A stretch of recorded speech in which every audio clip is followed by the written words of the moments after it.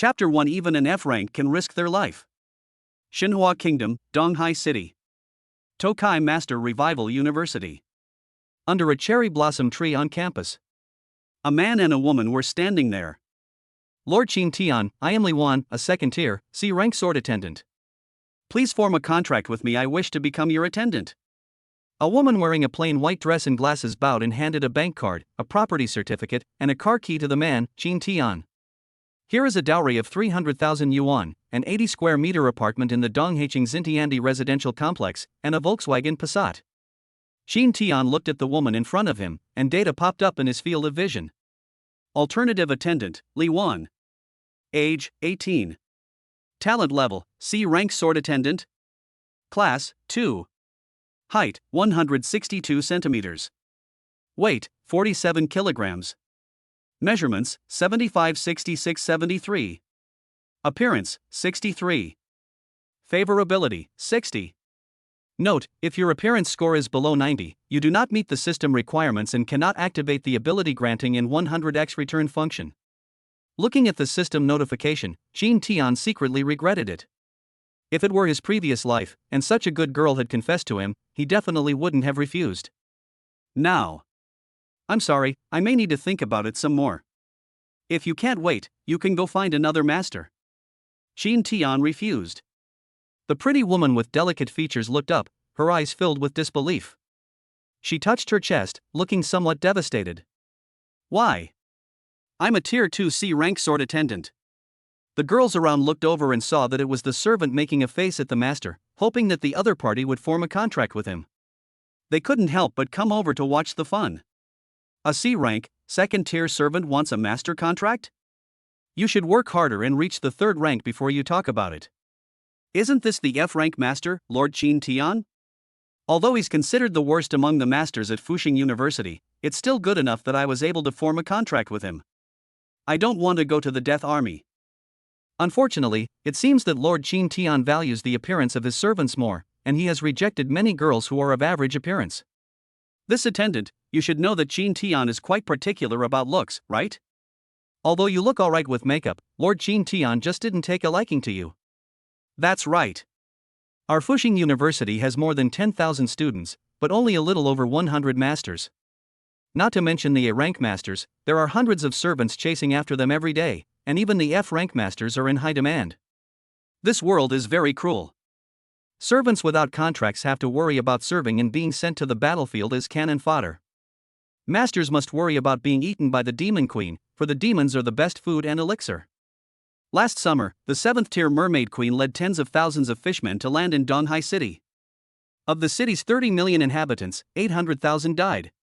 Fortunately, Qin Tian didn't apply to a prestigious master university located by the sea, which is far from the coastline.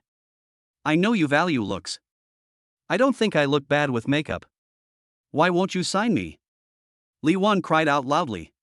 Qin Tian stared at the other person expressionlessly and asked, "You really want to hear it?"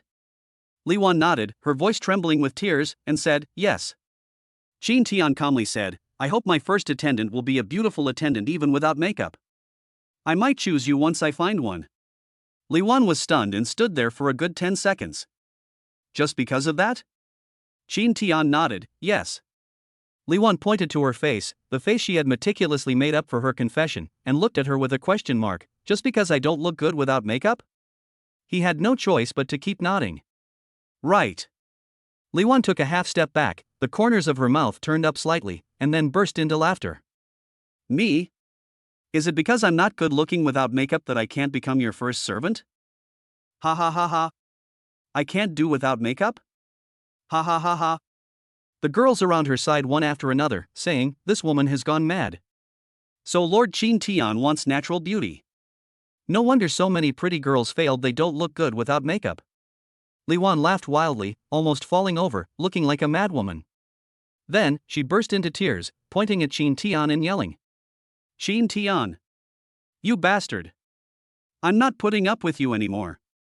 After saying that, she wiped away her tears, turned around and ran away, leaving Qin Tian unmoved.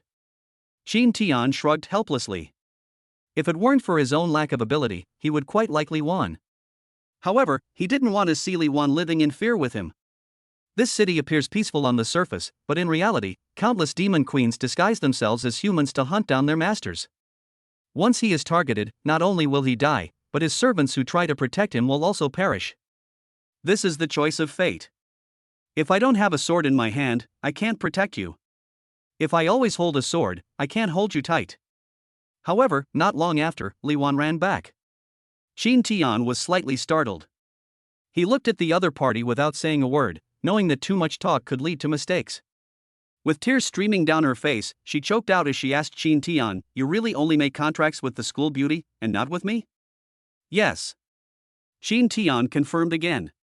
Li Wan twitched her nose slightly and said sadly, "Fine. I'll just tell you one thing.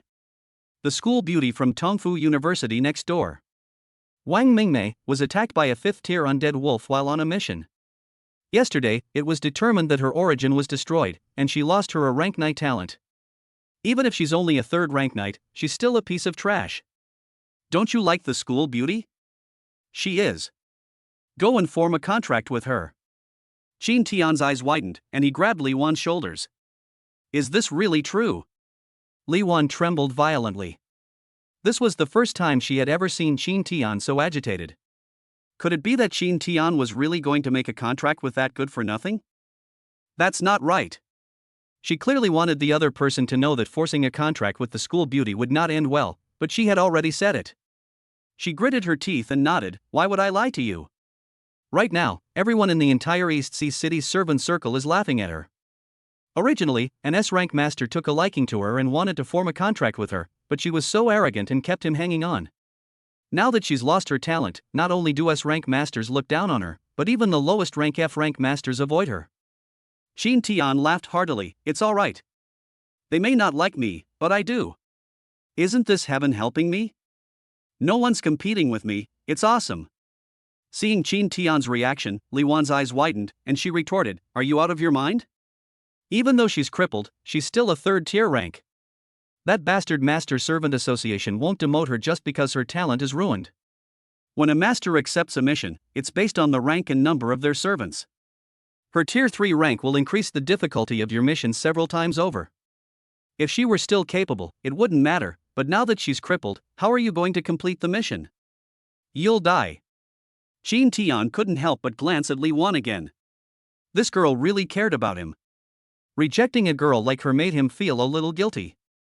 He will definitely come back when he has enough power. "I hope you won't have been taken away by the contract by then." "It's all right, I have a solution," Qin Tian said with a smile. Li Wan looked Qin Tian up and down with suspicion, and asked in return, "You don't actually think that you can restore her talent with your F-rank master magic, do you?" Qin Tian thought for a moment, then nodded, "Maybe, since the system could grant servant talents." Li Wan touched Qin Tian's forehead, then her own, and frowned, saying, "You don't have a fever, so why are you talking nonsense? Tell me where she is.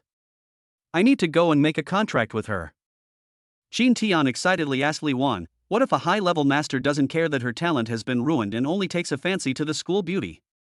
Then it will be too late." Li Wan was so angry that she forgot her sadness and pushed Qin Tian away. "Qin Tian. You bastard.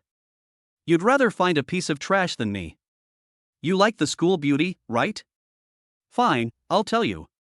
She's currently at Master Tongfu University, in dormitory area number 32, building number 603. If you're going, then hurry up and go." Qin Tian was overjoyed and turned to run away, not forgetting to thank Li Wan at the same time. "I will never forget you." All he heard was Li Wan shouting loudly behind him. "Qin Tian. You bastard. Just die already." "Never mind, I'll live. I'll wait for you." Chapter 2: The Fragile Wang Mingmei. Master Tongfu University Campus. Qin Tian walked along the main road of the campus, looking at the beautiful girls everywhere, walking in groups, chatting and laughing. Upon spotting Qin Tian, their eyes lit up, and one by one they boldly approached to strike up a conversation. One of the girls, a long-haired girl in a red dress, brushed a strand of hair behind her ear and smiled gently at Qin Tian. "Master, are you alone? Want to go for a drink with your sister?"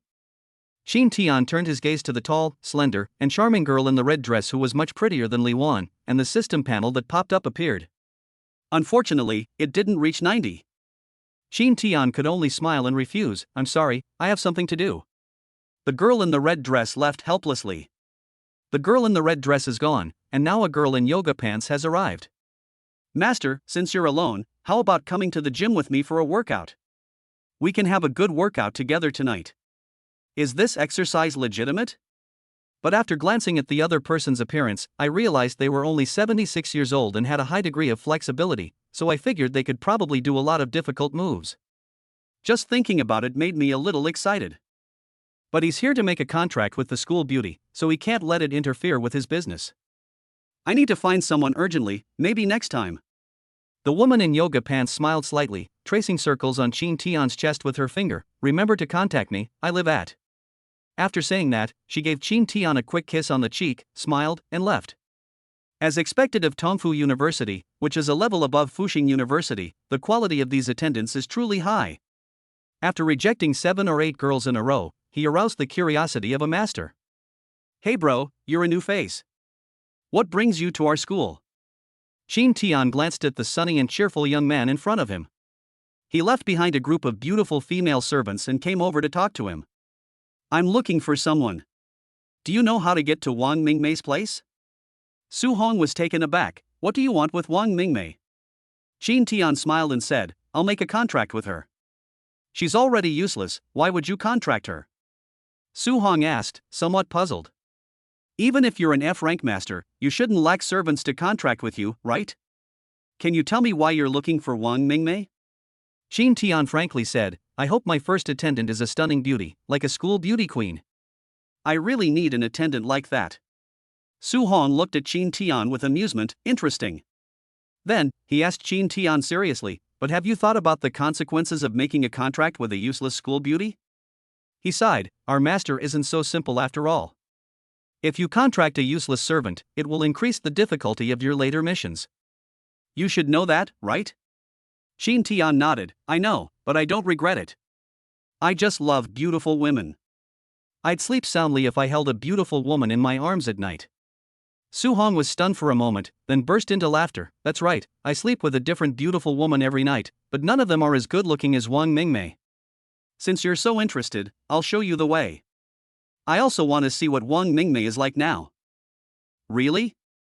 Of course. Su Hong patted Chin Tian on the shoulder. Don't worry, I won't take it from you. I'm not interested in useless servants, nor am I interested in Wang Mingmei. Although she is very pretty, she's not my type. Chin Tian asked curiously, why? Su Hong said calmly, Wang Mingmei gives me a feeling of fragmentation, like diamonds shattered on the ground. She's beautiful, but unreal. I still prefer passionate and outgoing girls. He chuckled, brother, you should know that once a servant forms a contract with their master, it's usually for life, which is equivalent to binding their entire being to their master. I don't want a broken mirror to appear in my passionate back garden, that would be too much of a spoilsport. Su Hong and Chin Tian chatted and laughed all the way. After getting to know each other, Su Hong sighed to Chin Tian, these servants are actually no different from bloodsuckers. You know, servants form a contract with their masters and, after obtaining spells, can extract magic power from our bodies to accelerate the servant's growth. Even F-rank masters experience double the speed. S-rank masters have 10 times the speed. Magic not only increases the cultivation speed of these blood-sucking worms, but they can also temporarily boost their combat power by consuming magic. We train our servants to protect us, which is good, at least it makes things much easier for us. You must understand, we are the guarantee of humanity, our deaths would be a tremendous loss. At this point, Su Hong instructed Chin Tian, for this kind of useless school beauty, one contract is enough.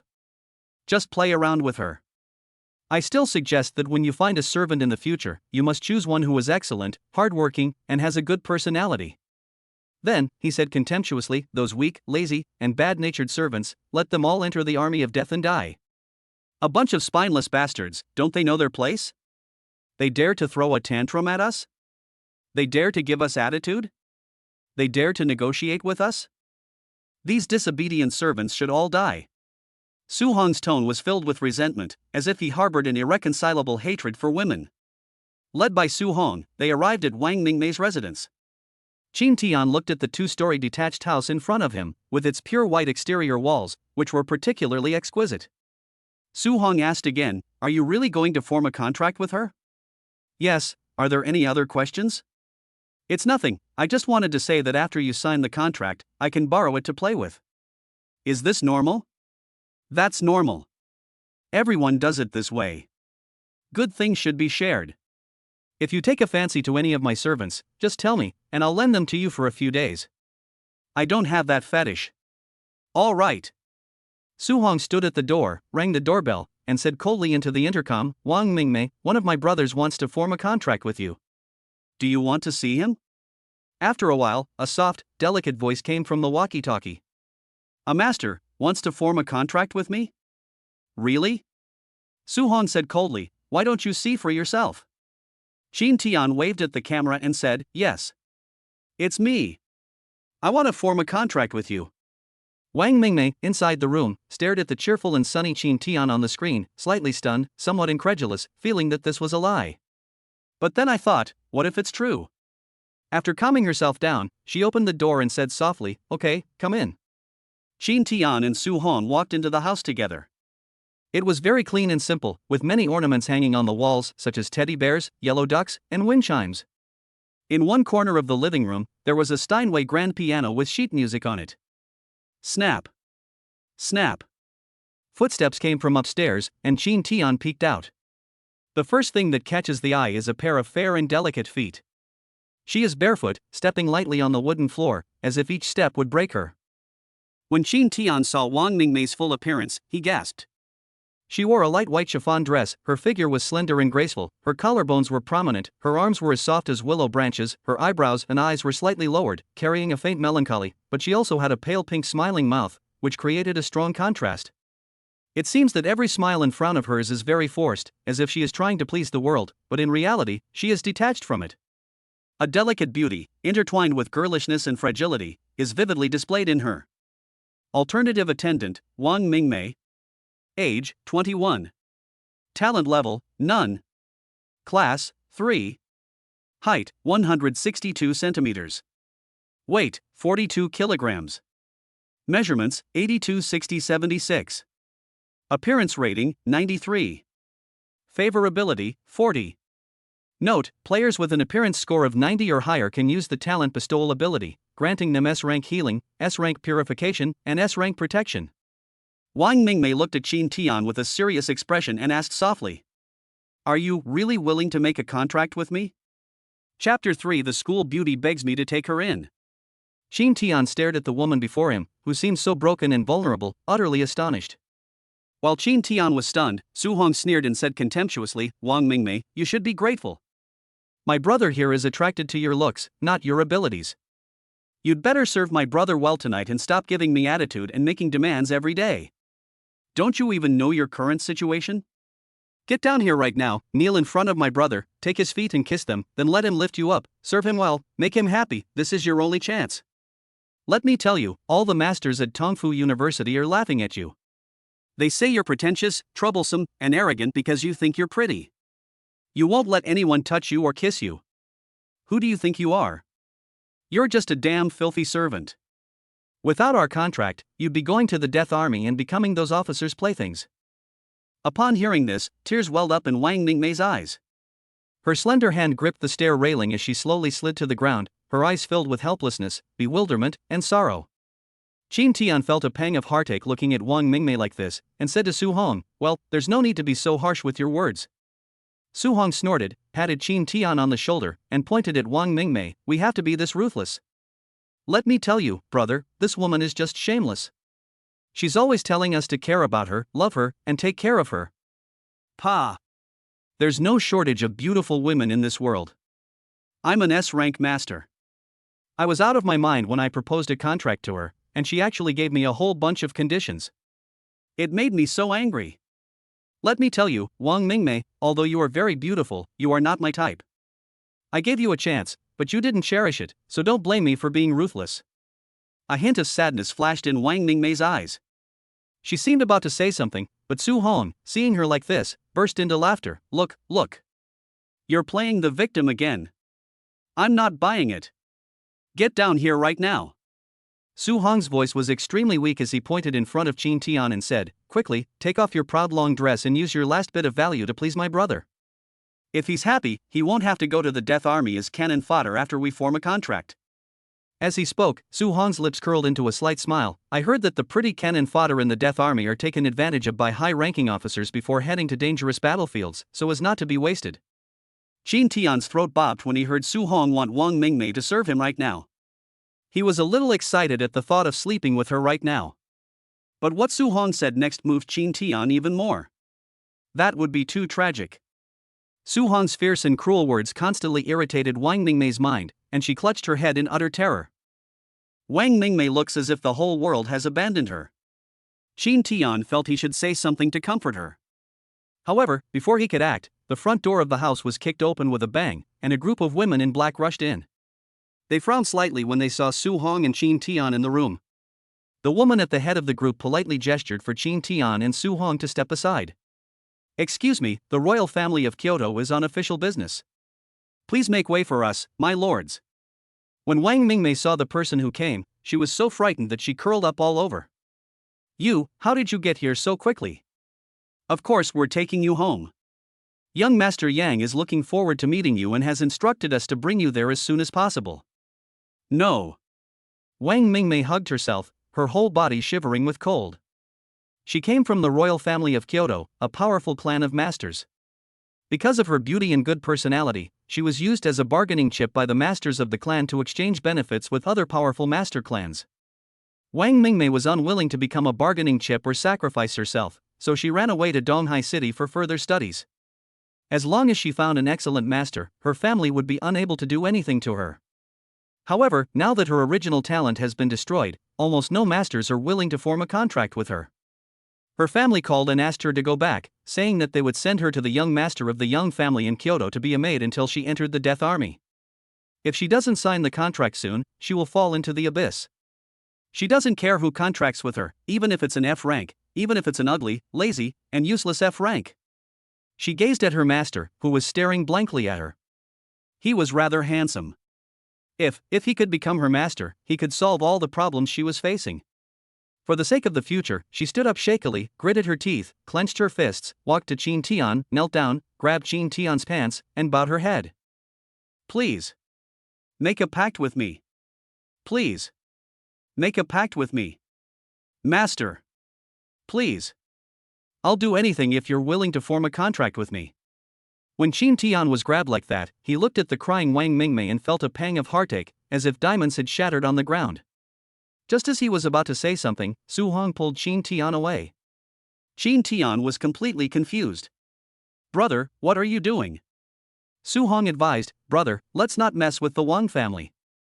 They have an 8th level master. If they want to cause you trouble, you'll be in a very passive position." Su Hong turned to look at Wang Mingmei with disdain and said contemptuously, "Wang Mingmei, you're only thinking about not wanting anything now? What were you doing just now? Now, your only fate is to be played with by the young master of the young family until he's tired of you, then sent to the Death Army, played with by those officers until they're tired of you, and then thrown onto the battlefield to become dirt." The servant of the Wang family smiled slightly. "This master, you know a lot." Su Hong laughed heartily. "This is such a pretentious servant.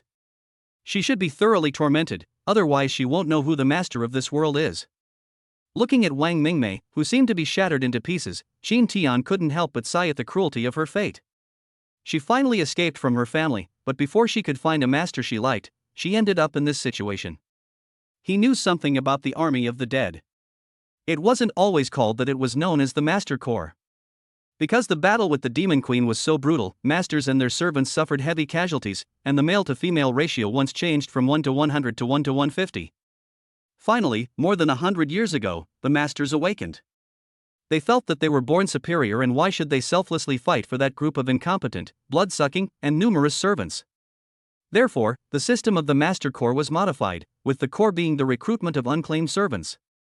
The most dangerous tasks on the battlefield were all assigned to these servants, while the Master Corps only needed to find opportunities to reap the rewards. They don't care how many people die. More than 100 years ago, when I was risking my life on the battlefield, these lowly servants would laugh at and mock my incompetence after each defeat.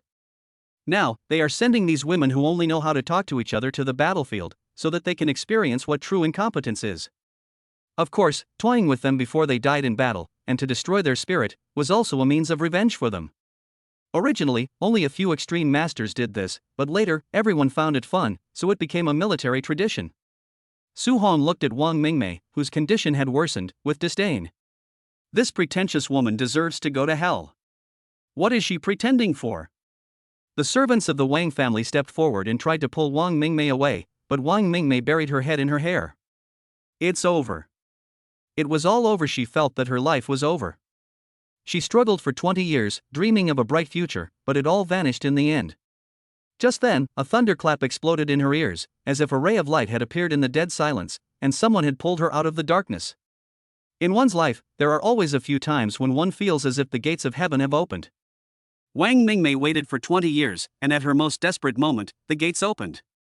Let go of that girl. Qin Tian strode forward and shoved aside the Wang family's servant. Su Hong looked at Qin Tian with a confused expression. Brother, what are you doing? He walked up to Wang Mingmei and said in a clear, cold voice. Wang Mingmei. What are you waiting for there? Didn't we agree to go to the Master-Servant Association together to sign the contract? Chapter 4, Taking Wang Mingmei Away at All Costs. Ah! Wang Mingmei was stunned. She had never felt this way before. It was as if she had suddenly gone from a cold hell to heaven, like a piece of ice thrown into a furnace. She was about to be burned to death by this scorching heat. It's so cold lying on the ground, what if you catch a cold? Qin Tian pulled Wang Mingmei up and then carried her in his arms. Wang Mingmei was somewhat at a loss. She forgot to resist, or rather, she didn't want to resist. If all of this is true, she hopes it will last forever. The captain of the guards frowned and stopped Qin Tian. Master. She is the woman the young master of the Yang family in Kyoto has specifically requested. Please put her down. Qin Tian looked at the woman coldly and asked without any hesitation, I'm taking her away today, and no one can stop me. This. The woman was speechless for a moment. Qin Tian continued, I'm going to form a contract with her now, binding the relationship between servant and master. Even if the emperor comes, he can't touch my servant. This was inscribed on the 10 fundamental regulations for the master and attendants by the first emperor of the Xinhua kingdom. Are you planning a rebellion? The woman was completely dumbfounded when Qin Tian suddenly put such a huge accusation on her. If she can't bring Wang Mingmei back, she'll be punished by the master. But the other party was her master, so she didn't dare to do anything. She couldn't physically stop him, but she still mustered her last bit of courage and threatened him. You'll offend the Yang and Wang families, 2 powerful families in the capital. Are you going to ruin your future for a piece of trash? Qin Tian smiled dismissively, the future? If I don't make a contract with her, I truly have no future. He looked at Wang Mingmei in his arms, who was gazing at him with longing, and smiled gently. She is my future. These words were like a confession. Wang Mingmei swore that it was the most touching, sincere, profound, and beautiful confession she had ever heard. She buried her small head in Qin Tian's arms, silently acquiescing to everything. We'll see, Qin Tian said dismissively. Do they dare to do anything substantial to me? I am a master, and even if I am only the lowest F rank, I am still a key protected individual of the Divine Flower Kingdom. If I am killed by them at will, they will all go in, and you servants, you will all be executed. The servant of the Wang family was sweating profusely and trembling all over. As Qin Tian passed by Su Hong frowned slightly and asked, Are you really going to make enemies of the Wang and Yang families for this woman? Qin Tian glanced at the wicked woman, of course. Qin Tian thought Su Hong would be angry, would roar, would look down on him. Su Hong burst into laughter, pointing at Qin Tian and saying, Brother, you're hilarious. Your spirit of going against the world for your goal is so cool. I can't help but give you a thumbs up. Don't worry, take her with you. The Wang and Yang families will only make things difficult for you within the rules. They won't do anything to directly harm you. You just need to be careful. I'm here, they can't touch you. I'm an S-class after all. Qin Tian looked at Su Hong gratefully and said with a smile, Brother Su, thank you. Let's have a drink together sometime. Su Hong waved his hand, don't worry about it. If we're meant to meet, we'll meet again. Su Hong laughed heartily. He hadn't seen such a passionate young man in a long time. He was willing to go against 2 powerful families in order to contract a ridiculously beautiful but useless woman. Such men are almost extinct in this era. 100 years from now, the relationship between master and servant will be quite harmonious. They will love each other, take care of each other, face difficulties together, support each other in that era, and fight for the future together. That era must have been amazing. Unfortunately, in this era, the conflict between master and servant has become extremely acute. If it weren't for the contracted servants, which made completing tasks easier, he felt that servants were just for fun and there was no need to be bound to them for life. Hurry, bro. They're after you. Oh. Qin Tian carried Wang Mingmei and ran out of the house laughing. There was a car parked in the yard, a black BMW M2. Qin Tian asked Wang Mingmei, who was in his arms, "That's your car, right? Where are the keys?" Wang Mingmei gently grabbed Qin Tian's collar and whispered, "Put it on the left front wheel." Qin Tian got the keys, opened the car door, and placed Wang Mingmei in the passenger seat. However, when he stood up, he found that Wang Mingmei was still holding onto his collar. "I can't drive like this." Wang Mingmei cried out in surprise, quickly let go of his hand, and lowered her head in the passenger seat without saying a word. Qin Tian sat in the driver's seat, placed the car key on the center console, pressed start, and the engine roared, but did not move. Qin Tian turned to Wang Mingmei and said, "Seatbelt." Wang Mingmei was startled. She raised her hand and fumbled around, searching frantically. Even though the safety devices were all there, she just couldn't find them. Qin Tian reluctantly crawled over, fastened Wang Mingmei's seatbelt, and then watched as Wang Mingmei obediently placed her hands on her knees. The two looked at each other, their breaths brushing against each other's faces. Wang Mingmei's eyes were filled with affection. Qin Tian swallowed hard, then leaned in and kissed Wang Mingmei's lips. Wang Mingmei's eyes widened, but she did not resist. Instead, she closed them. The BMW sped along the road, heading towards the Master-Servant Association. Looking at the rapidly receding crowds and cars, Wang Mingmei felt like she was dreaming. "Thank you for saving me. I will reward you. Is 1 million enough?" Wang Mingmei whispered. "What's the reward?" Qin Tian glanced at Wang Mingmei. "It's about you pulling me out of that hell and not letting me get arrested," Wang Mingmei said softly, her head bowed. "We're going to sign a contract, so why distinguish between yours and mine or what kind of compensation we'll receive?" Qin Tian said casually. "Ha?" Wang Mingmei was stunned. She looked up, her eyes filled with confusion. "You really want to make a contract with me? Isn't this just an excuse to take me away?" "Of course." Qin Tian nodded. "I came here specifically for you." "Specially for me?" Wang Mingmei's heart pounded, then she said dejectedly, "But my origin is destroyed." "Having a third-level life class is like having muscles but no bones, completely useless." "I don't care," Qin Tian replied. Wang Mingmei turned to look at Qin Tian curiously. "Why do you want me to be your servant?" Qin Tian frowned slightly. "Why were there so many girls?" "You really want to know?" Simply because you are too beautiful." "Ah?" Wang Mingmei was stunned. "Just because she's pretty? There are so many beautiful girls in the world, why choose her?" Wang Mingmei asked again. Qin Tian said impatiently, "Don't you know that in this world, pretty girls with even a little talent are easily contracted by high-ranking masters? Those without talent end up in brothels, which I find disgusting." "I'm just an F rank. Why would those talented girls choose me over high-ranking masters?" "Are you handsome?" Wang Mingmei whispered, looking at Qin Tian's sharp profile.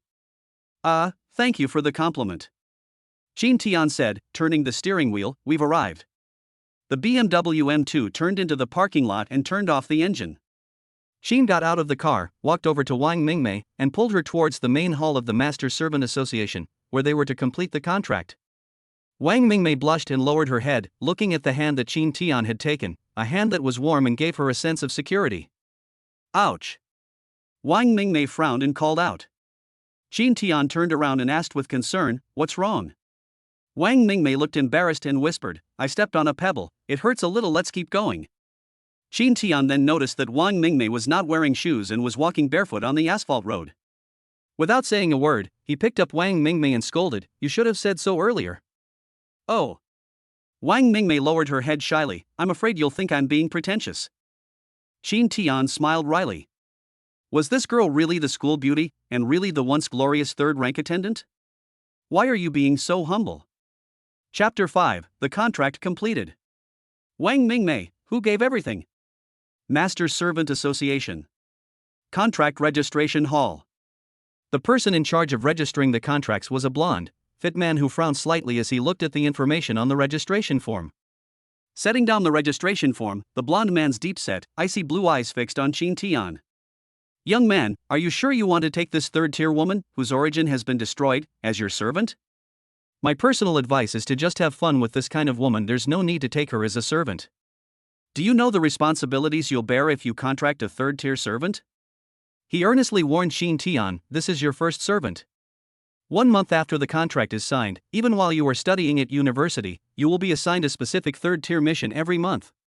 If you fail to complete it, you will not only face a fine of 500,000, but also be punished by having to replenish the magic power of at least 10 unclaimed servants free of charge. Wang Mingmei, standing to the side, bit her lip, lowered her head, clutched her skirt, and said softly, Lord Qin Tian, I'm sorry, I'm just a burden. Let's not make a contract. Wang Mingmei pushed back her chair, trying to stand up, but Qin Tian pulled her back to her seat. Wang Mingmei was stunned, feeling the hand being held tightly, and felt incredibly warm inside. Qin Tian calmly looked at the contract official and said indifferently, I'm certain I'll enter into a contract with her. Please approve. The blonde contract officer gave Qin Tian a deep look and smiled slightly. Since you've made your decision, I have no reason to refuse you. I believe this third-tier attendant must have a lot of savings. As long as we find a powerful attendant before the savings run out, it won't be a problem. With a flourish of his pen, he magically signed his agreement on the contract application, handed the form to Qin Tian, and then said, if you want to find a suitable servant, you can come to the Master Servant Association at any time. There are countless unclaimed servants registered here, and they are all eager for your contract.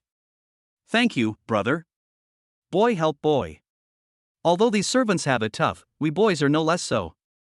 Let's survive and create a better future together. Yes. Let's create a better future together. After receiving the application form, Qin Tian took Wang Mingmei's hand and led her to the contract area. There are more men to be seen here now, and they usually come out with several women. The women have happy smiles on their faces and keep looking at the incantations on the back of their hands, which are the marks of a contract. As long as they have this mark, they can draw magic power from their master and accelerate their growth. Why are you being so nice to me? Wang Mingmei asked. Qin Tian casually said, I'm saying, with your looks, it's such a waste for you to be a maid or join the Death Army. Is this all right? With a soft chuckle, Wang Mingmei covered her mouth and laughed, Lord Qin Tian, you are so witty. I am not worth you doing this. Qin Tian pursed his lips, you look so pitiful and helpless, I have a strong protective instinct and can't bear to see you like this, okay? When I found out that a school beauty had her origin destroyed and no master wanted her, I immediately ran to your school to find you, I rushed all the way. Looking into Qin Tian's eyes, Wang Mingmei knew he wasn't lying. She was so moved she almost cried, but she held back. It wasn't a wasted trip. You are truly beautiful. I think it's great that you've become my attendant. As a master's attendant, protecting one's master is a must, Qin Tian said. He, you've got it backwards. As servants, protecting our master is what we should do. Wang Mingmei covered her mouth and chuckled. Knowing her place in Qin Tian's heart, she was very content. Although she was crippled, she could still manage her daily life, so she decided to be a maid. A private maid exclusively for Lord Qin Tian. In the contract area, in one of the rooms, there is a magic circle. The staff member has turned into a woman with runes on the back of her hand. She is a servant with a master. She had Wang Mingmei walk into the magic circle, while Qin Tian stood outside the magic circle. Wang Mingmei, barefoot, walked onto the magic circle, turned to face Qin Tian, and closed her eyes. The staff member knelt down and touched the magic circle. The entire magic circle lit up, and a large amount of magic power surged out, blowing up Wang Mingmei's thin dress. She then said to Qin Tian, let's begin the contract. You should have already learned it by now. Qin Tian nodded, stood in front of the magic circle, raised his right hand towards Wang Mingmei inside the magic circle, and whispered. Your body is under my command, and my destiny is bound to you. As he spoke, he released red magic power from his right hand, which merged into the magic circle, turning the entire magic circle red. The entire magic circle unleashed a torrent of magical power, turning the entire rune blood red. All of this crimson color, magnified to its extreme, was absorbed by Wang Mingmei within the magic array. Her entire body was stained red, which lasted for a period of time before slowly receding, ultimately leaving a crimson incantation on the back of her right hand, a mark unique to Qin Tian. Contract terminated. Wang Mingmei, whose contract had been successfully signed, opened her eyes and looked at Qin Tian with affection. She walked to Qin Tian, knelt down on one knee, took Qin Tian's raised right hand, kissed the back of his hand with her red lips, and whispered, "From this day forward, I am your servant, and I am willing to use my flesh and blood to protect you from any harm. I will give you everything for your imperial ambitions." After reciting the oath, Wang Mingmei raised her eyes and met Qin Tian's gaze, as if she were about to offer her soul. Qin Tian smiled, grabbed Wang Mingmei's hand, pulled her into his arms, and picked her up amidst her gasp. "Instead of wasting time on this nonsense, you should hurry home and cultivate. I'm going to try to heal your fundamental nature." Wang Mingmei stared blankly at Qin Tian as he carried her out of the room. She hugged Qin Tian's neck, rested her small head against his chest, and nodded gently. Although she knew the chances of a cure were almost zero, how could she refuse since Lord Qin Tian had said so? They did not return to Master Tongfu University, but instead went back to the detached villa that Qin Tian had assigned to them at the school. Unlike Wang Mingmei, who had to rely on her own abilities to get that house, even though he was only an F level, he still had his own villa and yard. The house was neat and tidy, the floor was very clean, and freshly washed clothes, including underwear, were drying on the balcony. Seeing this, Qin Tian blushed slightly. He treated Li Wan like that, yet she still came over to clean today. Wang Mingmei stepped onto the spotless wooden floor and said softly, "I didn't expect Lord Qin Tian to pay so much attention to personal hygiene." Qin Tian blushed even more and said awkwardly, "I'm not that clean.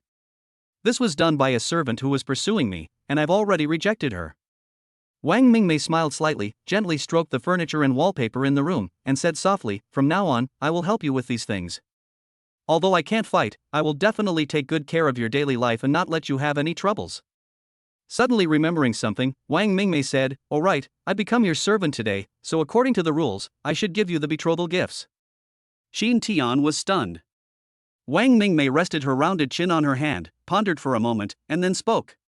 "Over the years, I've earned 3,233,000 yuan from completing tasks. I'll transfer that money to you via online banking in a bit. I also bought 2 apartments in Donghai City, a 120 square meter 3-bedroom, 2 living room apartment on Kyoto Road and a 50 square meter 1-bedroom, 1 living room apartment on Suwei Road. As for cars, there's the BMW M2 parked outside and a Porsche Panamera I ordered. This is all I have. From now on, it's all yours." Chapter 6, so it's about healing. "I belong only to you. You're giving me all of it?" Qin Tian stared at Wang Mingmei in disbelief. "Aren't you going to keep some for yourself?" Wang Mingmei shook her head. "How much money I can spend is entirely up to Lord Qin Tian. If Lord Qin Tian wants me to not spend a single penny, then I will only accept gifts from Lord Qin Tian." As she spoke, she joked, "Lord Qin Tian wouldn't let me starve to death, would he?" Qin Tian chuckled and ruffled Wang Mingmei's hair. "Since the contract was successful, you've become much more cheerful." Wang Mingmei enjoyed Qin Tian's caress, raised her eyes, looked at Qin Tian timidly, and said softly, "I have long decided that whoever makes a contract with me, I will dedicate everything to them and not let them be troubled. If I face Lord Qin Tian with that kind of expression, Lord Qin Tian will definitely feel annoyed. In order not to annoy Lord Qin Tian, I will make myself appear cheerful." Looking at Wang Mingmei trying so hard to please him, Qin Tian couldn't help but feel sorry for her. Since they had already formed a contract, he decided to give her the ability now. "Come over." Qin Tian pulled Wang Mingmei upstairs to his room. Wang Mingmei blushed, lowered her head, and gently bit her lip. Upon entering the room, she glanced at the bed, hesitated for a moment, then placed her hand on the zipper behind her back. "What are you doing?" Qin Tian asked. "Huh?" Wang Mingmei was startled. "You didn't mean to." Qin Tian was both amused and exasperated. "Why are you in such a hurry? Do you actually have a lot of experience?" Wang Mingmei shook her head repeatedly. She grabbed Qin Tian's hand and burst into tears, explaining, "No. I didn't. I never did. I just thought you." Qin Tian looked at Wang Mingmei, who seemed about to shatter, and couldn't help but feel sorry for her. Just a joke had made her so scared. He patted Wang Mingmei on the shoulder and whispered in her ear, "I will definitely eat you, but not now. Heal your wounds first." "Oh." Wang Mingmei blushed furiously. After realizing she had misunderstood Qin Tian, she wanted to crawl into a hole. Qin Tian told Wang Mingmei to lie on the bed. She obediently lay down, put her legs together, closed her eyes, and looked uneasy. Qin Tian stood by the window, closed his eyes, raised his right hand, and red magic flowed out of his body, forming countless red tracks in the room. Then, these tracks extended one by one into Wang Mingmei's body, and Wang Mingmei's body slowly floated up. Attendant, Wang Mingmei. Age, 21. Talent level, grants S rank healing, S rank purification, or S rank protection. Please select. Class, 3. Height, 162 centimeters. Weight, 42 kilograms. Measurements, 82 43 76. Appearance rating, 93. Favorability, 100. Looking at the available abilities, Qin Tian almost didn't hesitate and directly chose S-level healing. Returning it to him 100-fold would at least be SSS level.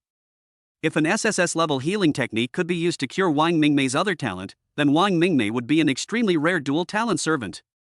S-level healing confirmed. Abilities begin to be granted. Red magic power was released from Qin Tian's body and surged into Wang Mingmei's body like a torrent.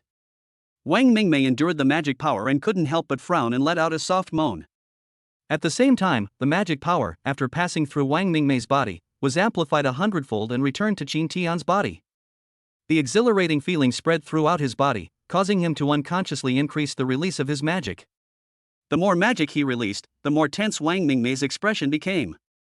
The pain didn't last long before her brows relaxed, her complexion became rosy, and the corners of her mouth turned up slightly. The entire process of granting abilities lasted from daytime into nighttime. Once the power was fully granted, Wang Mingmei was gently laid down on the bed, her breathing even, as if she had fallen into a deep sleep. Qin Tian opened his eyes, utterly astonished. Holy crap! This SSS level healing ability is actually this kind of healing power. He trembled as he looked at the SSS level healing ability analysis on his panel. This isn't just ordinary healing, it's the kind of healing that happens in the healer's reboot. It's not just about healing, but the ability to restore the object to its original state. It also has a fatal flaw: everything experienced by the target of the healing will be completely transferred to the caster in an instant, causing unimaginable pain that ordinary people's mental strength simply cannot withstand. The derivative capabilities can be used directly. Imitation, copy the opponent's combat skills and experience, even their class-specific skills. Plunder, can steal the energy from the opponent and use it for one's own purposes.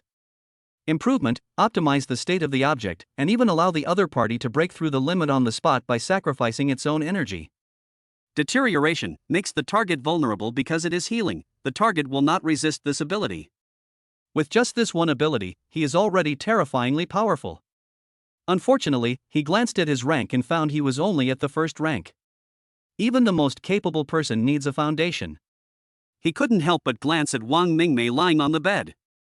She was at the third rank. If he plundered her energy, he could definitely reach the third rank directly. Qin Tian shook his head repeatedly. No.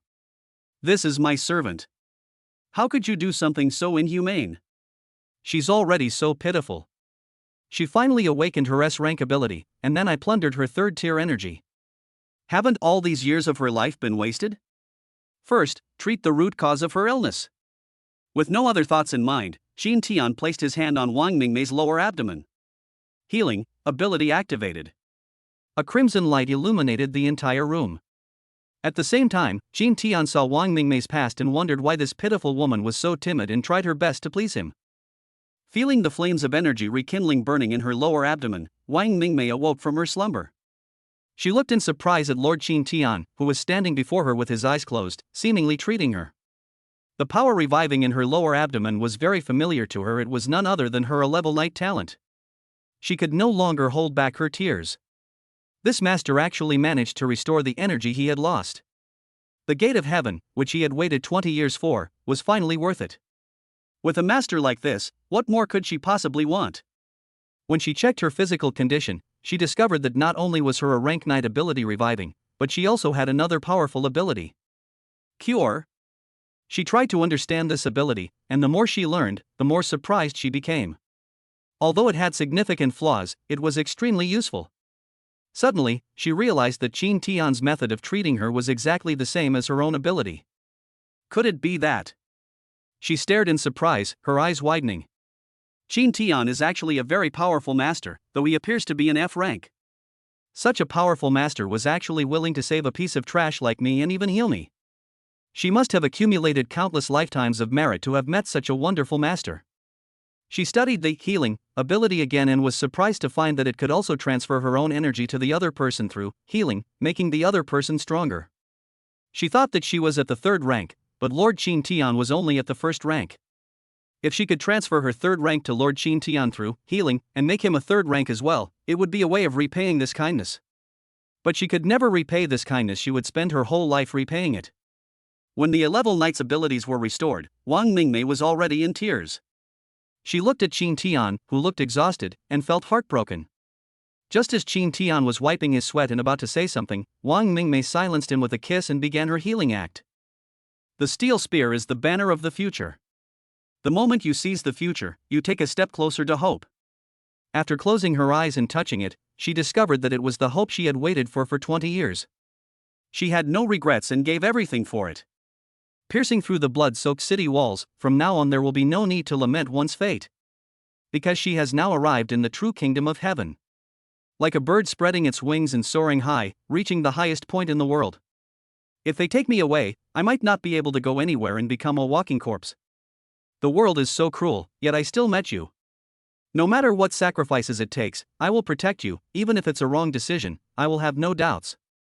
Even though the world is so cruel, your warmth bursts forth in my heart. Under the bright red flag, I sing aloud, amidst the dazzling stars. Then, everything that constitutes my life, I dedicate to you at this moment, I belong to you alone. Chapter 7, a top-tier girl only needs 3,000 yuan in pocket money. The next morning, Qin Tian woke up, looked at the ceiling, and smiled. With a creak, the door opened.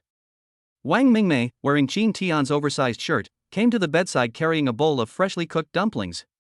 Lord Qin Tian, it's time for breakfast. Qin Tian sat up in bed and looked at Wang Mingmei, who was so beautiful even without makeup.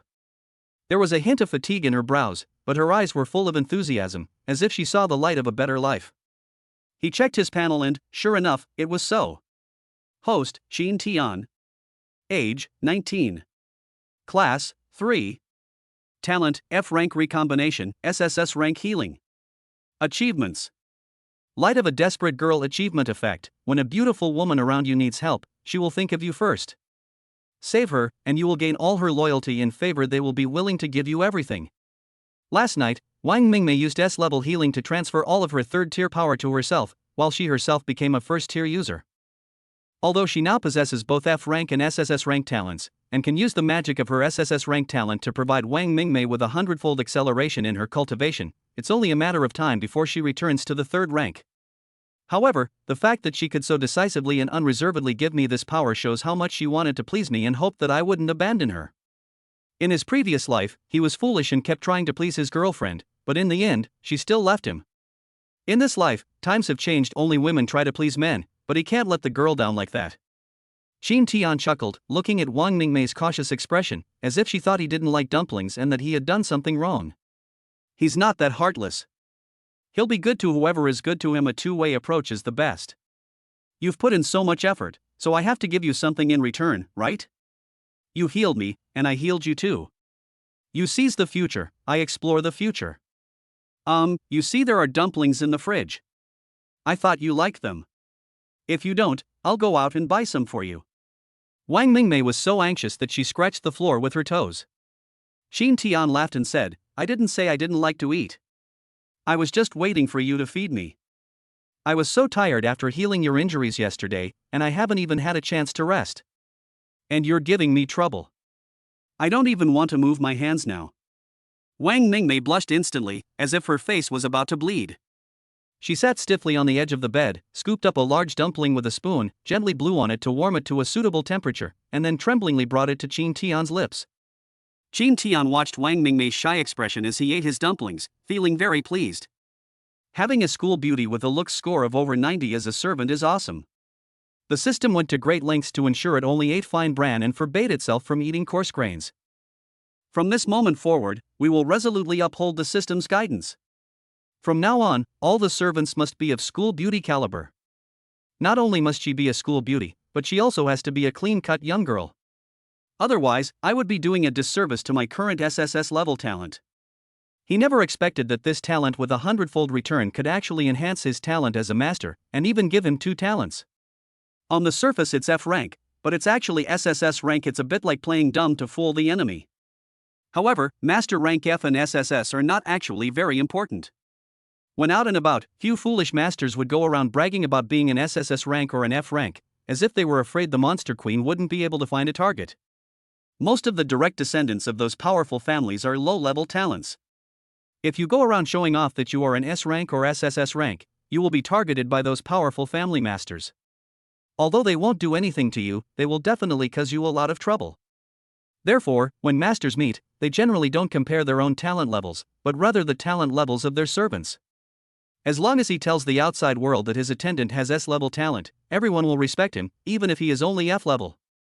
After finishing the dumplings, Qin Tian looked at Wang Mingmei's ill-fitting shirt and frowned slightly. Wearing this isn't a good solution. Go back and get some clothes. Wang Mingmei shook her head. I don't want to go back to that place. After becoming your servant, I just need to live here with you. I'll have a moving company deliver my personal belongings from there. Qin Tian noticed a hint of fear on Wang Mingmei's face, as if she was afraid that she would encounter the Wang family's servants and be forcibly taken back with her when she returned. Even though the master and his attendants were present, preventing them from taking action, Wang Mingmei was still afraid. Qin Tian sighed and ruffled Wang Mingmei's hair. All right, then I'll take you shopping for clothes. Great. Wang Mingmei's eyes lit up, her face beaming with smiles. She hugged Qin Tian and said affectionately, anyway, I've already handed over all my money, so I'll like whatever clothes you buy me. How about I give you some pocket money?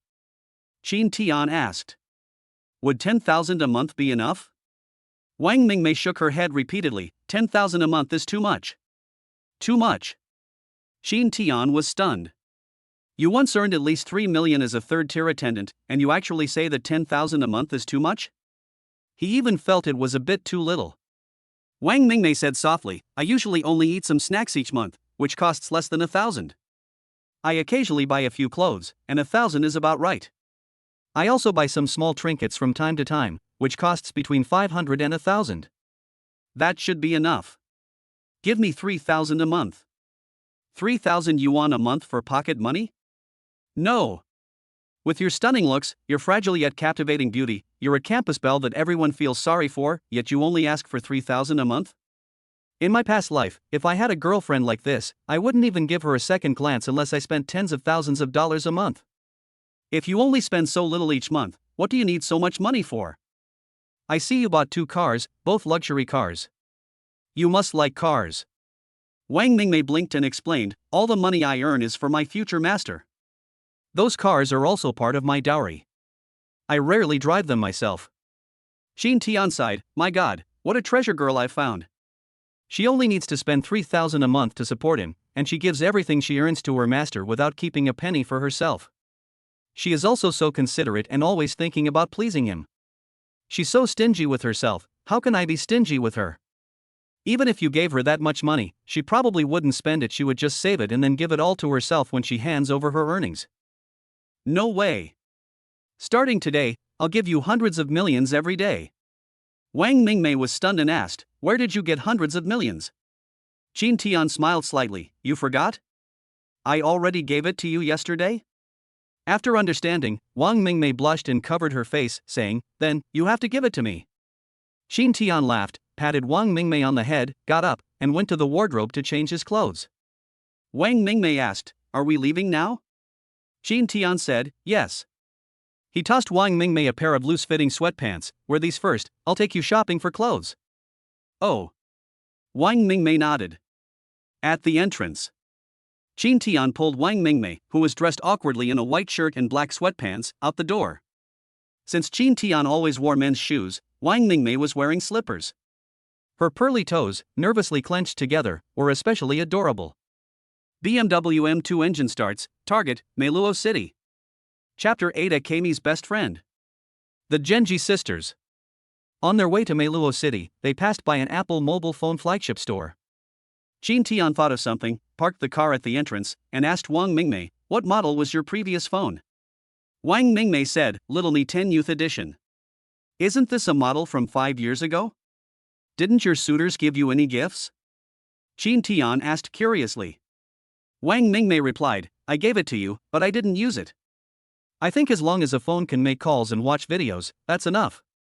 There's no need to pursue so many performance features. Don't you take selfies or anything? Qin Tian asked again. Wang Mingmei looked at Qin Tian with a puzzled expression. Why take selfies? I'd rather use that time to train, become stronger, and earn more money. Qin Tian sighed. Damn it, this girl is just too rare. If it were any other girl, with such beauty, she would definitely take selfies every day and post them on social media to show off. Even Li Wan, who was rather ordinary looking, would confidently take a selfie and send it to Qin Tian, hoping to receive his praise. When I came into this world, the girls who wanted to pursue me would send me selfies, photos of my legs, photos of myself after taking a shower, photos of my newly bought clothes, and so on. At first he was very interested, but after seeing so many, he lost interest. But he would still look at selfies of beauties of school beauty caliber. I'll buy another one when you give me some pocket money. I think that model is pretty good. Unable to bear it any longer, Qin Tian dragged Wang Mingmei inside and bought her a brand new Apple 17 Pro Max. Then, they went to the nearby telecommunications store to get a replacement SIM card. Wang Mingmei looked at the phone that Qin Tian had already opened and stuffed into her hand, as if she were holding a scalding hot sweet potato. It's too expensive, she said fearfully. Over 10,000. I don't need something this nice, just buy me a regular one. I told you to use it. So you use it. Don't you even listen to your master anymore? Qin Tian glared at her fiercely. Wang Mingmei dared not speak, she just lowered her head and gripped her phone tightly with both hands. Ding ding ding. Suddenly, Wang Mingmei's phone rang. She looked at the caller ID and answered the call. Hello. Before she could even begin to speak, a furious roar came from the phone, forcing Wang Mingmei to pull the phone away. A woman with a mature and assertive demeanor spoke up in a strong voice. Mingmei. You bastard. Where did you go? We've been looking for you all day, have you been kidnapped? Then came an extremely worried voice, speaking with a gentle yet firm tone. Mingmei. Tell us where you are, and we'll come rescue you right now. After the other person finished yelling, Wang Mingmei held the phone to her ear with both hands and whispered. Aki, don't worry, I'm fine. I'm going out to buy clothes with my master. Master, the mature female voice asked in confusion, you made a contract? Who is the other party? What are their talents? Which university did they attend? Faced with several questions in a row, Wang Mingmei didn't know where to begin answering. She secretly glanced at Qin Tian. Sister. You still have the mind to ask this. Let's go find her now, and we'll know, won't we? The gentle voice said. Mingmei, where are you going to buy clothes? We'll come find you right now. Wang Mingmei was still looking at him, waiting for his permission, and Qin Tian nodded. Wang Mingmei then replied, go to Meiluo City. Fine, the mature woman said coldly, we'll be there in 10 minutes. Sister. You're going to speed again, the gentle younger sister said anxiously. Aki, hurry up and get dressed. Otherwise, I'll be leaving by myself. Wait for me, my Nei-chan. The call ended.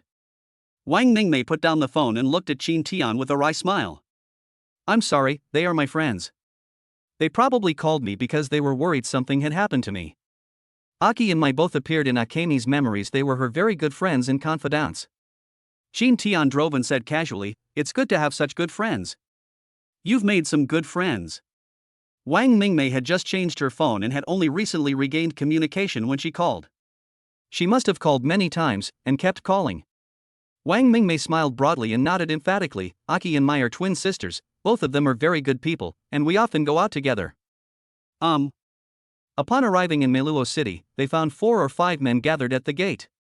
In a world where there are far more women than men, a ratio of 100 to 1, it is extremely rare to see so many men at once. They seemed to be surrounding something. Qin Tian looked over and was shocked to find that the men were surrounding 2 women. One of the women was tall and slender, wearing a purple backless dress, with long legs encased in black stockings that were very eye-catching. Her long, jet black hair was tied into a ponytail at the back of her head, revealing her fair and slender neck like a kendo girl. Her bright face was wearing an expression that said, oh, you guys are so troublesome. Her eyes, painted with red eyeshadow, were long and slender, like a blood-stained long knife. Her sideburns were long and black as night. The other girl was more elegant and pretty, with a generous and graceful smile. She wore a white and green color blocked faux shawl shirt dress, and her slender legs were encased in pure white stockings. She kept exchanging pleasantries with these men, never getting tired of it. When the men realized that the two girls seemed to have no chance, they could only leave helplessly.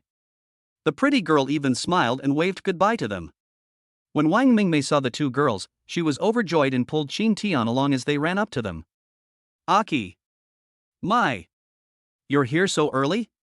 The girl with long sideburns frowned slightly, stepped forward, ruffled Wang Mingmei's hair, and said angrily, "Can you please stop disappearing? Do you know how worried I was about you? After you were attacked and hospitalized the day before yesterday, I even went to the hospital to look for you, only to find out you had already been discharged. If I look for you again, just lock yourself in the house and don't come out. I called you yesterday, but you didn't answer at all. Tell me what's wrong. I'll figure something out for you." Wang Mingmei smiled slightly and looked up at the bright girl in front of her. "Thank you, I'm fine now." Mai glanced at Qin Tian beside Akemi and asked coldly, "Is this your master?" Wang Mingmei happily took Qin Tian's arm and introduced him generously. "Yes. This is my master whom I contracted yesterday. Lord Qin Tian. From Masters University of Reconstruction, talent level F rank." Mai stared wide-eyed at Qin Tian, wanting to say something, but in the end she didn't. "Never mind, it was your choice." She extended her hand to Qin Tian and introduced herself. "I am Mai Minamoto, a third-year student at Master Asaka University." Qin Tian shook hands with the other party and smiled. "Master Fuxing University, first year, Qin Tian." Mai shook hands with him and then withdrew her hand. Another pretty girl, with a smile on her face, also reached out her hand to Qin Tian. "Master Tongfu University, third-year student, Minamoto Aki." "Hello." Aki held Qin Tian's hand tightly, then gripped it with both hands, continuing to express her gratitude. "Thank you for agreeing to form a contract with Mingmei. If you hadn't, the consequences would have been unimaginable. Thank you so much." Just then, the system panel popped up. Alternative attendant, Minamoto no Aki. Age, 20. Talent level, a rank Win Lord. Class, 3. Height, 165 centimeters. Weight, 45 kilograms. Measurements, 86, 60, 83. Appearance rating, 91. Favorability, 40. Note, players with an appearance score of 90 or higher can use the talent granting ability, which grants the S-rank Indra's Wrath, S-rank Breath of the Gale, and S-rank Invisible Army. Chapter 9, the sisters' favorability rating skyrockets. "So, you've been best friends since elementary school?" "Yes, that's right." Aki smiled slightly. Qin Tian feigned surprise as he looked at the three stunning beauties walking beside him. The system also displayed data about Mai Minamoto. Alternative attendant, Minamoto no Mai. Age, 20. Talent level, a rank Thunder Domination. Class, 3. Height, 175 centimeters. Weight, 49 kilograms. Measurements, 99, 63, 92. Appearance rating, 93. Favorability, 28. Note, if your appearance score is 90 or higher, you can use the talent granting ability, which can grant you S-rank Mystic Eyes of Death Perception, S-rank King of Armies, and S-rank God of War of the Azure Sky. These two sisters possess abilities that are like wind and thunder, one gentle and the other aloof. The three of them had been friends since elementary school and attended the nationally renowned National Jinling School, a school for servants. A full-time school that integrates primary and high school education. The students who are able to attend this school are all girls from large families. They've been roommates since elementary school. Actually, there was another girl in the four-person dorm, but unfortunately, that girl died at the hands of a monster a year ago, leaving only the three of them. The girl died because her master was incompetent and failed to assess the situation, allowing the servants to continue the attack when they were about to retreat, which led to the death of their best friend. The master survived and even received a pension from the Master Servant Association. Faced with this result, the three of them were furious, but what could they do? They couldn't even utter a curse. They could only decide together that they must find a master they could trust and that they must not let the wrong choice lead to their deaths. They even joked that they wanted to find the same master. Mai glanced at Qin Tian and asked, "You said you were going to buy clothes for Akemi. What kind of clothes are you planning to buy for her?" Qin Tian thought for a moment and said, "Buy whatever type Mingmei likes." Mai pouted, "She just loves wearing white dresses. Her house is full of white dresses." Now that she's become your servant, do you want to see her wearing white dresses every day, wandering around in front of you like a female ghost? Ha! Shin Tian was stunned by Mai's description. Sister! Aki said, slightly annoyed, Akami is just not good at dressing up, how can you say that? Mai said, you know she's not good at dressing up, and I know that too, but what can we do? She's just stubborn and insists on relying on her abilities, even though she could rely on her looks. Mai looked at Wang Mingmei with a disappointed expression, you're so pretty, yet you don't know how to dress up. You could easily get in touch with SS rank or even SSS rank masters, but you insist on saying you want them to see your strength, not just your looks. Mingmei felt ashamed after being criticized by her best friend. Now it's all good, I've found an F class. At this moment, Akemi looked up, frowned, and said, Lord Qin Tian isn't as bad as you think. He's an exceptionally excellent master. The powerful master I saw last night was definitely someone who was hiding his true strength. Lord Qin Tian is an incredibly powerful master. He appears to be an F rank, but he definitely has ulterior motives. Even if the master wants to do this, he won't say it out loud. Mai was stunned. It was the first time she had ever seen Akemi so angry. She turned her head away, looking melancholy. Mai, please apologize to Lord Qin Tian. Akemi resolutely defended Qin Tian's dignity. Qin Tian felt that Mingmei was taking it too seriously. It was just an F rank. Even an F rank could walk sideways in this world. But what surprised Qin Tian even more was that Mai actually apologized to him. Although she looked reluctant, she didn't want to create a rift between her and Akemi because of this. I'm sorry, I shouldn't have said that to you. Please forgive me. It's nothing. Qin Tian waved his hand, I was originally F rank, you weren't wrong. Mai blushed slightly, and seeing Akemi's relaxed expression, she said gratefully to Qin Tian, thank you. Qin Tian was slightly taken aback. She discovered that Mai's favorability rating towards her had actually increased from 28 to 35. When Qin Tian asked Mingmei what clothes she wanted, she actually went to a store, pointed to the simple white dress, and said she wanted this one. Qin Tian sighed. Just as Mai and the others had said, this guy had absolutely no sense of fashion and was only carrying himself with his face. Mai has a great sense of style. Her backless dress perfectly showcases her fair skin and figure, while the sheer black stockings make her long legs look like an unattainable treasure. Aki also has a bit of fashion sense. Her elegant purple and green dress, paired with pure white stockings, and her bright and cheerful smile, make her look adorable to everyone. Qin Tian thought about it for a moment, and the stunning scene he had seen that day suddenly reminded him of a type of clothing that would be absolutely perfect for her. He dragged Akemi around searching, with Mai and Aki following behind, curious about what clothes this master would choose for Akemi. Not only that, they also felt that this master was somewhat different. How many masters care what their servants wear? These are things the servants consider themselves. Masters are only responsible for appreciating. If they don't like it, they simply won't look at it. They only care whether the servants have become stronger, whether they can help them complete their missions, and whether they can gain face in front of other masters. In this mall where the vast majority of items were women's clothing, Qin Tian dragged Mingmei across 2 floors, leaving Mai and Aki stunned. What master would accompany their servant to pick out clothes for so long? This master was willing to search for so long just for a piece of clothing. Immediately, their favorability towards Qin Tian increased. Aki's affection level dropped to 50, and Mai's affection level dropped to 45. Finally, Qin Tian found the dress, a dark blue off-the-shoulder dress. Give it a try. Mingmei looked at the unfamiliar dress in front of her, feeling somewhat embarrassed. She turned to look at Qin Tian with pleading eyes, as if to say that the white dress she had just worn was fine. Even though she didn't shed a tear, she gave the impression that she was about to cry. Disobeying me? At this moment, Qin Tian had to assert his authority as the master. Good. Mingmei bit her lip lightly, took the dress, and went into the fitting room. While Akemi was changing her clothes, Aki walked up to Qin Tian and grinned, Lord Qin Tian, are you free next week? Qin Tian asked in confusion, I don't have anything planned for next week, so I should be free. What's wrong?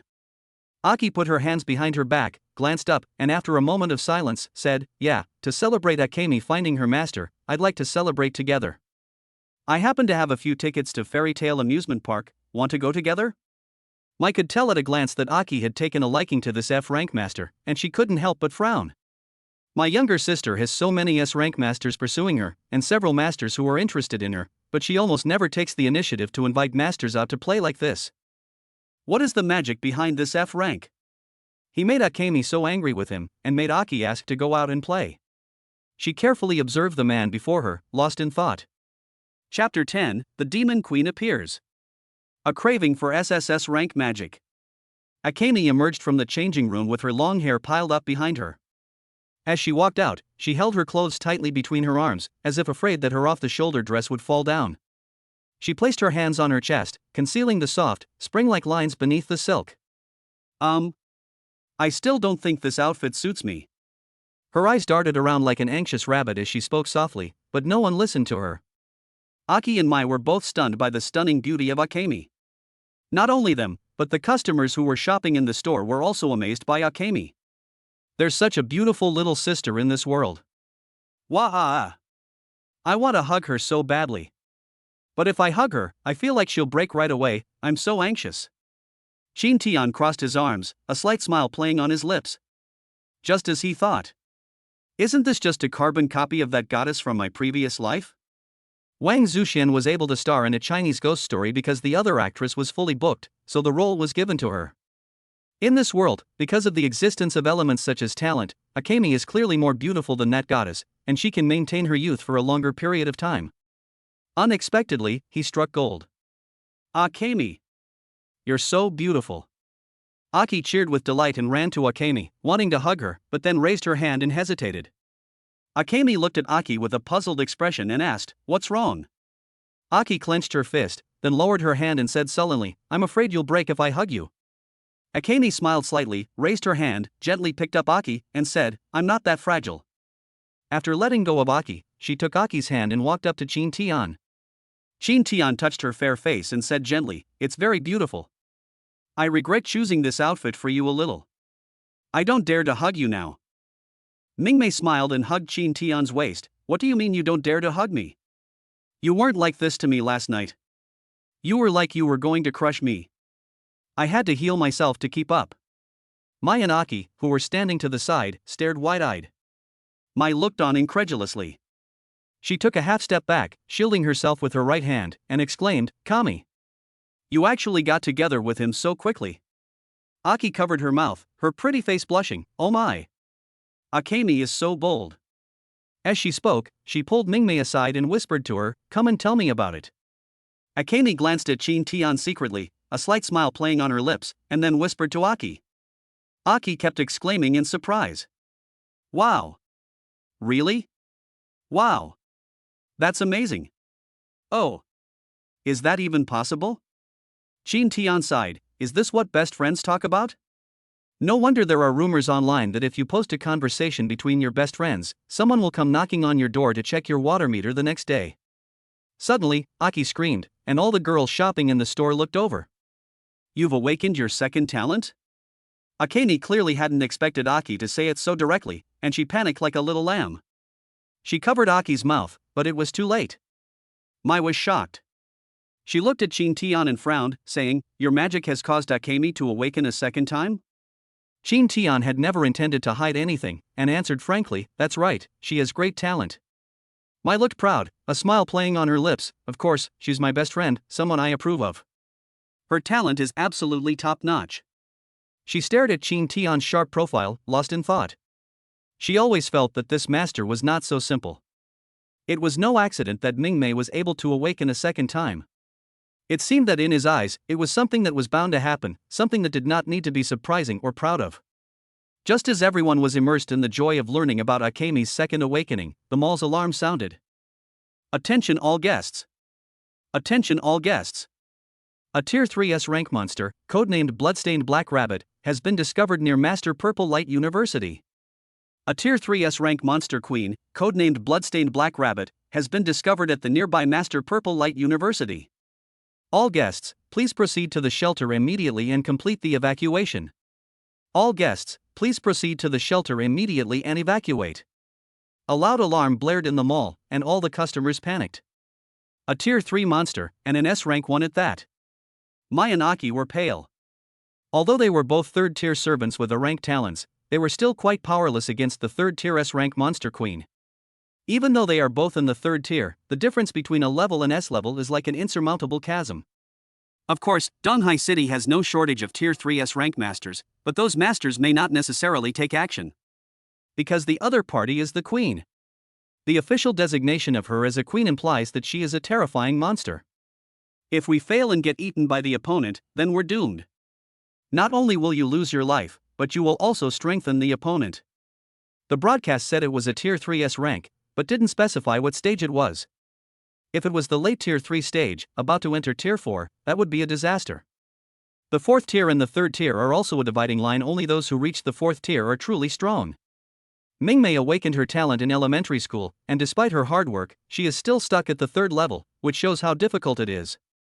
Qin Tian is an F rank, and he only awakened his powers last year, so there's no need to say more.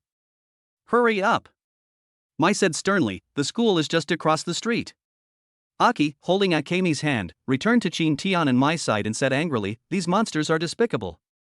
They hide their identities and infiltrate the school. I don't know how many servants and masters have been eaten by them before they could grow to the 3rd rank. Qin Tian sighed helplessly and followed the others to seek refuge.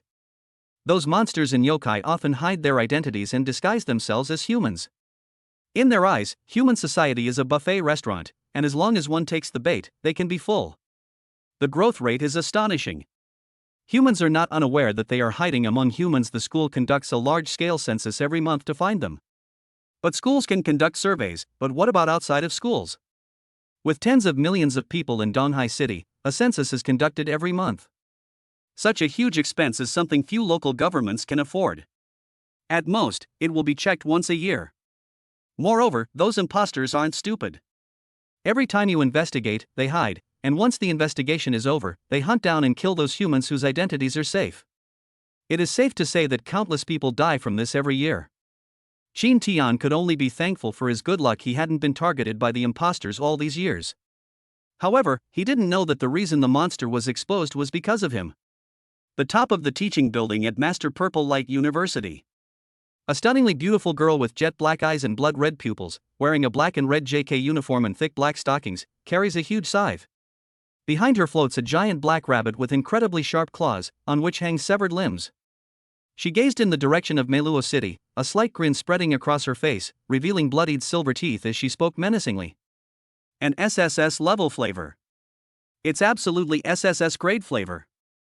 I really want to eat it. Chapter 11, a new derivative skill of healing, control. Donghai City Monster Security Bureau. Security Bureau, 4th Monster Division. A young man in a black uniform stood up from his seat, went to the coat rack, put on his tricorn hat, and said calmly to the 10 girls in the classroom, the mission has arrived. Strike. 10 young women in pure white uniforms saluted the young man and shouted, yes, Section Chief's son. The underground parking lot of Meluo City has 3 levels. The guests from Meluo City, along with Qin Tian and the 3 women, Mingmei, are all taking refuge here, waiting for the Donghai City Security Bureau to eliminate the Demon Queen. At this moment, only the masters of the Security Bureau would step in. When they joined the Security Bureau, they swore an oath to fight monsters even if it meant their deaths, and to fight for the peace of humanity. In the East Sea City Security Bureau, the masters who serve as section chiefs are basically all Tier 3S rank. Only masters with real strength can hold such positions.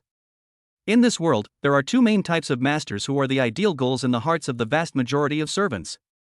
That is the master of the Security Department and the Crisis Department. One protects the safety of the city's citizens, while the other fights the most dangerous monsters on the front lines.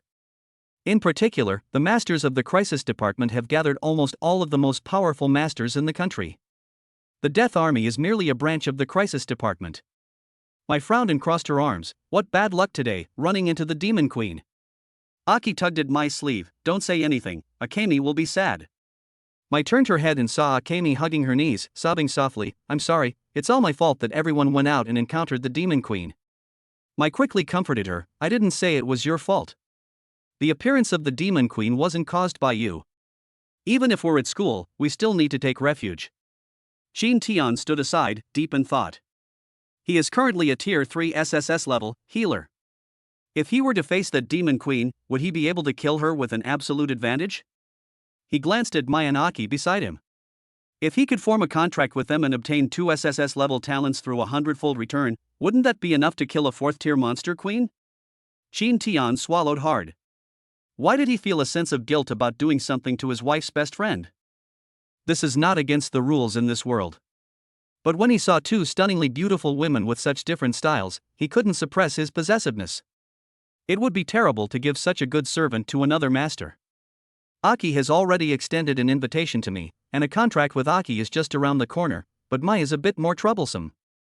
Just then, the ceiling of the parking lot was shattered, and the loud noise startled everyone into a panic. Monsters! The monster queen has arrived. A woman's scream echoed throughout the entire shelter. Ah! Run! Ah! Don't kill me! Don't kill me! Ah! Damn it! I'll fight you to the death. Mimi, Tian, get them. A master faces death and rebels. However, a few seconds later, the master let out a scream. A bunch of useless bastards. Don't come any closer. Ah! Qin Tian frowned. This demon queen was a bit scary. He could already sense the terrifying demonic energy, which, like a giant beast, filled the entire parking lot. Mingmei stood in front of Qin Tian, facing the direction from which the demon queen had come, and shouted to Qin Tian, "Lord Qin Tian, please leave here immediately. I'll stop that demon queen." Qin Tian grabbed Mingmei's shoulders. What are you going to use to stop her? Do you still think you're a 3rd-tier cultivator? Mai and Aki were stunned, looking at Qin Tian and Akemi. What do you mean? Wasn't Akemi cured? Qin Tian said coldly, this idiot used her newly awakened ability to give me the energy of the 3rd tier. She is now at the 1st tier. What? Aki's eyes widened, her face filled with disbelief. Mai gritted her teeth and shoved Akemi into Qin Tian's arms, blocking their way. Let's not discuss how she did it. You guys run first, Aki and I will hold her off. Mai's lips curled up slightly, and lightning surged in her palm. After all, I am a tier 3 A rank attendant. I can hold her off for a while. Aki stood in front of them with a serious expression, a gust of wind surging around her. I am also a tier 3 A rank attendant, you should leave now. Leave? The demon queen's shrill laughter rang out. Ha ha ha, anyone can leave, except that master. They said they could run away, but... Splash! The fleeing people turned back in surprise and doubt to see the monster queen wielding a giant scythe approaching with her bloodstained black rabbit. Countless black chains with scythes were released in all directions, turning the entire parking lot into a living hell. Countless girls were killed, and even some masters were pierced by scythes, lifted high, their blood flowing along the chains to the demon queen, strengthening her power. The chain scythes that attacked Qin Tian were knocked away by Mai and Aki. Although they were knocked away, it was clear that they were struggling. The difference between grade A and grade S is quite significant. No, Qin Tian felt that the monster queen in front of him might not be an S rank. She seemed to be watching him intently as she approached, without hesitation. Monster queens are naturally sensitive to magic. Powerful magic will attract them to hunt them down. Could it be that she smelled her own SSS level magic? That's why they couldn't resist coming to hunt me down, even if it meant exposing their identities? Damn it! He thought he had hidden his SSS level talent and wouldn't be exposed, but it turned out that he wouldn't be discovered by humans, but by the demon queen. In the blink of an eye, they were the only ones left in the entire underground parking lot. The demon queen gazed at Qin Tian, raised her blood-stained hand, licked the blood off it, and said with a look of pleasure, "Ah, SSS level magic power. Such tempting SSS level magic power. I want to eat everything about you." SSS level? Mai and Aki suddenly looked at Qin Tian, who had a serious expression. This F rank was actually a dual-talented individual?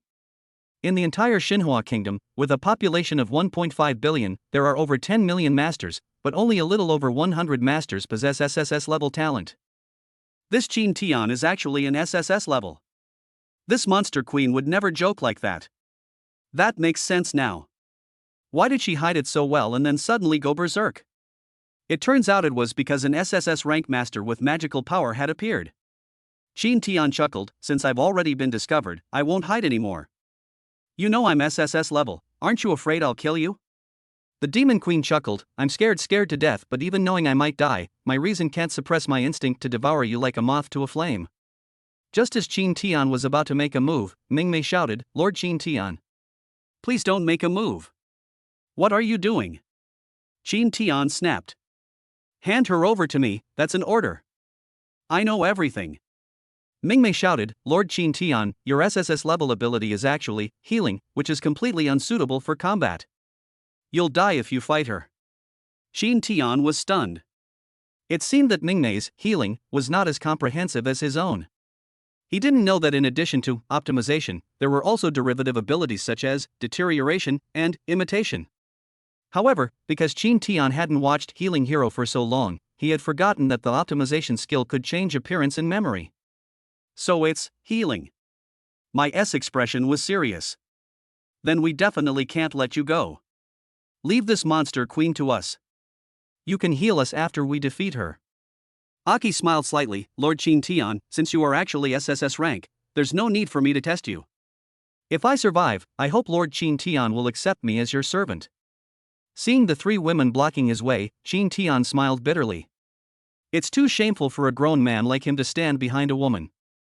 However, looking at their determined eyes, I decided not to shatter their pride as servants. Although I can't fight myself, I can still help them fight. It's a good opportunity to see how strong these future attendants are in combat, so I can use optimization to improve them in the future. He studied the derivative skills of healing and, in light of the current situation, made new discoveries. He said to the three of them, "Relax, it might hurt a little, but this is the only way you can beat her." Akemi said firmly, "Whatever it is, come on." Aki smiled calmly, "Right now, we can only trust you." Mai frowned and said, "Hurry. She's coming." Qin Tian took a deep breath, raised his hands, his eyes turned blood red, and released his magic power to the maximum extent. Healing Mastery. Chapter 12 Absolute Healing. The Demon Queen's terrifying power. Inside the hellish parking lot, Qin Tian gritted his teeth and released all his magic power. The immense magical power transformed into countless serpents of karmic fire, spreading in all directions before coiling around the bodies of Akemi and the other two. Ah! Akemi gasped and opened her eyes wide. A tremendous amount of magical power entered his body. I feel so awful. How brutal. The fierce magic, like dynamite, surged through the narrow blood vessels, stretching open the elastic vessel walls, as if to destroy the body. However, after the magic entered the body, it was painful at first, but what followed was a crazy feeling of increased power. As she adapted to the introduction of magic, she no longer felt pain, but rather a wonderful sensation. Such powerful magic flowed through her blood vessels, her internal organs, and even her bones. It felt so incredibly comfortable. As the magic entered Aki's body, she closed her eyes and, like the wind, tried to guide the flow of the magic. Feeling the powerful magic flowing through her body, making her stronger, she felt every cell in her body throbbing with joy. Mai tightly closed her pink lips, trying not to make a sound. Healing, the servant's body subconsciously judges it to be harmless. Not to mention, this magic can make people stronger, making it hard to refuse. The magic travels along the spine all the way to the brain. Qin Tian's voice echoed in their minds. This is a new feature I developed, Control. By continuously infusing you with magic, I can enable your bodies to regenerate at supersonic speeds, making your skin as hard as iron and greatly enhancing your physical abilities. Akemi, you can now temporarily unleash the power of a third-tier being. Mingmei blushed and nodded slightly. Aki felt the same way, but she accepted it all without resistance. Mai felt extremely ashamed. She knew it was wrong, but she couldn't refuse and felt she could never make a contract with anyone else again. You can only form a contract with Qin Tian.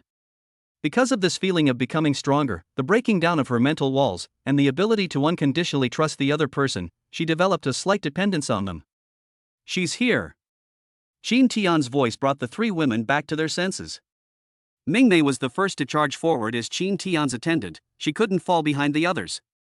Possessing the talent of an A-rank knight, she used the magic given to her by Qin Tian to condense a sort of light, and her body was covered with a layer of silver armor, beneath which was a blue skirt. She gripped her sword with both hands and charged towards the Demon Queen, shouting, "I will never let you get near Lord Qin Tian." The Witch Queen smiled contemptuously, brandished her scythe at Akemi, and said calmly to the blood-stained black rabbit behind her, "Kill her."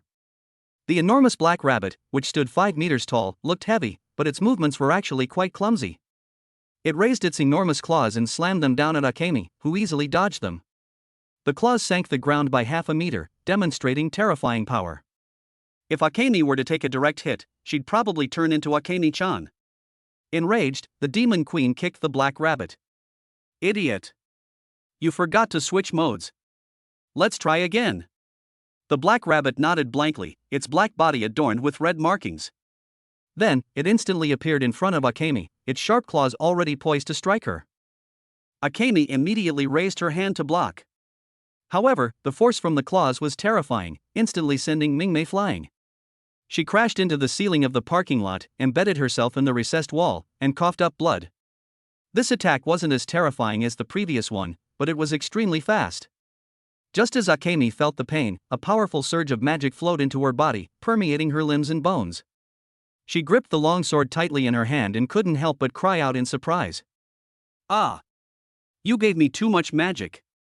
Her wounds healed instantly. The damage the rabbit had inflicted on her was completely wiped out.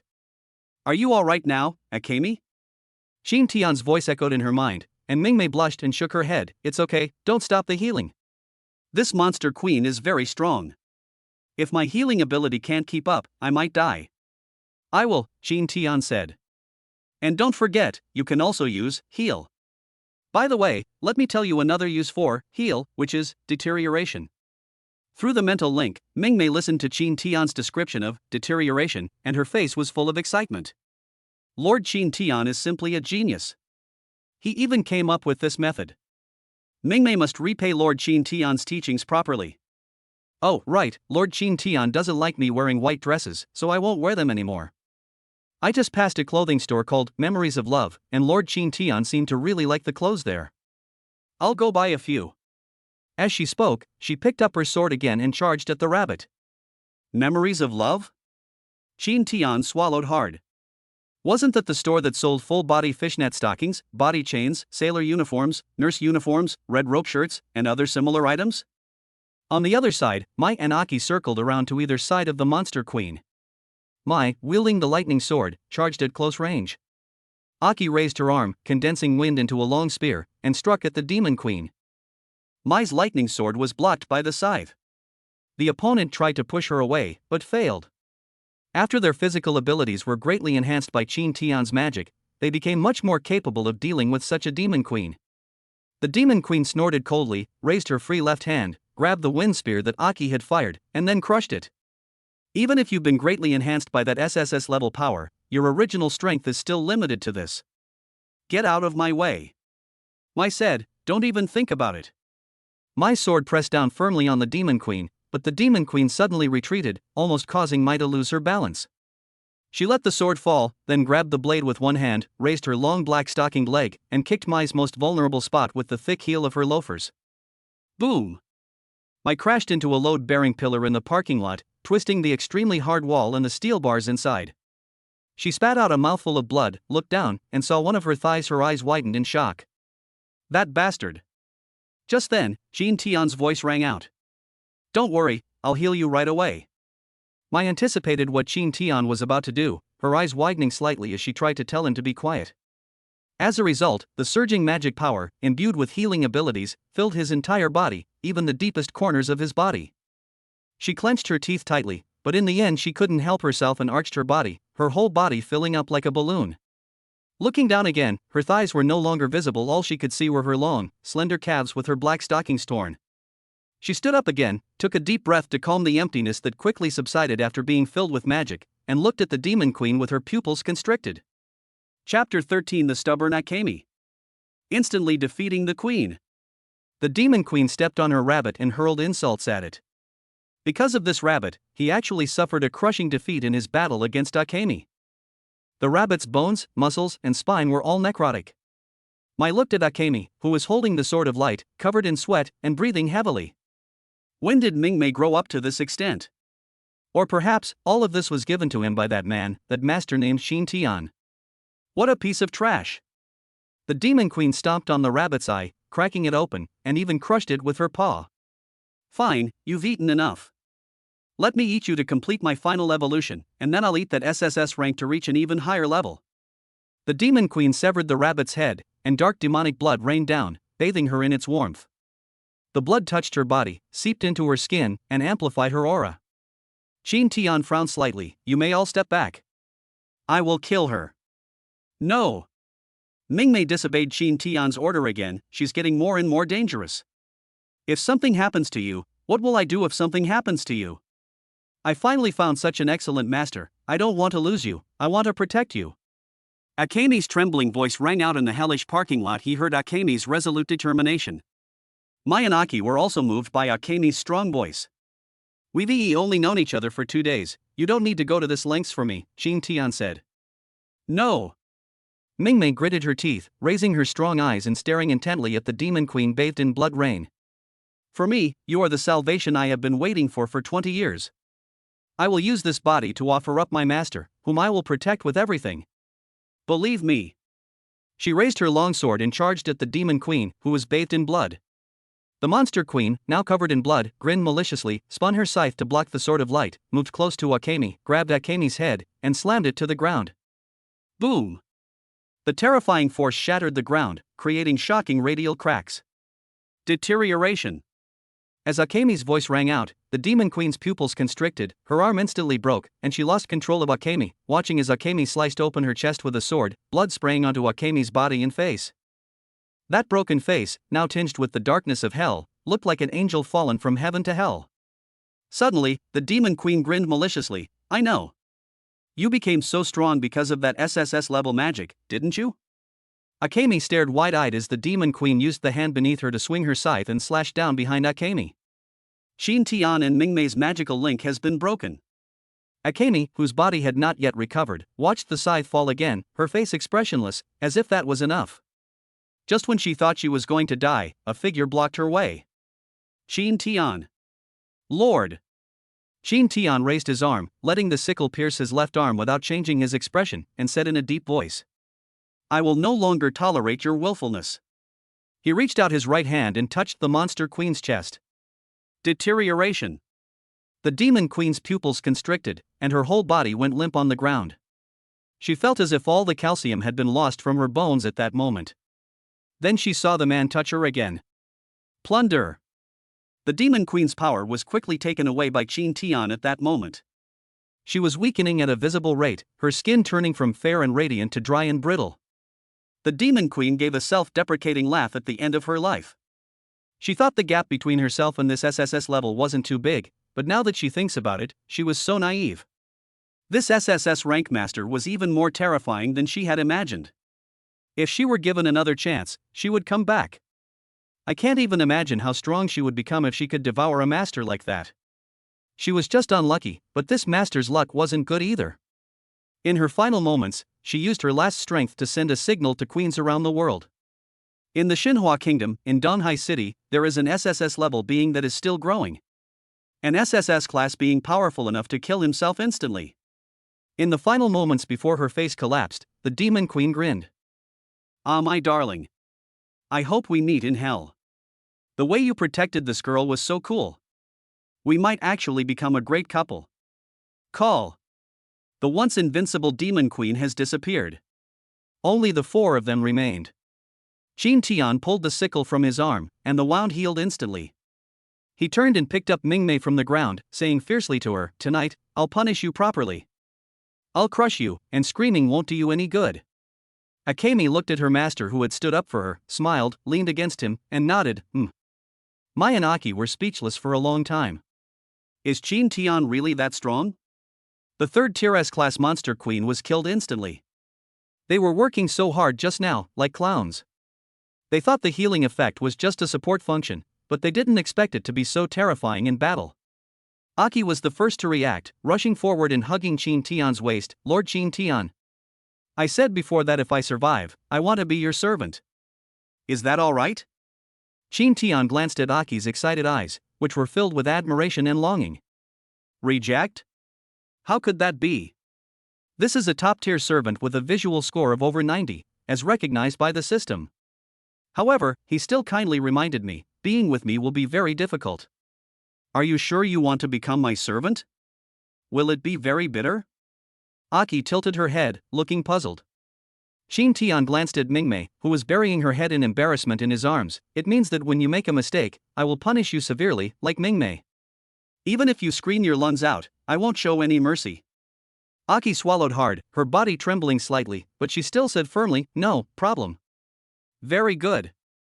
Jin Tian's lips curled up. Bring your luggage to my house tomorrow, and we'll go to the Master Servant Association to sign a contract together. Good. Aki happily hugged Qin Tian, rubbing her face against his back. Mai looked at her younger sister, who had taken the initiative, and was at a loss for words. She actually wanted to say that she wanted to be Qin Tian's servant, but her pride kept her quiet. It would be too beneath her dignity. But Qin Tian just said he wanted to punish Mingmei, but is that really punishment? It's clearly a reward. To encounter such a wonderful master is a once-in-a-lifetime opportunity.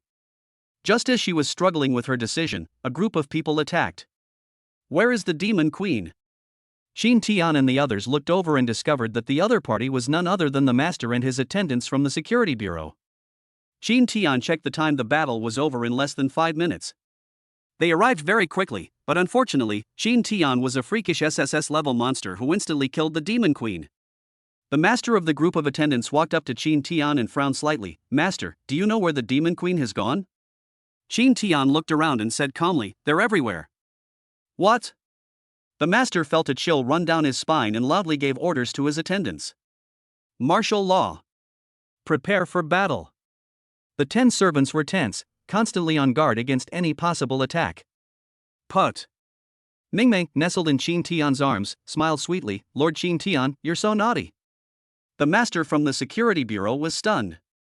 "Actually." Just as Mingmei was about to say something, Qin Tian replied. "My servants and these 2 friends defeated the Demon Queen, and her fragments are everywhere." The members of the security bureau were speechless for a moment. Chapter 14 is titled The Legend of Love and Dating. Qin Tian decided to keep his SSS-level talent a secret. Because once this matter is revealed, the higher-ups in Xinhua Kingdom will definitely take it seriously, and then he won't be so free anymore. If he wanted Xinhua Kingdom to find him a school beauty level attendant with a look score of 90 or higher, they would definitely search the whole country, and those school beauty level girls would offer themselves to him without reservation. However, in that case, he would definitely have to do the troublesome things arranged by Xinhua Kingdom in order to repay Xinhua Kingdom for its help. Moreover, all those women were after his SSS level talent. Once they discovered that they could gain a second S-level talent by forming a contract with him, they would become even more frenzied. At that time, he will feel as if he is not a person, but a machine that produces powerful servants. If he decides not to do it, Xinhua Kingdom will absolutely not allow it, and may even forcibly control him, possibly using drugs, hypnosis, and so on. It's not that the master's status isn't high enough, or that being male isn't important enough. Rather, it's that sacrificing a man isn't unacceptable when faced with enormous benefits. To control your own destiny, you must be powerful enough to disregard the rules. Anyone who tries to control him is his enemy. So, your servants, along with these 2 servants, teamed up to kill the Tier 3 S-rank monster queen? Li Feng, the section chief of the security bureau, tried to confirm with Qin Tian again. That's right. Qin Tian looked at Mingmei in his arms with a proud expression. "My servant is excellent. She had a level talent before the contract, and after the contract, she received my magic power and awakened a second talent, which is S-level. I am so lucky." He then looked at Mai and Aki, and them. They are both excellent rank servants. If it weren't for them, I might be dead. The attendants behind section chief Li Feng kept taking notes of Qin Tian's statement. Li Feng nodded and said, "I see. Thank you very much for killing this demon queen. I will apply to my superiors for a bonus and honor for you." "Thank you." Qin Tian nodded with a smile. Li Feng took out his phone and briefly described the situation to his superior. "Now that the crisis is over, let's send someone to clean up this mess." After completing the report, Li Feng said to Qin Tian, "You can go back now. We'll handle the rest." "Okay." Li Feng's attendant stepped forward and whispered to Li Feng, "Is what he said credible?" Li Feng shrugged, "Who cares if it's feasible or not? As long as I complete the task, why bother with so much? Why make things difficult for myself? I'd rather spend more time training my endurance with you tonight." When they came outside and looked at the ruins before them, Qin Tian's pupils trembled slightly. The entire city of Meiluo looked like it had been fished out of a pool of blood. How many people did that demon queen kill when she reached the 3rd underground parking lot? He clearly had the ability to instantly kill that demon queen, but he didn't do it to keep it a secret, which resulted in the deaths of so many people. It's impossible not to feel guilty. However, he did not regret it. If you always try to save everyone, you'll end up saving no one. In the end, the Virgin Mary is the culprit who kills everyone. He only needs to do what he thinks is right. He will protect those he can, and he will never take action if there is no other way. Because of the Monster Queen's rampage, Akemi's BMW M2 was totaled, so they had to go back in Aki's Mercedes E300, while Mai rode a motorcycle alongside them. Back on campus, Jean Tian noticed that the students were in low spirits. Clearly, the disaster report about the Monster Queen had already been released. They saw on the school's propaganda screens that the casualties caused by the Monster Queen were extremely terrible. 3,272 people died, directly or indirectly, including 22 men. Of these people, 15 were from Master Restoration University. The entire school was immersed in an atmosphere of grief. After returning home, Aki and Mai asked to borrow Jean Tian's bathroom to take a shower and change their clothes. After all, they had just been through a major battle. Their clothes were torn, their bodies were covered in bloodstains, and they smelled terrible. Because Aki and Mai are sisters, they went into the bathroom together to save time. Jean Tian then made a phone call and asked Flash Delivery to send the clothes they requested. The bathroom was filled with smoke. Mai was taking a shower, and Aki was applying shower gel. With a creak, Mai turned off the hot water and came to Aki's side. Go past the point. Oh. The two people sat on plastic stools in the bathroom, applying shower gel. The atmosphere became somewhat quiet for a moment, until Mai finally spoke. Are you really going to choose Jean Tian as your master? Aki gently rubbed the bloodstains off her body, remained silent for a moment, and nodded, saying, Yes, sister, although we've only known each other for less than a day, I can tell that he is not only exceptionally talented, but also treats his servants very well. Akemi disobeyed her master's orders, and the punishment she received was actually that, ha ha ha. Suddenly, Aki let out an unusual laugh. Sister, don't tickle me. Mai looked at her younger sister with a playful expression. Are you having romantic feelings? Do you really want to be punished? No. Aki quickly retorted, but her blushing face betrayed her. Still saying no. Mai hugged Aki from behind and tickled her. You little devil, do you think I don't know you? You were absolutely won over by Jean Tian's strength. I didn't. Aki continued to argue. Stop hiding it, your thoughts are written all over your face. Mai rolled her eyes. Being attracted to this isn't anything shameful. There aren't many masters who would stand up for their servants. Mai released Aki and continued applying shower gel. Besides, he clearly wanted to hide his strength, but he was willing to expose himself for Akemi. We are already very lucky that he didn't kill us to silence us. Aki asked in surprise, will he kill us to silence us? Mai chuckled, yes, I will. He'll kill you first, then kill you again, and then kill you again. Aki trembled all over, hugging her delicate body, her voice shaking, sister. You're not joking. Ha ha ha ha. Mai grabbed Aki's hair and ruffled it. You're still such a coward. I was just saying. If he wanted to kill us, he would have done it long ago. Why would he wait until now? Aki breathed a sigh of relief and patted her chest. Thank goodness, thank goodness. Suddenly, Mai said quietly, maybe he really is a good master. He's willing to do so much for Akemi. He must really like Akemi. The way he looks at us is definitely affectionate, unlike other masters who look at us like we're products. Aki whispered, could it be that making a contract with Lord Jean Tian allows you to fall in love? Mai was stunned. Fall in love? For these servants, this was simply an unattainable dream. The relationship between master and attendant is more like that of master and attendant. In the servant's fantasies, love is a joyful date between the servant and the master. But that was just wishful thinking. Which master would date or have a romantic relationship with their servant? It's all just an exchange of interests. If dating really exists in this world, it must be like Jean Tian and Mingmei's relationship. Chapter 15. He's different from other masters. The living room of the villa. Mingmei let down her guard and was held in Jean Tian's arms. Nestled in Jean Tian's tenderness, a pink glow appeared on her cheeks. Don't be so reckless in the future. Jean Tian looked at the adorable girl in front of him and couldn't bear to scold her harshly, but he still had to say something. Mingmei looked up into Jean Tian's eyes, her gaze resolute. You are the light that brought me out of the darkness, and I want to protect you. This is the belief that keeps me alive. Jean Tian pinched Mingmei's cheek. I'm glad you're willing to act for me, but even if you protect me against my will, do you think I'll be happy?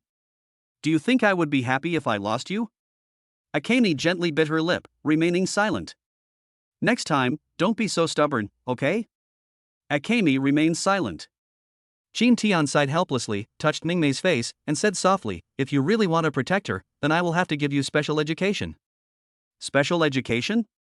Mingmei stared intently at Qin Tian, swallowing hard. Qin Tian's mouth went dry from reading, so he bent down to quench his thirst. After replenishing his fluids, he looked at Mingmei, whose face was flushed with embarrassment, and whispered in her ear, "Your attack power and mobility are very strong, but your defense and reaction speed are not strong enough.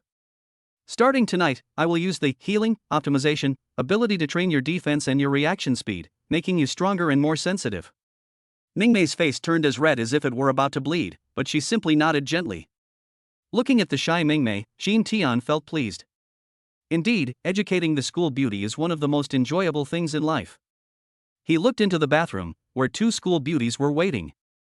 Once they became his servants, he would give them a good talking to. In today's battle, he saw many of their shortcomings and knew he had to use healing and optimization to address them.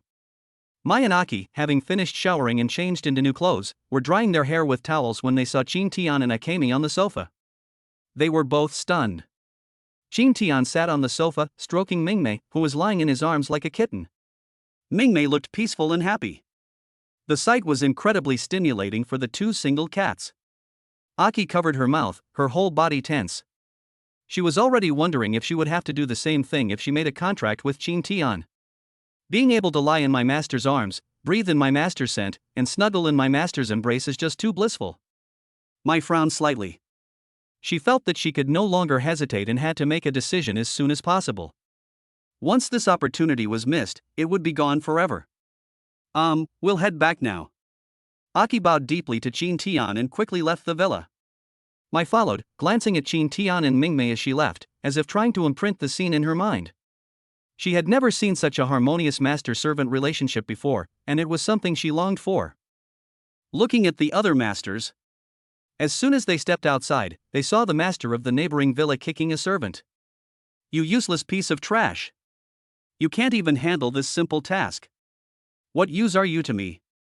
Even a dog I pick up off the street is more useful than you."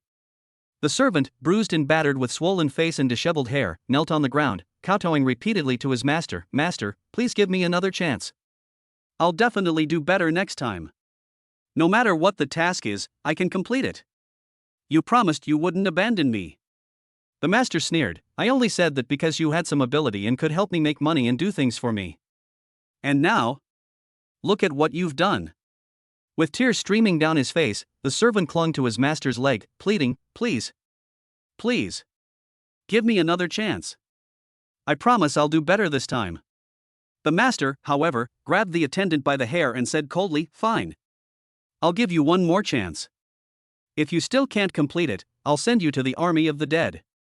There are plenty of attendants who can take your place." Faced with the abuse, the servant forced a smile. All right. I will definitely complete the mission. I will not let Master down." The master snorted coldly, put the servant down, then kicked him in the stomach, cursing, "Useless thing. Get inside right now. Take a bath and come serve me." Yes. The master noticed Mai and Aki looking at him, his eyes lit up, and he walked over with a smile, saying, "My two servants, do you have feelings for me? We can go inside and chat. If you become my servants, I will definitely train you well and not let you fall behind the other servants. After all, I am a master with a second-tier B-rank talent." Mai said coldly, "Sorry, we're not interested in you." Aki chuckled and gave a polite, slight bow. "Excuse me, we're leaving now." The master curled his lip, glanced at the villa Mai and the others had come from, and said disdainfully, "TCH. So she's another master's dog. What a waste of my feelings. How annoying. I'll go back and beat her up to vent my anger." Mai and Aki walked towards the parking lot, each lost in their own thoughts. Having witnessed how other masters treated their servants, the difference between Qin Tian and his servants was like night and day. Aki increasingly felt that making a contract with Qin Tian was the right thing to do. If she were to encounter a master like that, she would feel that her life would be so dark she couldn't see her own hand in front of her face. Mai was still hesitant, not because she thought Qin Tian wasn't good enough, but because she was afraid. Was everything Qin Tian did just an act? She knew that some masters would manipulate their servants' hearts. They would first treat you well, be dutiful and caring, and after a while, they would reveal their true nature, start to manipulate, belittle, insult and scold you. In order to regain the master's care and love, the servant will work twice as hard and constantly lower her bottom line. No matter what the master says or does, she will not resist and eventually become a completely heartless tool. All they know is fighting and pleasing their master.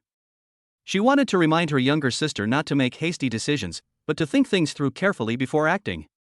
However, looking at Aki's expectant smiling face, she couldn't bear to shatter Aki's fantasy. Moreover, she knew that although Aki seemed easy to talk to, she was actually very determined to carry out her decisions once she made them, and that Aki would be angry if she spoke ill of Chin Tian like this. That's what their friend was like back then. All three of them tried to stop that person, but the girl said that the master was wonderful and very kind to her, and that they had misunderstood. And then I returned to her dorm and took out her spare phone. Upon opening it, I found it filled with information about masters I had interacted with, full of care and concern. However, having seen what that master looked like, she felt utterly disgusted by all this care and attention. As for Chin Tian, the image of Chin Tian standing up to confront the demon queen for Ming Mei's sake flashed through her mind again. He would rather be injured himself than let anything happen to Ming Mei. Could other masters do that? She shook her head and said loudly, "Go to sleep. Leave tomorrow's problems to me tomorrow." Mai, who had crawled under the covers, peeked out with her little head and suddenly wondered how Akemi had fared that night. Could it be that? Is Chapter 16's training and real combat serious? You are powerless in a direct confrontation. I'm not familiar with the backside. The amplitude is too small. Not sensitive enough. Not a single movement is even remotely correct.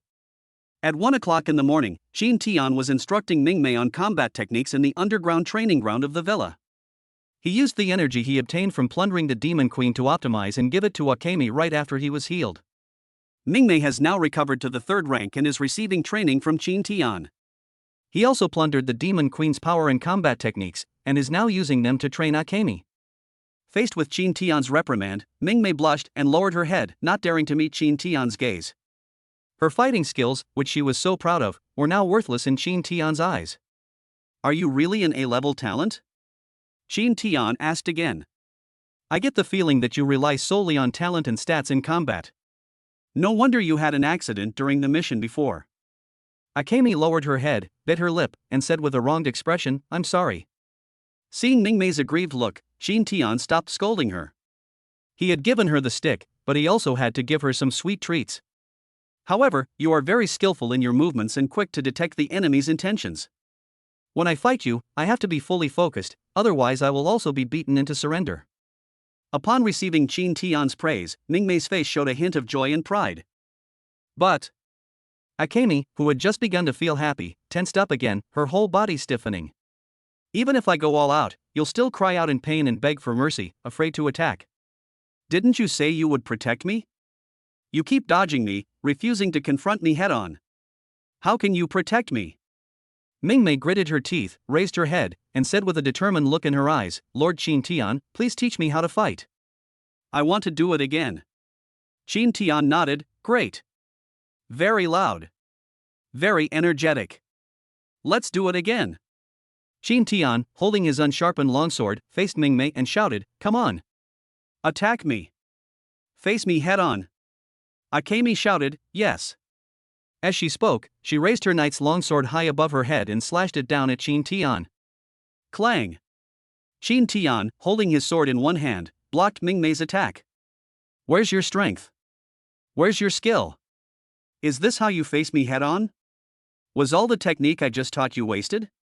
When launching a frontal attack, we must have the determination to advance relentlessly and achieve victory in one strike. You must have the will to defeat your opponent. We should use a storm of attacks to make our opponents beg for mercy. Chin Tian smiled dismissively. In my opinion, your attacks are weak and feeble, too much of a waste of breath. Are you really fighting, or are you just playing house like a child?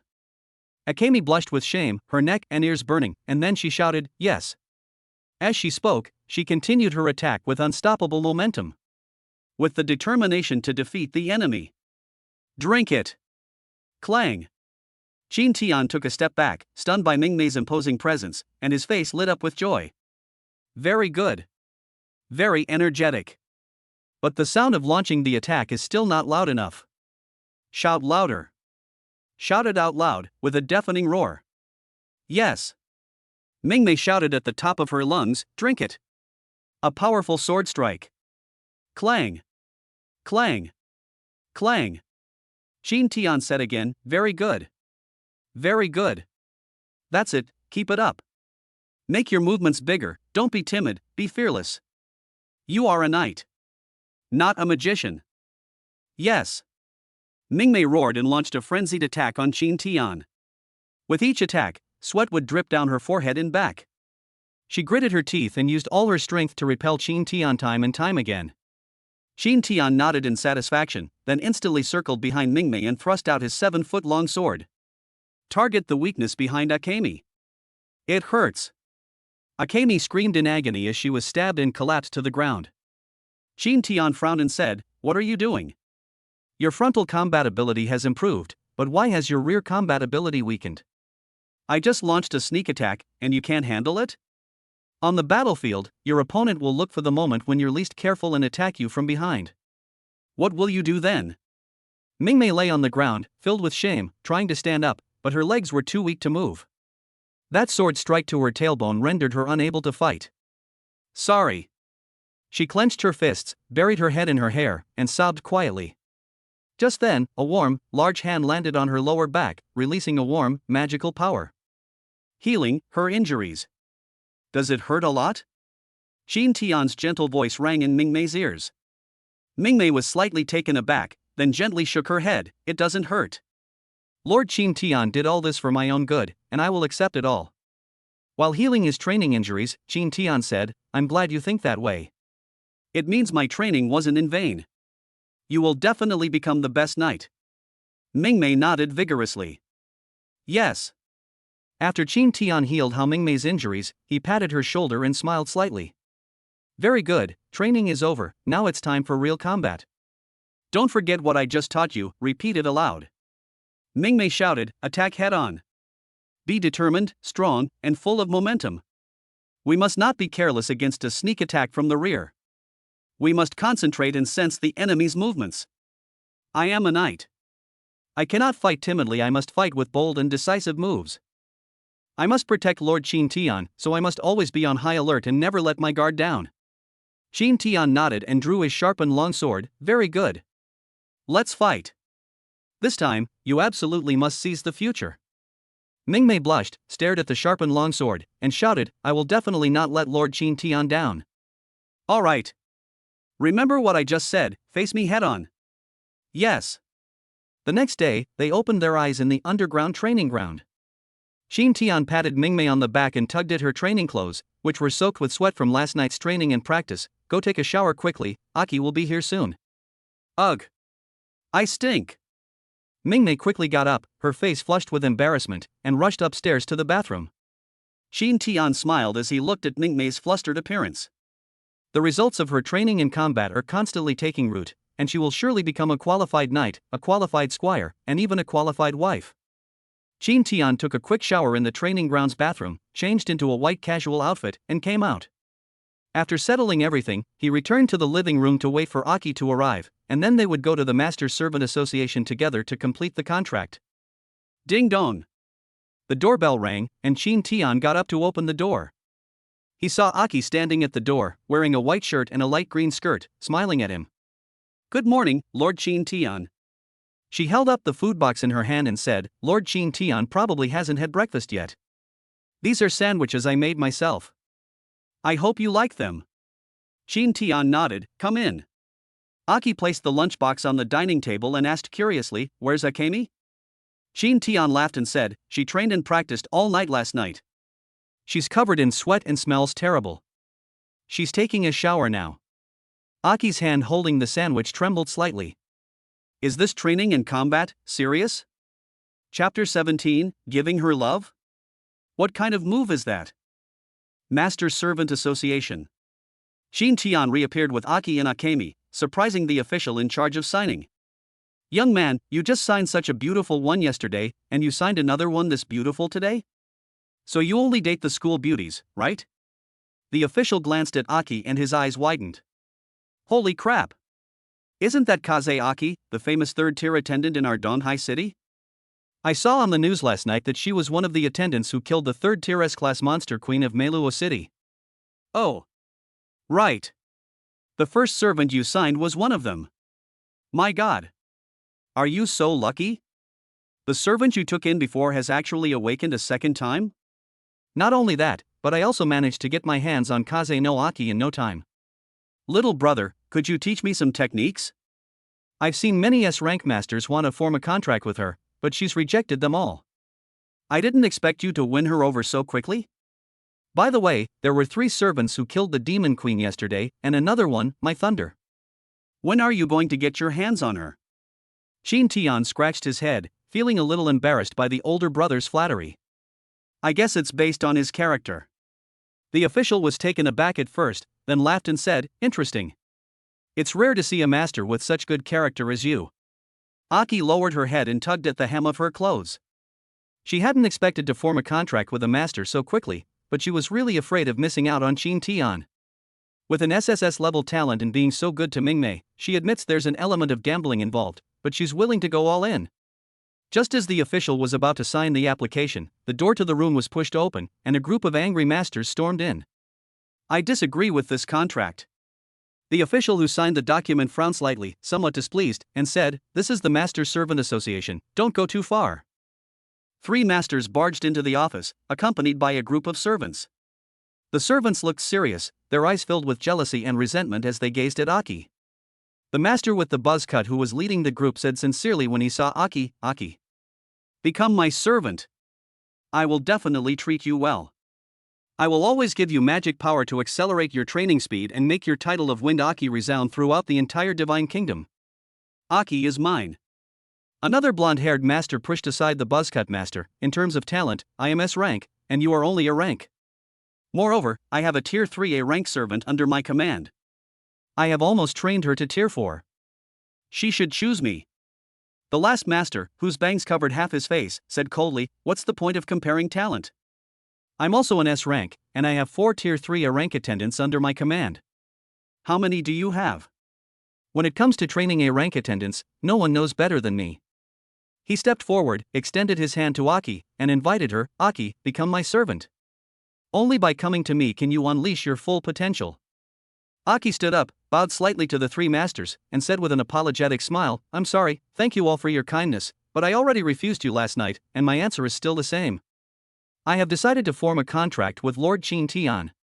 Please go back now." The 3 masters all looked at Qin Tian, their eyes bloodshot. Last night, after seeing the news that Aki and the other 2 had teamed up to defeat the Demon Queen, they could no longer suppress their impulse and wanted to make a contract with Aki. If he can exert such combat power without a master contract, wouldn't he be even more powerful if he had a contract with a master? They absolutely cannot let such an excellent servant slip through their fingers. That night, they went to Aki's dormitory and asked her for a contract, but Aki refused on the spot. They thought their sincerity was insufficient, so they went back to make preparations, determined to gain Aki's loyalty. As a result, in the morning they heard from the servant that Aki had gone out and then went to the Master Servant Association with a master. This time, they could no longer contain their anxiety and stormed the Master Servant Association to stop Aki's contract. However, as soon as they entered, they saw that the application was about to be signed, so they had no choice but to disregard the rules and barge into the office. Unexpectedly, the invitation was rejected again. It's all because of this master named Qin Tian. What's so good about this master? The short-haired master looked at Qin Tian with a cautious gaze. Excuse me, which school's master are you? Seeing that the other party was quite polite, Qin Tian replied, "I come from Master Revival University." The 3, including the crew cut master, seemed to be deep in thought. Isn't that school just an ordinary master university? I remember that the highest-ranking masters at that school only had a rank talent, and there were only 5 of them. None of them had the name Qin Tian. Could it be that Qin Tian's talent is below a level? The short-haired master spoke again. "Qin Tian, right? Brother, I want to make a deal with you. Give me Aki, and I'll give you 10 million, how about it?" Qin Tian raised an eyebrow. Aki looked at Qin Tian with a worried expression. This was no small sum of money. Could it be that Lord Qin Tian was going to sell her? If that's the case, she won't make contracts with anyone. 10 million? This master is really generous, but I refuse. Aki looked delighted.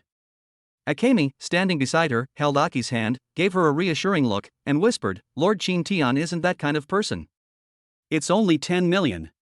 Give her some time, and she can earn it for Lord Chintian. Besides, Lord Chintian still has more than 3 million in cash that she gave him. The short-haired master paused for a moment, then gritted his teeth and held up 3 fingers. 3,000. Before he could finish speaking, the blonde-haired man shoved him aside. Don't use your filthy money to tarnish Aki. He said to Chintian, let's compare our resources. Who can give Aki a future? I'll go first. I have an S-rank talent that can increase Aki's cultivation speed tenfold. Chintian couldn't help but chuckle. He possessed an SSS level talent, capable of increasing his cultivation speed by 100-fold. Of course, he didn't intend to reveal it yet, so he said, I can make Aki happy. This sentence completely stunned the 3 masters. Even the officials who were watching the show and signing the document were dumbfounded. In this day and age, how could a master possibly want to give his servant happiness? Aki blushed deeply, lowered her head, and gently bit her pink lips, feeling a warm glow in her heart. Lord Chintian is indeed different from other masters. The blonde-haired master shouted, I can give her the best resources. Chintian smiled slightly, patted Aki's head, and said softly, I will give her warmth, give her a sense of security, give her a safe haven, and give her love. What kind of operation is this? Aren't servants just tools used to fend off monsters after a contract is formed? If a servant wants to become stronger, he must accept the master's contract and control to grow stronger quickly. Masters need servants to protect them, ensuring their safety and comfort, so they can live a more carefree life. A servant must give everything to receive a favor from his master. Even without servants, the master can still live a comfortable life. However, without a master, the servants would be sent to the army of the dead and become cannon fodder. As a master, why do you give your servants so-called love? Chapter 18 The so-called happy life, so this is what it is. Even the official in charge of signing looked at Chintian with surprise. He had an expression on his face that made Chintian look like he'd gone mad. In this day and age, who would give love to a servant? Attendants are merely tools to elevate their social status, even for daughters from prestigious families. If you're dead, you're dead. Just find someone else. What this world has no shortage of is servants. On the contrary, masters are extremely scarce. The monster queens kill masters the most because consuming them greatly increases their growth rate. Consuming an F-rank cultivator increases their cultivation speed by 10%, consuming an S-rank cultivator doubles their cultivation speed, and consuming an SSS rank cultivator increases their cultivation speed tenfold. In contrast, the servants only ate the food to replenish their energy. The demon queen we encountered yesterday must have killed countless masters to grow to that level. Masters are extremely valuable resources, whether they are servants or monster queens. At the same time, the strongest person in this world is also the master. The omnipotence of magic, along with the innate ability to accelerate cultivation, allows masters, who make up only 1% of the population, to control 80% of the world's resources and 90% of its power and influence. For them, servants were assets, tools. Ha ha ha ha. After a moment of stunned silence, the official suddenly burst into laughter. He pointed at Chintian and said, You, master, are really something. You actually want to give your love to your servant? You're willing to give up your dignity as a master for a beautiful woman. Chintian shrugged, I just made the decision that I thought was right. He took Aki's hand, and Aki trembled all over. He then placed her hand on his chest and whispered, I can't treat such a lovely girl like a tool. Aki blushed deeply, lowered her head, and dared not meet Chintian's gaze. At that moment, she felt that Chintian was the only one for her. As expected, she made the right choice. Akemi, standing nearby, was also happy for her sister. Being able to form a contract with such a master together was incredibly lucky. The 3 masters who wanted to compete for Aki's affections immediately flipped the table upon seeing this situation. Fine. Fine. So this is how you play the game, bro. The crew-cut master pointed at Chintian's heart, utterly furious, purely a transaction of interests, you're playing the emotional card, who can beat you? With that, the crew-cut master waved his hand and left the office. The blonde-haired master looked at Chintian and sneered repeatedly, clapping his hands and cheering, very good, very unique. Brother, you've really broadened my horizons. She's only an A-level talent. No matter how beautiful she is, she's just an excessive servant. If we're going to give her any love, it should be to an S-level servant. That's the kind of servant who deserves our love. You can enjoy your time with this rank attendant, bye-bye. After saying that, the blonde-haired master also left. The last master, whose face was only partially visible, gazed quietly at Qin Tian. You're quite something. I've been pursuing an S-rank servant recently. I only made a slight move, and she was already very interested. I believe that forming a contract with her is only a matter of time. I've received such a guarantee from her, yet you're making such a guarantee to an A-rank servant. Your love is truly cheap. He glanced at Aki with disdain, then left the office. Now, there are only 4 people left in the office. The official was twirling his pen, looking at Qin Tian with amusement. So, young brother Qin Tian, after hearing so many heartfelt words from the master, do you still want to form a contract with this Miss Aki? Or do you think she's as lucky as this Miss Wang Mingmei, and can have a second awakening? After all, dual awakened servants are just as rare as S-rank servants. Aki looked at Qin Tian with a mixture of anticipation and unease. Had Qin Tian been persuaded? Qin Tian smiled slightly and said to the official, I still want to form a contract with her. The official signed it without hesitation. I wish you and Miss Aki a happy life together. Qin Tian nodded, thank you. Aki, who had just come out of the Master Servant Association, looked at the curse mark on the back of her hand, clenched her fist, as if she had made up her mind. After completing the contract, Aki immediately called her older sister Mai and told her everything that had happened in the office. Mai listened to the entire process and was completely stunned. She couldn't believe that a master whose status was far higher than that of a servant would say things like giving Aki a happy life and love. None of her masters ever said they loved her.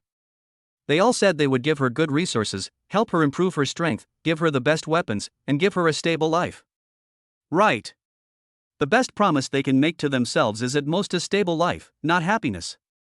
The so-called safety simply means not sending her to the army of the dead, nothing more. Is it a happy life? She lay in bed, looking at the scenery outside the window. 2 birds flew freely across the sky. She longed for that kind of life, free and unrestrained. For her, such a life as a servant was distant and unrealistic. Her future lies either in the army of the dead or bound to her master. If Qin Tian is willing to make such a promise to her, will he give her enough freedom? Mai buried her head in the blanket, unable to think. Back at Qin Tian's villa, Aki came in carrying her luggage and took one last look at the house. I was here this morning, but now I have a completely different feeling. From now on, this is my home. Oh. That's right. Suddenly, Aki jumped in front of Qin Tian, took out a box, and presented it to Qin Tian with both hands. Here is my betrothal gift. It's what I've saved up over the years, a total of 2.36 million yuan in cash, a Mercedes-Benz E300, and a 100 square meter house in a seaside community. Qin Tian was slightly taken aback and looked at Mingmei. Mingmei said shyly, I told Aki to do it. You said you would give us happiness, so you certainly won't treat us unfairly, right? Qin Tian chuckled and patted Mingmei's hair, you really don't need to do this. To me, money is just an external thing, something I can earn anytime. But seeing you happy is priceless to me.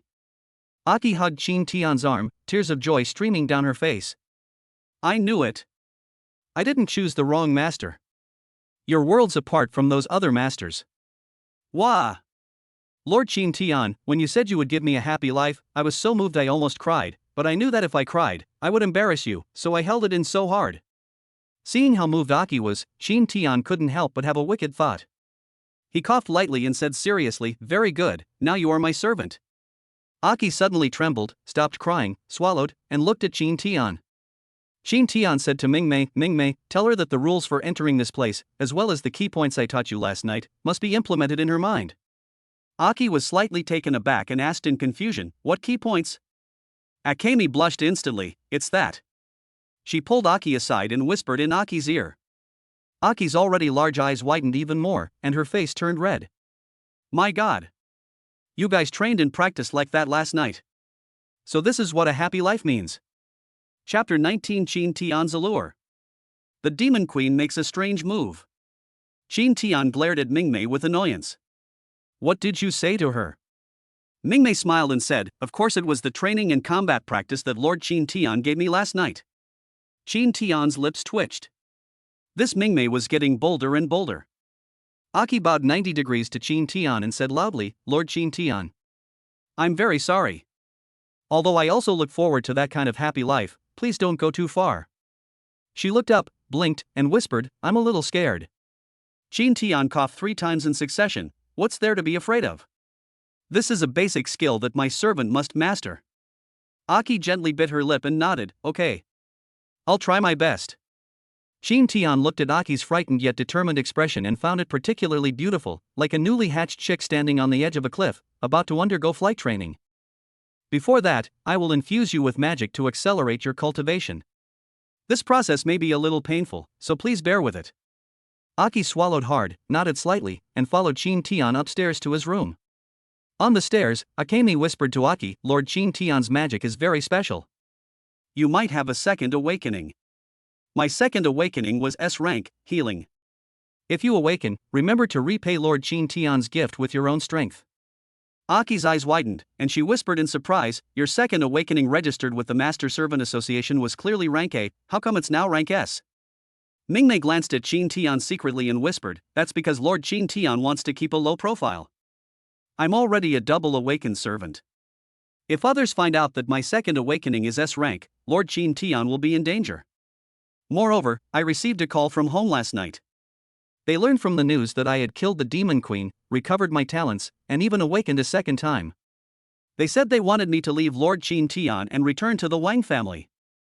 Aki was surprised again and asked in a low voice, then, are you going back? Mingmei snorted coldly, I won't go. They only treat me as a bargaining chip for exchanging benefits, they've never treated me like a human being. I'm doing very well with Jin Tian. He cares about me and loves me.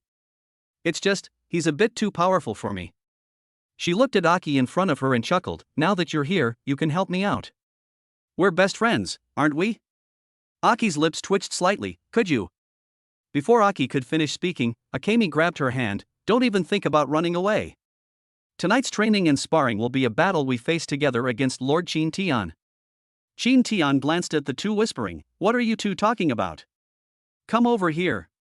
Akemi pulled Aki forward quickly and smiled at Jin Tian, saying, Aki said she's really looking forward to tonight's special training. She said she definitely won't let Lord Jin Tian down. Aki's cheeks flushed red, and her ears burned, We'll talk about this tonight. Come in. Jin Tian opened the door and let Aki lie on the bed, while Akemi stood by with a sword to protect Jin Tian in case anyone disturbed him. Aki lay on the bed with her eyes closed, her mind replaying the same thoughts. It might hurt a little. How painful will it be? As the magic invaded her body, a sharp pain caused her to tense up, her eyes to widen, and her mouth to gape. It hurts. Blood-red magic power was released from Jin Tian's body and entered Aki's body. Nerves are trembling, bones are squeezing, blood vessels are surging. Attendant, Minamoto no Aki. Age, 20. Talent level, a rank Wind Lord, grants S rank Indra's Wrath, S rank Gale Breath, and S rank Invisible Army. Please select. Class, 3. Height, 165 centimeters. Weight, 45 kilograms. Measurements, 86-60-83. Appearance rating, 91. Favorability, 100. Jin Tian looked at the 3 talents and felt somewhat conflicted. Talent Wrath of Indra, capable of destroying the sky with the power of the wind.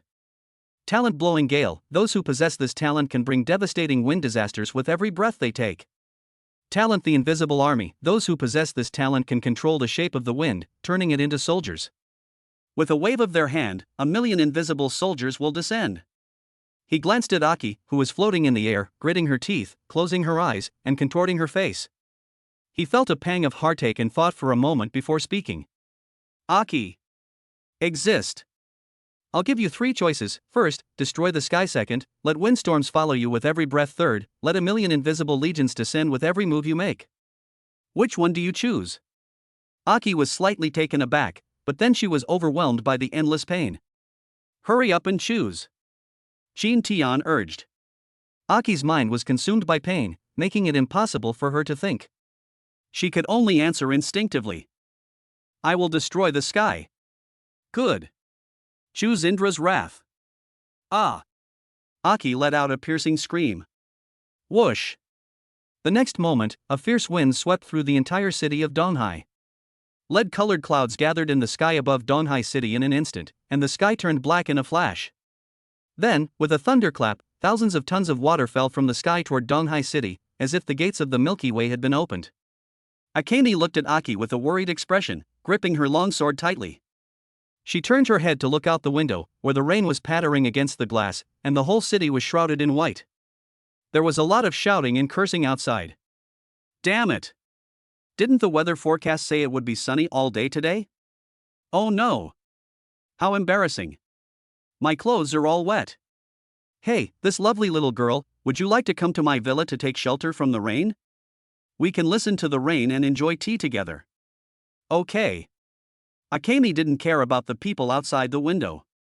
What she was concerned about was that the weather had changed drastically the moment Qin Tian let Aki make her choice, as if the sky had been destroyed. Could it be that Lord Qin Tian's SSS level talent is not just healing, but can also allow his servants to awaken a second time? Such strange phenomena will occur as soon as you wake up. That's amazing. Mingmei looked at Qin Tian with eyes full of admiration and awe. No wonder Lord Qin Tian is unwilling to reveal his SSS level talent. Once it is revealed, and people know that he can awaken servants a second time, servants from all over the world will rush to beg Lord Qin Tian to form a contract with him. Those S rank, SS rank, and SSS rank masters would be so jealous of Lord Qin Tian that they would want to die. Suddenly, Akemi realized a big problem. Lord Qin Tian's talent is so strong, which means he is the food that the demon queens dream of. They will stop at nothing to come and take Qin Tian away, or even devour him. No. Absolutely not. Such a good Lord Qin Tian must not be captured and killed by the demon queen. She will strive to cultivate diligently and protect Lord Qin Tian. However, at this very moment, countless demon queens have already learned of this matter, and East Sea City is now a sacred place in their hearts. Ah! I'm so hungry. I really want to eat that SSS rank master. An SSS rank master who could instantly kill that rabbit is interesting. I'll go check it out too. Attention all tribes. Break camp. Destination, East Sea City. The masters of the crisis department panicked. What's going on? What's going on? Why are all these monster queens moving? Can anyone tell me what happened? Chapter 20: The Flames Invading Donghai City. The strange phenomenon was not caused by Aki's second awakening, but by Qin Tian. SSS rank Indra's Wrath. Even though Qin Tian is only at the 3rd rank, with this talent, he can easily defeat even 4th or 5th rank demon queens. The healing ability is very strong, almost like a bug, but its weakness is also obvious. To heal someone, you have to get close to them. However, Indra's Wrath is different. It is pure wind power. Even at a distance of thousands of meters, with just a thought from Qin Tian, the air around the opponent will become his claws and tear them apart. At the same time, this talent will become stronger the angrier Qin Tian gets. After completing the ability granting and magic infusion, he looked at his panel. Host, Qin Tian. Age, 19. Class, 3. Talents, F rank Reconstruction, SSS rank Healing, SSS rank Indra's Wrath. Achievements. The Light of a Desperate Girl achievement effect: when there are beautiful women around you who need help, they will think of you first. Save her, and you will gain all their loyalty and favor. They will be willing to give you everything. Harbor of Love for Maidens achievement effect: maidens who receive your kindness will experience a significant increase in their affection for you, and they will be willing to give their lives to repay your kindness. The second achievement appears to be one that was awarded by the system after the Master-Servant Association had a dispute with those masters. The willingness to give Aki such affection to a servant is considered unusual in the entire Master-Servant Society. Whenever Qin Tian makes a special move, the system seems to make a judgment and then grant him an achievement. When he killed the Demon Queen, he noticed the system's achievement assessment, but the result was not achieved. From the system's perspective, the feat of instantly killing a 3rd-tier monster queen is not considered a great achievement. What if it's an instant kill of a 4th or 5th-tier opponent? The rain outside the window was pouring down, seemingly unstoppable. Qin Tian was taking care of Aki by the bedside. Aki was covered in sweat, clearly in great pain from the second awakening and the injection of SSS-level magic power. Akemi said she wanted to bathe Aki, and Qin Tian took over the task, telling her to go train. Mingmei gave Qin Tian a playful look, chuckled, and left the room. Qin Tian took off Aki's soaked clothes, soaked a towel in hot water, wrung it out, and then gently wiped Aki's delicate skin as if he were wiping a priceless white jade statue. Looking at Aki's beautiful and charming face and her alluring body, Jin Tian couldn't help but sigh. Such a beautiful girl would probably have become a national idol in her previous life, with millions of fans. If she went live, she could probably get a carnival reward just by smiling at the top fan. However, here, these girls are treated by their masters as mere tools, items that can be bought with money, and commodities that are not too difficult to obtain. On the contrary, they look down on Jin Tian, a master. To give love to such a servant? It seems to be the biggest joke in the world. He didn't care that they looked down on him. All he knew was that she was now his, and he had a responsibility to protect and cherish her. He would leave minor issues to the servants to avoid hurting their pride, but he would step in to handle major problems. The incident where the demon queen nearly killed Akemi must never happen again. Wah! Aki suddenly twisted her body, her eyes tightly closed, as if she were having a nightmare. Then she suddenly opened her eyes and saw Jin Tian wiping her body with a towel. Immediately, she curled up, covered her face with her hands, peeked at Jin Tian through the gaps between her fingers, and whispered, "Master, what are you doing?" Jin Tian said, "Of course I'm wiping you down. You've sweated so much, people who don't know better would think I threw you into the pool and just pulled you out." Phew. A cool breeze blew by, making Aki feel chilly all over. She said shyly, "Oh dear. How embarrassing." Jin Tian smiled and said, "If you're embarrassed, just cover yourself with a blanket." "Why are you covering your face?" Aki then realized what was happening, turned around, and wrapped herself in the blanket, leaving only her head sticking out. "Master, I seem to remember you asking me 3 options, what were they?" Jin Tian thought for a moment, then organized his thoughts and said to Aki, "You should know that I actually have an SSS level talent, right?" "Mum." Aki's eyes lit up, and she said excitedly, "Master is so amazing. You're actually an SSS rank master." "I never dreamed that I could form a contract with an SSS rank master, it feels like a dream." The adoration in her eyes was like the yellow river overflowing its banks, unstoppable. Even Jin Tian felt shy under such a gaze. He turned his head away, but couldn't help glancing sideways at Aki's adorable expression. "My SSS level talent can optimize the talents of my servants." "If you check your talents now, you should have 2 talents, both of which are wind attribute." Aki was stunned. Did she also awaken dual talents? Overwhelmed with excitement, Aki quickly closed her eyes to examine her origin. What she saw startled her. She jumped out of bed, clenching her fists excitedly, her whole body trembling. Wow! Truly dual talents. His second awakening talent is definitely S rank. S rank. S rank. That's amazing. She stood on the bed, looking down at Jin Tian with fanaticism in her eyes, then leaped up and pounced on him. The rain outside the window was getting heavier and heavier, and the whole world was pitch black. In a world filled with rain, a thick bolt of thunder suddenly appeared, splitting the darkness and rain, and striking the streets of Donghai City. Girls strolling on the street screamed as they saw the lightning instantly tear apart the body of a teddy bear with demonic blood. Blood covered the entire street, mixing with the rainwater and flowing into the sewers. All the streets of Donghai City were flooded, and rainwater poured down into the sewers as if trying to fill them up. Finally, the sewers could no longer hold their weight, and the rainwater overflowed completely, flooding the streets. On a rainy night, a figure dressed in red armor rode a warhorse on an overpass. The warhorse was 3 meters tall, clad in iron armor, with blood-red veins flowing through its black coat. It gripped the ground with its black hooves, tearing open the hard surface with each blow. It let out a fiery neigh, and sparks would fly from its body. The figure above appears much smaller, clearly a woman. Her heavy armor was soaked by the rain, which dripped down along the tangled patterns on it. She held a blood-red spear in her hand, and her face, covered by an iron mask, revealed blood-red pupils as she gazed at the entire city of Donghai. She held her blood-red spear high, and behind her, the wet road burst into flames. From the flames emerged fiery red figures, raising their arms and shouting loudly. "Burn! Burn!" The sun fell from the sky, and the world turned into a sea of fire. Chapter 21 100 Masters Disappear. The Amusement Park Promise. Good morning, Senior. Early in the morning, a girl with fiery red hair appeared in front of the villa on time and shouted loudly at Jin Tian's house. Jin Tian woke up in bed, scratched his messy hair, went to the window, and looked at the red-haired girl at the front door. Alternative attendant, Ding Mamyo. Age, 18. Talent level, a rank Heavenly Tribulation Fire. Class, 3. Height, 165 centimeters. Weight, 47. Measurements, 83 60 82. Appearance, 89. Favorability, 50. Note, if your appearance score is below 90, you do not meet the system requirements and cannot activate the ability granting in 100x return function.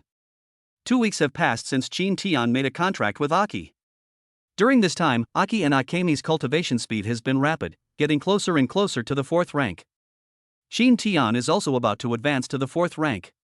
An SSS level talent grants a 100-fold increase in cultivation speed. According to data, it would take an ordinary servant approximately 30 years to advance from the 3rd to the 4th rank. After accelerating by 100 times, it will only take about 3 months. The 4th rank, which others would strive for nearly 30 years to reach, can be shortened to 3 months because of an SSS rank master. This is why the appearance of an SSS rank master drives all the servants crazy. However, during this period, Chin Tian discovered that he had 2 SSS level talents, and the effect would be even better if the magic power of the 2 talents were combined. Because he is not yet proficient, his improvement speed is about 150 to 200 times. Even so, his magic power will be shortened from the already absurd 3 months to less than 2 months. If only one more talent. Chin Tian couldn't believe how fast he and his attendants were cultivating. Perhaps they will become the masters and attendants who advance the fastest. He looked at the girl with fiery red hair, lively and cheerful, radiating sunshine and optimism. This girl named Ding Miaomia was the most beautiful girl in the department of the neighboring university. After hearing that Chin Tian would give love to servants who were only a rank, she directly abandoned the S-rank master who had once pursued her and rejected the master who showed her affection. She ran to Chin Tian's villa, hoping that Chin Tian would form a contract with her. Unfortunately, her looks were just short of 90. He sighed softly and said, "Ding Miao Miao, I've already told you, I won't take you as a servant. Just give up on that idea." Undeterred, Ding Miao Miao clenched her fists and shouted, "I won't give up. I want to be loved. I want to live a happy life." At this moment, Mingmei brought breakfast into the room. As soon as she saw Chin Tian by the window, she knew that Ding Miao Miao had come again. She brought the glutinous rice balls to the window and said gently to Chin Tian, "Lord Chin Tian, breakfast is ready. Would you like me to feed you?" Chin Tian smiled and opened his mouth wide. "Ah." Mingmei shyly scooped up a glutinous rice ball with a spoon and gently put it into Chin Tian's mouth, causing Ding Miao Miao below to scream. "Ah. The way Mimi Senpai is feeding Chin Tian Darren is so sweet. I also want to feed Lord Chin Tian. This is the master's villa area." The master passing by looked at Chin Tian and Mingmei and said disdainfully, "Isn't it just being fed by servants? I never lift a finger when I eat at home. My servants always feed me with their mouths." Ding Miao Miao glanced at the master and said disdainfully, "You actually need a servant to feed you with their mouth? Are you a giant baby?" The master's eyes widened, and he pointed at Ding Miao Miao, angrily saying, "How dare you speak to the master like that? I'm going to sue you for defamation right now, and you'll be spending a few days in jail." Upon hearing that she was to be taken to the detention center, Ding Miao Miao screamed and ran away. As she left, she shouted to Chin Tian, "I'll be back." Chin Tian couldn't help but laugh at this amusing girl. Mingmei said softly, "Lord Chin Tian, why don't you take her as your servant? She seems quite outstanding, and so beautiful. Didn't you say you only like pretty girls?" Chin Tian pinched Mingmei's nose and laughed, "I do like pretty people, but I don't want to take in all pretty servants. If I took them all, wouldn't I be exhausted? Your bodies are very tired at night because we use healing and optimizing techniques." Mingmei chuckled softly and teased, "You say you're tired, but you're clearly enjoying it. You're really having a good time." Snap. Ah. Mingmei was so frightened that she almost dropped the bowl in her hand. "How dare you speak ill of your master? Be careful, I'll give you a good beating tonight and then bully you to death in actual combat." Mingmei giggled, ran to the door, and made a face at Chin Tian, "I'm not afraid. Go ahead and bully me until I can't get up. I can also heal." Chin Tian laughed, pointed at Mingmei by the door, and said fiercely, "Tonight I'll optimize your body's sensitivity 100-fold, let's see if you can handle it." "Oh no!" Mingmei exclaimed in surprise, "Lord Chin Tian, please don't." He. When a girl says no, she means yes, I understand." Mingmei blushed deeply and stomped her foot, saying, "Lord Chin Tian, you're bullying me. I'm going to wash the dishes." Not long after Akemi left, Aki entered the room, carrying a stack of documents and looking serious. What happened to Akemi? When she finished washing up, she said that Master was being very mean. Aki asked. Oh, I meant I just increased her nerve sensitivity by 100 times. Aki trembled and whispered, Master, you're so mean. You only raised Akemi's rank. Shin-Tian coughed a few times, then changed the subject. What are those documents of yours? Aki immediately looked up, her expression serious, and said, This is a warning document from the Master Servant Association. In the past 2 weeks, 125 masters have gone missing in Tokai City, including 1 S rank and 3 A rank. The association suspects that a demon queen has come to Tokai City and is hunting down masters on a large scale. All masters must be careful. Shin-Tian frowned slightly. Is it that serious? More than 100 people have gone missing in just 2 weeks. Hasn't the association conducted a general survey? Aki's face was grim, and she sighed. The association conducted a general search, but couldn't find her. So, they could only send a message telling masters to be careful. They've sent a 4th-tier master to investigate. I believe that professional master will be able to find the demon queen. Shin-Tian nodded. A demon queen who can kill more than 100 masters in 2 weeks is definitely not simple. However, with his current strength, as long as she is not at the 6th rank, he should still be able to deal with her. Besides, encountering a 6th-tier monster queen isn't that easy. Shin-Tian had no intention of hiding his head. Thinking of something, he said to Aki, Aki, do you remember? Remember what? Aki asked, looking puzzled. Didn't you say you'd take me to the fairy tale amusement park? Now that you're my servant, I haven't even taken you. Why not take advantage of this opportunity? Let's all go together today, how about it? Aki stood there stunned, the documents in her hand falling to the ground with a clatter. Shin-Tian frowned slightly. Aki? Aki was startled awake, tears streaming down her face. She hugged Shin-Tian tightly and nodded in his arms. Okay. Let's go to the fairy tale amusement park together. Wah! I'm so happy. Chapter 22, A perfect dating spot. A fairy tale amusement park. In front of the entrance to the fairy tale amusement park, Akemi and Aki each took one arm of Shin-Tian's. Aki pointed to the giant Ferris wheel in the fairy tale amusement park and shouted loudly. Look! It's one of the 3 legendary dating spots, the Ferris wheel. Akemi watched the slowly rotating object, her eyes sparkling. She had heard that if you confessed your love to your master at the highest point of the Ferris wheel, you could be contracted by your master. Although she had already made a contract with Shin-Tian, she still wanted to ride the Ferris wheel with him and overlook the whole world.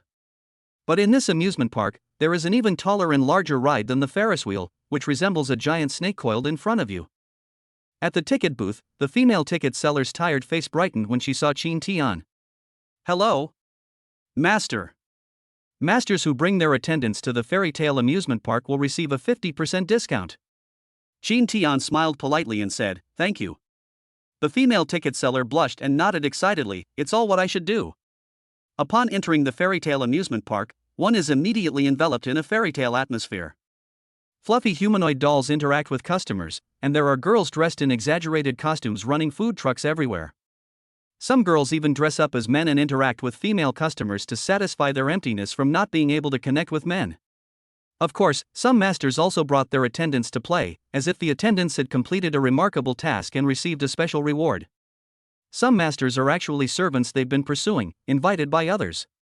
They fantasize about having a unique experience with their master in a fairy tale amusement park, and then forming a contract with the master.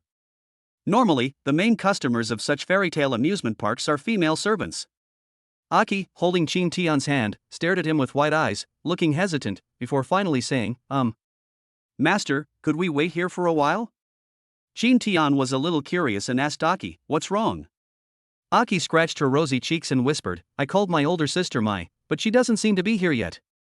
Shin-Tian glanced at Aki in surprise. He could tell that Aki wanted him to have more contact with Mai, and preferably form a contract with Mai so that the 3 sisters would not be separated and could serve Shin-Tian together. Good. Shin-Tian certainly wouldn't refuse. Mai is also a beauty with a score of over 90 in looks, and a servant recognized by the system.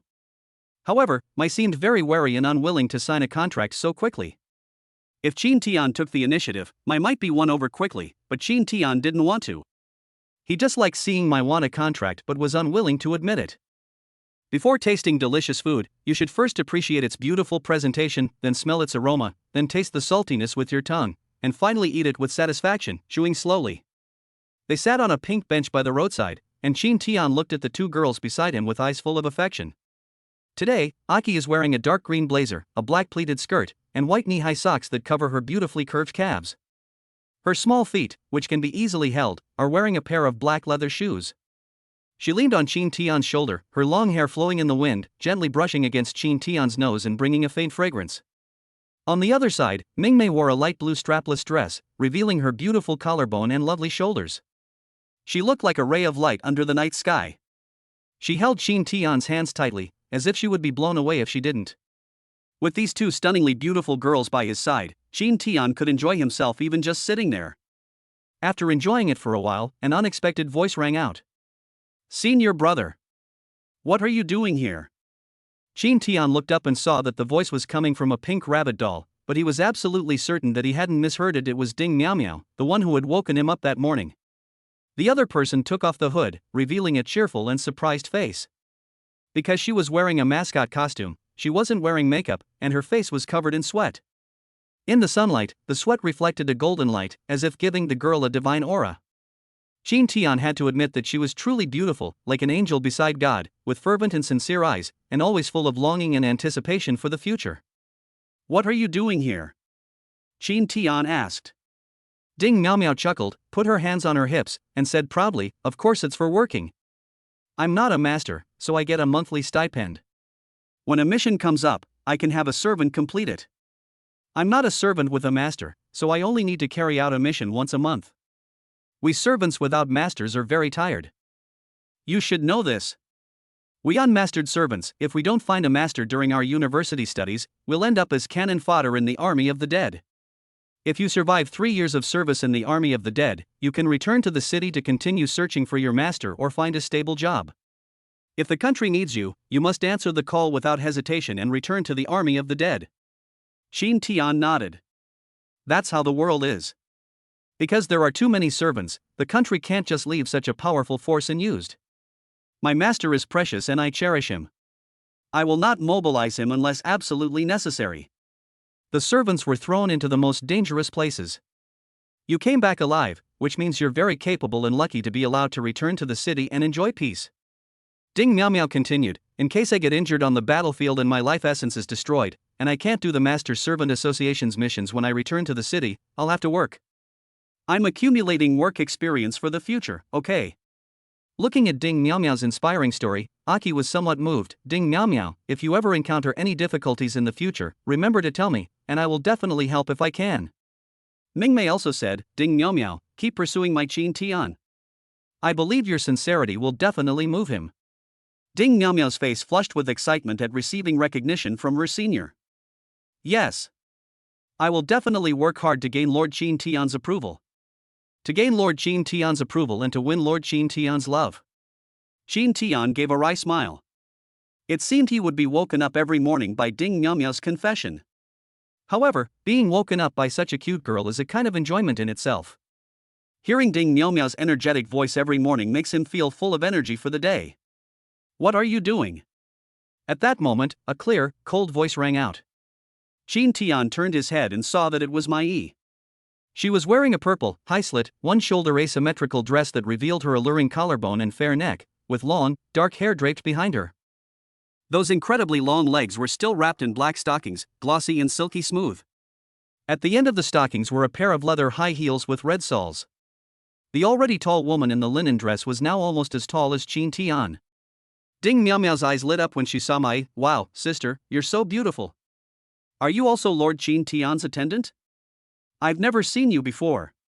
Mai frowned slightly. "I'm not his servant, I'm just here to keep my sister company." Ding Miao Miao gave me a knowing smile and nodded slightly. Suddenly, something occurred to her, and her eyes lit up. "Is this your first time here? How about I be your tour guide?" Chin Tian asked. "Aren't you working?" Ding Miao Miao chuckled. "Serving our master guests is an important job at our amusement park. I just need to talk to the higher-ups, and they'll definitely agree." Ding Miao Miao made a phone call and quickly received permission. She immediately took off the mascot costume, handed it to her colleague, and returned to Qin Tian's side. Let's go, Lord Qin Tian. Nobody knows this amusement park better than me. I'll take you to experience the best amusement park rides. First and foremost, our first stop must be the most famous attraction in our amusement park. The most famous roller coaster in the entire Xinhua Kingdom. Wings of Icarus. It's a roller coaster that leads to the sun. Chapter 23: The train flying towards the sun. The world is on fire. Lord Qin Tian, this is your snow pearl ice cream. It's the new oolong tea flavor. Do you like it? Ding Miao Miao held various flavors of ice cream in her hand and handed it to Qin Tian first. Qin Tian took the red ice cream from Ding Miao Miao and took a bite. It tastes very good. He had to commend Ding Miao Miao, she was definitely a qualified tour guide. Ding Miao Miao smiled after receiving Qin Tian's praise, and then handed the rest of the ice cream to the other girls. Sister! Aren't you going to show off? Aki nudged Mai with her elbow. That's an SSS rank master. My training speed these past 2 weeks has been unbelievable. I feel like I'll reach the 4th rank in just a few days. What should I do? Mai asked, her face tense. Aki was speechless. She had been looking forward to the date and dressed up so beautifully, but when she arrived, she was like a wooden doll. My sister is usually very bold, so why is she having trouble with this kind of situation? A strong wind blew in from afar, accompanied by a deafening rumble, followed by screams that nearly pierced eardrums.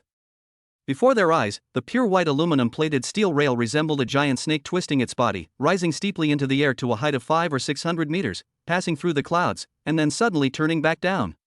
A roller coaster, accompanied by the screams of its passengers, ascended to its highest point, then slowed to its lowest speed, as if Icarus's wings were melting away. Ahead of them lay a precipitous drop, as if they were falling from the sky. The guests held their breath, afraid to cry out, watching the cliff slowly approach, like sinners before hell, awaiting judgment. That's Wings of Icarus, the fastest and tallest roller coaster in Xinhua Kingdom. The entire ride is made of the latest high-strength materials, standing 666 meters tall, with a top speed of 500 kilometers per hour. Ding Miao Miao pointed to the roller coaster and proudly introduced it. As the roller coaster entered the downward track, it felt like a freefall. Screams echoed throughout the amusement park once again, making the girl next to me cry loudly, as if the sky had fallen and the world was about to end. Qin Tian raised an eyebrow. Goodness, the amusement facilities in this world are even more exaggerated than I imagined. Is it because of their talent that everyone's quality has improved so much that no one would come if it weren't so exciting? Lord Qin Tian, do you like it? Ding Miao Miao stood in front of Qin Tian, the roller coaster crashing behind her, bringing up a fierce gust of wind that lifted her pink skirt, revealing the blue and white sky. When Ding Miao Miao realized she had been exposed, her face turned bright red. She quickly covered her skirt and looked at Qin Tian shyly, thinking to herself, this is so embarrassing. The wind not only blew up Ding Miao Miao's skirt, but also the skirts of Ming Mei, Aki, Mai, and all the girls in the area. A sky of vibrant colors, towering structures in black, white, and pink. So exciting! If the waves created by a roller coaster are so beautiful, what a spectacular sight it would be to ride one. I love it. It's so exciting. Qin Tian rubbed his hands together, eager to try it out. Ming Mei trembled all over. She covered her skirt with one hand and grabbed Qin Tian's clothes with the other, shaking her head desperately at him. No. I don't want to ride this roller coaster. It feels so scary. Seeing Ming Mei's frightened expression, Qin Tian put his arm around her waist and held her in his arms, saying, life is a constant series of challenges. How can you be afraid? Let's soar to the clouds together. Aki smiled broadly, thoroughly enjoying the fierce wind. She couldn't wait any longer. As for Mai, she held down her skirt tightly, her face flushed with embarrassment as she glared at Ding Miao Miao, as if to say, why did this bastard recommend this of all things? She instinctively wanted to take a step back, but she held back. Although the roller coaster looked scary, it would be a disgrace to show weakness in front of Qin Tian. Even so, her face still twitched slightly. Qin Tian turned his head and saw the expression on Mai's face, and for some reason felt a little joyful. Mai! Aki! Come on! Mai was slightly taken aback. When did the way she addressed him become so affectionate? Qin Tian had already grabbed Ming Mei and Ding Miao Miao and rushed towards the end of the long queue. Sister, I saw your face twitching, Aki whispered. I'm just a little surprised, Mai said with a straight face. Really? If you're scared, just say it. It doesn't matter if you're embarrassed. Sister, if you just honestly tell Master that your favorite amusement park ride is SpongeBob and his friends, we might be able to go to the water park. Aki looked at her sister with a playful expression. Mai said with a straight face, my favorite ride is actually the roller coaster. Let's go. Hurry up. Hurry up. Qin Tian waved to them. With the privilege of being a master, he could skip the queue and go straight up. Coming. Coming. Aki responded with a smile, pulling Mai along as they walked away. Qin Tian fastened the safety lock, glanced at Mai sitting behind him. Mai gripped the handrails on her shoulders, her face pale, staring straight ahead. To his right was Mingmei, who looked terrified. She was trembling all over and was begging Qin Tian to let her out of the car, saying that she would do anything tonight as long as he let her go this time. They sat in the first row, which was the most thrilling spot, where they would plummet to the ground when the roller coaster reached its highest point. Qin Tian grabbed Mingmei's hand. What are you afraid of? I'm right here. The tunnel was pitch black, with red lights flashing along the 2 rows of tracks, and Akemi grew increasingly nervous. Staff checked each person's safety lock, confirmed each guest's physical strength, and put goggles on each guest, reminding them, please keep your head pressed firmly against the headrest to prevent excessive acceleration and neck strain. After completing the inspection, the staff entered the darkness. Dangerous alarms filled the entire tunnel, and red lights flashed rapidly. Qin Tian gripped Mingmei's hand, signaling her to relax. Suddenly, the red light went out, the alarm stopped, and the whole world fell into a moment of deathly silence, followed by a powerful surge of acceleration. Like a rocket igniting, the acceleration pressed everyone firmly against their chair backs. The air pressure was so strong that it stung the skin, as if we were flying in the sky.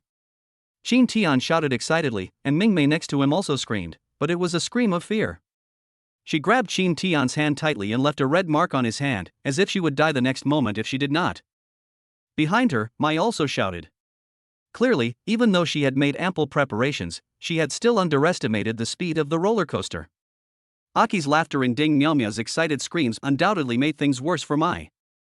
The light rushed in, and the roller coaster left the acceleration track, reaching an astonishing speed of 500 kilometers per hour. Ahead lies a ladder-like ascent track, piercing the clouds, and at the end of the track is the sun. No wonder you need to wear goggles. You can't look directly at the sun under normal circumstances.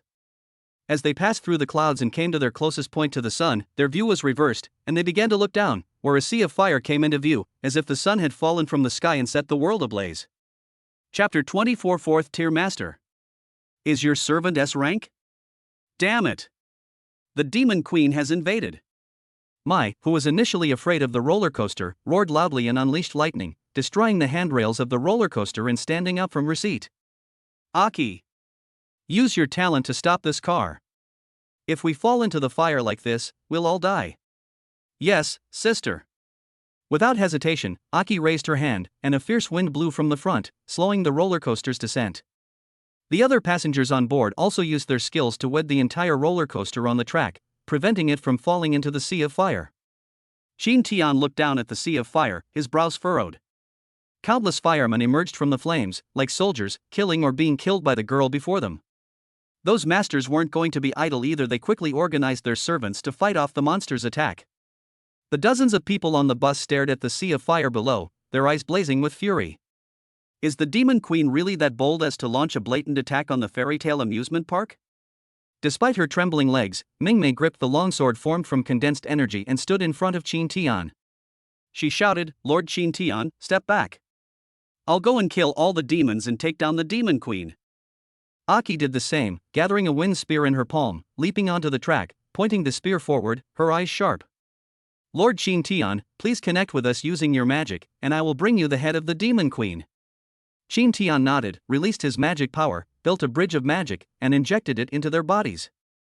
Akemi and Aki felt an immense magical power surge into their bodies, causing them to tremble with excitement and exhilaration.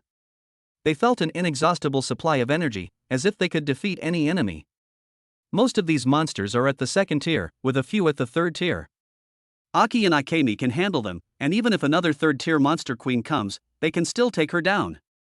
His training and practice during this period were not in vain. If a monster queen that they cannot defeat truly appears, he will naturally take action.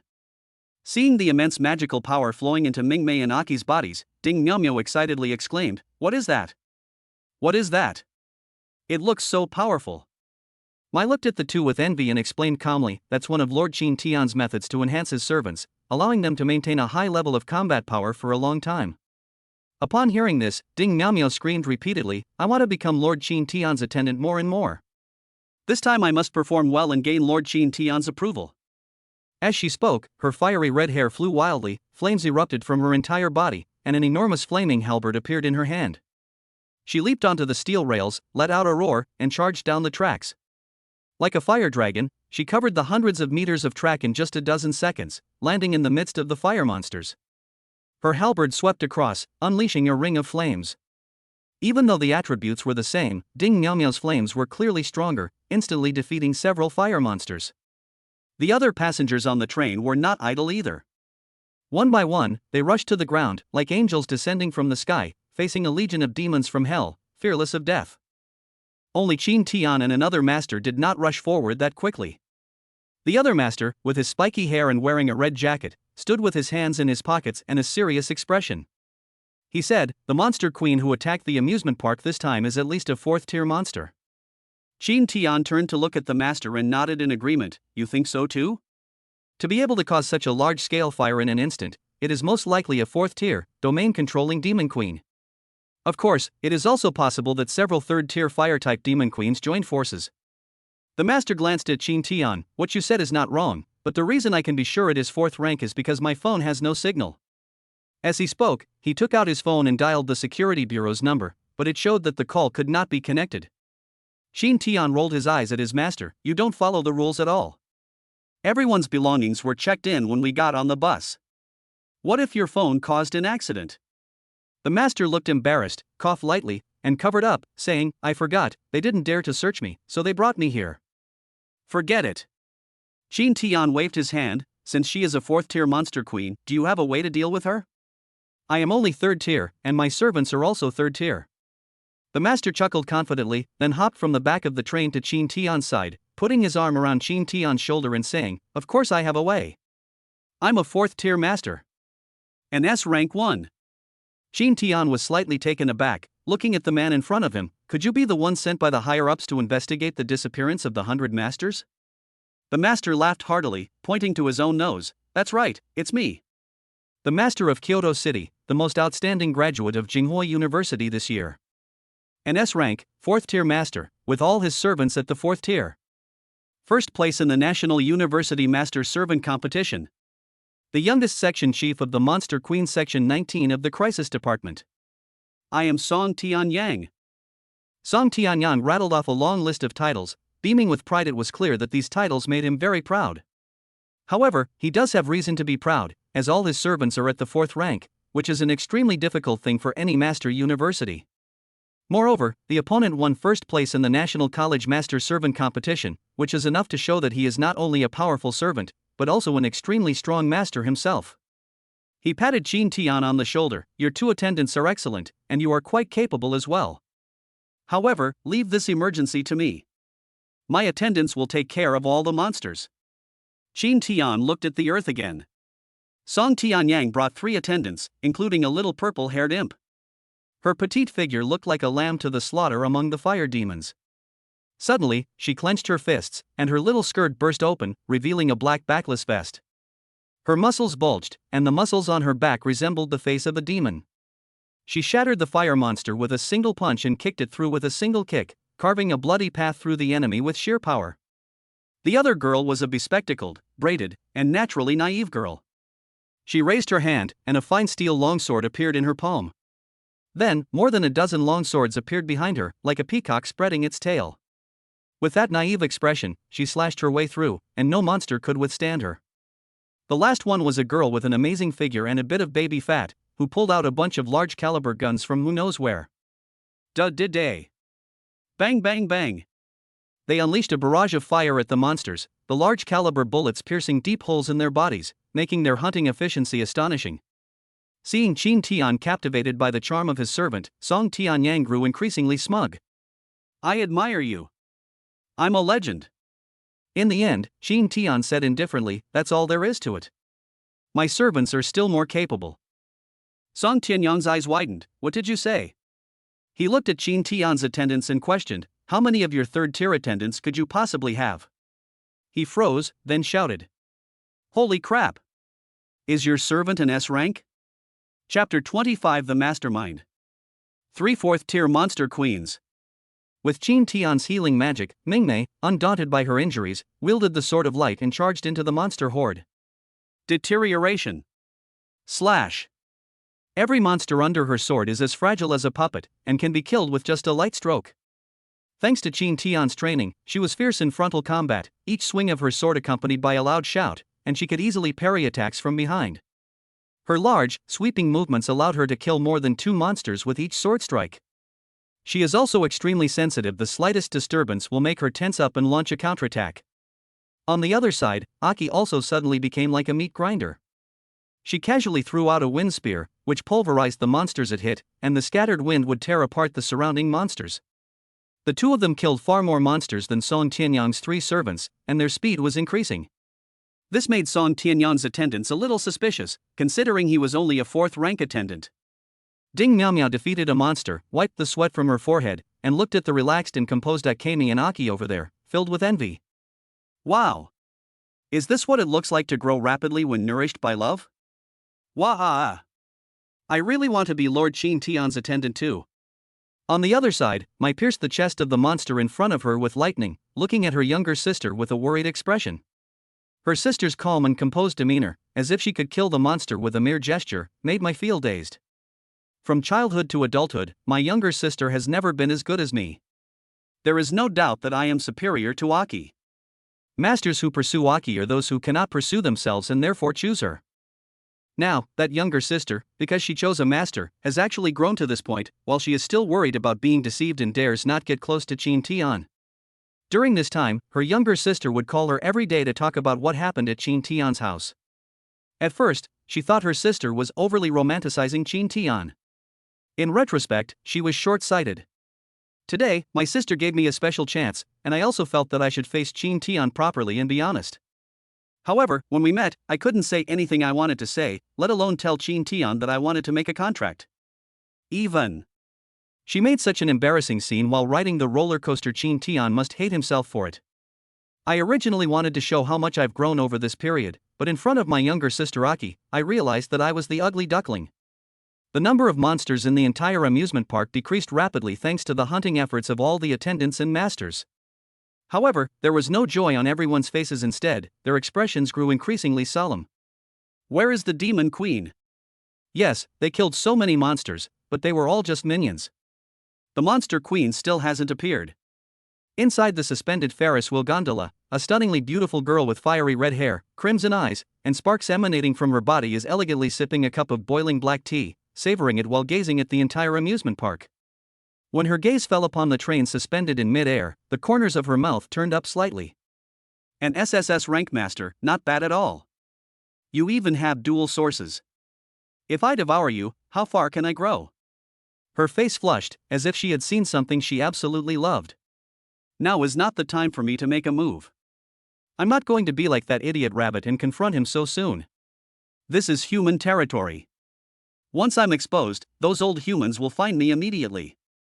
If I don't kill you quickly, I'll be the one who dies. Let me test your strength first. Next time, when you're alone, our next meeting will be your death day. She has plenty of patience. Good things should be enjoyed slowly, not swallowed whole, or you'll choke. She shifted her gaze and looked again at the girl with equally fiery red hair. Ding Miao Miao. This girl is interesting. She seems to have a good relationship with that master. If we start with her, it might make it much easier to take down that master. As for Qin Tian's 2 attendants, with her experience, she could naturally tell that their talents had reached S rank, which was obviously the work of that master. Oh, right. Soon, the Master's Servant Association will assign them missions. At that time, they will leave that master. This period is a good time to make a move. When the time comes, as long as I get rid of that S rank master who is almost at the 5th rank and his attendant, this SSS rank master will be my meal. Humph humph humph. She took another sip of black tea, her eyes sharpening, and said softly, "Make your move, my flames." Boom. Boom. Boom. 3 pillars of fire shot into the sky and appeared in the fairy tale amusement park. A powerful surge of demonic energy erupted from the pillar of fire, causing all the attendants and masters in the amusement park to tremble. Song Tianyang gritted his teeth. Damn it. I was careless. There wasn't just one fourth-tier monster queen, there were three. Song Tianyang glanced at Qin Tian and frowned, saying, although I can defeat these demon queens, I might be in trouble if I face three at once. So, I have a favor to ask, could you and your servant hold off one of them? Qin Tian nodded almost without hesitation and said, of course, no problem. With his current strength, he could easily defeat a fourth-tier monster queen in a one-on-one fight. However, with this fourth-tier master around, he was too lazy to put his skills to good use. Song Tianyang gave Qin Tian a thumbs up. Well done, brother. You're much better than those masters who don't dare to take responsibility. He looked at them with disdain. Those useless masters who either ran away or died after seeing the queen were now left on the main battlefield, along with his and Qin Tian's groups. It's up to you. Having said that, he jumped down along the track, raised his hand, and released a blue magical light. The blue runes on the backs of his three attendants' hands also glowed, and 3 pillars of magical light shot into the sky. My servants, assemble. The real war is about to begin. Qin Tian didn't sit idle either. He jumped down as well and used his magic to call Akemi and Aki back to his side. At the same time, he found Mai and Ding Miao Miao and injected his magic into their bodies. Mai, Ding Miao Miao, lend me your power. Mai felt that familiar magic again, and every cell in her body cheered. Her face was full of joy. No! She's already grown to love this powerful feeling. Ding Miao Miao screamed excitedly, wow! That's amazing! Is this why Aki and Akemi are so strong? Wah! Lord Qin Tian, please let me be your servant. Qin Tian replied, let's not talk about that. Let's take down this fourth-tier monster queen first. Ding Miao Miao suddenly felt a pang of fear, but quickly became resolute. Yes. Qin Tian led the 4 women to a pillar of fire, his expression serious, as he watched a figure emerge from the pillar. Her red hair was dazzling, and her fair skin glowed pink in the firelight. She wore a long, jet-black trench coat that hugged her alluring figure. Her bare feet touched the ground, which then turned into lava. She carried a long sword, glanced at Qin Tian and the 4 servants behind him, and smiled slightly, beautiful and elegant. If it weren't for the terrifying demonic aura emanating from him, one would have mistaken him for a powerful servant. She gently stroked the long sword and said softly, full of love, destroy everything, azure flame. A circle of turquoise magic appeared beneath her feet, and terrifying magic lifted her up, making her float in the air. Mai's eyes widened, and she shouted, watch out. She's unleashed the queen's heart. Chapter 26 The Clothes-Burning Maniac. Is this queen here to give out perks? The queen's heart. All monster queens who reach the 4th rank undergo tremendous changes in both strength and mind. They become more rational and begin to plan and strategize, unable to resist delicious food. If the rabbit that attacked Qin Tian had been at least level 4, she wouldn't have acted so recklessly in that place. Upon reaching the 4th rank, they are as if they have awakened, and based on their past experiences, they obtain different power cores, namely the queen's heart. They can use this core to control similar monsters and become true queens. The sign that the demon queen has unleashed her queenly heart is by showing a loving expression. As for why the demon queen unleashed her power through love, rather than through anger, greed, arrogance, or other emotions, that remains a mystery to this day. Even when you kill the demon queen, she may fall in love with the master or servant who killed her. Just like when Qin Tian killed that demon queen, she confessed her love for Qin Tian without reservation when she died, and wanted to be with Qin Tian in the afterlife. Qin Tian raised an eyebrow and shouted, she's here. Unlike the rabbit queen, the queen in front of her, who was holding a knife, was obviously more rational. She attacked Ding Miao Miao first, an opponent with the same attributes as her, but who could be crushed by her class. The long sword was wreathed in blue flames, and his figure transformed into a streak of fire as he flew toward Ding Miao Miao. With a single strike, he severed Ding Miao Miao's flaming guandao, the blade cleaving open her chest and burning her clothes to ashes. Ding Miao Miao was incredulous. The azure flame queen in front of her had a calm expression, as if killing her was as simple as eating and drinking. Just when Ding Miao Miao thought she was going to die, her flesh and blood regenerated, her wounds healed instantly, and her new skin was even whiter than before. She was incredibly surprised and looked at Qin Tian. Could it be that it was Lord Qin Tian's talent? Isn't Lord Qin Tian an F rank? Qin Tian noticed Ding Miao Miao's unusual behavior and lied, explaining, this is Ming Mei's second talent, healing. I simply transferred her power into your body through a magical bridge. Ding Meow Meow's eyes lit up. Lord Qin Tian is so amazing. The Azure Flame Queen lowered her eyes slightly, seemingly surprised by the strange sight before her. However, she did not freeze, but instead swung her sword again, her eyes fixed on Ding Meow Meow's neck. If she were beheaded, could she still be healed? Just then, Akemi arrived. The sword of light blocked the Azure Flame Queen's longsword and the blade that severed Ding Meow Meow's neck. The Azure Flame Queen noticed that the girl's arms had become incredibly thick, whereas just moments before they had been very thin and frail. Now is not the time to think about this, because a terrifying force has locked onto her. With eyes full of anger and hatred, Aki threw the wind spear in her hand. Go to hell! The Blue Flame Queen used Akemi's power to retreat and dodge the attack. Then, she spun in midair, landed, and instantly changed direction, attacking Mai. Mai was shocked, but she did not back down. She gripped the longsword formed from condensed lightning with both hands and faced the Azure Flame Queen. Boom! Mai's longsword, unable to withstand the weight, was broken. She barely dodged the fatal blow by turning to the side, but her clothes were burned by the flames, leaving only her purple undergarments. She didn't even have time to be shy. The Azure Flame Queen swung her sword again, and Mai could only use her broken sword to block. She was then sent flying, crashing into a large tree. The entire tree was covered in azure flames and instantly burst into flames. The Azure Flame Queen pressed her advantage and gave chase. Mai looked on in despair. Under the influence of her title, the Light of Despair Girl, she looked at Qin Tian, hoping that he could save her at this moment. Upon seeing this, Qin Tian immediately ordered, Aki, quickly save Mai. Yes. Aki hurriedly tried to stop her, throwing out several wind spears, but the Blue Flame Queen dodged them all, and it looked like Mai was about to be killed. Mingmei and Ding Meow Meow stood in front of Mai, and together they blocked the Azure Flame Queen's long sword, giving Mai time to stand up.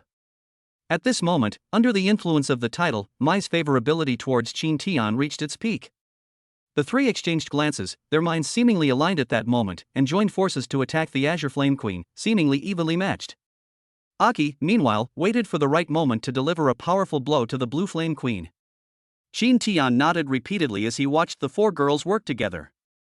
For someone facing a fourth-tier monster queen for the first time, this level of performance is already quite impressive. However, the Azure Flame Queen is only a fourth-tier being. When Mai, Akemi, and Ding Meow Meow launched an attack from three directions simultaneously, and the Azure Flame Queen's longsword could only block one side, her eyes turned blue. Boom! Endless blue flames surged from beneath her feet, crashing towards the three like ocean waves. Aki's spear of wind disappeared into the sea of fire without even a ripple. The sea of flames repelled the three men. Although they did not die, all the cloth covering their bodies was burned away, leaving them completely naked. After all, Qin Tian's healing ability can heal injuries, but it can't repair clothes. The three girls realized they were completely naked, and a wave of shame washed over them. How were they supposed to fight the Azure Flame Queen now? Qin Tian was the only one admiring the scene. Anyway, there was no one else around. The masters had either run away or were dead. What a magnificent sight! How did a battle that was supposed to be serious become so ambiguous? Was the Azure Flame Queen doing it on purpose, or by accident? However, he must give the Azure Flame Queen a big thumbs up. That's great. Anyway, as long as he's there, nothing can happen to the servants. He'll take care of things when the time comes. The queen, who was observing everything, couldn't help but burst into laughter when she saw Qin Tian's expression. What an interesting master! To be excited and happy about this. Her crimson fingernails gently traced the smooth ridgeline of her breasts, then landed on her rumbling belly. A slight smile played on her lips as she softly said, "It's not time yet." As for the battle with the fourth-tier master on the other side, she glanced at it briefly. If the fighting continued like this, her subordinates would suffer casualties. Now is not the time to sacrifice them. She just wants to know the strength of her opponents so she can make the right plan. Step down. She gave the order. The three fourth-tier queens stopped attacking, retreated into the sea of fire, and disappeared. All the fire monsters in the entire fairy tale amusement park also disappeared. If the entire amusement park hadn't been still burning, they would have thought they were just having a nightmare. Qin Tian frowned slightly as he looked at the devastated amusement park. Coming here to play, and it turned out like this, what a bad memory. Of course, there are also good memories, which are. Lord Qin Tian, don't look over here. Akemi screamed, hugged herself, and squatted on the ground. Aki, whose clothes were the only ones that hadn't been burned, rushed over and draped the small suit jacket over Akemi's shoulders. She then discovered that her older sister Mai and Ding Miao were also naked. But she only had one dress. Qin Tian glanced at her furtively, then turned around, took off his clothes, and tossed them to Ma Yi and Ding Miao, leaving himself shirtless. You can wear them first. Thanks. Mai blushed deeply as she put on Qin Tian's shirt. The shirt still carried Qin Tian's warmth and scent. Wrapped in the shirt, she felt as if she were being embraced by Qin Tian again, her face turning so red it was almost bleeding. The title of Harbor of Love Girls is also shining brightly, and under the influence of this dual title, even Mai, who is not good with words, has fallen for it. She felt she had to do something. I must become Qin Tian's servant. Ding Miao, wearing a large coat, cheered, Lord Qin Tian is so kind. So considerate. I will make sure you take me as your servant. After the barrier was lifted, the masters from the security bureau rushed to the scene and began the rescue operation. Song Tianyan from the crisis bureau was raging there. Damn it! Damn it! He ran away. Are you intimidated by my immense power? I should have shown weakness first. Back at the villa, Qin Tian was deep in thought. He felt that the demon queens hadn't left because they were afraid of Song Tianyang. They must be plotting something. Is this another attack targeting me? Chapter 27 Lord Qin Tian? I can't hold back any longer. The thought sent a chill down Qin Tian's spine. The demon queens could smell the scent of an SSS rank master, so they couldn't possibly be unaware that they were an SSS rank master. However, unlike the Black Rabbit, they didn't relentlessly pursue and kill them. Instead, they suddenly retreated when it seemed like a fight to the death was about to break out. The fact that the 4th-tier monster queen was able to retreat without hesitation suggests that a higher-ranking queen was giving the order. They were all just the queen's subordinates. To rise to a higher position? Could it be the 5th rank? Holy crap! A 5th-tier queen has already discovered me? But why didn't she act at that time? Because he was afraid of himself? Or is it out of fear of that 4th-tier master? Whatever it is, he needs to be careful. Not only that, he also needs to reach the 4th level as soon as possible. He has been training with Aki and Akemi lately. Through the 100-fold return system, using the healing optimization ability, one can inject their own power into Aki and Akemi, receiving a 100-fold return. Although the optimization effect cannot inject too much power into a person in a short period of time, the returned power is still considerable. As he increases the number of servants, the cashback he receives may also increase. Akemi, Aki, let's begin training and practice. Akemi and Aki, who were resting, trembled and blushed as they followed Qin Tian to the underground training ground. Mingmei looked at Qin Tian with concern. Lord Qin Tian, we just went through a great battle today, don't you want to rest? Aki also said, Master, there's no need to work so hard. Our magical energy is still circulating. Today's battle is enough for me to digest for a whole day. Qin Tian had no intention of letting them off the hook. Wouldn't it be foolish not to take the shortcut? Rest? Do you think I can sleep? I can't sleep at all as long as those monster queens are dead, not to mention, I suspect there's an even higher queen behind them, directing them. Mingmei's eyes widened in surprise. No way. A queen of even higher rank? That's a 5th-tier queen, isn't it? Aki swallowed hard. Oh my god. A 5th-tier queen has appeared in Donghai City.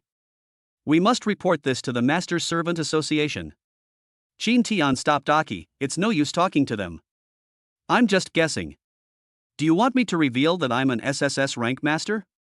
If that happens, a whole bunch of beautiful S-rank servants will probably come to me for contracts, and I might not be able to give you any individual training or real combat experience. Mingmei suddenly shouted, No. Absolutely not. She grabbed Qin Tian's arm, looking pitiful, and said, I don't want Lord Qin Tian to be taken away. I will accept training in real combat, no matter how strict or cruel. I want to become stronger. Aki also hugged Qin Tian, anxiously saying, Master, it may be a bit selfish to say this, but I don't want you to have too many servants. You said you would take care of me and love me. You can't go back on your word. Qin Tian couldn't help but smile as he looked at the two girls' frightened expressions. How could he possibly reveal his SSS rank master identity so casually? If he only had one SSS level talent, it wouldn't matter, he would receive many preferential treatments and conveniences. However, he doesn't only have one SSS level talent, but two, and there may even be more in the future. If my secret were discovered by those above, I might be imprisoned. Strength. We must gain more power. You need to be at least at level 6. Only when he reaches the 7th rank will he have enough say and the ability to resist. At the same time, he also wanted to build a powerful retinue. Thanks to the effects of the 2 titles, he had no need to worry about his servants betraying him. They would be his most loyal death servants. Of course, he wouldn't sacrifice such a lovely girl. Don't worry, I was just joking. I can't train all those servants. Qin Tian patted Mingmei's head, and Mingmei looked pleased. Aki pouted and brought her head to Qin Tian's side, as if she also wanted Qin Tian to stroke her. Qin Tian rubbed the 2 girls' heads and said, "Stop playing around and start training." "I won't hold back this time. I'll beat you half to death. Anyway, as long as you're not dead, I can bring you back to life." Akemi and Aki were trembling all over, but they still obediently picked up their weapons and stood opposite Qin Tian with serious expressions. This time, Qin Tian did not use a sword, but instead used the power he had previously plundered from the bloodstained black rabbit, the black blood chains and a scythe. Swords alone are no longer enough to put pressure on them. Are you ready? "I'm about to go in," Qin Tian reminded him. Mingmei's face was resolute as she shouted, "Lord Qin Tian. Go! Don't hold back. Attack me hard. I can take it all." Seeing Akemi's strength, Aki couldn't be outdone, and she shouted, "Master." "Me too. No matter how you treat me, I won't have any complaints. Every attack you make is filled with love. I can feel it." Qin Tian's heart raced when he heard them say that. He remained silent for a few seconds, and then released countless chains with scythes from behind him. These chains are all formed with magic and are modeled after the blood-stained black rabbit. The blood-red chains, like the tentacles of an octopus, attacked Akemi and Aki from all directions. Mingmei gripped her longsword tightly, knocking away chain after chain. Her eyes were sharp. She was no longer the Mingmei of the past. Facing the blood-stained black rabbit once again, she was absolutely confident that she could kill her opponent single-handedly. However, her opponent is Qin Tian, the person who knows Mingmei's weaknesses best. 3 chains evaded Mingmei's nerve detection and attacked from an extremely tricky angle. Tear it apart. Akemi's clothes were instantly torn apart by the scythe, and the chains wrapped tightly around her body like pythons, constricting her neck, especially around the neck, where the chains squeezed her hard. Her eyes rolled back, and she let out a weak groan. Ouch. It hurts. It's so uncomfortable. I'm suffocating. Mingmei, who was tightly sealed off, turned pale and then red, like a rose about to wither, tragically beautiful and broken. On the other side, Aki kept dodging the chains, constantly increasing the distance and not giving them a chance to get close. However, Qin Tian would not let Aki off so easily. He personally took action and rushed towards Aki. The scythe in his hand spun, cutting through Aki's training uniform and leaving countless slashes on her chest, creating a stunning contrast of white and red. Aki let out a wail, collapsed to the ground, her brows furrowed, looking utterly disheveled, like a chrysanthemum that had just weathered a storm. Qin Tian shook his head, picked up Aki, released Akemi, and held them in his arms. He then healed their injuries. In an instant, all their injuries were restored, except for the bloodstains on their clothes. Mingmei gently opened her eyes, looked at Qin Tian's face so close to hers, blushed, couldn't help but kiss Qin Tian, then covered her face and whispered, "I'm sorry, I couldn't even last a minute before I was defeated." Aki, on the other side of his arms, also woke up. Seeing that Akemi had actually kissed Qin Tian, she was incredibly bold. Her eyes widened, and then she closed them reluctantly, raised her chin, and pouted. "Master, I want a kiss too. Just a kiss will make me stand up again." Qin Tian reluctantly kissed Aki, but Aki took advantage of the situation and launched an attack on him. Aki was completely satisfied. She slightly raised the corners of her slightly swollen mouth, glanced at Akemi who was covering her face and peeking through her fingers, and felt extremely smug. Mingmei bit her lip, no longer shy, and hugged Qin Tian, then pushed him to the ground. "Hey! Training isn't over yet!" Qin Tian exclaimed in surprise. As a result, Mingmei blushed and shouted, "Lord Qin Tian, you said it yourself, training is real combat." "Real combat is training. I am training right now." Aki laughed and said, "Akemi, well done." "Hello?" The battle ended at 1 a.m. He looked at Akemi and Aki, who were exhausted and asleep on his body, and smiled. They have just optimized their bodies to their limits. As a knight, Mingmei's reflexes were still too poor, so he optimized her nerve sensitivity. Aki is used to ranged combat, and her physical endurance is too poor. He optimized Aki's physical endurance so that during the actual combat just now, even when he attacked with all his might, she was able to withstand it. Looking at the two lovely girls, Jin Tian thought for a moment, then got up to prepare hot water for them, intending to wash away the sweat from their hard work. While the water was being drained, Jin Tian's phone rang. Upon looking at the caller ID, he was surprised to see it was Mai. He was a little puzzled. Why was Mai calling so late? After the call connected, he heard Mai say something. Lord Jin Tian. I can't hold back any longer. Chapter 28. The door knocked at midnight. The god of war at the entrance. Hey! What are you saying? Jin Tian was shocked. Why did Mai's first words come out like this? What happened to her? Mai said, her voice trembling with tears, I don't know. I don't know. Ever since I came home, I haven't been able to stop thinking about you. I feel like I'm going crazy. I've never felt like this before. But during the day, I don't know why, when I encounter danger, the first thing I think of is asking you for help. I always overcome problems on my own, but yesterday, I don't understand why I wanted to ask you for help the first thing. Jin Tian seemed to know why, because he had a title given to him by the system, Light of Desperate Girls, and any girl who encountered danger would immediately think of asking him for help. Once you help her, she will increase her loyalty and favorability towards you. Also, when you see me in a difficult situation, you give me the clothes to ease my distress, Mai continued, her voice trembling slightly.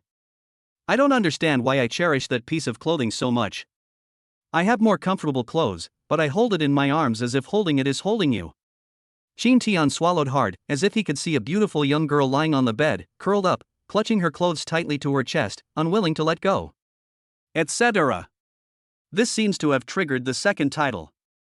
Harper of Love for Maiden's Achievement Effect. Maidens who receive your favor will have their affection for you greatly increased, and they will be willing to give their lives to repay your kindness. He quickly checked Mai's favorability rating. Holy crap! 100. Mai's favorability rating was difficult to increase, but because of 2 titles and 2 actions, her favorability rating directly increased to 100.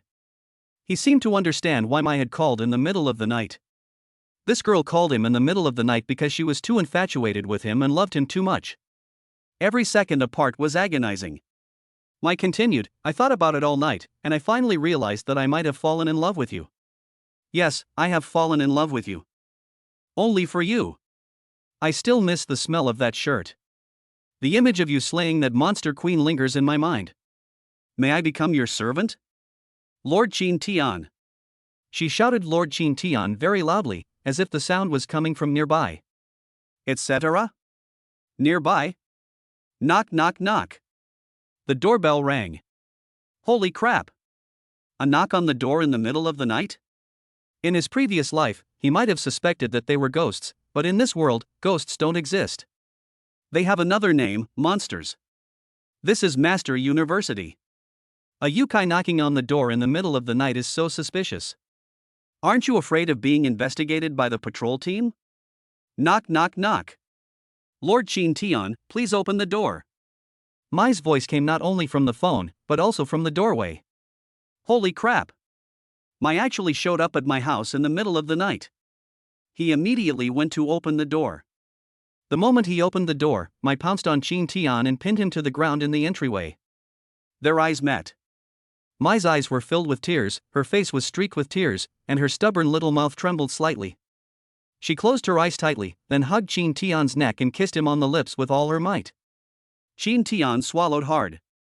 Why was Mai suddenly so proactive? Etc. Don't do that. This is the entryway. But Mai wouldn't let him go. Jin Tian wanted to push Mai away, but after feeling the overflowing love from her, he gave up. They had no choice but to accept their fate. Good heavens, the famous scene from Yuan Mao Kong actually happened to me. Although the character isn't a younger sister type like Sora, Mai, a mature and older sister type, still has her own unique charm. He could only pray that no one else would come, except for Mai. He didn't want to. With a creak, the door opened, and a flashlight shone on Jin Tian's face. A master complained in the middle of the night that someone was yelling and shouting, you know. The girl on patrol blushed with embarrassment upon seeing the scene before her and quickly apologized. I'm sorry. I didn't know Master had this hobby. I was wrong. Please don't complain about me. I don't want to lose my credits, I don't want to get a demerit, otherwise my favorite master will hate me. Qin Tian felt utterly hopeless. Whatever he didn't want to happen, happened. Now look what happened, the society is dead. The god of war at the entrance is a name he truly deserves. He tried to persuade Mai, but found that she had her eyes closed and didn't seem to care about anything, so he changed his target and said to the patrol girl, "Could you close the door? It looks like someone is coming." The girl quickly apologized again, "I'm sorry. Please don't complain about me. Don't report me. I really didn't mean to." Qin Tian's face twitched slightly, and he said again, "Close the door." As if caught in a loop, the girl said again, "I'm sorry. Please don't complain about me. Don't report me. I really didn't mean to." "Who is Lord Qin Tian?" Mingmei's voice came from behind, and Qin Tian thought to himself, "This is bad. Is this a trend that will make more people aware of this?" With a thud, Akemi collapsed to the ground, pointing at Qin Tian. "Lord Qin Tian, you. What are you doing here?" "Ah!" Aki cried out, "Sister. What are you doing? Get up. Everyone's watching." Mai hugged Qin Tian tightly, shouting, "No. No. I won't let go of Lord Qin Tian. Lord Qin Tian won't accept me as his servant. I will never let go. I will never be separated from you." He hugged Qin Tian tightly, his whole body convulsing, his heart pounding wildly, as if he were resonating with Qin Tian's heartbeat. Seeing that even more people were about to arrive, Qin Tian made a snap decision, picked up Mai, pulled the patrol girl inside, and then closed the door. Leaning against the door, I finally breathed a sigh of relief and relaxed completely. Then he looked at Mai, who was hugging him and crying and sobbing, and then at the three girls who were dumbfounded. I couldn't help but facepalm. These two titles are terrifyingly effective. How could Mai be turned into such a terrifying woman? He was about to say something to the girl on patrol when she spoke again, almost unconsciously. "I'm sorry. Please don't complain about me. Don't report me. I really didn't mean to. What a tragedy." Chapter 29, Accepting Mai's Confession. Qin Tian held Mai in his arms, waiting for her to calm down. Mai, who came to his house in the middle of the night, was wearing a thin red sundress. He held Mai and gently stroked her smooth back, patting it lightly. With her close at hand, I could feel her gradually soothing me. After things started to go as expected, he looked at the girl on patrol. "Don't talk nonsense about what you saw. If I find out, I will definitely report you and sue you for trespassing in the master's house." The girl pouted.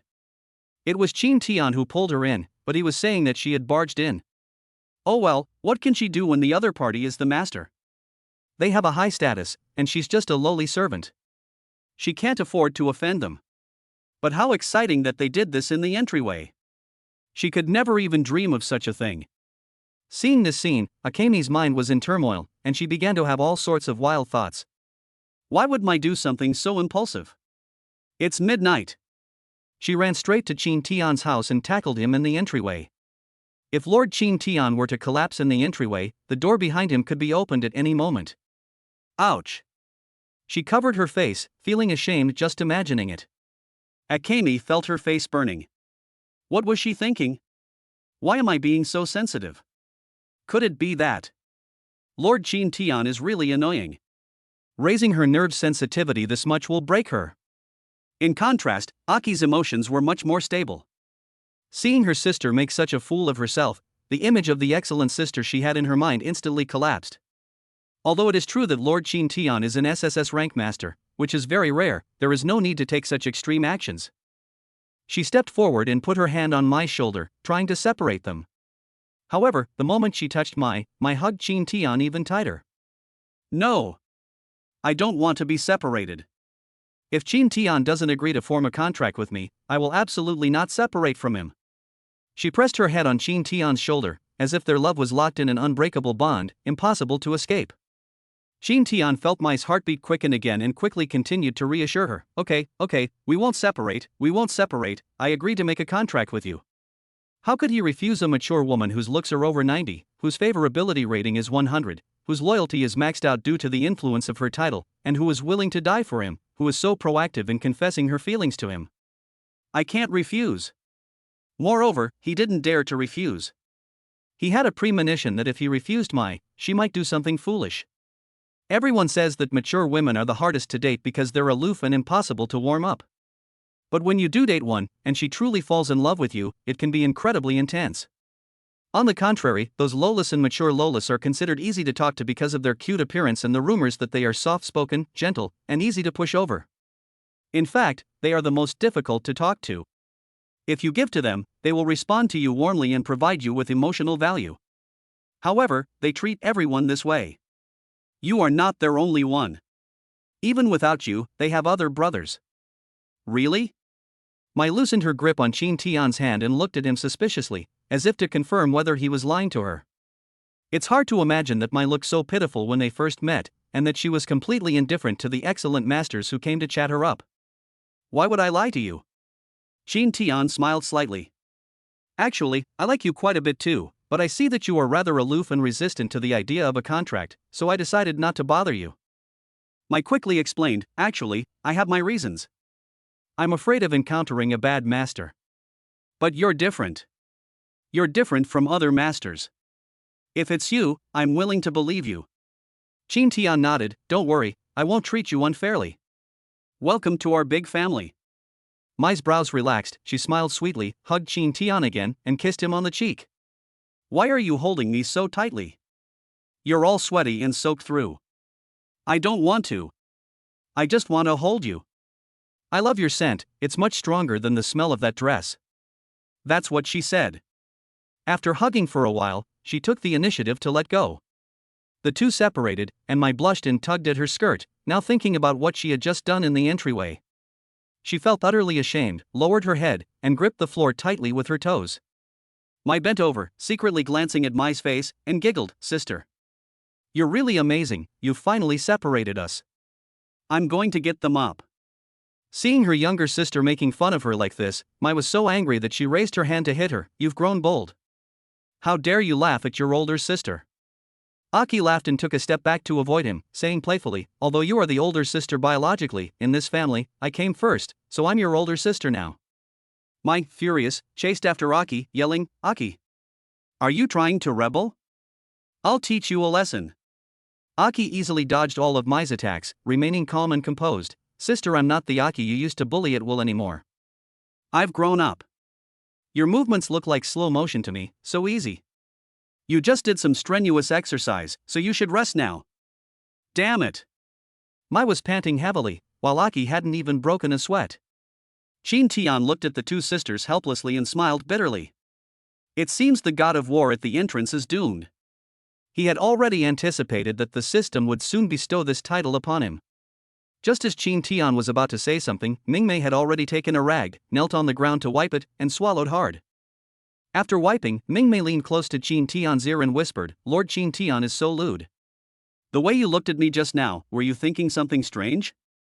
Qin Tian coughed quickly, you noticed? Mingmei gave Qin Tian a resentful look and rolled her eyes. You raised my nerve sensitivity so much, I noticed it right away, you're so mean. Qin Tian said righteously, I'm only doing this for your own good. You were in such a state during training just now. If your opponent hadn't been me, but the real Demon Queen, you would have been dead long ago. Akemi gently bit her lip, I know, so please be gentle with me next time, it really hurt a little. Qin Tian smiled slightly, I see you like it quite a bit, don't you? Besides, seeing you almost broken makes me want to bully you even more. Mingmei blushed and stomped her foot, saying, Lord Qin Tian is so mean. I'm ignoring you. After saying that, she turned and left, opened the bathroom door, and locked it with a click. Qin Tian finally looked at the girl on patrol and frowned slightly, why are you still here? The girl stared at Qin Tian in disbelief, wow. Master, you're amazing. You have 3 such beautiful servants. No one in the entire master's dormitory area is enjoying themselves more than you. Qin Tian was quite pleased to receive the praise.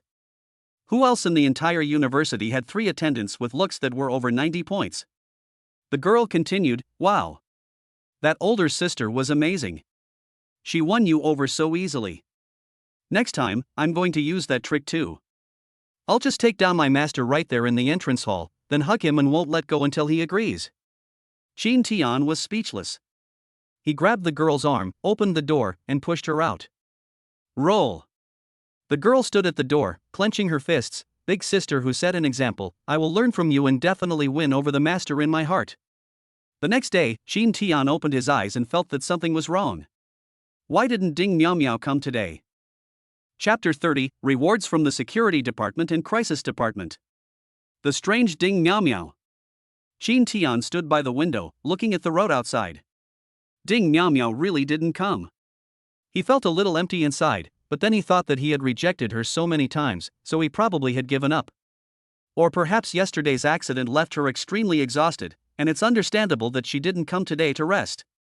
Without thinking further, Shin Tian arrived at the restaurant and saw Akemi setting the plates while Aki was cleaning the kitchen. Where's Mai? Shin Tian asked. Aki smiled and said, Mai is in the underground training ground. After you optimized her yesterday, she seems to have a new idea and is experimenting with it. Aki put down the dishcloth, wiped her hands, and said, I'll go call her for dinner. Akemi stood by the dining table and waved, Lord Shin Tian, come and eat. Aki and I made bacon, fried eggs, and scallion pancakes. Shin Tian sat down, and Mingmei quickly placed breakfast in front of him. He gazed at Mingmei's radiant profile, completely captivated. He raised his hand, cupped Mingmei's face, gently pinched her chin, and kissed her. Mingmei was slightly taken aback, but did not resist. After they separated, her pretty face flushed red, and she lowered her head and said softly, Lord Shin Tian, you're not behaving properly since you woke up this morning. You were so tired yesterday, why are you still thinking about this? Shin Tian admired Mingmei's shy expression and smiled, it was just a good morning kiss. What are you thinking? Could it be, that's all that's on Mingmei's mind? Ah! Mingmei cried out in surprise, Lord Shin Tian is so mean, he just likes to bully me. Oh, right. Mingmei gently pulled her hand away from Shin Tian's. I also made abalone and ham soup. I'll bring it to you. She jogged along, and Shin Tian watched Mingmei's back, his gaze lingering on her slender legs and bare feet beneath her skirt. She looked adorable no matter how you looked at her. She happily brought the soup over, placed it in front of Shin Tian, gently touched the bowl, and then immediately withdrew her hand and pinched her ear. It seems a bit hot. Lord Shin Tian, please have breakfast first before drinking it. The temperature should be just right then. Shin Tian opened his mouth, I want you to feed me. Mingmei trembled slightly and nodded gently, okay. Shin Tian was enjoying Akemi's personal service with a satisfied expression. Not long after, Aki came up with Mai. Mai sat not far from Shin Tian, staring at him. She seemed to have regained her composure, but thinking about what happened last night, she still felt shy and incredulous. Are you really willing to make a contract with me? Shin Tian couldn't help but chuckle, how could it be fake? Mai was silent for a moment, then asked, why did you agree so quickly? Shin Tian shrugged, you pressured me so much back then, I had no choice but to agree. Mai's originally pale skin flushed pink. She immediately picked up a piece of scallion pancake, rolled it with a fried egg and bacon, and put a ham in her mouth, chewing vigorously. Shin Tian smiled as he watched Mai try to distract herself by eating breakfast, and continued, however, I actually like you being so pushy. So, let's go make a contract today. When we get back, I'll show you just how strong I really am. I'll tell you, you'll never regret choosing me. Mai didn't say anything, she just kept eating, as if she had used up all her energy last night and needed to replenish it quickly. Upon arriving at the Master's Attendant Association, Shin Tian noticed that the way the people there were looking at him was strange. Whenever a master sees him, they look at him with disdain and then turn away. The servant's eyes lit up when he saw him, and he wanted to ask for his contact information, but when he saw the three beautiful girls beside him, he felt ashamed and stopped in his tracks. When I arrived at that office, it was the same old friend. Upon seeing Shin Tian, he burst into laughter. I was wondering when you would come again, but I didn't expect to run into you again so soon. He glanced at Mai, a slight smile playing on his lips, and said without any hesitation, young man, you're really lucky with women. You're going to contract another beautiful servant? Do you know? The whole of Donghai City is talking about you right now. Shin Tian ignored the gossip and frowned slightly, asking, what's going on? The official laughed and said, everyone is saying that the servant you nurtured with love is much stronger in combat than other servants. He can not only kill the third-tier monster queen, but also hold back the fourth-tier monster queen. He is very outstanding. As he spoke, he took out 2 cards and handed them to Shin Tian. This was given to our association by the Security Department and the Crisis Department. They asked me to give it to you. I originally wanted to arrange for someone to deliver it to your home, but you came first, so I can give it to you in person. Jean Tian looked at the two cards. The first one was a black card with the Great Wall pattern engraved on it, the Great Wall representing the Security Bureau. The other card is a red card engraved with a dragon totem. This one belongs to the Crisis Bureau. The official explained, the Ministry of Security, in gratitude for your servant's success in defeating the Tier 3 Monster Queen, has awarded you a 10 million tael bonus, as well as a qualification certificate for crafting Tier 3 servant weapons. He looked on with envy. TSK, the weapon that the security department made from the Monster Queen's body material is extremely powerful. Generally speaking, only S-rank masters are qualified to apply for a weapon that can be custom made for their servants, and there is only one qualification per year. Your servants saved so many people, so you were specially rewarded with this. Jean Tian nodded. Please thank the leaders of the security department for me. I will definitely make good use of this qualification to improve the combat effectiveness of my attendants. He smiled and continued to explain the second card. This card was applied for you by Commander Song Tianyang. It contains a bonus of 1 million. Although it's not a lot of money, you should pay attention to another use for it. This card means that you can access special information from the Crisis Department about the Monster Queen. He asked me to tell you that he thinks highly of you. He believes that although you are only F rank, you are very capable in training servants. The 3 vanished Monster Queens may reappear. He wants you to study these available materials carefully and not be hunted by the Monster Queens. Jean Tian nodded. I will. Then, can you help me sign the contract? I want to form a contract with this Yuan Mai. The official glanced at Ma Yi, waved his hand, and signed the document with great ease. Then he chuckled and said, with so many beautiful maids under contract, don't overwork yourself tonight. Make sure you arrange things reasonably, understand? Jean Tian smiled and replied that he had an SSS level, healing, ability at most. His magic power would be consumed a little quickly, but he wouldn't get tired. After completing the contract with Mai and stepping out of the Master Servant Association, a fiery red-haired girl stood expressionless in front of him, her eyes dark and gloomy. Jean Tian was slightly taken aback. Ding Miao Miao? Oh, she's alright. That's good. Jean Tian glanced at Ding Miao Miao's personal panel as usual and was surprised to find that something was wrong. My appearance score has reached 90, which meets the system's requirements, but a strange phenomenon has appeared in the favorability rating section. Affection level, 100 or 100. Chapter 31 Directly to Death with the Evil Eye. Queen Qingling is approaching the city. Is this how you get a favorability rating? Jean Tian didn't understand. He could understand Zhang Yibai. He guessed that, like Mai, he was influenced by the title and only agreed with him. But what does 100 mean? This level of affection should make you want to kill him immediately. Every second that passes is torture.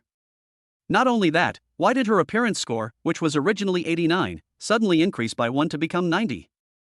Could it be that her temperament has changed, making her look a little more attractive? The current Ding Miao Miao is not like before, constantly groveling and fawning over him like a lapdog. Instead, she exudes a bit of arrogance and nobility. He also discovered. Ding Miao Miao looked at him with greed, love, desire, and bloodlust. This is in front of the Master Servant Association. She can't be crazy enough to kill him here, right? He tentatively asked, Ding Miao Miao, what's wrong? Ding Miao Miao glanced at Jean Tian and smiled slightly. Nothing much, I just ran into Lord Jean Tian outside and was so happy that I forgot to say anything. Jean Tian didn't believe Ding Miao Miao's answer at all. There wasn't a trace of happiness in her eyes or expression just now. Ding Miao Miao then said, Excuse me, Lord Jean Tian, I have something to attend to, please excuse me for a moment. After saying that, Ding Miao Miao walked towards the Master Attendant Association, without looking at Jean Tian again.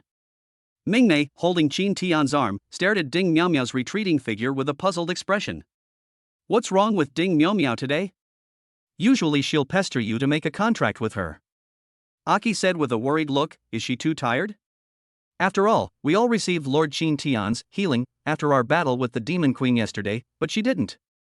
Mai curled her lip and said impatiently, why bother with so much? Every servant has their own ideas. She probably gave up because she couldn't get what she wanted and wasn't willing to sacrifice herself. If she really liked Lord Jean Tian, she would stop at nothing to achieve it.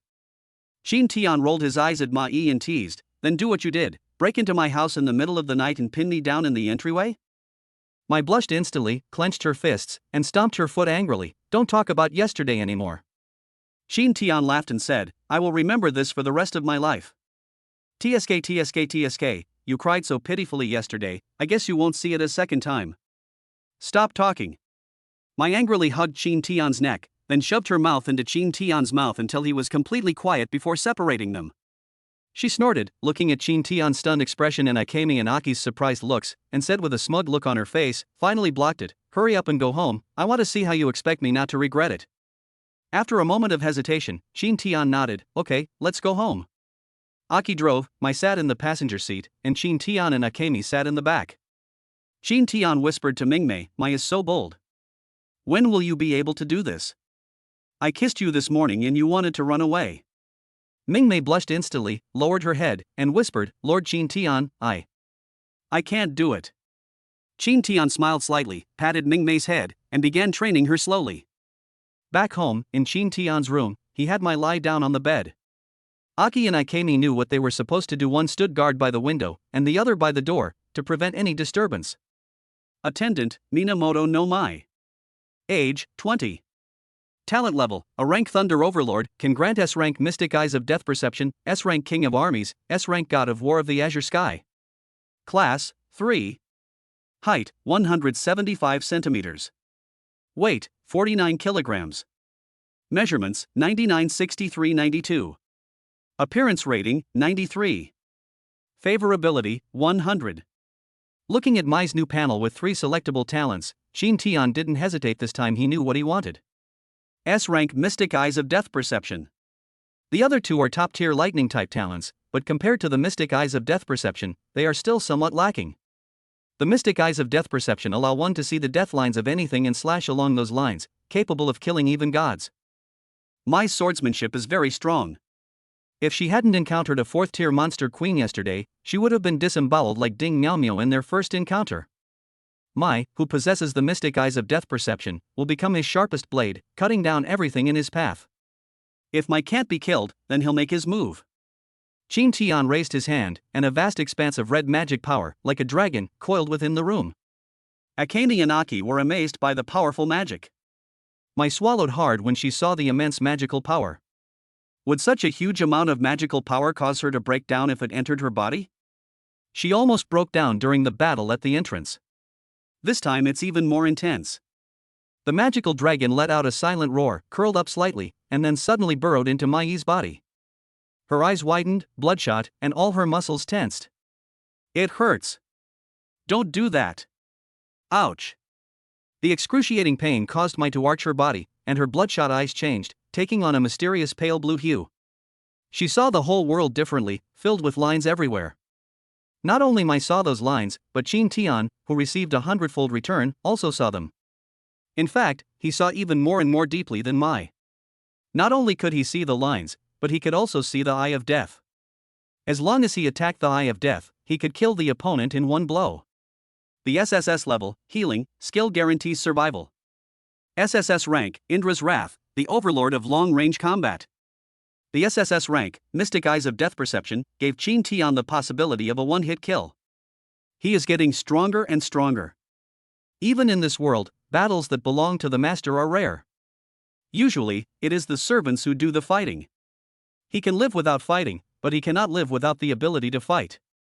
Those top-tier monster queens and nymph empresses are all freaks. Even with so many abilities, he wouldn't dare say he could defeat them. Putting aside abilities, the difference in basic stats alone is enormous. After receiving the ability, Mai was covered in sweat, and the blanket was soaked with her sweat. She breathed heavily and looked at the unfamiliar world in front of her, in disbelief. She awakened a second time? No way. Aki told her that after making a contract with Qin Tian, she experienced a second awakening when magic was injected for the first time. She just thought that Akemi and Aki were really lucky. She could only attribute her awakening once, twice, and even twice to luck. But now she doesn't think that way anymore. She stands up, looking at Qin Tian's smiling face, feeling confused, admiring, and amazed. This guy can definitely make the servants awaken a second time. Damn it!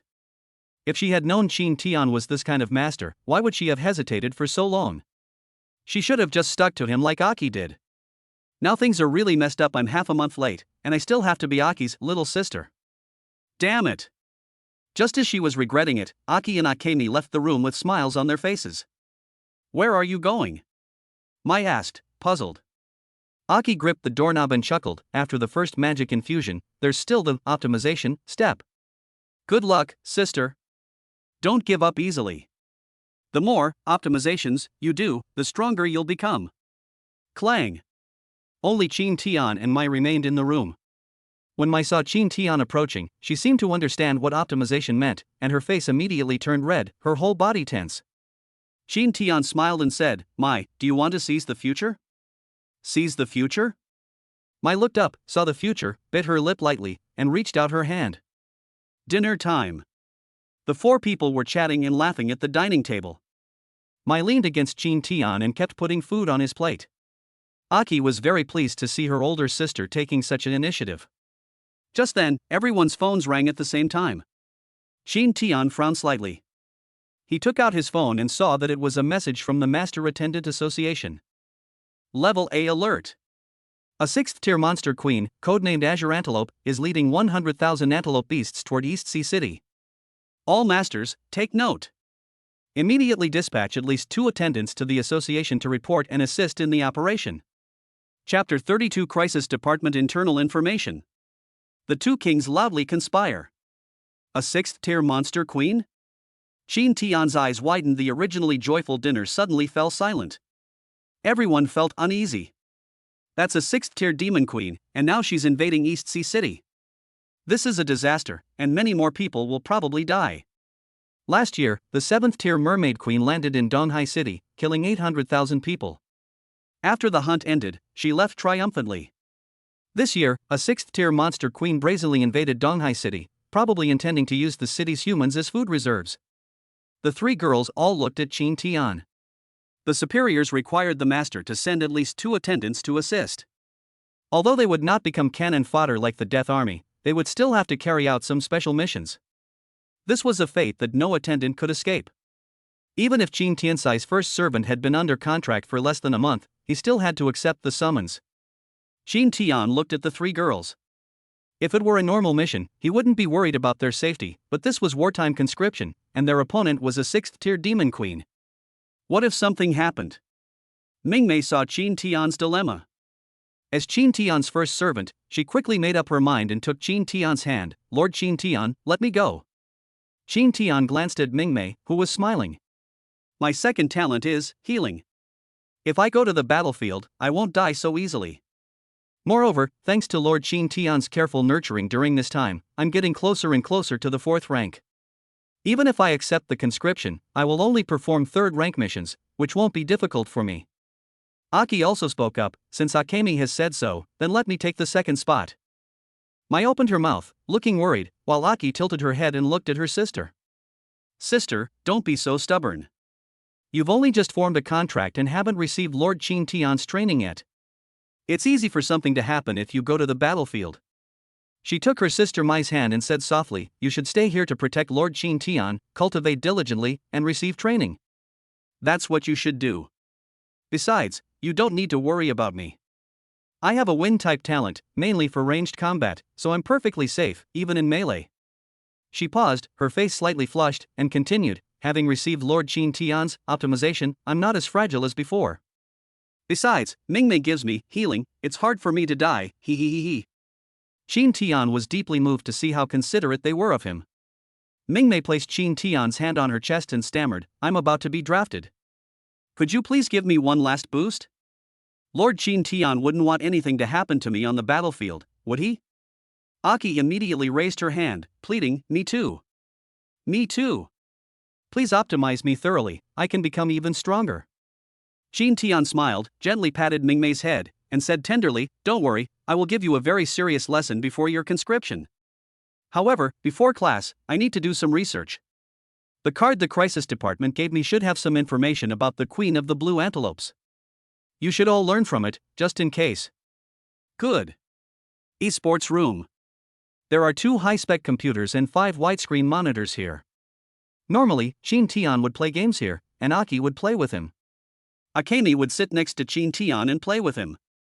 From time to time, Akemi would crawl under the table to bother Qin Tian while he was playing games. Qin Tian and Yaji didn't dare to use voice chat while playing games, fearing that their teammates would notice something was wrong. This time, everyone was very serious, watching Qin Tian turn on his computer, access the IP address on the card, and scan the card information multiple times with his camera as required.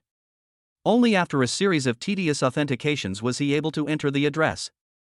Once inside, Qin Tian felt as if he had entered a new world. Inside, there was a forum and a database. Any brothers free? Let's take down the 5th tier purple-eyed empress together. We'll split the reward. Requirements: master must be at least 5th tier, and at least 3 servants must be at least 5th tier. I discovered the main ingredient of a rare healing potion, the Jade White Lotus Seed, but it's guarded by 3 4th tier monster queens. Is there any master who has time to come and make some money? Director Liu of the Anxi City Security Bureau has advanced to the 6th level and will be holding a banquet next month. Let's all go and have a meal together to congratulate Director Liu. Looking at the densely packed posts, this place is clearly a chat circle for high-ranking masters. That makes sense. The Crisis Department is a gathering place for high-ranking masters, and they share information here. You can't find this kind of information on the internet. Song Tianyang really gave himself a good thing. Even the 3 women in Mai were attracted by the information above. 4th tier masters, who are rarely seen in normal times, are just ordinary beings here. You can even see news about 6th tier or even 7th tier masters. To them, these masters were practically gods, celestial beings. They were very curious about the contents of the posts, but they didn't dare to tell Qin Tian what to do. They just secretly hoped that Qin Tian would also be interested in those posts and click on them. Qin Tian didn't have time to look at these things. He went straight to the search bar and typed in Queen of the Azure Antelope. Search. The page was refreshed, and the number of posts decreased significantly, leaving only 13 posts on the page. Qin Tian opened a post titled Summary of the Reasons for the 3 Failed Attempts to Annihilate the 6th Tier Blue Antelope Queen. Upon entering, the first thing you see is information about the Queen of the Blue Antelopes, with a high-definition picture pinned to the top. It was a female monster with 4 legs, like a centaur. She has a pair of long antlers on her head, elegant lake green hair, 6 magic patterns painted on her face, and cold, arrogant amber eyes. The upper body was covered by white bones, with the shoulders, elbows, and wrists heavily protected. The chest line resembled the Western Plateau, covered by white bones in the Northern Hemisphere. The smooth abdomen had 8-pack abs, and the sides of the waist and lower body were covered by thick white fur. In the photo, she holds a long, curved spear high, as if it were a tree branch she had picked up casually. The tip of the spear glows with a green light, clearly indicating that this is not an ordinary weapon. The author begins his introduction with the first sentence. The Queen of the Blue Antelope, the ruler of the plains, according to incomplete statistics, has hunted down a total of 1,286 masters, including 72 4th tier, 12 5th tier, and 1 6th tier. Her longest range attack, up to the maximum range of her weapon, was locking onto a target 1,000 kilometers away, firing her spear, and killing a 4th tier master. This is an extremely dangerous monster queen. Meanwhile, on a plain 500 kilometers west of Donghai City, by a lake, the Queen of the Blue Antelopes was being teased by a red-haired girl. Ah! Queen Qingyi blushed deeply, trying to break free from the red-haired girl on top of her. Stop it. China. He. The girl straddled the blue antelope, hugging it from behind and refusing to let go. Blue antelope, you really came. I thought you weren't coming. Qingling turned to look at the red-haired girl behind her. I'm just helping you draw away the main fighting force of Donghai City. Are you really okay with that? That's a master with double SSS level talents. The red-haired girl shrugged. What's there to be afraid of? At worst, I'll die. But if I succeed, I'll catch up with you very soon. After I kill him, do you want me to share some with you? The blue antelope licked its lips. Sure. The red-haired girl laughed. Then you'd better hold them off well. I've already used mind control to hypnotize one of the girls next to him. Next, I'll use that girl to lure the master out alone, while my subordinates surround and attack the master from the crisis department, leaving him isolated and helpless. That will be a fatal blow. As she spoke, the red-haired girl's lips curled into a ferocious smile, and her eyes turned bloodshot, as if a ball of fire was burning within them. Chapter 33: The Storm is Brewing. Ding Miao Miao's meeting. After reading this article, everyone finally had a sufficient understanding of the Queen of the Blue Antelopes. Aki exclaimed in surprise, so, we're now within the Blue Antelope Queen's attack range? Mai frowned slightly. It seems so, but it's not that exaggerated. It's undeniable that she has great destructive power and a long attack range, but she still has to be able to hit the target. How can she lock onto a target at 1,000 kilometers? I guess this record is an accident. Mingmei placed her hand on Qin Tian's shoulder and asked worriedly, Lord Qin Tian, could it be that she came because she found you? Could those monster queens we encountered yesterday be her subordinates or allies? Qin Tian patted Mingmei's hand and agreed, it's quite possible. One of them is threatening Donghai City from outside, while the other is inside Donghai City, taking advantage of the city's weakened military strength to incite unrest within the city. Aki squatted down beside Qin Tian and took his hand. Then isn't Lord Qin Tian in danger too? If we all go out to fight Queen Qingling, who will protect you? Mai grabbed Aki by the back of her collar and said coldly, Aki, have you forgotten me? With me by Lord Qin Tian's side, you can rest assured. I've also awakened twice, and now I'm not much weaker than you. Even a 4th-tier queen, I'm confident I can kill her. Aki looked worried, hesitated, and stammered, but... Qin Tian patted Aki's head, kissed her forehead, and said gently, don't worry, a 4th-tier queen is easy for me, a 5th-tier queen is no problem either, and even a 6th-tier queen is not impossible to fight. I didn't make a move yesterday just because I didn't want the crisis department to know my strength. Looking at Qin Tian's confident eyes, Aki nodded slightly, but still reminded him, don't be reckless. I don't want anything to happen to you. Qin Tian nodded. They then looked at some information about the Queen of the Blue Antelopes. Her destruction of cities was so devastating that if the city's army couldn't be stopped from the outside, and she were to invade, hundreds of thousands of people would be killed or injured. She was a truly despicable monster queen. That evening, Qin Tian gave Mingmei and Aki one last optimization. The next day, Qin Tian still didn't see Ding Miaomiao appear, which was a bit strange. Why did Ding Miaomiao seem like a different person? The favorability rating is strange, and my appearance has also changed. With a beauty score of 90, she had already met the threshold for the contract, but she gave up just like that. If he encounters them again, he will ask them for clarification. Qin Tian took Mingmei and Aki to the Masters Attendant Association to register their information.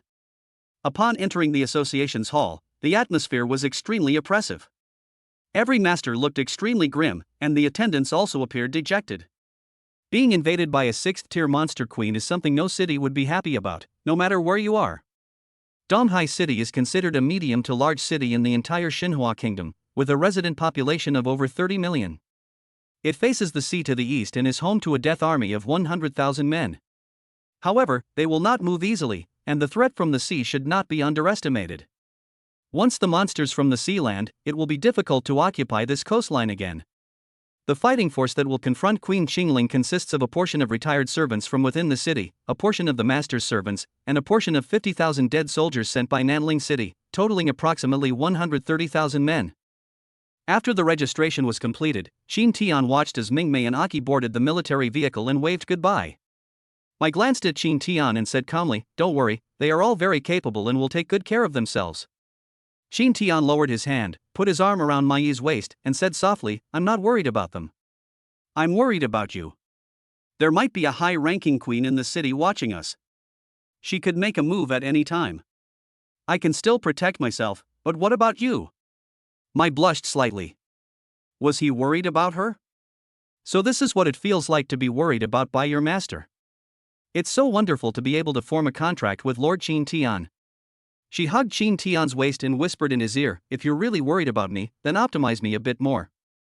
I feel like my potential is much greater than this. Qin Tian chuckled, thinking that Mai was indeed bold. Snap. Ouch. Mai was so frightened that she threw herself into Qin Tian's arms. You're such a greedy cat, Qin Tian smiled slightly, gazing at Mai's beautiful face, are you ready? During this time, Aki and Akemi won't be there to help you share the pressure of training and combat. Mai blinked, hugged Qin Tian's neck, kissed him on the cheek, and whispered, the greater the pressure, the faster I grow, isn't that right? Qin Tian smiled slightly, put his arm around Mai's waist, and walked back to the parking lot. Just as Qin Tian was about to open the car door, he saw a fiery red figure standing in the distance, staring at him. The figure was Ding Miaomiao. Qin Tian thought for a moment, then let Mai get into the car first. He walked towards Ding Miaomiao, looked at the girl who was standing motionless in front of him, and asked, what are you doing here? Ding Miaomiao looked at Qin Tian, remained silent for a long time, and then said, Lord Qin Tian, am I really useless? Qin Tian frowned slightly.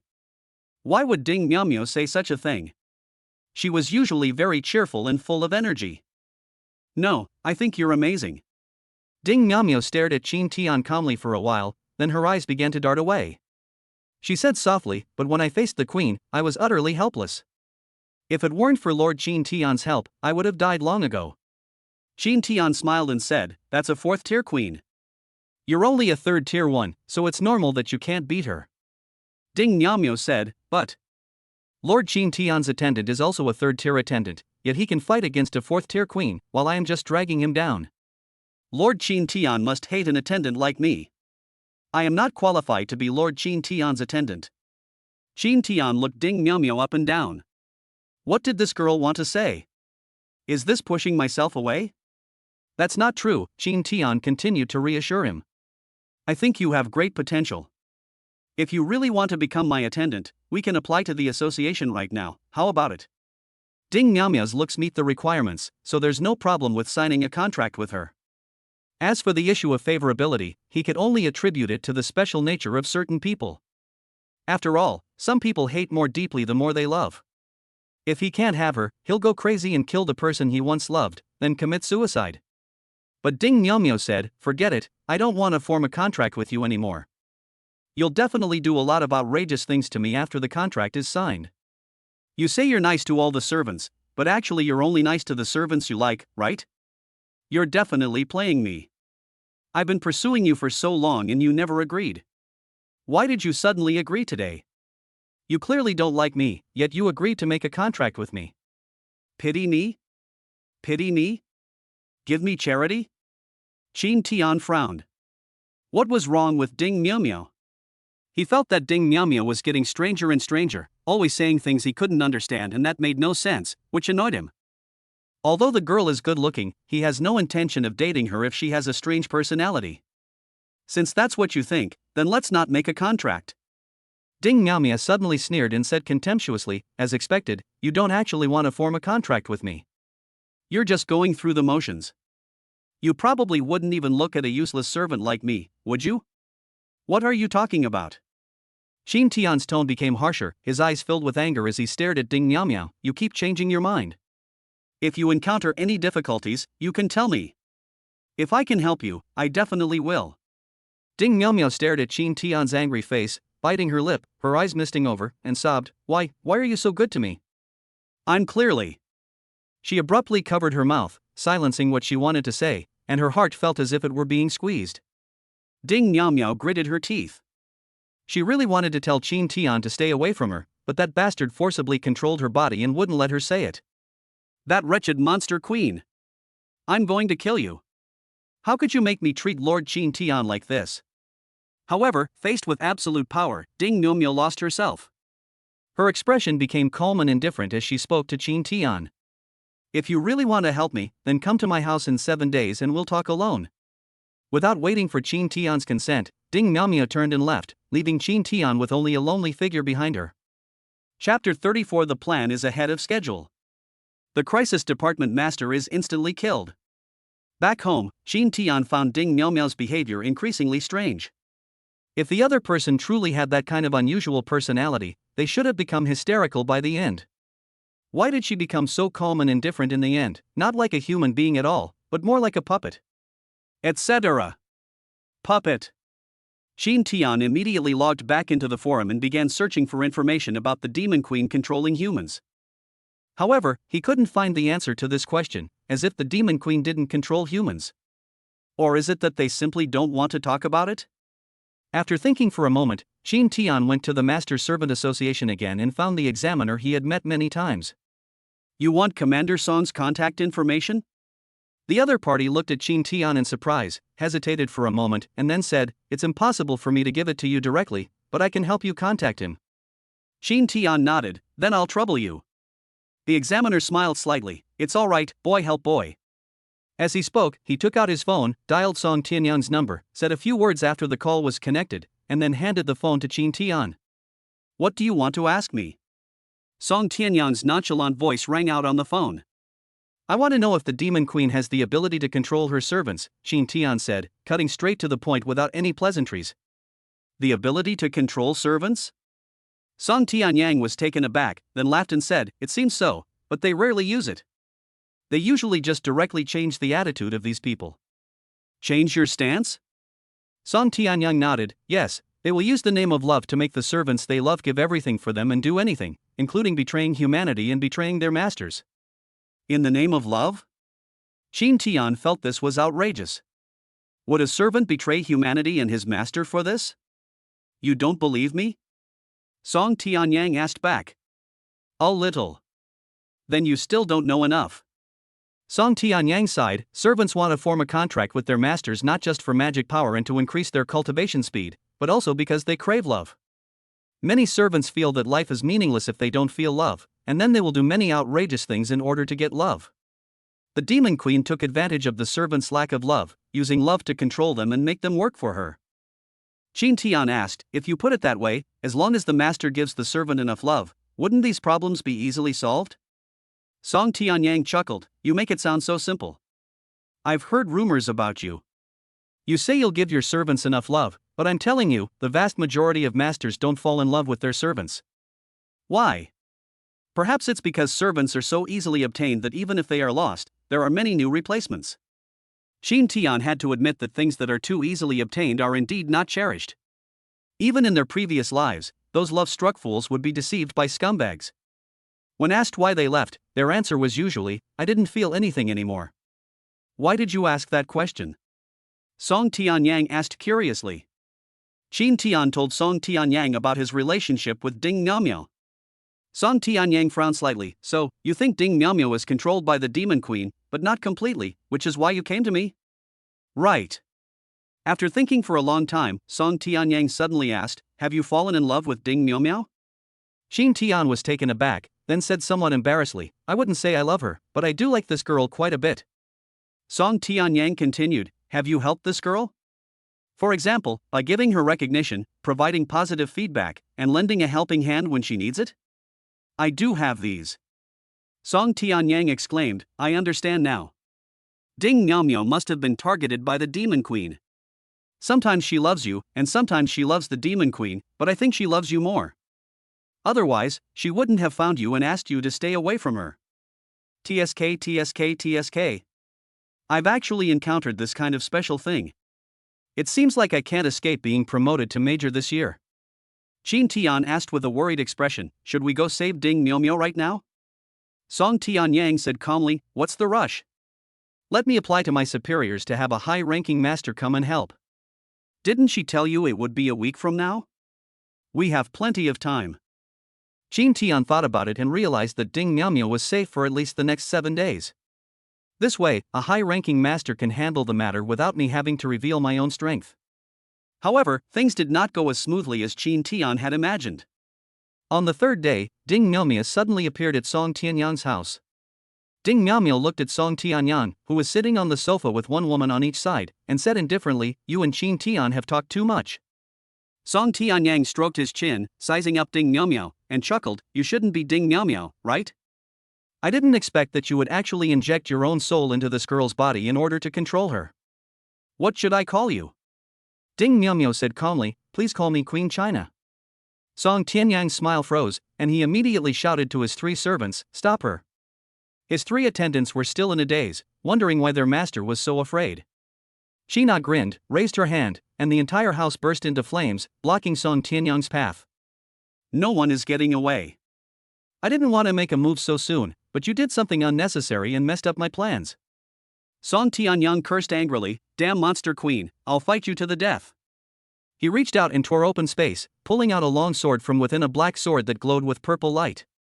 Gripping his long sword tightly, Song Tianyang charged toward Sheena, shouting to his attendants, don't just stand there. If you don't want to die, charge with me.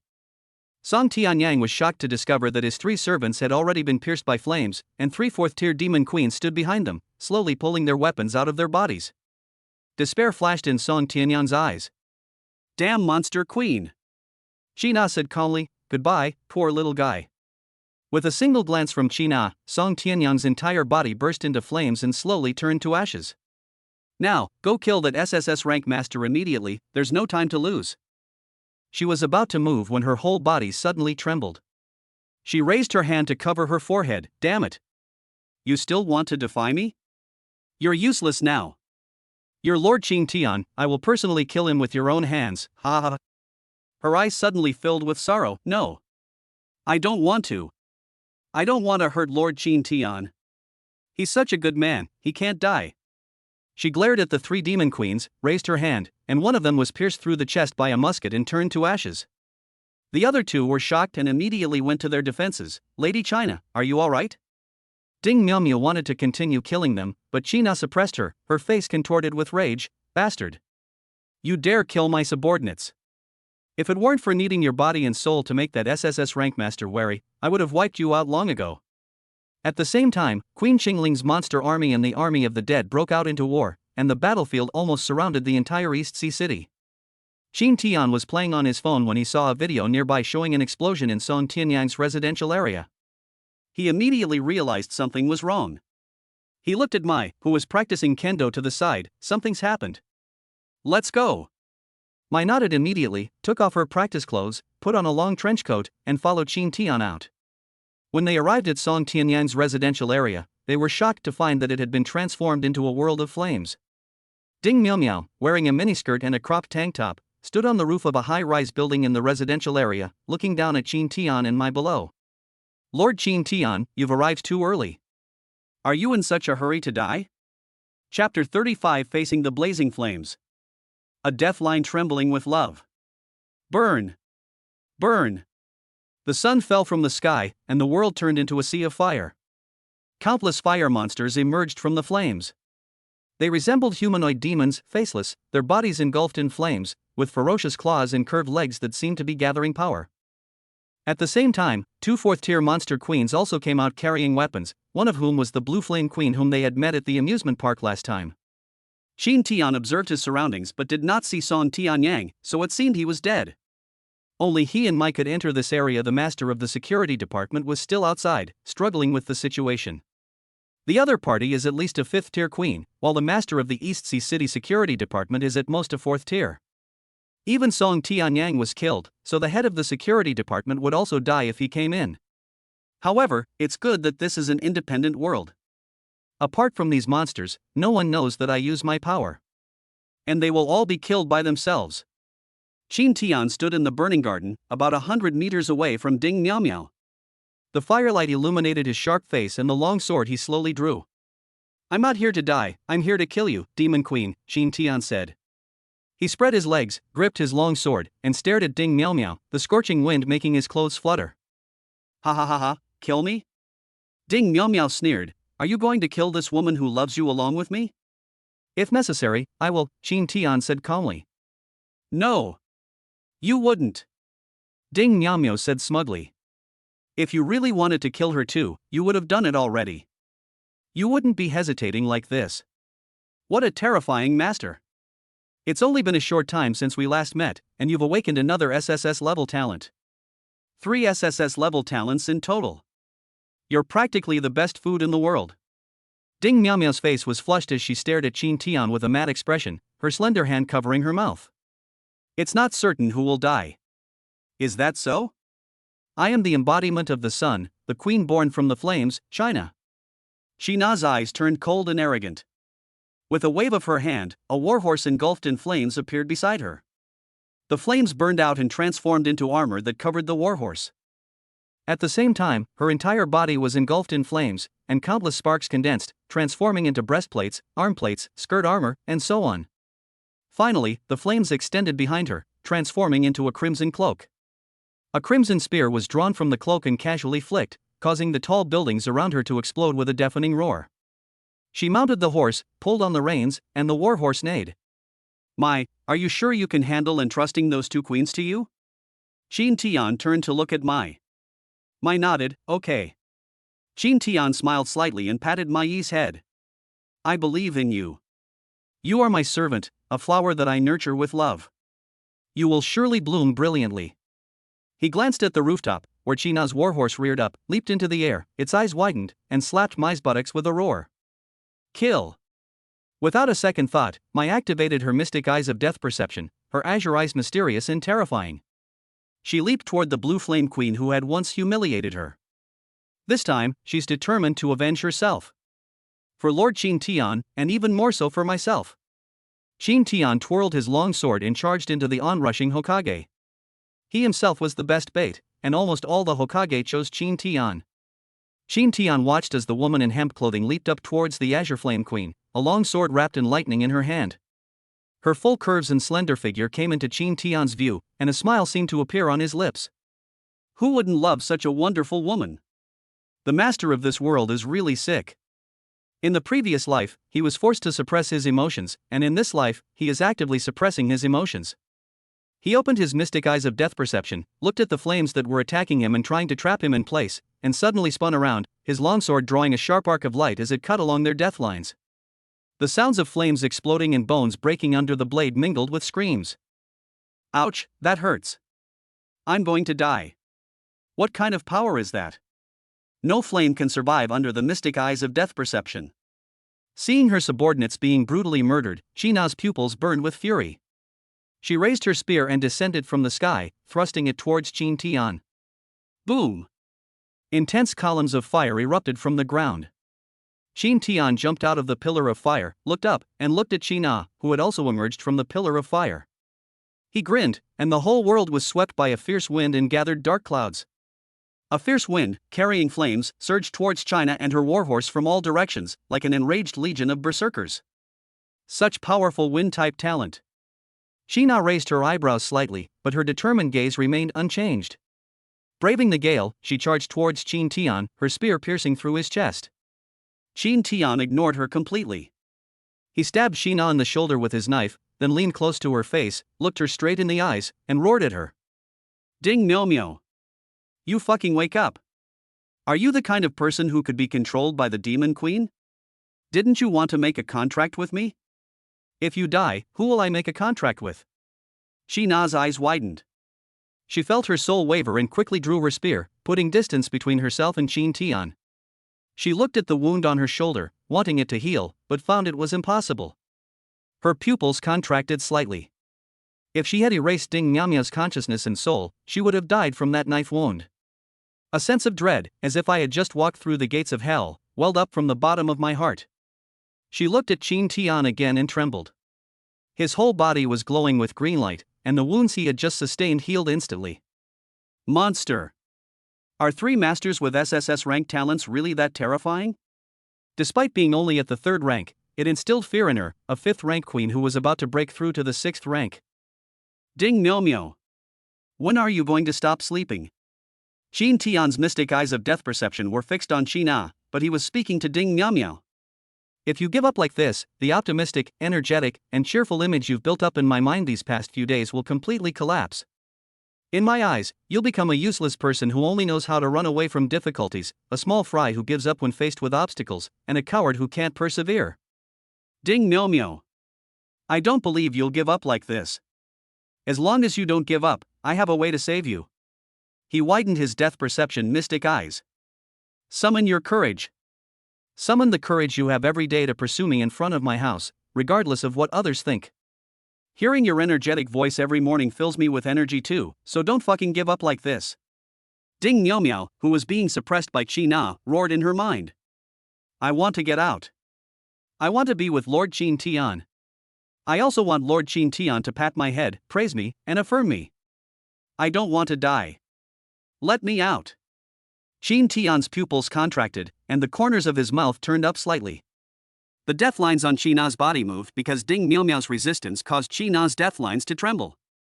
It seemed that he had found a way to kill Qina without harming Ding Myo Myo. Well done, Ding Myo Myo. Qin Tian raised his sword, his voice like thunder. Chapter 36. 2 souls completely merged. She will burn the entire world. Dark clouds shrouded the world of flames, and the next moment, a heavy rain began to fall. The raindrops fell on Mai's body, which made her a little unhappy, but it also made her beauty seem more real. She tidied her long sideburns with a troubled expression. She glanced sideways at the battle between Qin Tian and Queen China. Queen China's attacks were very strong, but as long as she couldn't kill Lord Qin Tian instantly, Lord Qin Tian would be invincible. You guys are really taking your time, not trying to ambush me. Mai held her long sideburns back with a hairpin, the hairpin being carved with shimmering butterflies. If the two of us at level 4 were to fight you, a level 3, and we still had to rely on a sneak attack, even if we killed you, we wouldn't feel any sense of accomplishment, the Azure Flame Queen said calmly. Her longsword ignited with blue flames once more, and she stared coldly at Mai, continuing, "Why would such an excellent servant like you follow your master? Why not come to our side? Here, you're free and unrestrained, free from the rules of human society. If you like a particular master, just grab him." Mai chuckled and said, "No need, I quite like this master. I've been very happy these past few days." She suddenly mocked the two queens, her eyes gleaming mischievously. "You probably don't know how happy it is to be with your master, do you? The two of you are glued together, skin to skin, kissing, getting to know each other intimately, and bringing each other pleasure." "Oh. Right. You are demons, not monsters, a group of hermaphroditic monsters who can only..." Clang.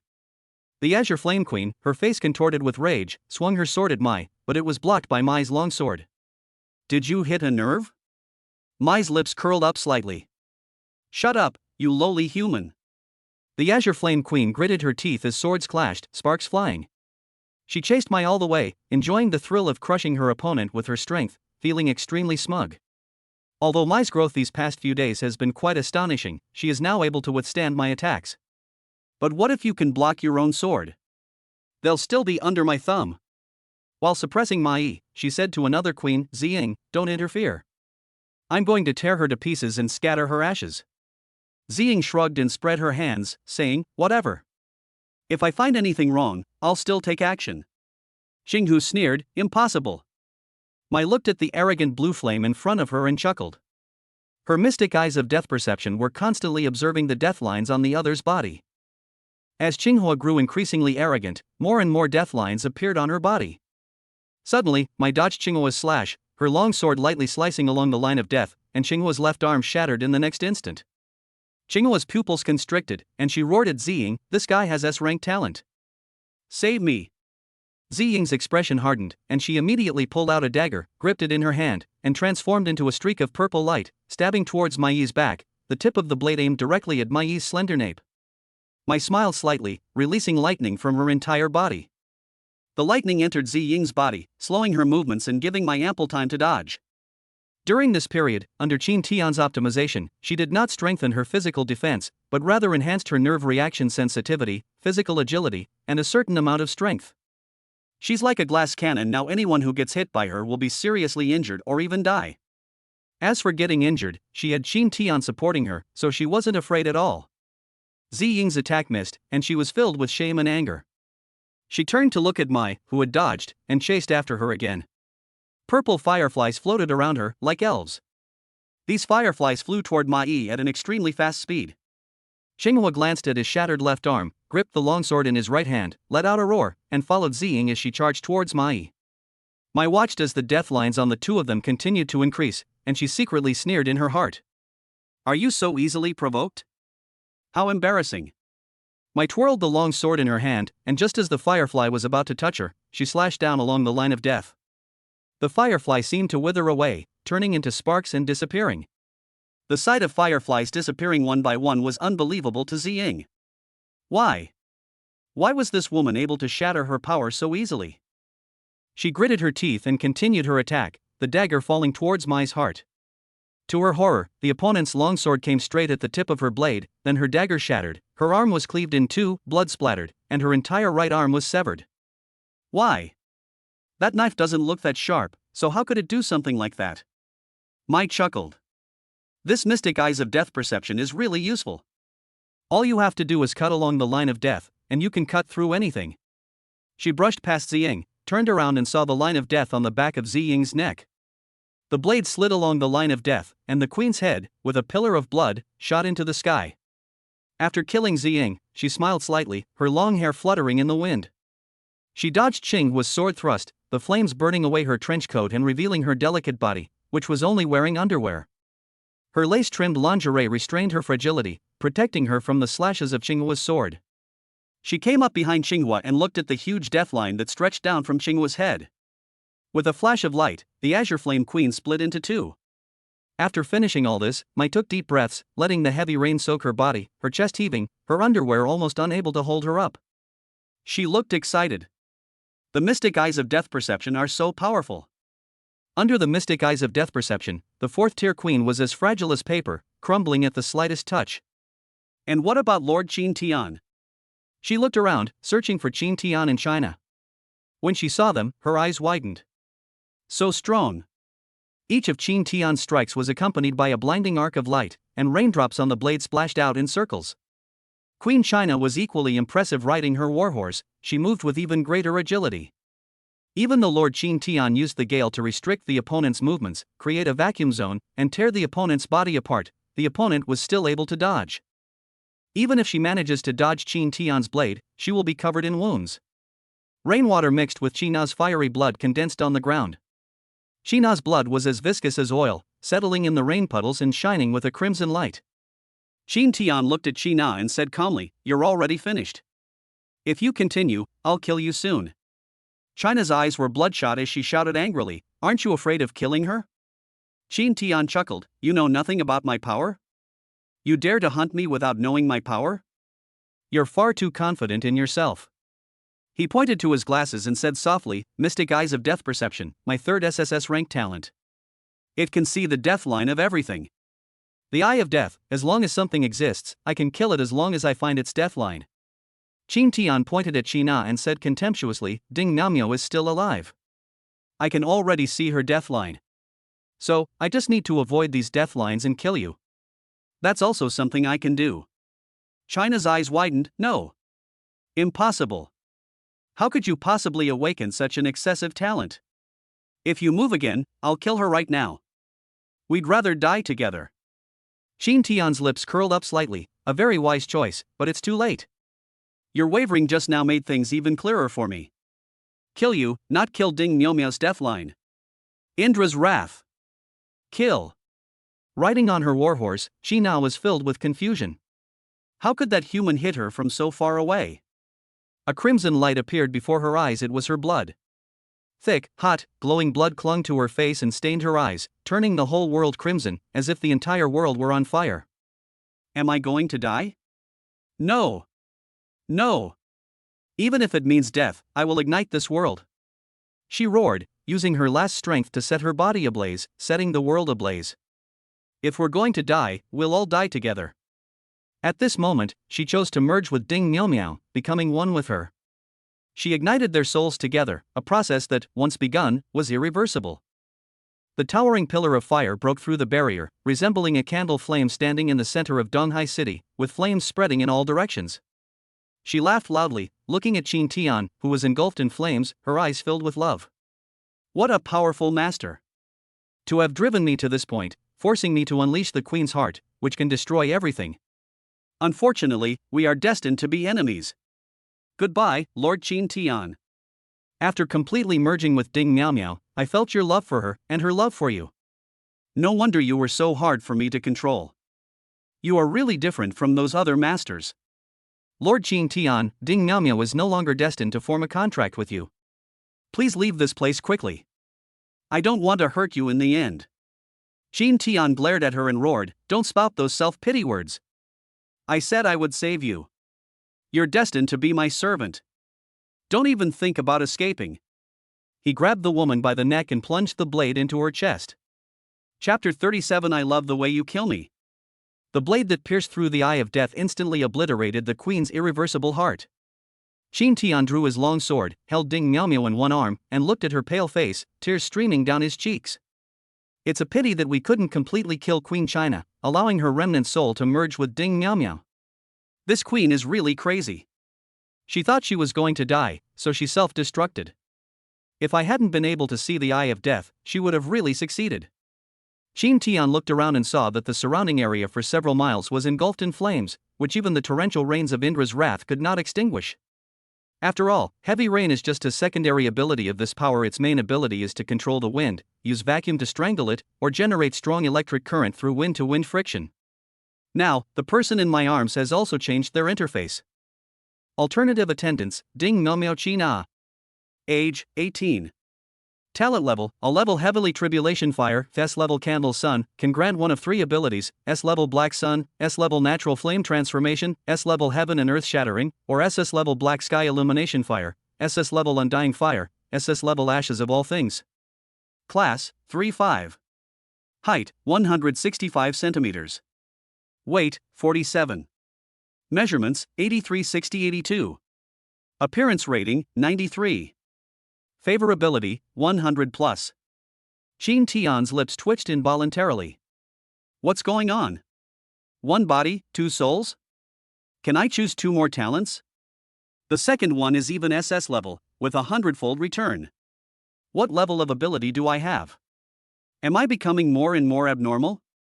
At this moment, Mai walked over and looked worriedly at Ding Miao Miao, who was unconscious in Qin Tian's arms. How is the situation? Qin Tian didn't know how to answer, so he said. The bad news is that Queen China is not dead. Mai frowned, raised her long sword, and revealed her mystic eyes of death perception. Then why not kill her? Qin Tian said helplessly, the good news is that Qina and Ding Miao Miao have merged, they are inseparable, and then they both fell in love with me. Mai froze, unsure whether to raise the knife that was halfway in the air or put it down.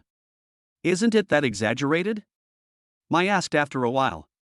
Qin Tian shrugged, that's the truth. We don't need to worry about her attacking us again. Let's leave here first. The security bureau will be here soon after they discover the domain has disappeared. I don't want to reveal my secret of having several SSS level talents, or the fusion of the human and monster queen souls.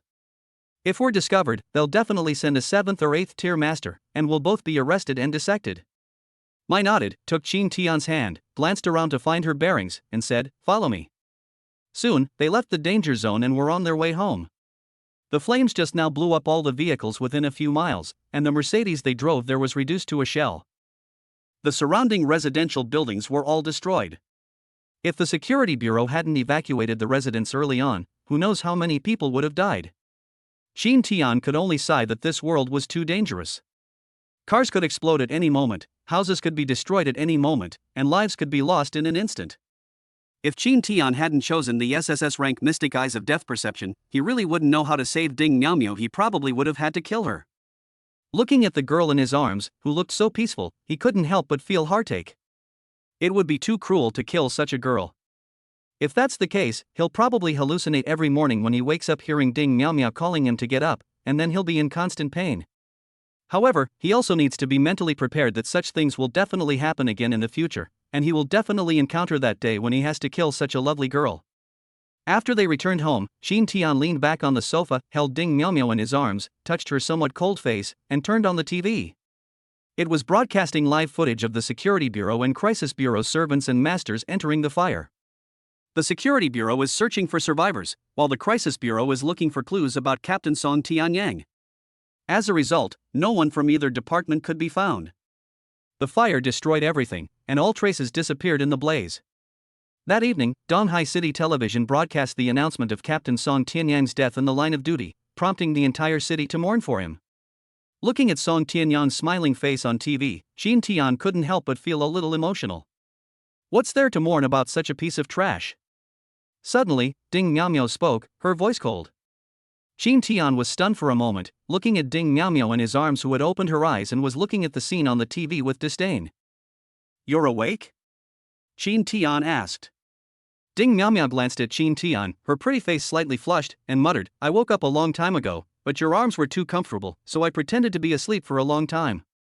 But when I saw that trashy guy was on TV, I couldn't help but speak up. Qin Tian swallowed hard. Are you Ding Miao Miao or Qina? Ding Miao Miao blinked. Who am I in your eyes? Qin Tian was speechless for a moment, then tried to say, Qina? Ding Miao Miao pouted, looking disgruntled. I'm Ding Miao Miao. Why doesn't Lord Qin Tian recognize me? Could it be that Lord Qin Tian likes that stinky queen, Qina? Wah-ah! Poor Miao Miao. Qin Tian quickly comforted her. No, no, no. I like Miao Miao. I should have killed that stinky queen, Qina, back then. Ding Miao Miao's expression turned displeased again, as expected. You like Ding Miao Miao, don't you? You even called me a stinky queen. I'll bite you to death. I'll eat your blood and flesh. As she spoke, she jumped up, pinned Qin Tian to the sofa, and started biting him, or rather, kissing him all the way south. Ding Miao Miao licked her lips and chuckled. Actually, I'm Qina. That girl, Ding Miao Miao, fainted from happiness when she found herself being held by you, so I came out. Qin Tian swallowed hard, looking at the charming girl in front of him. Her expression was arrogant, yet she was trying to please him. The stark contrast was incredibly stimulating. Why did you merge with Ding Miao? You should be stronger fighting with your own body, right? Sheena leaned against Qin Tian, greedily inhaling the scent of his neck, and whispered, "That would be stronger, but you would kill me instantly." Your 3 SSS level talents are terrifying. I still have a chance if I merge with Ding Miao, but that's all in the past. Now, I just want to love you properly. You are the best master I have ever met in my life. You are incomparable to trash like Song Tianyang. Qin Tian asked curiously, what did Song Tianyang do? Why do you dislike him so much? China snorted coldly. He knew I was coming, so he abandoned his servants and ran away. Is there any more disgusting trash than that? Isn't this just like a master and his attendant going out on a mission, only to encounter a group of high-ranking male goblin monsters? The master, out of fear of death, turns around and runs away, leaving the attendant to face the high-ranking male goblin monsters. You can imagine what the result will be? Qin Tian thought about it and realized that those servants would definitely suffer a terrible fate. Sheena looked at Qin Tian's profile, hugged his neck, and kissed him. Their eyes met, and their breaths mingled on each other's faces. Sheena's eyes were filled with infatuation. But I'm sure you won't. You could have easily killed me, but you chose the most troublesome method to save her.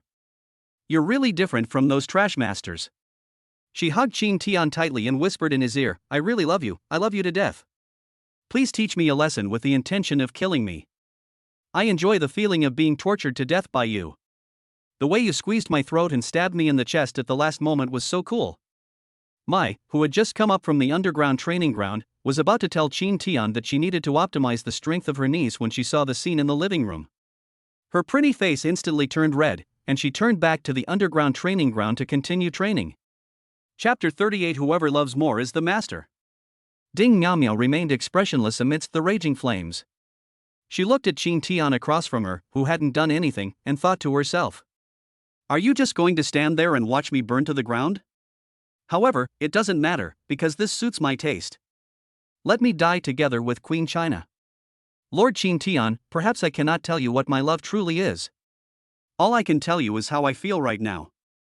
At this moment, it felt like a steel knife stuck in my throat. I couldn't breathe, but as long as I had a breath left, I would fight on relentlessly until you survived safely. When I was caught by China and she tried to harm me, it felt like I was drowning. The more I struggled, the more suffocated I became. Just when I was about to sink, it brought me back to my senses. Ding Miao. You fucking wake up. Are you the kind of person who can be controlled by the demon queen? Didn't you want to make a contract with me? If you die, who will I make a contract with? This confession is so exciting. Isn't that absolutely insane? Because it is developing perfectly in the direction I most desire. I am a princess in distress, and you are my superhero. But when things get really bad, they get so bad that I feel completely helpless. When I'm about to destroy everything, I want to scream, get out of here. I didn't want to think about whether you would survive, I just wanted you to survive. You have no idea how scared I was. Are you just going to stand there and watch me burn to the ground? But it doesn't matter, because this way of dying for love suits my taste. I love you deeply. The moment I looked at you, I could barely breathe. That's how I met you, no one could stop it. Since I met you, I have had that warm and intoxicating feeling.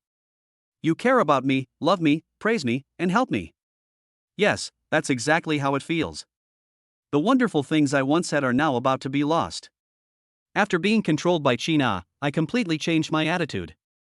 We attacked each other, hurled insults, tore at each other's flesh, bit and clawed, wrestled and tore at each other, and tortured one another, just like in.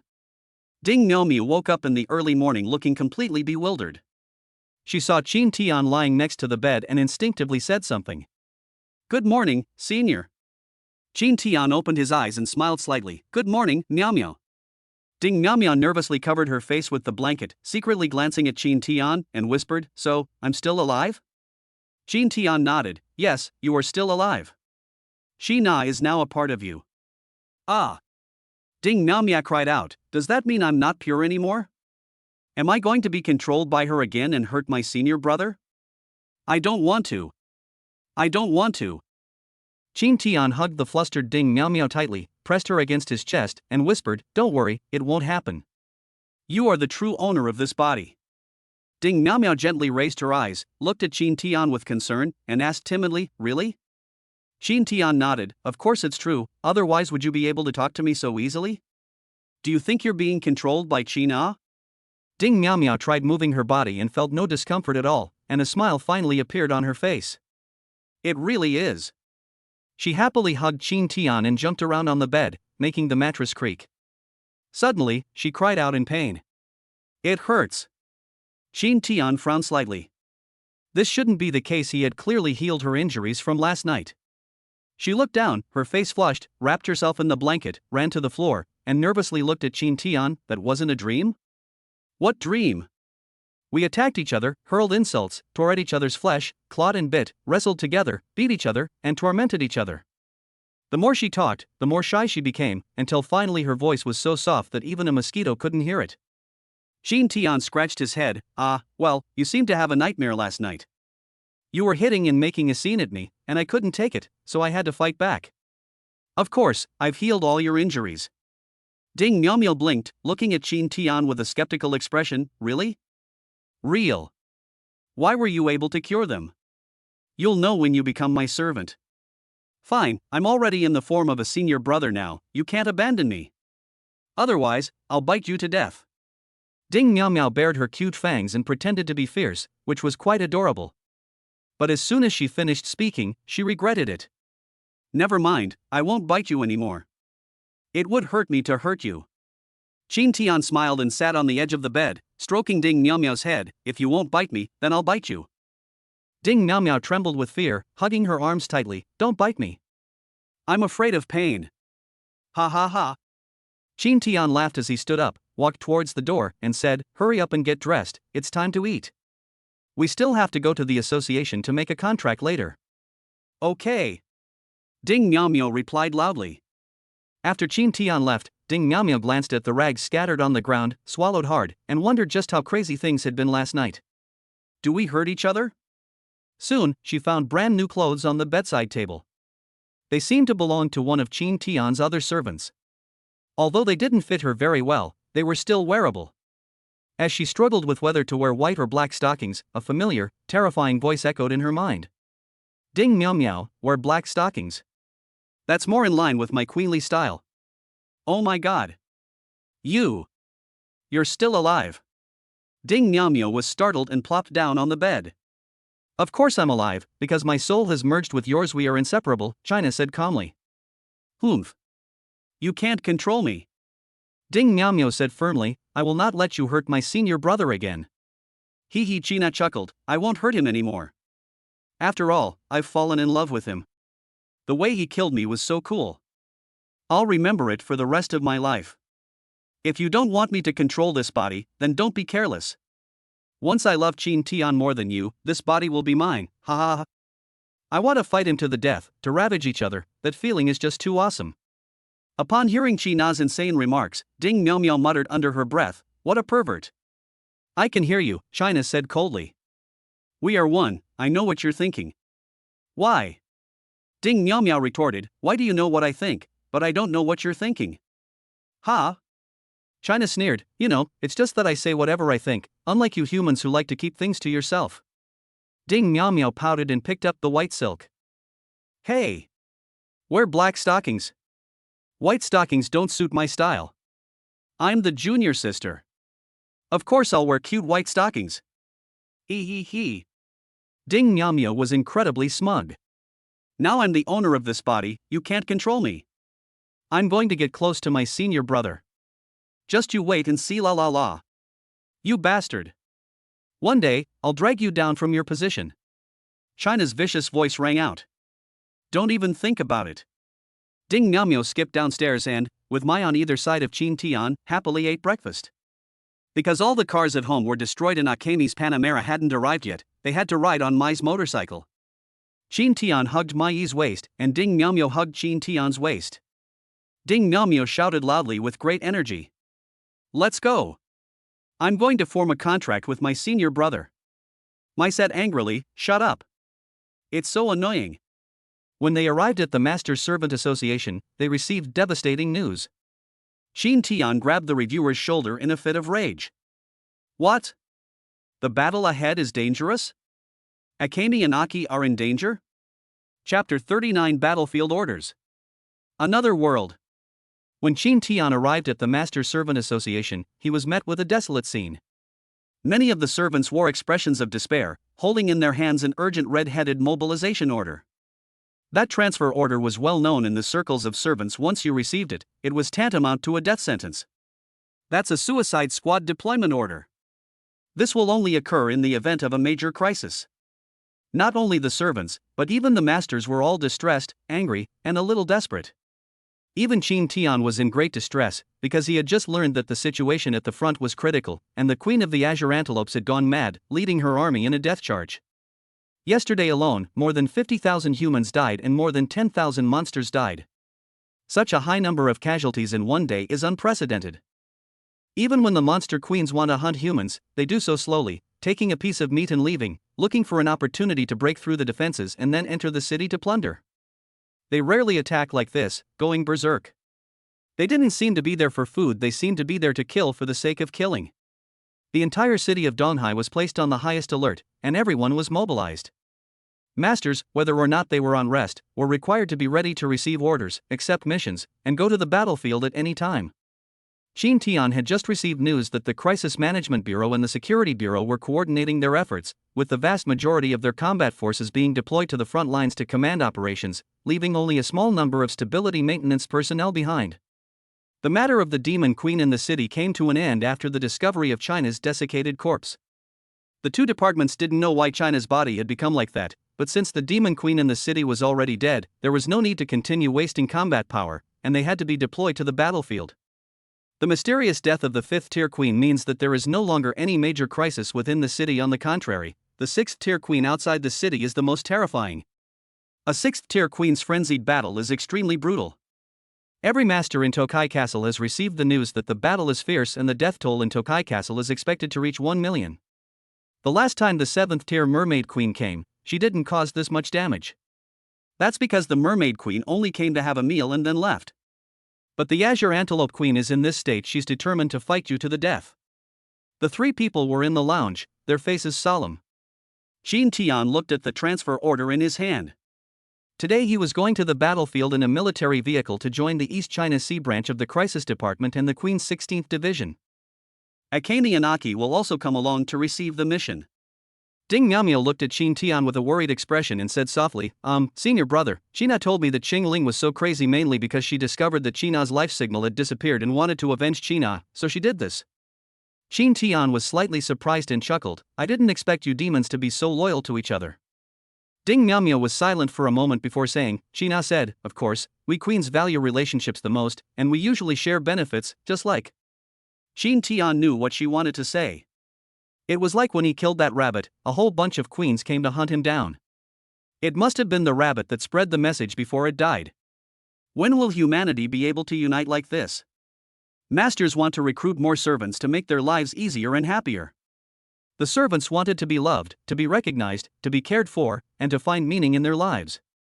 When faced with danger, the master's first thought is to run. When faced with benefits, the master thinks of keeping them all for themselves, or to those close to them. Song Tianyang was like that. When Qina investigated, she found that he wanted to take all the credit for killing the queen. He contacted a high-ranking master who was far away from Donghai City. That master was his teacher. The nearest place is Nanling City, with a population of 50 million, where there are high-ranking masters who can seek help. With Donghai City in dire straits, Nanling City received no further support beyond the initial troops it sent out. In their eyes, helping is a favor, not helping is their right. However, Qin Tian knew that once Donghai City killed Qingling, the people of Nanling City would definitely come out to share the spoils. The materials for a 6th-tier monster queen are incredibly expensive. Ding Miaomio hesitated for a moment and said, if I let Qina speak to Qingling, maybe they will withdraw their troops. Qin Tian gave Ding Miaomio a deep look. There's no need. Ding Miaomio asked in confusion, why? At this moment, Mai said calmly, since we're going to fight, then let's fight. Demons and humans have always been enemies, it's a matter of life and death. If we don't kill them today, we'll still have to kill them later. Don't you think it's troublesome to make peace with demons? With a smile on her face, she hugged Qin Tian from behind, her pretty face rubbing against his neck, and whispered, "Besides, Lord Qin Tian is going with us this time, so no one will be in danger. Xina has already been defeated by Lord Qin Tian, so why should we be afraid of Qingling?" Suddenly, Ding Miaomiao's face flushed red, her expression one of disbelief, and she bit her lip tightly, as if she had something to say. Qin Tian glanced at Ding Miaomiao. "Tell me what Xina said." Ding Miaomiao stammered. "Xina said that if you take a liking to Qingling, she can act as a matchmaker and bring you two together. She said Qingling is very cute and very likable." Qin Tian was speechless. "Miao Miao, tell China." A human can't, or at least shouldn't, fall in love with the Demon Queen. "I can't do that." Ding Miaomia suddenly widened her eyes, bit her lip tightly, and said with a sad expression, She said that you didn't tell her that last night, sob sob." "Senior brother. Why didn't you tell me that she could actually sneak out while I was unconscious? You guys were all so crazy last night. You didn't even take me with you." Qin Tian stared at Ding Miaomiao in surprise. "Your main point is that you're not included in the game?" I coughed lightly, looking embarrassed. As a servant, I am not qualified to comment on master's hobbies, but last night it was indeed a bit too much. I could hear it even in the underground training ground. Qin Tian felt his face burning with embarrassment. He had been too carried away yesterday, only thinking about killing Qina, and hadn't expected the commotion to be so big. He quickly corrected her. "If it weren't for the fusion of Qina and Ding Miaomiao's souls, I wouldn't have any feelings for Qina at all." "Qina, you're only alive now because of Ding Miaomiao, don't forget that."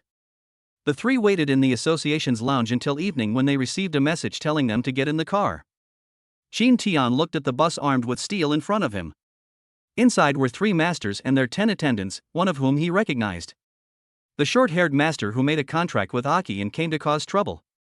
He also saw Qin Tian, glanced at Mai and Miao Mao beside Qin Tian, his eyes filled with jealousy and resentment. After getting on the bus, Qin Tian found a secluded corner where the 4 groups of people ignored each other. As the bus started moving, they headed outside. The streets on both sides of the bus gradually became poorer. As the master, the place where he lived and studied was the most prosperous and safest area in the entire Tokai city. The surrounding area is a slum, a place where women with no talent, no resources, and no ability live. Even the Death Army doesn't want such trash. These women were like rats, only able to hide in their houses, stealing glances at the bus, envying the masters on board, and feeling jealous of the servants who had been contracted. The bus continued forward, and the surrounding scenery suddenly changed. Everywhere there were trenches, where female soldiers were hidden. They had no talent, no master to command them, and their only weapons were the large caliber guns they carried. Although this type of firearm has limited damage to monsters, it is the only weapon they can use. There was also a row of howitzers, waiting for the order to fire. At this moment, Qin Tian could see the wall, which was hundreds of meters high and made of reinforced concrete. It was like a cage, protecting them inside. Looking beyond the high wall, you can see shooting stars occasionally streaking across the sky. After passing through the checkpoint on the high wall, we finally arrived outside. A shooting star streaked across the sky, flying towards us. Chapter 40 Is Ding Miaomiao a WoW type personality? A shooting star streaks across the sky and falls to the ground. If it were a part of the scenery, what a beautiful moment that would be. But this meteor was no ordinary meteor, it was a spear fired by the Antelope Knights. Queen Xingyi is not the only one capable of launching spears over extremely long distances. All the queens under her command are such experts. Each spear has the power of a high-yield missile. The moment they saw the shooting star fall, most of the people present felt despair. Am I going to die as soon as I leave the city?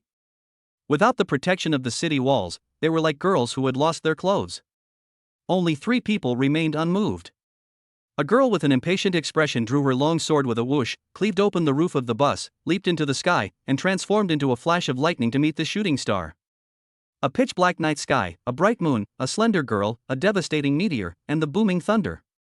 Everyone watched this breathtaking, deafening scene. The purple-silver blade flashed through the meteor, which turned into countless stardust fragments that scattered among the stardust. In the stardust, the girl was like a shimmering crimson, inspiring awe. Mai landed on the roof of the carriage, gently sheathed her long sword, her eyes filled with disdain. Wow!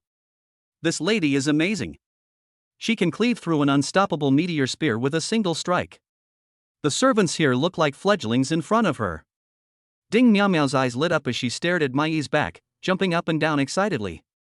Mai, who was being praised, chuckled lightly and said indifferently, "It's all right." Ding Miao exclaimed in surprise again, "Wow.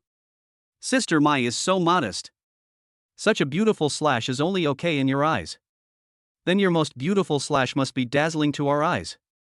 Mai was a little embarrassed and said loudly, "How annoying. I was just protecting Lord Qin Tian." "Stop talking." Ding Miao turned to Qin Tian and exclaimed, "Wow. Are all of Lord Qin Tian's servants this loyal? Did I embarrass Lord Qin Tian by not intervening just now? Wah! Lord Qin Tian, please don't dislike me. I'll definitely perform better next time." Qin Tian smiled and patted Ding Miao's head. All right, stop talking. Didn't you notice everyone's looking at us?" Ding Miao said again, "Wow. Lord Qin Tian is so humble. He could have arrogantly slapped them in the face and proudly told them that you saved them, but he didn't fight for it or compete for it. He is truly admirable." Qin Tian's lips twitched slightly. Was Ding Miao too lively? Why do you have to exclaim wow about everything? The short-haired master turned his head away and sneered, "Don't be so smug. I was just stunned just now, otherwise my servant could have resolved the crisis." Ding Miao stared wide-eyed at the short-haired master. "Wow. Master, you're clearly shocked, but you're pretending to be relaxed. Your expression control is truly outstanding." The short-haired master gritted his teeth in anger. "Mind your own business. Don't think that just because you have a master's servant, I can't do anything to you." Ding Miao mocked again. "Wow. Master, are you really that assertive? You're so manly. Next time there's danger, you'll definitely be the first one to rush in." The man with the buzz cut opened his mouth as if to say something, but then closed it. If he admits it, wouldn't he be being taken advantage of? If he doesn't admit it, wouldn't he be saying he's not a man? Keeping quiet is the best case scenario. Qin Tian couldn't help but chuckle when he heard Ding Miao's seemingly complimentary but actually sarcastic tone. I never expected Ding Miao to have this side to her. A master officer at the door walked over with a smile and greeted Qin Tian, saying, "Thank you for what you just did. Your servants saved us all." Qin Tian waved his hand. "It's nothing." The officer smiled and handed a small black bottle to Qin Tian. "This is a military-grade mana potion. If you're running low on mana on the battlefield, take it. I hope it helps." The masters around them stared wide-eyed at the small black bottle. This is a lifesaver. A bottle of this medicine would fetch at least $1 million on the black market. On the battlefield, what a master fears most is running out of magic power. Not only does it mean losing its own combat ability, but it also indirectly reduces the combat ability of its servants. A qualified master will infuse magical energy into their servants through incantations. This not only accelerates the servants' training speed but also enhances their combat power using their own innate abilities. Servants can also accelerate their training by sacrificing themselves, converting magical energy into their own combat power. Of course, they don't have Qin Tian's SSS level healing ability, which can instantly heal the servants' injuries and enhance their abilities anytime, anywhere. Qin Tian did not refuse.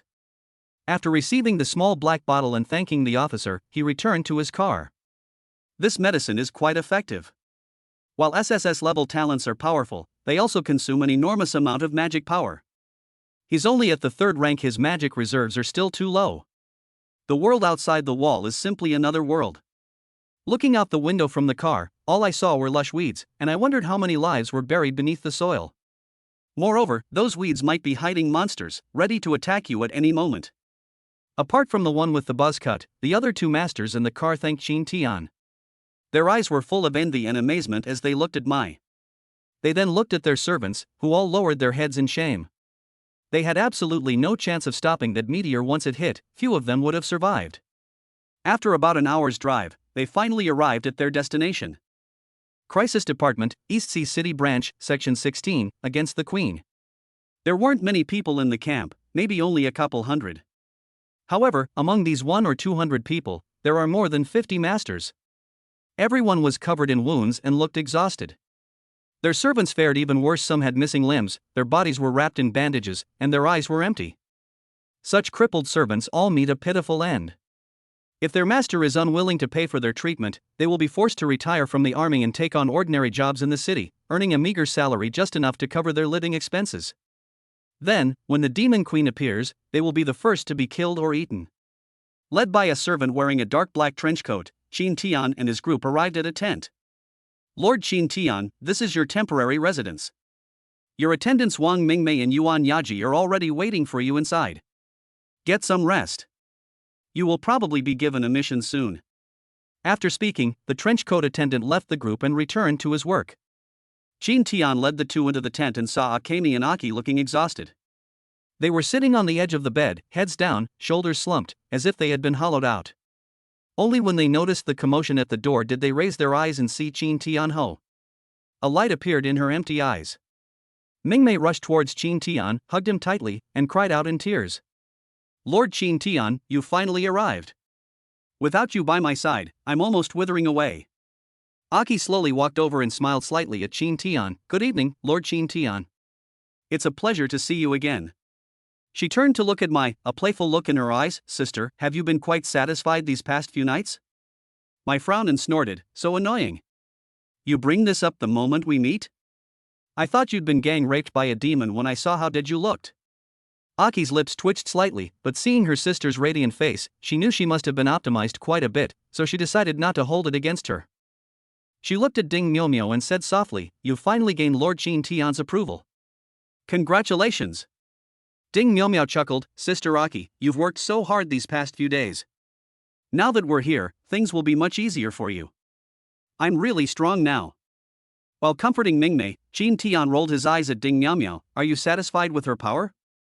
I haven't infused you with magic power yet, you'll be even stronger later. Ding Miao's eyes lit up, and she put her little fist to her chest, exclaiming, Wow! Senior brother's magic is that powerful? Could it be that the sister's second awakening wasn't a coincidence? Wow! Wow! Senior brother is simply the #1 master in the world. He has such good character. He's so talented. And he's handsome too. Miao has used up all her luck in this life to meet such an amazing master as senior brother. Even Qin Tian felt a little flattered by such praise, and he scratched his head sheepishly. Well enough. Wow. Senior brother is so humble. He's already the best in the world, yet he still considers himself second.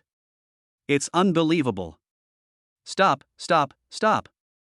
Qin Tian quickly interrupted, Stop praising me, let's get down to business. Wow. Senior brother is so dedicated. You've just arrived on the battlefield and you're already working. You're a role model for all those other masters who just fall asleep the moment they step on the pillow.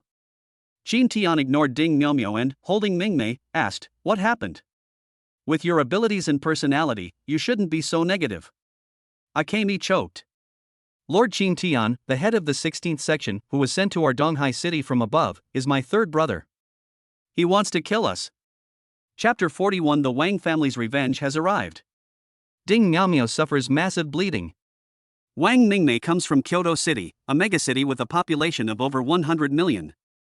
It is the largest city in the Xinhua Kingdom, and almost all of the country's top high-ranking masters gather here, making Kyoto City one of the safest places in the world. Even the Demon Queen and the Monster Empress have to be careful in this city. In Kyoto, there was a powerful clan known as the Royal Family, the family of Wang Mingmei. Having accumulated power over hundreds of years, the Wang family has long since planted its roots in every corner of the Xinhua Kingdom. They not only possess top-tier masters, but also hold positions in various departments of the Xinhua Kingdom. They have people in both the Crisis Management Department and the Security Department. Wang Mingmei, as a bargaining chip of the Wang family, was originally intended to be offered to a certain master of the Yang family, who was on par with the Wang family in Kyoto, but was intercepted by Qin Tian. The Wang family cannot directly cause trouble for Qin Tian, but they can use their power to put pressure on him and make him back down. It would be even better if I accidentally died. This time, Donghai City was attacked by a 6th-tier demon queen. The Wang family took this opportunity to send their clan's master to teach Qin Tian a lesson and kill him under the guise of providing support. Mingmei looked pained and heartbroken. She clutched Qin Tian's clothes, her tears soaking his chest, and she kept blaming herself. I'm so sorry. I'm so sorry, Lord Qin Tian. It's all my fault. I'm the one who got everyone into trouble. If I hadn't asked you for help back then, Lord Qin Tian wouldn't have encountered such a thing, and he would have become a great master, giving my, Aki, and the others a happy future. If it were me. Seeing Mingmei constantly blaming herself, Jin Tian hugged her tightly, pressed her head down, and prevented her from speaking. That's enough, stop blaming yourself. It's not your fault. I didn't see a Mingmei who would cause me trouble. What I saw was a hardworking, ambitious, and considerate Mingmei. Jin Tian's words of comfort made Mingmei tremble all over. She bit her lip tightly and cried silently. Jin Tian held Mingmei in his arms and sat on the edge of the bed, comforting her. The girl in his arms cannot live without him. If she leaves him, she will die. Seeing such a touching scene, Ding Miaomia wanted to exclaim wow, but Mai tightly covered her mouth, preventing her from saying a word. After a long while, Mingmei slowly calmed down. She lowered her head with an embarrassed look and whispered, "Lord Jin Tian, I'm sorry to have troubled you. I'm still not strong enough." Jin Tian patted Mingmei's head and laughed. Crying can release emotions, that's good. Since the Wang family wants to cause me trouble, they should do it within the bounds, right? We are all tier 3. At most, he can let us deal with tier 4 monster queens, and we can't be the main force. Otherwise, he would be breaking the rules by intentionally killing a master. If this crime falls on the Wang family, they will not let go of the enemies they have accumulated over hundreds of years. If it's a 4th tier monster queen, it'll be a piece of cake for us, right, Mai? Mai's lips curled up slightly as she tilted her head and smiled. Of course, I've already killed 2 4th tier queens, why would I be afraid? Ding Miaomia pulled Mai's hand away and shouted, I'm not afraid. Queen China's power is mine now.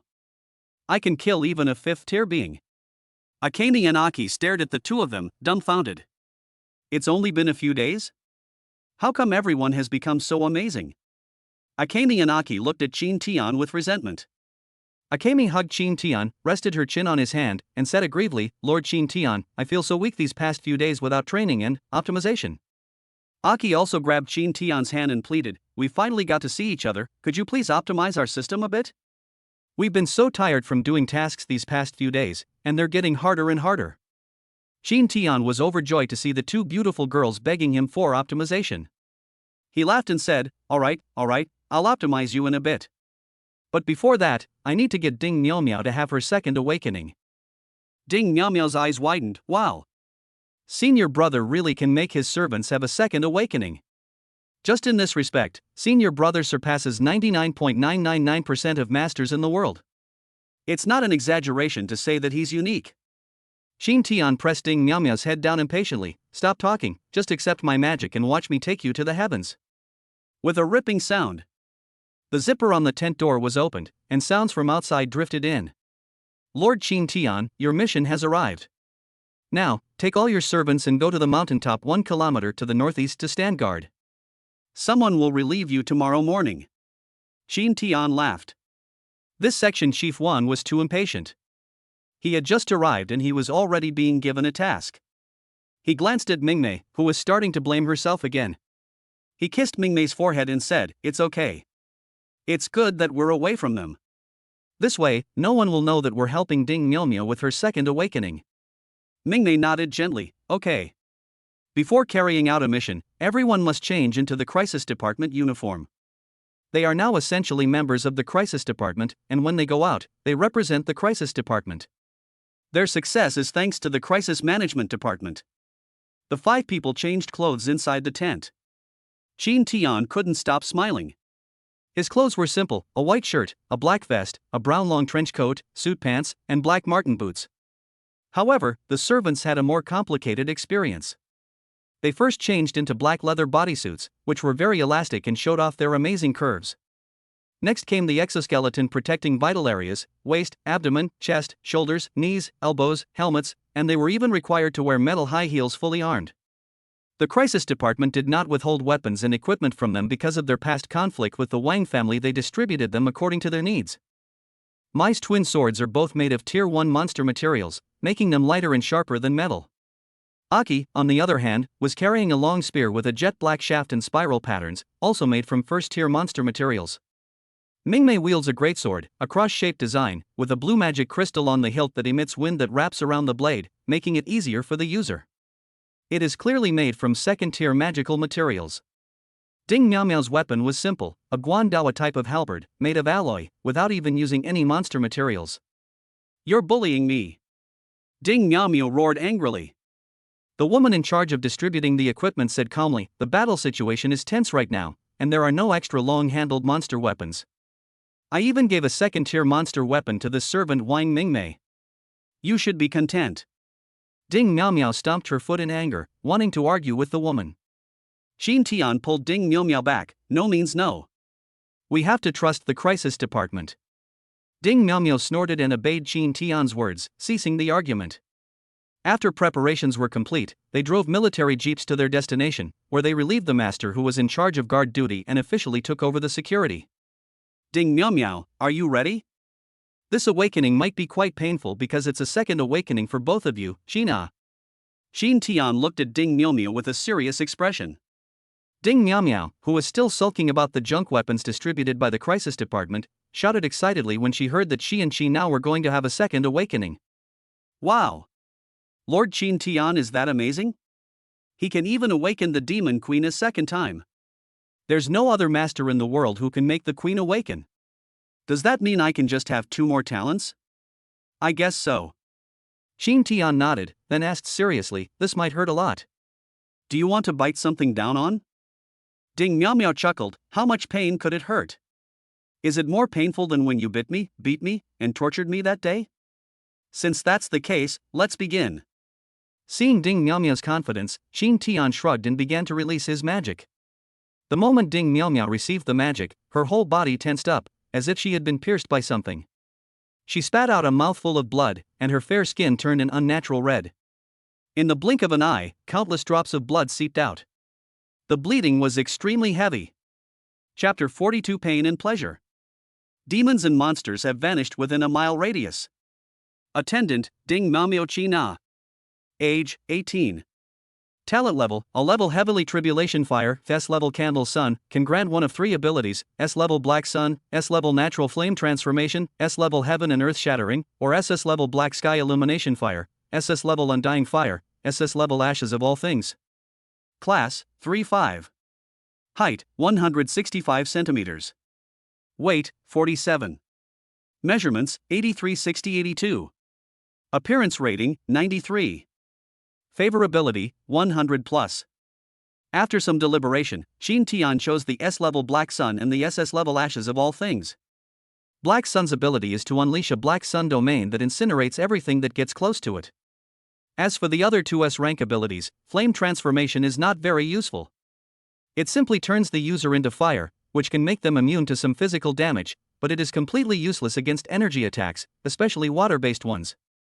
Even a dog wouldn't choose that. Another one that shatters the heavens and earth, that's a fucking self-destruct talent. Like the Queen's Heart of China, it burns itself out, destroying everything, just like the sun. The other 2 SS-level talents are what Xin Tian is focusing on choosing. Dark Sky illuminates fire, which transforms the properties of flames, imbuing them with darkness, and turning burning objects into monsters that can be manipulated at will. The Flame of Immortality is the flame of the phoenix. As long as there is a breath left, it can be reborn from the ashes. As for the ashes of everything, it's even simpler. With this talent, anything can burn, and the speed of burning depends on the user's power. When the dark sky illuminates the earth and creates monsters, even if they are harmless, humans will subconsciously harbor prejudice against them. As for the Undying Flame, he already has SSS level healing, so the Undying Flame is redundant. The Undying Flame can at most grant rebirth from the ashes, making one an invincible cockroach, with SSS level healing abilities, and even the ability to heal the entire world. He had just finished selecting his talent when he saw that Ding Miao Miao was covered in blood. Akemi was so frightened that she immediately used Heal on Ding Miao Miao. Miyanaki's expressions changed drastically, and they looked around to prevent any monsters from appearing and interrupting their second awakening. None of them knew what the consequences would be if their awakening was interrupted. Ding Miao Miao cried out, "Senior brother! It hurts! It hurts so much! I feel like I'm being torn apart. Can you please stop?" Xin Tian looked distressed, but he couldn't stop. He didn't know what would happen if he did. He might be fine, but Ding Miao Miao might die. It hurts. I don't want to awaken. It hurts too much. Ding Miao Miao cried out again, struggling constantly, but the magic had already bound her in mid-air, and no matter how she struggled, it was useless. Puff! Another mouthful of blood spurted out, and Ding Miao Miao fell silent. If he hadn't been able to sense that Ding Miao Miao still had signs of life, he would have thought that Ding Miao Miao had lost consciousness. However, if this continues, awakening will be very slow. It requires the awakener to be fully conscious and to coordinate the movements of all parts of the body in order to awaken normally. After a short silence, a frantic voice rang out. Ha ha ha. Ha ha ha. That's amazing. Does it hurt that much? That's fantastic. Lord Qin Tian. I love the way you kill me. Akemi and Aki stared wide-eyed at the girl covered in blood, laughing maniacally. Is this still Ding Miao Miao? Mai said calmly, this is Qina.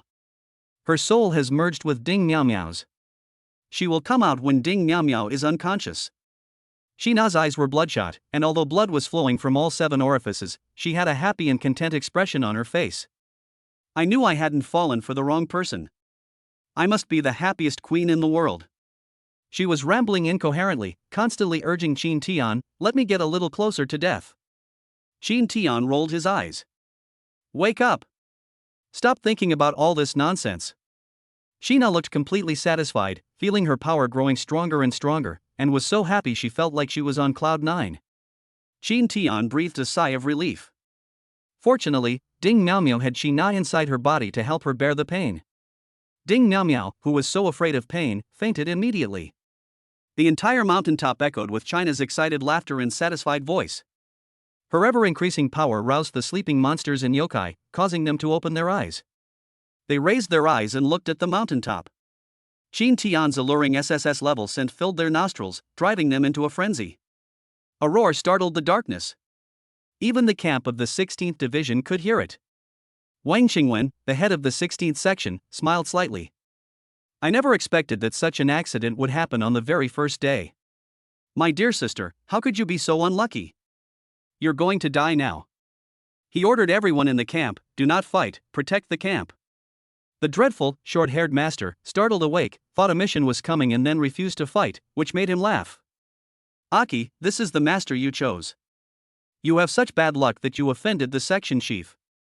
How pitiful. Mai drew her twin swords, lightning crackling around their blades. Standing on the high ground, she looked down at the pairs of blood-red pupils that lit up below, as well as some pupils of various colors.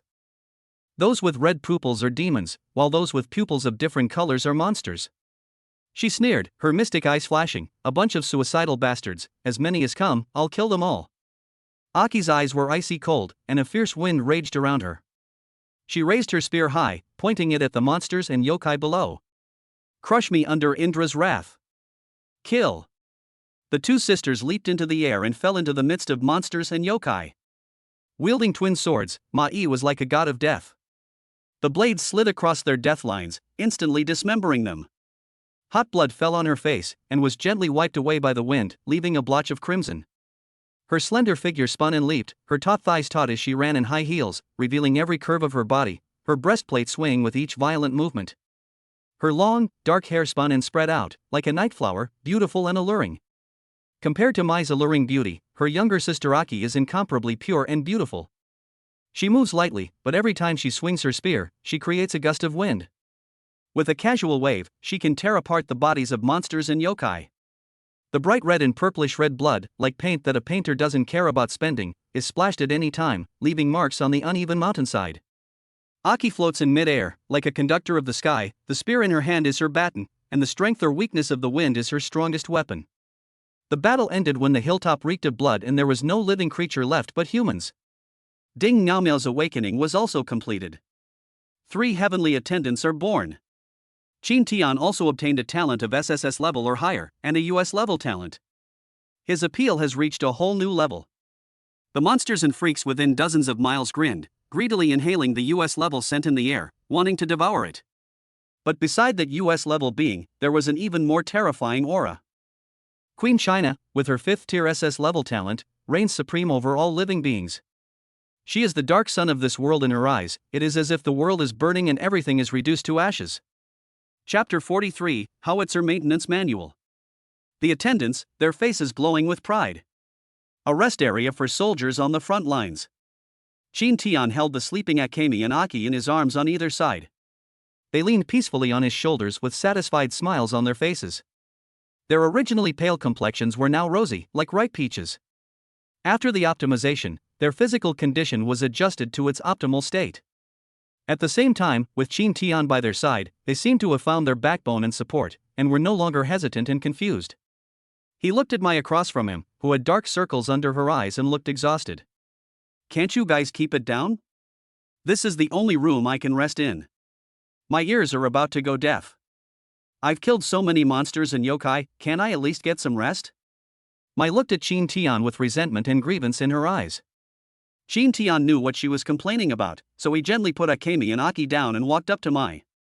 When Mai saw Qin Tian approaching, her heart pounded, and her eyes darted around, but she still secretly glanced at Qin Tian and couldn't help but swallow. Qin Tian lifted Mai's chin and kissed her, causing her face to turn red instantly. You're expecting me to care about you, aren't you? I neglected you last night, and now we're having a fight? Mai turned her head away and snorted softly, I'm not that petty. As she spoke, she whispered, but don't make me watch, it makes me so lonely. I want to be optimized, too. Qin Tian smiled slightly, put his arm around Mai's waist, and said softly, if you want to be optimized, just say so. It's not like we won't give you an optimization. Take advantage of the time you still have during the shift change, and keep your voice down so as not to disturb them. Mai nodded gently, feeling Qin Tian adjusting every inch of her body. Optimization. Ding Miao Miao has awakened and is guarding the camp outside, using Qina's aura to deter any monsters or yokai that try to approach. The work is very easy. Bored, Ding Miao Miao became very interested in the twin howitzers in the camp and started to adjust them. Debugging a cannon is a very meticulous task. She noticed that the two cannon barrels seemed a bit dirty, so she took a soft cloth and gently wiped them clean. Because she was so bored, she wiped them very carefully. The exterior of the two cannon barrels was polished to a gleaming shine, with reflective water stains on them. After wiping the outside of the cannon barrel, she stood in front of it and glanced inside. The rifling inside seemed to be severely worn from firing multiple shells and was covered in dust. Since she was bored anyway, she grabbed the edge of the muzzle and wiped the inside with a rag, cleaning the parts that her arm could reach until the rifling was clearly visible. As for the ash layer inside, she had the whimsical idea of blowing it away with her mouth, but found it was completely futile. So she looked around and soon found a thick, long wooden pole with cotton cloth wrapped around the front part, obviously for cleaning the inside of the cannon barrel. She also found here machine oil for cleaning and maintaining the inside of the gun barrel, as well as the howitzer maintenance manual. Following the instructions, she soaked the cotton at the front of the wooden rod in machine oil until it was fully moistened. Then she ran to the front of the muzzle and pushed the cotton into the muzzle. Because the cotton was fully moistened and expanded, it couldn't be pushed in on the first try. She used a little force to squeeze the cotton in. The cotton rubbed against the rifling of the barrel and made a squeaking sound. The squeezed-out engine oil moistened the cannon barrel, allowing Ding Miao Miao to insert the wooden rod more easily. She gripped the rod tightly with both hands and pushed it in forcefully. With a clang, it actually reached the bottom of the cannon barrel, hitting the firing pin of the howitzer and vibrating the parts of the loading section. The entire howitzer trembled slightly, and its parts made crisp sounds. Ding Miao Miao chuckled as the cleaning rod continuously scrubbed the internal rifling inside the gun barrel. She was cleaning all the dirt off the rifling, and the entire gun barrel made a creaking sound, with all the parts of the howitzer clanging and jingling. After she felt the cleaning was almost done, she suddenly pulled out the cleaning rod and poured a large amount of engine oil into the barrel to flush it. With a whoosh, the flushing oil gushed out from the howitzer's loading section, soaking the ground. With a face full of excitement, she cleaned the cleaning rod and gave the lubricated cannon barrel a final cleaning. She turned the cleaning rod and kept scrubbing the barrel, rubbing the rifling. The rifling made a dense squeaking sound because of Ding Miao Miao's strength. After cleaning, Ding Miao Miao looked at the shiny new cannon barrel, put her hands on her hips, and was very satisfied. After cleaning this cannon barrel, the other cannon barrel was cleaned in the same way. After cleaning the howitzer so thoroughly, Ding Miao Miao felt she should do something, like fire a shot. Without hesitation, Ding Miao Miao excitedly brought over a box of shells and loaded them into the cannon barrel. Boom! The shell is fired. A tremendous explosion could be heard in the distance, booming and rumbling. Ding Miao Miao was very excited, but why were there other sounds in the rumbling? Never mind. One more shot. Boom! Boom! Boom! As Ding Miao Miao fired the cannon, she shouted excitedly, "Die, all of you! Monsters and freaks, die! I'll blow you all up! I'll blow you all up!" She quickly squandered the entire box of shells. She checked the time, it was almost time to change shifts. She skipped back to the rest area, and as soon as she entered, she saw Mai lying on the bed, covered in sweat, her eyes rolled back, looking very tired. But why is Mai Nichan's face so red? Aki and Akemi, the two of them, were tidying up the room as if they didn't see anything. The senior brother ate his breakfast with a smile on his face, and said something after seeing Ding Miao Miao. Miao Miao, did you have fun playing with the grenade launcher? Miao Miao exclaimed excitedly, wow. Senior brother. You know what? It's so satisfying to clean the grenade launcher yourself and then fire a few shots. It's so much fun. Come play with me next time, senior brother. Qin Tian nodded, I'll hang out with you next time I have time. Come on, let's eat, we're getting ready to go back. Oh. The master who was taking over the shift looked at the corpses all over the mountain and couldn't help but swallow hard. Was the master who offended Section Chief Wang really that powerful? When they saw Qin Tian and his 4 ruddy-faced, plump servants, their lips twitched slightly. If it weren't for the bloodstains all over them, especially the red-haired girl who was covered in blood, they would have thought that these people were on vacation. Not long ago, they seemed to have fired a few shots. Could it be that they were attacked by monsters again? Last night, they sensed a powerful aura of a demon queen nearby and thought Qin Tian had been killed by her. They're still alive? Are these people really that hard to kill? It seems that if Section Chief Wang wants to kill this master, he'll have to make it a bit more difficult. Back at the camp of the 16th Division, every master and attendant there looked at Qin Tian and the others with a different expression. The short-haired master, seeing Qin Tian unharmed, gritted his teeth. He then looked at Aki, whose face was beaming with joy, and was so angry that he felt like he was going to grind his back teeth to powder. How come they're still alive? You're lucky to be alive. Qin Tian, who originally intended to return to his tent to rest, encountered a servant dressed in a black trench coat, who spoke indifferently. Section Chief Wang is looking for you. Chapter 44. This bastard must die. Good morning, Mr. Qin Tian. The section chief's tent was luxuriously decorated. A marble coffee table, a leather sofa, a wool rug, and a solid wood dining table. An elegant man in a suit is slowly cutting freshly seared lamb chops at a restaurant, while a waiter beside him holds a glass of red wine, which he serves with both hands when needed. This man is Wang Mingmei's third brother, Wang Qingwen. A rank A, Tier 5 master. Reaching the 5th rank at such a young age must have involved the help of family resources. Generally speaking, a master with a rank talent would need to be at least around 40 years old to reach the 5th rank. The man in front of me didn't look any older than 30. Mingmei, who was behind Qin Tian, hid behind him with a frightened expression, cautiously peeking out and looking at Wang Qingwen. Wang Qingwen didn't greet his sister, but instead asked Qin Tian. You were in danger last night, and I didn't send any backup. You won't blame me, will you? Qin Tian smiled slightly. Section Chief Wang must have his own considerations, and at the same time, it's also an affirmation of my abilities, isn't it? Wang Qingwen was stunned for a moment, then burst into laughter. Mr. Qin Tian, you are really funny. Your performance was outstanding. You held the post well and deserve a reward. He glanced at the attendant inside the tent and said casually, Lin, give Mr. Qin Tian a 2nd-tier magic crystal. The servant nodded slightly, went to the back, and soon returned with a box. She opened the box, and inside was a pale blue crystal that shone like a gemstone. Wang Qingwen smiled and said, I heard that your talent is only F level, but you were able to advance to the 3rd level in such a short time. You must have spent a lot of money to buy magic crystals to accelerate your cultivation a 2nd time.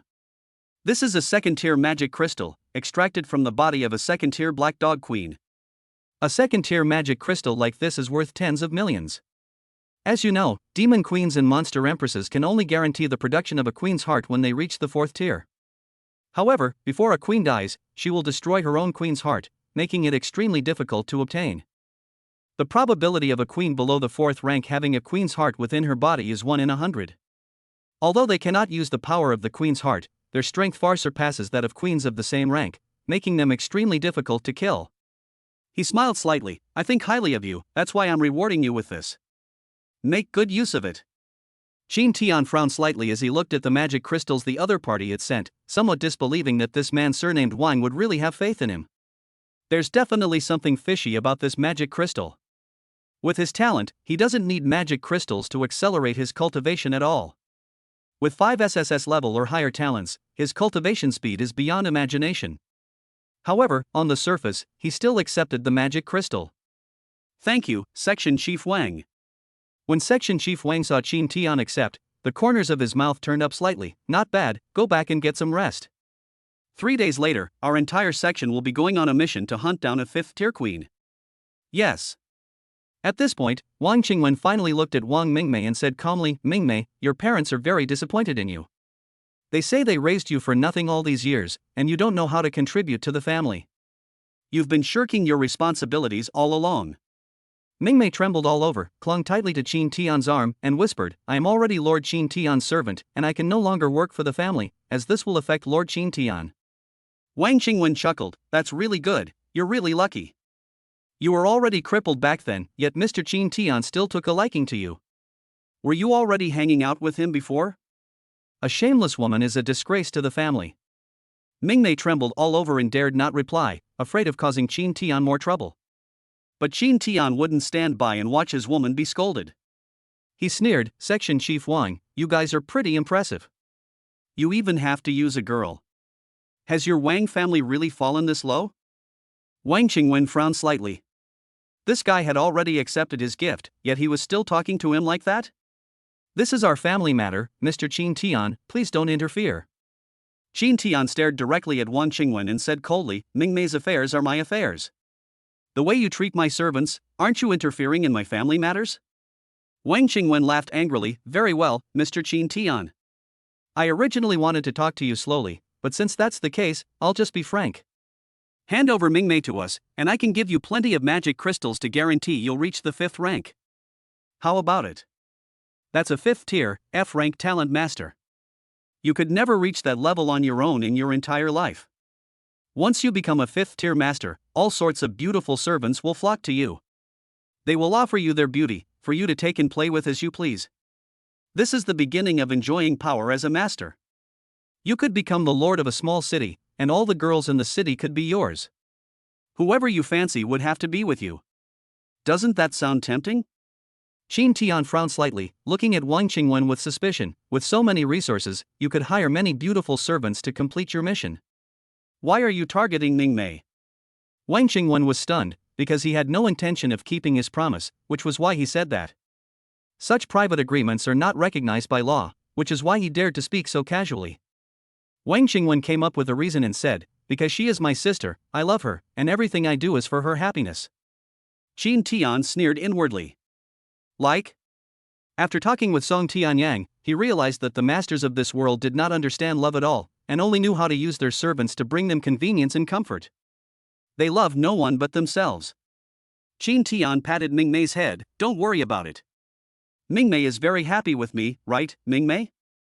Mingmei looked at Wang Qingwen, gritted her teeth, and nodded gently, yes. I am very happy with Lord Qin Tian. I am doing well now and do not want to go back. Wang Qingwen's lips twitched, looking like he was on the verge of exploding. He clenched his fists, stared intently at Qin Tian, and finally burst into laughter. In that case, I'm relieved. Mingmei, take good care of Mr. Qin Tian and make sure he doesn't die. I want to rest now. Everyone, please go back. Don't forget the mission in 3 days. In front of Wang Qingwen, Qin Tian pinched Mingmei's chin and kissed her deeply until she was almost suffocating before letting go. Thank you for your blessings, Section Chief Wang. I will definitely take good care of Mingmei. Wang Qingwen was trembling with anger. This bastard had taken liberties with his sister right in front of him. Damn it! Damn it! Everything that happened here was captured on camera, and young Master Yang, far away in Kyoto, will surely see it. I thought this would be an absolute victory, but unexpectedly, I was humiliated by Qin Tian, this nobody. He's going to kill this guy. They must kill him. That bastard must be killed. Qin Tian had the same thought in his mind as he left the section chief's tent. That bastard must be killed. How dare you steal my lovely Akemi and give her to another master? Are you trying to cheat on me? Go to hell. Chapter 45 The Bullied, Empty Girl. 3 days later. On the black grass plain in the western suburbs of Donghai City, the main force of 30,000 dead soldiers gathered. The 16th, 12th, and 7th sections of the Crisis Department, as well as the 6th, 9th, and 10th sections of the Security Department, are also gathered here. Xin Tian, accompanied by his attendants, stood on a hill, gazing at the distant ranks of the dead army. 30,000 servants without masters stood motionless in the wind. It was already October, the beginning of autumn, and the weather was slightly cool. These girls were not wearing the combat suits worn by Mingmei and the others, which had the effect of keeping them warm in winter and cool in summer.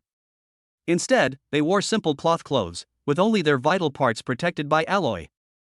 The weapons in their hands were either ordinary cold weapons or large caliber guns and cannons. To fight an army of monsters covered in weapons with such weapons is tantamount to suicide. The girls' faces were expressionless, their eyes empty, devoid of any light. They simply carried out orders coldly, and then died. If Qin Tian hadn't saved Mingmei, she would have become one of those girls after being used and abused by the scum of the Yang family. A 3-year service period is not something everyone can endure. Unless nothing dangerous happens in the next 3 years. Even if they survive, if they encounter a large-scale invasion by a monster queen like this time, they will be forcibly conscripted, and death will likely be their fate. Suddenly, Miao Miao spoke up out of the blue. If Queen Qingyi finds out we're gathered here, all of us will die. Xin Tian and the others stared wide-eyed at Miao Miao. Xin Tian exclaimed, "Oh my god! Miao Miao! Don't jinx it! If Queen Qingyi finds out we're gathered here, one shot from her antelope spear and all 30,000 girls will be dead." Aki was covered in sweat, but forced a smile and said, "Miao Miao, don't say such unlucky things. These girls have it tough enough as it is. If they die before they even get to the battlefield, they won't even have a chance to contribute their last bit of value. It's so pitiful." Mingmei took Miao Miao's hand and gently shook her head. "My side, but with so many masters gathered here, aren't you afraid the Demon Queen will smell them? Their noses are more sensitive than the most sophisticated instruments." Qin Tian pointed to the tower not far away. "See that? As long as that's there, the aura here won't dissipate. However, the energy required to maintain that tower is terrifying, so this meeting won't last too long." They looked down at the largest tent, where high-ranking officers of the Death Army, as well as section chiefs from the Crisis Department and the Security Department, were having a meeting. The reason for not holding the meeting online is mainly to prevent the presence of monsters among the monsters that can eavesdrop on signals. If the plan is exposed, it would be very bad. 2 years ago, there was a foolish major general who, because he found it troublesome, decided to hold a meeting online. As a result, 100,000 dead soldiers, the Crisis Department, the Security Department, the 3 masters and their attendants were all wiped out. That idiot major general was taken directly to a military court and beheaded live 3 weeks later. Even the family behind that foolish major general was implicated and is now in dire straits. Those in power may not care if you abuse your authority or set traps for people you dislike, but if you waste national resources and neglect city security, you must be put on the death row. That's right. In the eyes of the higher-ups, these girls serving in the military are just resources, and they don't even have the slightest human rights. Even the girls themselves look down on the girls serving in the military, calling them dirty and worthless. Those contracted servants could bully these female soldiers with impunity, and no one would say a word. Bullying is happening right now. Qin Tian saw a group of girls dressed in Crisis Department uniforms walk arrogantly in front of the lined-up military boys, grab one of the silver-haired girls by the hair, pull her out, throw her to the ground, and then punch and kick her. The girl just curled up and silently endured it. Qin Tian frowned slightly upon seeing this. Aki came to his side and said softly, "The reason that girl was bullied is because last night, she was summoned by the master of these servants. These servants disliked her and took revenge on her." Qin Tian looked at Aki and asked, "How did you know?" Aki stuck out her tongue and chuckled, "The wind told me that. When I'm bored, I listen to the stories the wind brings." Qin Tian nodded slightly and praised, "Impressive. Anyway, he doesn't have this ability, or rather, he has treated Aki and knows how to hear the wind, but it's too troublesome, so he's too lazy to use it. Deciphering information in the wind is just as complicated as deciphering zeros and ones in electronic information. He didn't want to waste his limited energy on this. He looked at the girl being bullied and couldn't bear it. With the thought that since he had seen it, he should help her a little, he led the group to the female soldiers. "That's enough," Qin Tian said coldly. "She hasn't even fought back, how long are you going to keep fighting?" Upon seeing that the newcomer was their master, the servants dared not act recklessly any longer. However, the most ruthless of them all, the beautiful blonde servant, still spoke with righteous indignation. "This wretched woman clearly seduced our master, yet she refuses to admit it, claiming she did nothing last night. Who would believe that? My master was supposed to be with me last night, but but because of this wretched woman, I lost his favor. The more he spoke, the angrier the blonde servant became. The silver-haired girl stood up expressionlessly and said without any emotion, I really didn't do anything. After he saw me, he thought I was boring, so he didn't touch me. The blonde servant laughed in exasperation, ha ha ha ha. Are you even speaking human language? You're so beautiful, how could you say something like that? Master isn't interested in you? She looked at Qin Tian and asked, Master, you be the judge. When you see such a beautiful girl, don't you want to sleep with her? Qin Tian looked at the silver hair, silver eyes, and skin so white it was almost cold, like a snow fairy. If it weren't for her deadpan expression, she would definitely be very cute. But it was precisely because of her deadpan expression that she possessed an unapproachable beauty, making his heart flutter. This petite girl hasn't said anything since her brief explanation. He glanced at the girl's panel. Alternative attendant, 0 mirror snow. Age, 23. Talent level, a rank void. Class, 3. Height, 153 centimeters. Weight, 39 kilograms. Measurements, 78, 63, 74. Appearance, 94. Favorability, 30. Note, those with an appearance score exceeding 90 can be granted abilities, S-rank Infinite Replication, S-rank Winter Witch, and S-rank Mirror Flower Water Moon. Ling Jingxue glanced at Qin Tian, her icy gaze extinguishing any sparks in his heart. No wonder that master was attracted to her but didn't sleep with her. Such a cold girl, no matter how beautiful, doesn't have that kind of passion. This girl is so cold. It's as if her beautiful face is just an empty shell, filled with ice that will freeze to death. Just as Qin Tian was feeling a chill run down his spine, a cold voice rang out. What are you doing? Chapter 46, 30,000 Maidens, One Spoonful for All. The final battle begins. Greetings, Major General Hu. The servants who had just been bullied instantly turned serious, straightened their posture, and saluted the newcomer. Qin Tian looked over and saw a man with a beard, a cold expression, and a sharply defined face walking towards him with a group of attendants. Qin Tian was looking at him, and the other person was also looking at Qin Tian. The army's major general, also known as a 6th-tier master, is the main force of this unit in dealing with Queen Qingling. Major General Hu glanced at Qin Tian, then looked at the disheveled Ling Jingxue, and roughly knew what had happened. The battle is about to begin. Return to your respective units. Major General Hu coldly addressed the bullying servants, who turned pale and ran away with their heads down. Then, Major General Hu walked up to Qin Tian and said calmly, You must be the Master Qin Tian that Section Chief Wang praised. I heard that you treat your servants exceptionally well, and that you stepped forward to help a servant who was being treated unfairly. Qin Tian sized up the Major General in front of him and smiled slightly. Yes, if I hadn't seen it, it would have been fine, but since I did see it, I want to do something about it. Is that not allowed? Major General Hu laughed and said, There's nothing wrong with it. You're the master, you have that right. It's not against the rules or laws. What, you've taken a fancy to this little girl? Qin Tian was taken aback. This Major General Hu really dared to speak his mind. He smiled and patted Qin Tian's shoulder. If you like it, just say so. Although they served in the Death Army, they did not form a contract with a master. According to the rules, they have always retained the right to choose their master and contract. He led Qin Tian to the front of the 30,000 girls, pointed at them, and shouted, Come on. Choose. Whichever girl you fancy, take her back and have some fun with her, or make a contract with her, it's up to you. Qin Tian was caught off guard. He knew that the master of this world had great power, but he didn't expect it to be this great. 30,000 girls, pick any you like? Even if you pick 10 a day, it would still take 3 years to pick them all. Hiss. No wonder so many masters want to join the Death Army as officers, it's an incredible perk. Qin Tian looked at the girls, and the girls looked back at Qin Tian with longing and expectation in their eyes. If Qin Tian could choose them, they would not have to participate in this combat mission with an extremely high mortality rate. Maybe if I'm lucky, I'll catch the eye of this master and be able to form a contract with him, so I'll never come back. However, they glanced at the 4 attendants behind Qin Tian, each of them so beautiful and with such great figures. Looking at themselves, they felt like ugly ducklings and probably wouldn't even look at them. Those girls who felt beautiful puffed out their chests, like peacocks spreading their tails, displaying their beauty, hoping that their master would take a second look at them and pull them away from this abyss. Qin Tian looked around and saw that their appearance scores were mostly around 60 or 70, with some even scoring 30 or 50. There were only 3 scores above 90. Among the 3 girls, one was Ling Jingxue.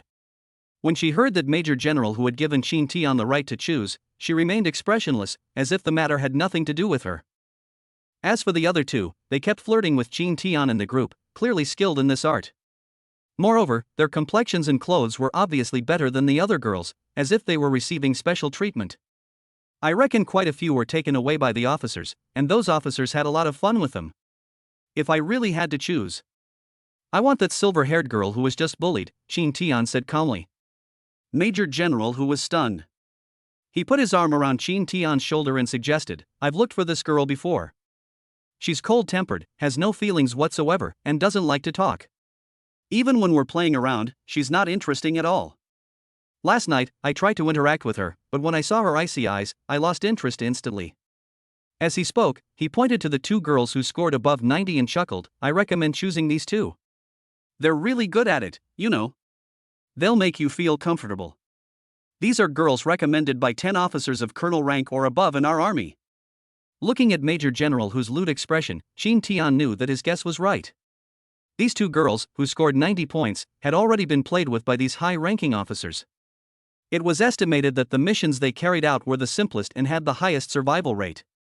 On the other hand, Ling Jingxue will definitely assign me a mission that will surely result in death. It's uncertain whether I'll even survive today. I'll choose this silver-haired girl. He feigned a smirk and said, I love white-haired Lolas. She's just my type. Even if I take her home as a decorative object, it'll be fine. Major General Hu was surprised that his master had such a quirk and couldn't help but laugh. Good, good, good. As long as you like it. Mr. Qin Tian, remember to put in a good word for me with Section Chief Wang. Qin Tian frowned slightly. Didn't this Major General know that he and Wang Qingwen had such a bad relationship? Just because Wang Qingwen praised him at the meeting, did he think that Wang Qingwen was taking good care of him? He smiled and called out Ling Jingxue, ordering her to follow Qin Tian and obey any of Qin Tian's orders. Qin Tian was constantly praised by young master Wang Qingwen and entrusted with important tasks. There was even Wang Qingwen's sister among Qin Tian's attendants. No matter how you look at it, the relationship was very close. By showing goodwill to Qin Tian this time, he will definitely be able to get in touch with the Wang family, and perhaps he will be promoted to lieutenant general before long. Qin Tian looked at Ling Jingxue standing behind him. She wasn't happy about being chosen. She still had that dead expression, cold and indifferent, as if she couldn't laugh, cry, or speak. Major General Hu frowned slightly when he saw that Ling Jingxue hadn't even said thank you. This would definitely make Qin Tian unhappy. Snap. He slapped Ling Jingxue across the face and yelled, Don't you understand anything? You should be grateful to Mr. Qin Tian for being chosen. If Qin Tian hadn't chosen you, you would be dead today, becoming food for demons. Thank Mr. Qin Tian. Do you hear me? Ling Jingxue remained expressionless, standing there like an ice sculpture. Major General Hu got carried away and wanted to fight again, but Qin Tian stopped him. All right, Major General Hu, just leave her to me. You don't need to worry about the rest.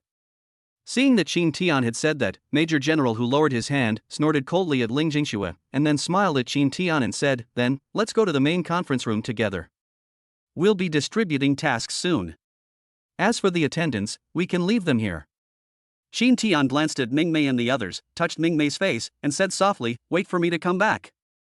Mingmei nodded gently and said, I understand.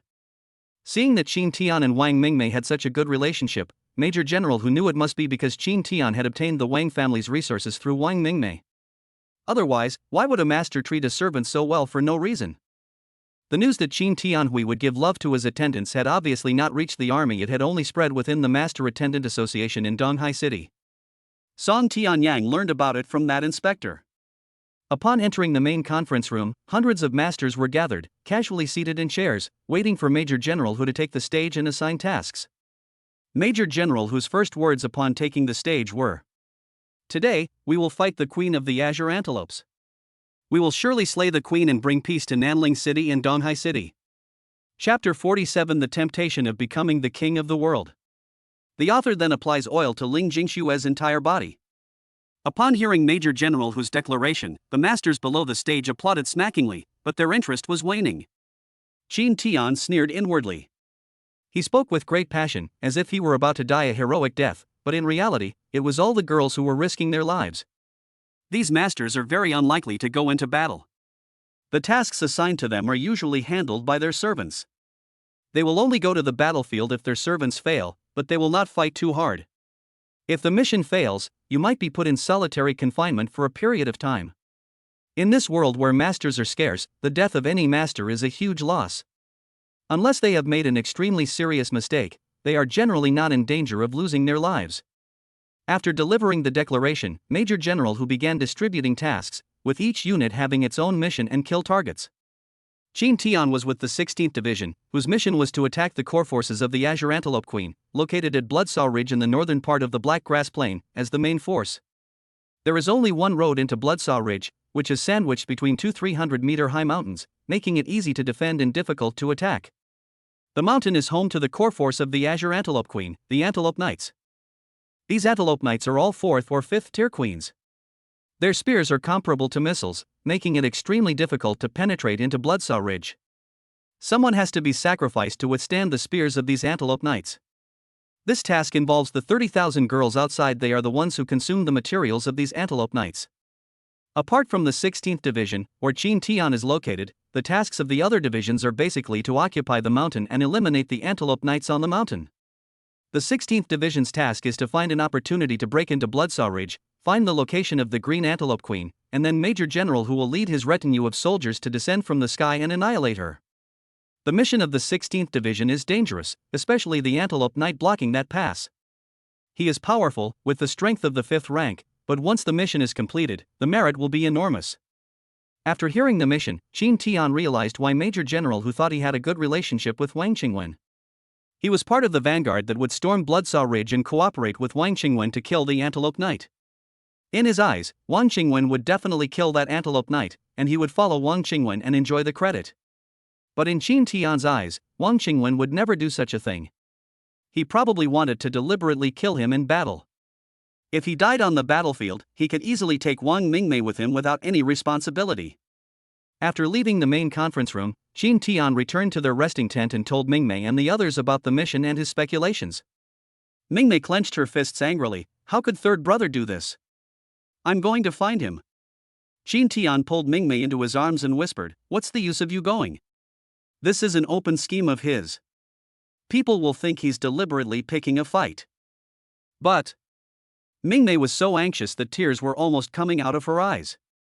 Mai said calmly, Akemi, things aren't as complicated as you think. Have you forgotten Lord Qin Tian's strength? He could even defeat Queen China. As she spoke, she immediately shut up, because there was another outsider present, namely Ling Jingxue. Ling Jingxue seemed to know that she was superfluous there, so she silently left and went outside to guard the door. Mai glanced at the door and said in confusion, this girl is really strange. If she says she is willing to pledge allegiance to Lord Qin Tian and form a contract with him, it's not that we can't let her know. Qin Tian shrugged, it's her business if she doesn't want to form a contract with any master. I was just helping her out. Qin Tian glanced at his panel. He had both titles, and he did help Ling Jingxue. However, even though his favorability rating was 60, she still didn't say a word. Is she even more stubborn than Mai? Or perhaps she's not good with words? He Ding Miao Miao chuckled, don't worry, even if that guy surnamed Wang really tries to frame my dear Qin Tian, he can't do it. As long as I'm here, they won't lay a hand on Qin Tian. The only one who can kill Qin Tian is me, who loves Qin Tian. Qin Tian rolled his eyes at Qina, if you're exposed, how am I supposed to explain this to the outside world? Do you want me to become the enemy of all mankind? China shrugged nonchalantly, what's the big deal? If you'd like, why don't you join our Queen's Ball? I'm sure with your abilities, you'll win the hearts of many queens, and they'll all become your women. The more Qina spoke, the more excited she became, as if she could see Qin Tian being held high on a pedestal by a host of queens. No. Qin Tian refused outright, I'm afraid you'll take advantage of me. China smiled slightly, no, we eat masters. As long as the master doesn't cooperate with us and help us cultivate you, if you're willing to cooperate with us, I can help you become the only king. All queens would kneel to receive your favor, wouldn't you be tempted? Whether it's a gentle bunny, a wild wolf, a delicate cat, or a voluptuous fox, they're all yours. Once you become our king, this world will be yours to keep. You can choose any human girl or queen you want. As for those monster empresses and scum, beat them into submission and they'll all be yours. China tempted Qin Tian, and Qin Tian swallowed hard. Honestly, what China said was really tempting. Becoming the world's king is probably every man's dream. However, to let him betray humanity like this. Humans cannot, or at least should not. It's just a feud with the Wang family, there's no need to involve all of humanity. I refuse. Qin Tian said sternly. Xina sighed and said helplessly, alright, I'll wait for your reply anytime. Ding meow meow, take good care of my darling. You can use my power as you please. If you don't know how to use it, I'll come out on my own. I won't let you come out whenever you want. Ding meow meow shouted angrily. This sudden change seemed like she had a split personality. Ding meow meow complained, looking annoyed, that Xina said she had something important to say, and this is what she got. I've been tricked. Qin Tian patted Meow Meow's head, it's okay, she's just thinking of me. Let's get ready, we're about to leave. Qin Tian took the combat suit he had received, found Ling Jingxue, and said calmly, put this on. Wearing it will improve your survivability. Ling Jingxue calmly took the combat suit from Qin Tian's hand, and took off her clothes in front of Qin Tian, leaving only her pure white underwear. Qin Tian was stunned, you're just going to change it like that? Ling Jingxue rarely spoke up, but she said, no problem. She frowned slightly, put on the leather combat suit, but because it wasn't oiled, the friction was too great. She glanced at Qin Tian, said nothing, and continued to put it on. Her fair, delicate feet were rubbed red, but she still couldn't get it in. Qin Tian sighed helplessly, picked up the lubricant that was placed aside, poured it into his hand, and gently spread it evenly on Ling Jingxue's cold, pale skin. He lifted Ling Jingxue's small foot, which she could easily hold in one hand, and gently massaged the oil into every corner of her skin. Qin Tian stared blankly at the jade foot in his hand. This pair of small feet was like a work of art, like the most satisfying masterpiece of a jade carver. After stroking her jade-like feet, he held her calves tightly in his hands. The slender curves of her calves twisted slightly in Qin Tian's palms, as soft as cotton. Next came the thighs, and then Qin Tian applied lubricant all over Ling Jingxue's body. Her pale, cold skin was covered with a faint golden halo, which was very beautiful. Combined with her aloof eyes and expression, she looked like a fairy who did not eat the food of this world, or an angel. After applying the oil, putting on the combat suit felt much easier. She zipped up the last zipper of the combat suit, glanced at Qin Tian, and said softly, thanks. After saying that, she walked outside, her steps unsteady, as if she had been stimulated by something. Qin Tian glanced at the panel again and found that Ling Jingxue's favorability had actually risen to 90. This little girl is really not good with words. Chapter 48 Rainy Night Battle. The War God in the Grove. Even in the coldest weather, the effect of the title cannot withstand the power of zero mirror snow. In just one day, the favorability rating was raised to 90. According to the title's effect, she has reached the point where she is willing to die for him and even give up everything, so why does she still have 10 points of favorability? Where is the difference in these 10 points? However, there was one thing he was certain of, Ling Jingxue was still a young girl, a fact he had confirmed when he applied the oil to her just now. I never imagined that such a beautiful girl could remain so innocent in that chaotic place called the Death Army. It seems that those high-ranking officials don't care about appearances, their happiness is the most important thing. No matter how beautiful Ling Jingxue is, it's useless if she can't ignite passion. Riding in the 16th Division's jeep, Qin Tian looked at the other three masters inside, who all stared at him with expressions as if they were looking at a dead man. Sitting in the passenger seat, Wang Qingwen said calmly, for this mission, we need to gather intelligence on the monsters first. The intelligence will be obtained by the cannon fodder of the Death Army. We won't rush in immediately. We will rush in the moment the pass is exposed and kill the 5th-tier queen guarding the gate in one fell swoop. Mr. Qin Tian, your servants are very capable. The task of making the 5th-tier queen expose her weakness is entrusted to you and your servants. I will deliver the fatal blow at the appropriate time. Qin Tian sneered inwardly, but nodded outwardly, yes. What kind of fatal blow are you to deliver? Isn't this just sending your servant to challenge a 5th-tier queen? You'll only make your move after I'm dead, won't you? This is a battlefield, and the environment is extremely chaotic. The control skill cannot be used, so it is obviously impossible to strengthen or heal servants in real time. Looks like today is going to be very tiring. It was night when we arrived at the front lines, and fighting had already broken out. He could see squads of women carrying large caliber machine guns charging to the front lines, bullets raining down on the mountaintop ahead. Suddenly, a dazzling green light appeared on the mountaintop, streaking across the night sky like a shooting star as it fell towards the army of death. Boom! A beam of green flame shot into the sky, rising into the darkness.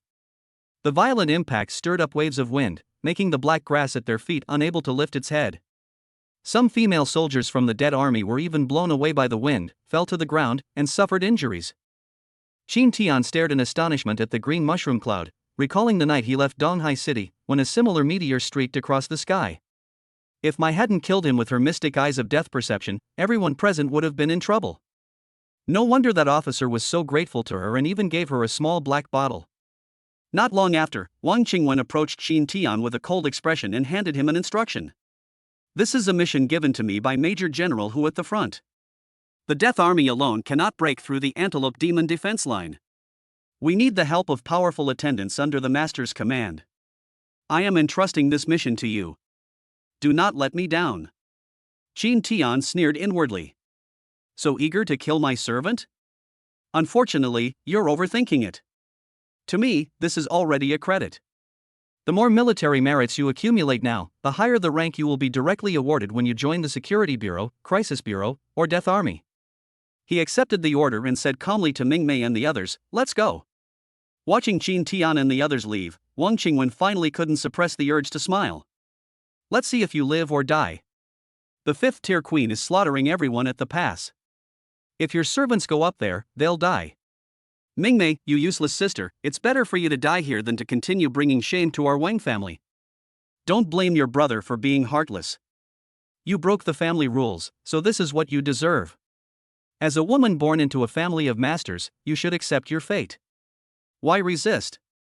Arriving at the front lines, Qin Tian was filled with rage.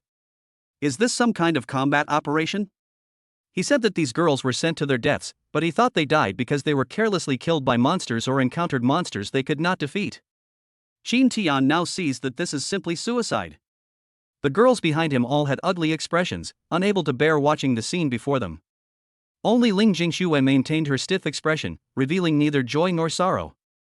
On the battlefield before them, hundreds of female soldiers, rifles in hand, charged straight ahead along the road. In the distance, the antelope demons raised their spears and fired in unison. Although these monsters' spears were not as terrifying as the queen's, their penetrating power was extremely frightening. The spear shadows moved silently through the night sky, and all that could be seen was a girl's chest and abdomen being pierced, leaving large, bloody holes. The master who commanded this force, however, was cursing. Useless. All of you are useless. 6th Company, charge forward and advance the position by 100 meters. Under the command of that major master, another 100-meter-tall girl rushed forward, only to be mercilessly slaughtered by the monster. Qin Tian gritted his teeth and patted Ming Mei's trembling hands. If Akemi hadn't been bound by her contract, she would have faced a similar fate. Akemi raised her eyes, her determination unwavering. Let me go, I'll lead them forward 100 meters. She couldn't bear to see these poor girls being thrown into the mass grave. Even in a world where there are 100 times more women than men, and their status is incredibly pitiful, they are still people with lives and parents. It is unbearable that the master would die because of his incompetence. Qin Tian nodded and patted Ming Mei's head. Be careful, come back immediately if you get hurt, and I'll help you heal. Ming Mei gently bit her lip. She understood that the healing required enduring the other person's pain, and Qin Tian was actually willing to bear the aftereffects of the healing for her sake. She must produce results. She gripped the long sword, crafted from 2nd-tier monster materials, and blocked the group of female soldiers who were about to charge forward. You all follow me. The female soldiers looked at the major, who was about to lose his temper, but after seeing the order document that Qin Tian showed them, he snorted coldly. Do as she says. With Ming Mei, a 3rd-tier, almost 4th-tier attendant, leading the way, the pressure on the female soldiers in this company instantly lessened, and they advanced quickly over 100 meters. The more than 50 survivors lay down on the spot and fought back against the monsters. The monster angrily attacked the position, wanting to kill all the humans there. But soon they discovered it was impossible. The human population there was growing rapidly. Seeing this, the queen guarding the pass said calmly, lure the enemy in, set up ambushes on both sides of the road, let them come up, then attack from both sides and annihilate them in one fell swoop. Yes. Having received their orders, the antelope demons began to execute the plan.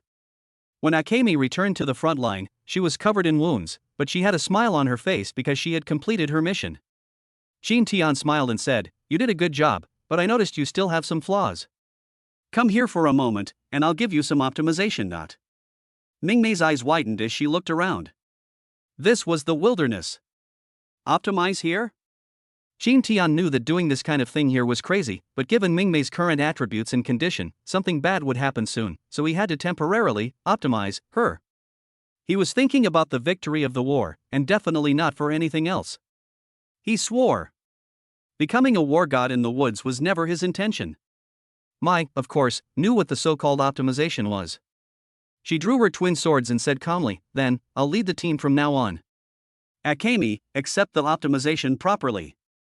Mingmei blushed, lowered her head, and dug her toes into the floor. Finally, Jin Tian led her into the grove of trees. This time, Mai's task was even more demanding. That idiot major demanded that Mai lead the team to advance 200 meters. Mai looked at the more than 300 girls behind her. The group was huge. She had a headache. How many of them would die? Not only that, but it suddenly started raining, truly a case of misfortunes never coming singly. She looked at the path ahead, the rain falling on it and slowly wetting the soil. She had a premonition that this was going to be a tough battle. She glanced at the grove of trees again. It looked like a tough battle was brewing there too. Akemi had never done anything like this in the wild before, and then it started raining heavily. She'd run into it all today. Chapter 49, Breaking Through the Pressure. Breaking through to the fourth tier in the face of battle. The rain intensified, blurring the entire world until it was almost impossible to see clearly. Mai, wielding two swords, opened her mystic eyes of death perception and gazed at the distant pass. Behind her was a group of trembling girls, their long line resembling a spear. Rain fell on them, soaking their long hair and clothes, and they breathed heavily. A thunderclap struck, illuminating Mai's resolute face. Her crimson eyeshadow shone like a knife in the night sky. A gust of wind and rain ruffled her hair, and her expression changed drastically. Kill.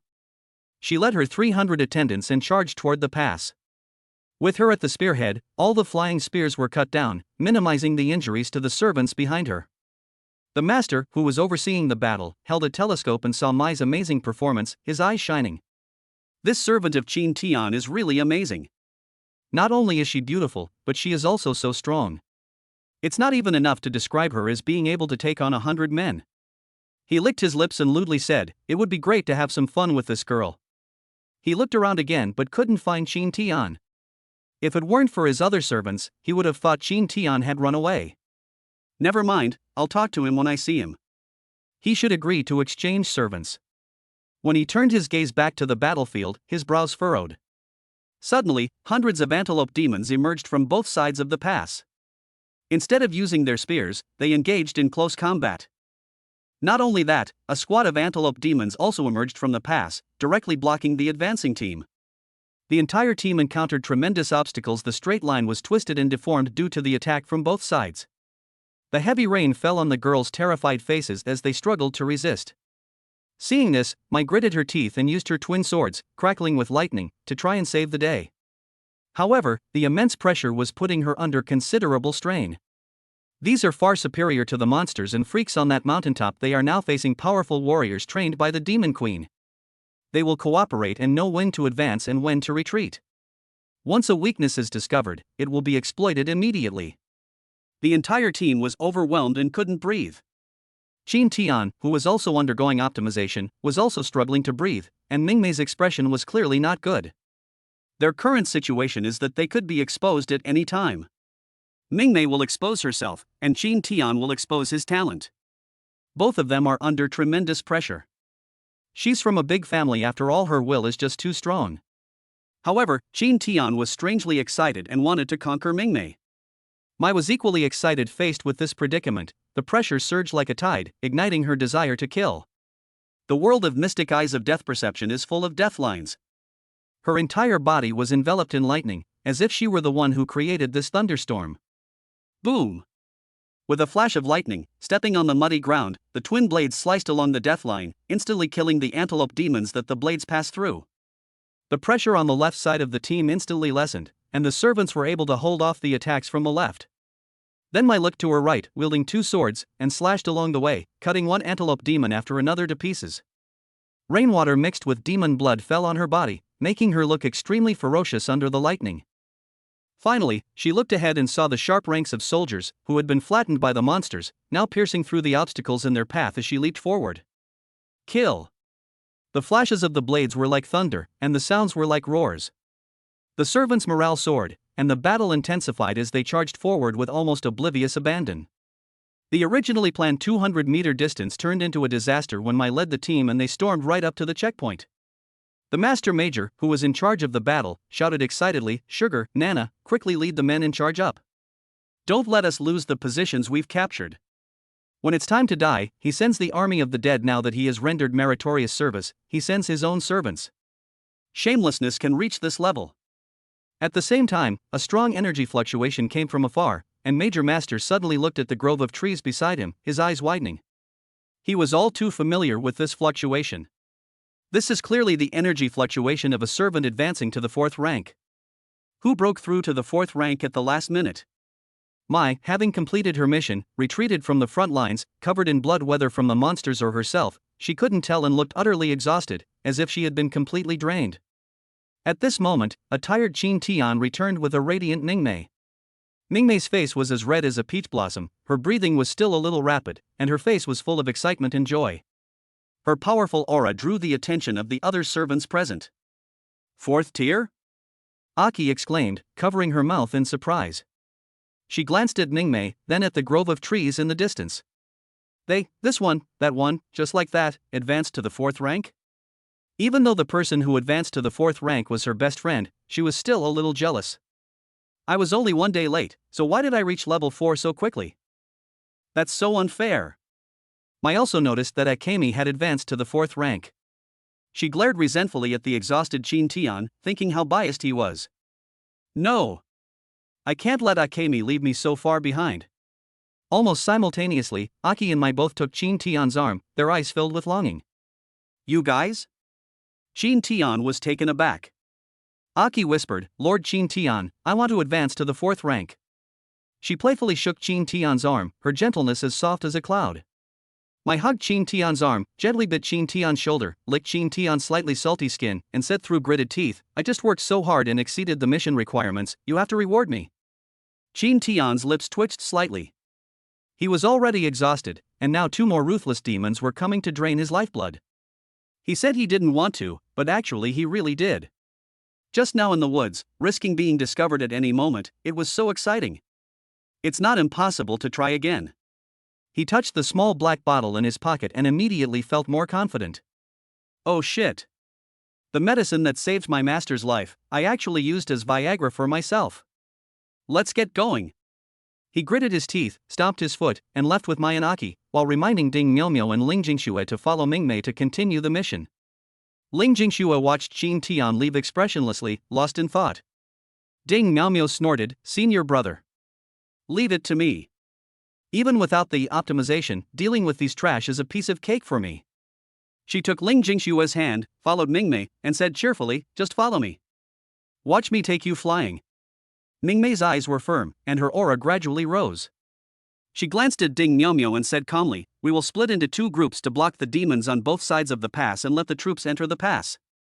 At that time, my 3rd brother should make his move. Ding Miaomiao chuckled, wow. Sister Mingmei is getting more and more confident. It's so great to get the optimization from senior brother. After I finish this task, I also want to get some optimization from senior brother. Mingmei blushed, glanced at Ling Jingxue, and coughed lightly, don't talk nonsense, focus on the battle. When the Master Major discovered that it was actually Mingmei who had advanced to the 4th rank, his eyes were strange. But when he remembered that Wang Mingmei was Section Chief Wang's sister, his expression relaxed. So it's your turn now, right? I'll give you 800 men. You must break through this barrier. Can you do it? Akemi's eyes were firm, leave it to me. Chapter 50. A 6th tier queen descends from the sky. Ferocious and wrathful. Akemi looked at the girls behind her and took a deep breath. If it weren't for Lord Qin Tian, she would have become one of them in a few years. To become someone who could die at any moment, be defiled at any moment, be trampled on at any moment, and have no human rights whatsoever. This world is so cruel. Servants are born weaker than their masters, and masters who possess immense magical power can accelerate their own cultivation. No matter how hard a servant tries, reaching the third rank by the age of 20 after awakening is already considered very excellent. Without a master's help, it would take about 30 years to break through to the fourth rank. By then, they would be 50 years old and frail. Even if they reached the fourth rank, their strength might not be as good as the third rank. As for the fifth tier, that's just wishful thinking. Without a master's help, it takes 90 to 100 years to go from the fourth to the fifth rank. It is almost impossible for a fourth rank servant to live to 140 or 50. She touched her chest and her lower abdomen, they felt warm. Mingmei's lips curled up slightly because Qin Tian reached out to her, pulled her out of hell, and gave her a future, hope, and love. No amount of repayment is too much. She was determined to keep Lord Qin Tian alive. Third brother. You won't harm Lord Qin Tian. No matter how difficult the situation, I will overcome it. She gripped her longsword tightly with both hands, held it upright in front of her, looked through the blade at the pass ahead, and roared, "Kill!" She strode forward, taking the lead, and the servants behind her followed. They looked at Mingmei's figure with faith. She was their knight in shining armor, their angel. And their knight, the faith in the eyes of their angels, is Qin Tian, who was fighting on drugs in the grove. On the other side, Ding Miao Miao held a guan dao in her hand, her eyes sharp, her long red hair and crimson eyes shining brightly in the night. The flames evaporated the rainwater on her body, and the nearby rainwater also evaporated. She was as imposing as a tiger in the wind and rain, and she was not afraid even when a tidal wave of monsters surged in front of her. Without turning her head, she said calmly to Ling Jingxue, "Stay close to me." Ling Jingxue nodded. "Kill." She was incredibly fast, like a shooting star, instantly plunging into the horde of monsters, the crowded monsters being cleaved apart by her flames. The monster let out a terrified roar. "It hurts. It hurts. It's so hot. So hot. It's burning. It's burning." Her face was contorted with rage, like a murderous maniac, as she cleaved through the bodies of one demon after another with her guan dao, a type of halberd. Her expression was one of boundless excitement, and she laughed heartily. "So good. So good. Is this the power my senior brother gave me?" A black sun appeared behind it, and everything around it seemed to be sucked in and burned to ashes. Her halberd moved with immense force, cleaving through the muddy earth and scorching everything in its path with blazing flames, unstoppable in its advance. Faster. Stronger. More powerful. Ling Jingxue followed Ding Miao Miao calmly, watching her dark red figure. The firelight reflected in her silver pupils, and her hair and pupils were turning crimson. Level A synchronization. It is a talent for imitating and observing targets. She looked at the ordinary longsword in her hand and began to learn how to hunt monsters from Ding Miao Miao, step by step. Under their overwhelming force, the monster army collapsed and could not be stopped. The Master Major, who was observing all of this, whistled and exclaimed in surprise. "That's amazing. That's incredible. That's how strong a servant should be. Holy crap. All the servants I hired are utter garbage compared to that red-haired girl. I really want her. But Qin Tian is Section Chief 1's brother-in-law, what a pity." He turned to look at Akemi on the other side. This place was quite ordinary. Mingmei's attacks were steady and methodical, with measured advances and retreats. She took great care of the servants behind her, showing them the utmost concern. Such a kind girl was looked down upon by this Master Major. "They're just cannon fodder who will be replaced as soon as they die, why care so much?" "You're a young lady from the Wang family, your moves should be powerful and sweeping, making all the monsters tremble in fear." With the help of Mingmei and others, the situation went very smoothly, and they quickly broke through the checkpoint, which was a signal. Wang Qingwen was extremely surprised when he received this news. What? Wang Mingmei broke through to the fourth rank in the middle of battle? And she even led her team into the pass? How did she do that? Wang Qingwen frowned, somewhat irritated.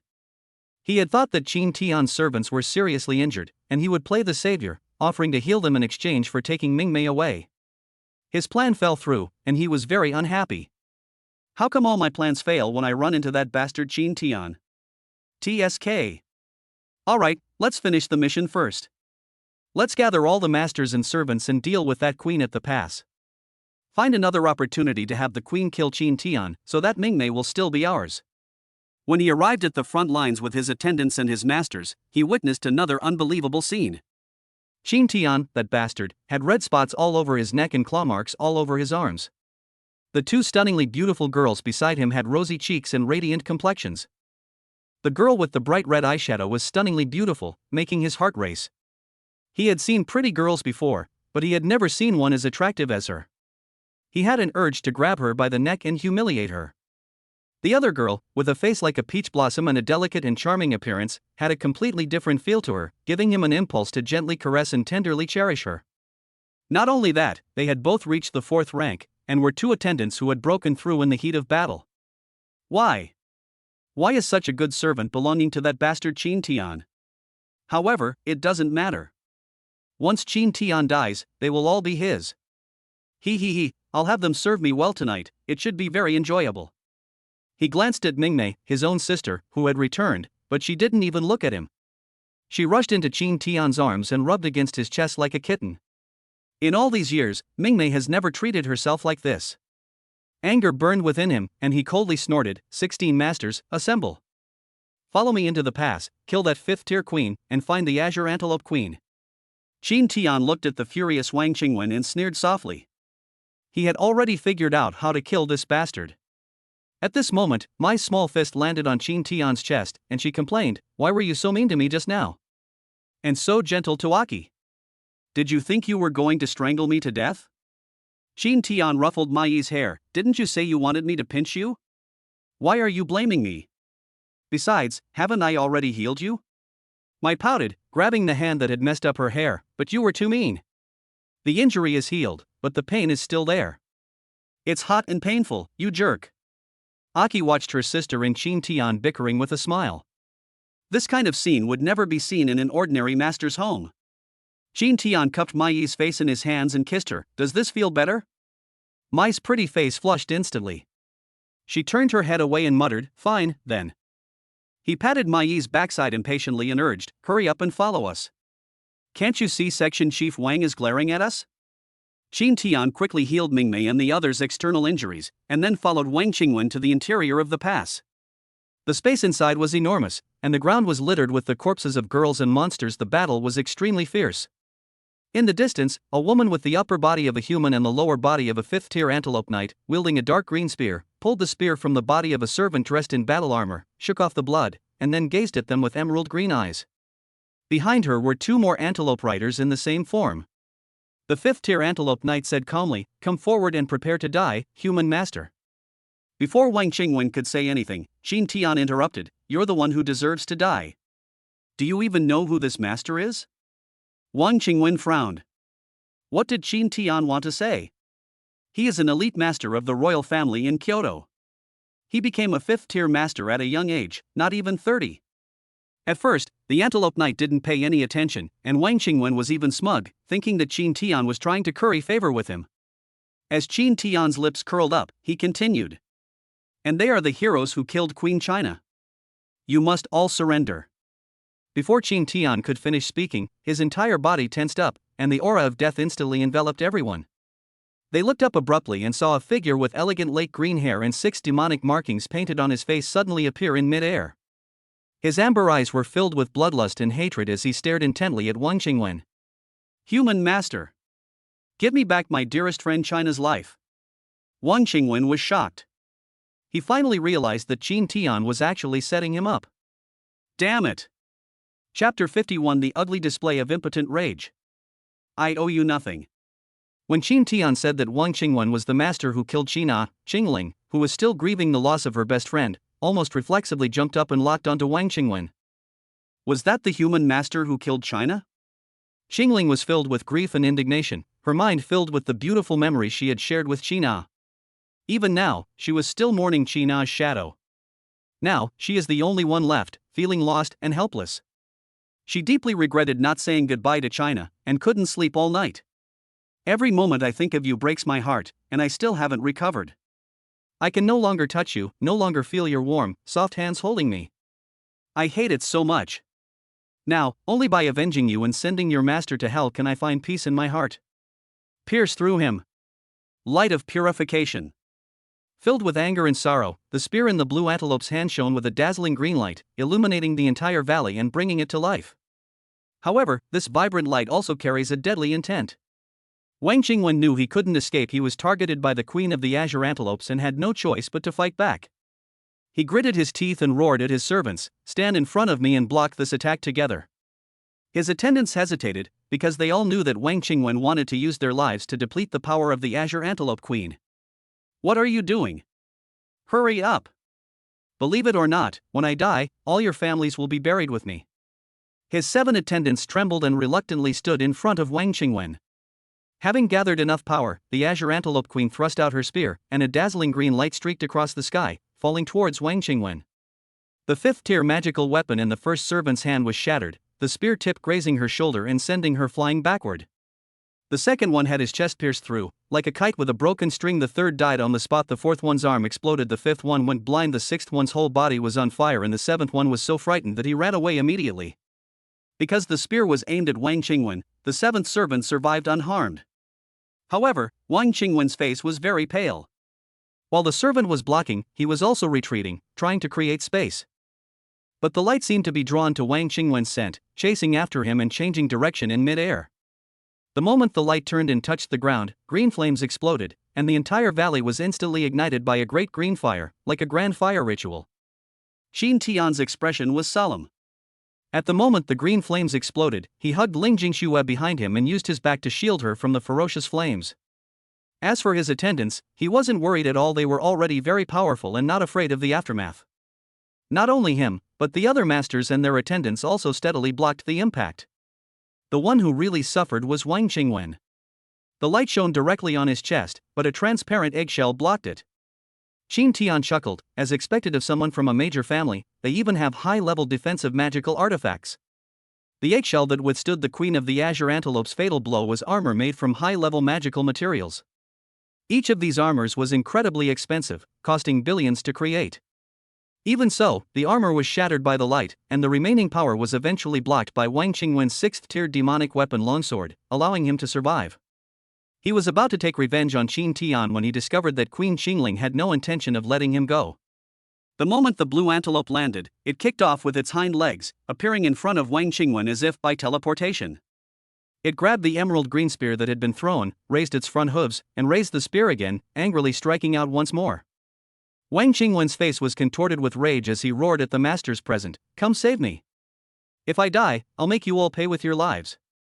Xingling gave Wang Qingwen no chance to be rescued.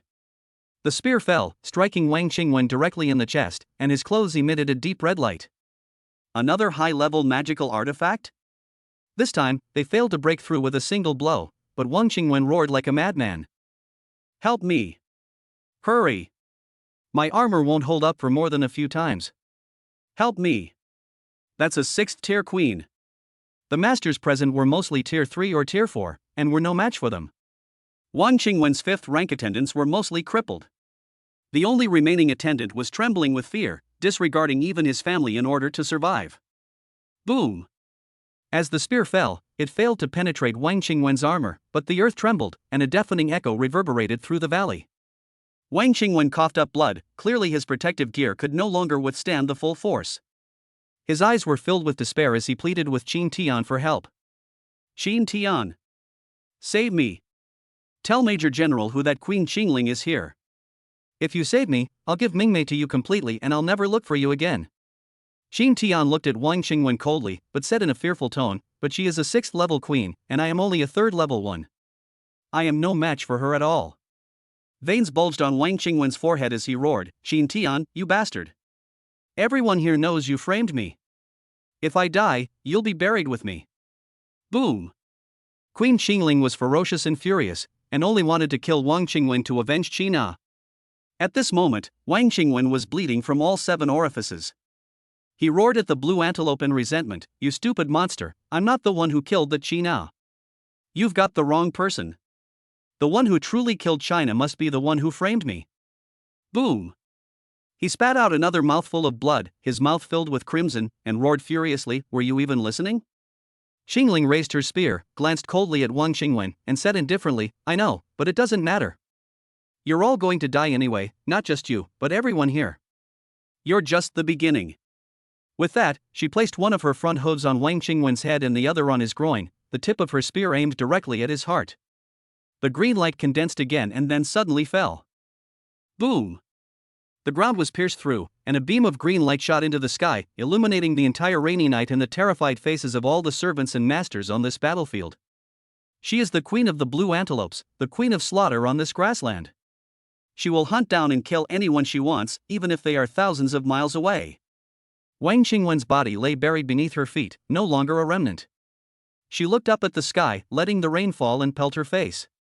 Gently closing her eyes, she murmured softly, "If you gave me wings, I would carry you and fly high, even if this land had sunk into the sea.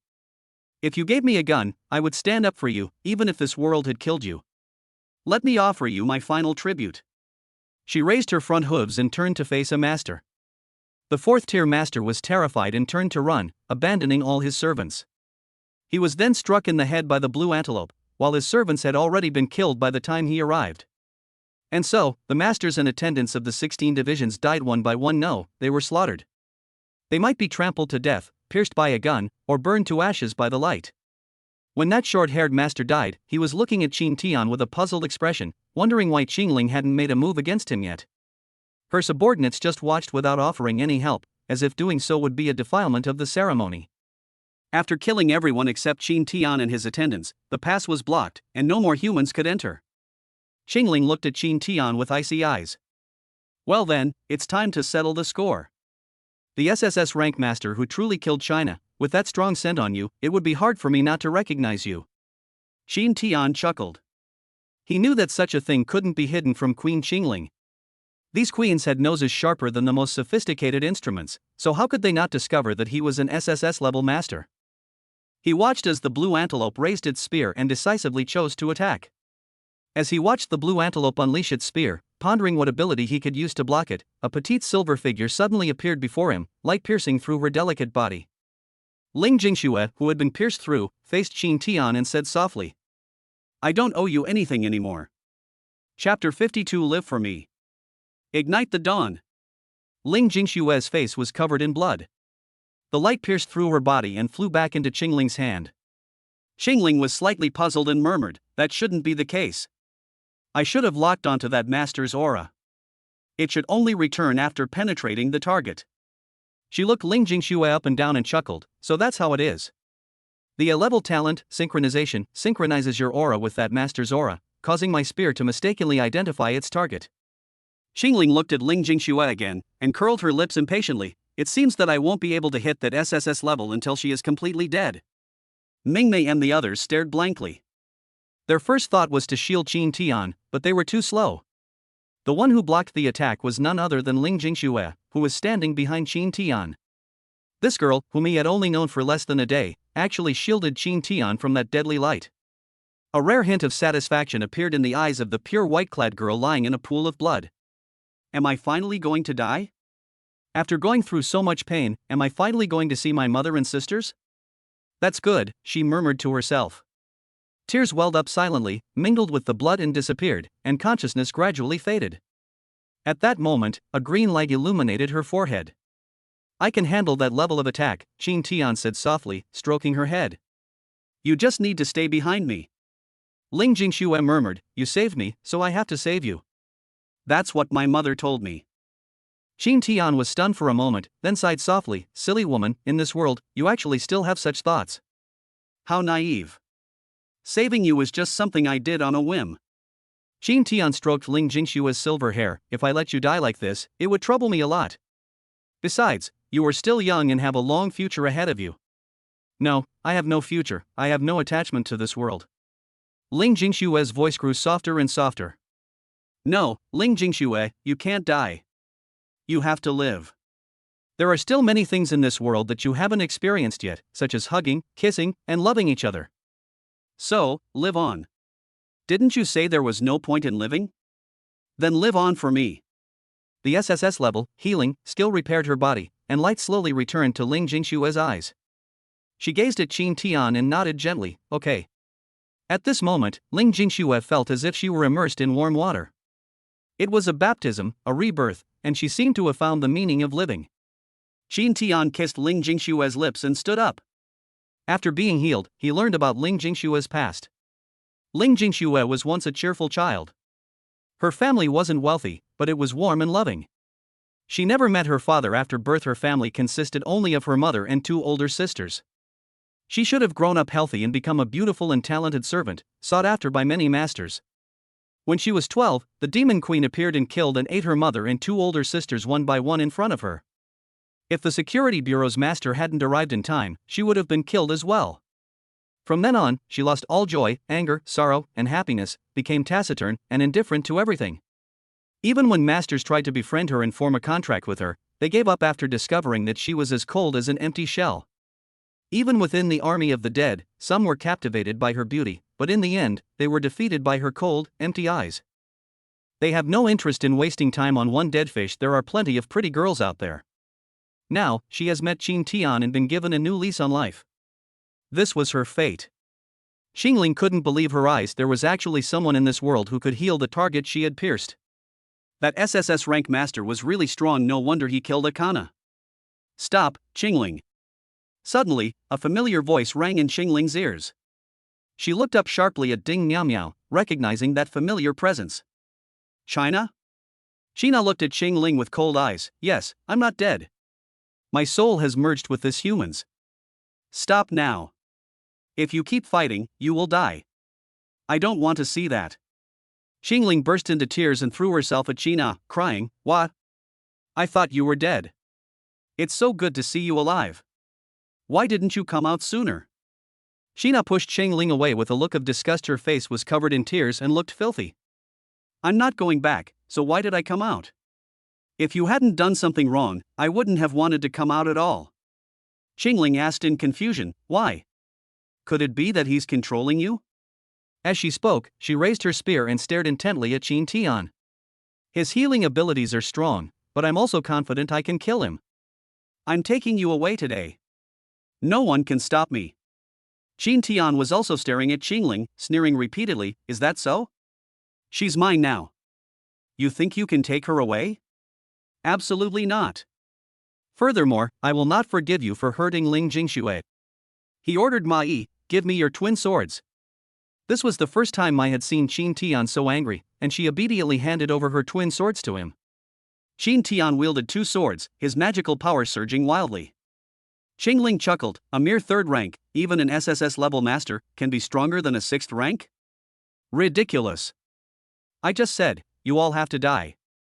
Xingling looked at Qina and said with a smile, Except for Qina, of course. Qina opened her mouth, wanting to persuade Xingling, because she knew that Qin Tian was not an SSS level master, but a US level master. The only US class in all of humanity. However, seeing Qin Tian's angry expression, she knew that if she spoke up, she would definitely be punished. Between her best friend and her beloved, she chose her beloved. Forgive me, Xingling. Qin Tian gripped his twin swords tightly, and a hurricane appeared on the blade of the long sword in his left hand, as dark clouds suddenly filled the sky. The power of Indra's wrath has been infused into this long sword, completing its enchantment. The long sword in his right hand, though its blade was clearly metal, ignited directly without turning red. The flowing flames resembled an even sharper blade, as if capable of cutting through and burning anything it touched. Ashes of all things, enchantment complete. Then, a black sun appeared behind it, and everything around it flew toward the black sun the instant it appeared, as if it were a black hole that could devour and burn endless things. Qin Tian now looks exactly like the sun god of the black sun. On the other side, Xingling also noticed Qin Tian's predicament. She held her spear horizontally in front of her, gently stroking the shaft, her eyes full of love, and whispered. Pierce through everything. The light of slaughter and purification. Azure sky. The spear in her hand emitted a dazzling light that was almost blinding, blowing her long, lake green hair, and her amber eyes regained their bloodlust and killing intent. She raised her gleaming spear once more and struck, as if she had struck countless times. The endless spear shots, like emerald rays of light, swept over her. The antelope knights present looked extremely smug. This is the queen they are loyal to. This is the king of slaughter on the grasslands. Under the glow of the sunset, everything is pierced through. They looked at their master, wondering how he would react. Qin Tian simply raised his right hand, wielding the burning longsword, and gently waved it towards the rosy clouds in the sky. The sky was instantly ignited, with towering green flames. Everything turns to ashes, and then everything is ignited. Even light. The blue antelope's pupils trembled, and its whole body shook. Qin Tian grinned, and his mystic eyes of death perception opened. Accept your judgment. Chapter 53 almost did it all. Crocodile tears. Qin Tian's twin blades flashed, their blue and red gleams extending from the blades. His body was a sharp blade, cutting through the burning glow of the sunset. The blue antelope screamed and charged wildly, the azure sky soared high, and the demon queen unleashed terrifying speed, causing the air to tremble violently. A blue sonic cone appeared behind her, launching an attack on Qin Tian, who was dragging the black sun. The air between the two was compressed to its limit by the speed, a gale swept through the entire valley, and amidst the thunderous sonic boom, the two collided with flesh and blood. Despite the difference in size, Qin Tian held an absolute advantage. Indra's wrath transformed the raging wind into power, propelling the blue antelope away with a single blow. A deep gash was carved into the antelope's body, a scar that would never be erased. She crashed into the mountainside, spitting blood. Her eyes widened as she saw her spear burst into flames, followed by her arm being set ablaze. The excruciating burning pain contorted her face. She quickly used her demonic energy to extinguish the flames and escaped before Qin Tian could catch up. The Antelope Knights were dumbfounded, completely unwilling to believe it. A third-tier fighter against a sixth-tier fighter, the third-tier fighter forced the sixth-tier fighter to hide. Is there any common sense left in this? Is there no law anymore? Is there no bottom line left? Qin Tian's servants were all smug and proud. Qin Tian was so strong, and as his servants, they shared his honor and disgrace. The Antelope Knight couldn't stand the women's faces and wanted to take advantage of Qin Tian dealing with the green antelope to capture them and threaten him. Qina coldly stood in front of the crowd, reminding them, "Don't move. Just stay like this. If you dare to lay a hand on me, don't blame me for being ruthless." The fifth-tier Antelope Knight who was leading the charge chickened out. She really didn't have confidence in facing China. Trying to escape? You must pay for the pain of killing so many young girls. A cold voice came from Qin Tian's mouth. He stepped into the void, the storm carrying him as he chased after the blue antelope. Like a ghost, his twin blades left streaks of blue and red light as they slashed at the antelope's four legs. The antelope's strong limbs were split open, its muscles severed, and it was burning. Qin Tian swung his sword twice more, his left hand cleaving along the deadline of the antelope's right arm, and his right hand slashing horizontally, piercing through its collarbone and nearly severing the antelope's head. You hurt Qingxue, I will repay you with an eye for an eye. Qin Tian aimed his long sword at Qingling's chest and pierced it with a whirlwind, leaving a black hole the size of a bowl in Qingling's body. Qingling was numb, she couldn't escape. The terrifying attraction of the black sun bound her like shackles, burning her body until all her fur turned to ash, leaving her bald and covered in burns. Now, Qingling had completely lost the power to resist. Before she died, she took one last look at Qina, her eyes filled with relief. That's fine. As long as I see you're still alive, that's enough. Upon noticing Qingling's gaze, Qina trembled all over. She gritted her teeth and kept telling herself the same thing. I can't help. I can't help. She's on the human side now, she absolutely can't help the blue antelope. Qin Tian looked at the barely surviving blue antelope in front of him, raised his hand, and touched its head. Plunder. The blue antelope's eyes rolled back, its whole body convulsed, and it growled softly. It hurts. It hurts. What are you doing to me? Don't do this. It hurts so much. My mind, why is my mind completely blank? Ah. What is this? What is this? Qin Tian ruthlessly plundered the power of the azure antelope. It was a sixth-tier power, and he didn't know how much he could take away. He watched Qingling's expression change from arrogance to gritted teeth and perseverance, and finally to a dazed and confused state. She chuckled foolishly in front of Qin Tian, drool dripping from the corner of her mouth, her eyes rolling upwards, as if she had lost herself. Qin Tian suddenly thought of something, released his grip, and did not kill the blue antelope. The Antelope Knights, who had been filled with despair, were stunned when they suddenly saw Qin Tian stop. Even Mingmei and the others were surprised. Why did Lord Qin Tian, who had just been so bloodthirsty, suddenly stop? Qina watched Qin Tian's retreating figure, biting her lip, thinking, could it be that Lord Qin Tian spared Qingling for her sake? Wah!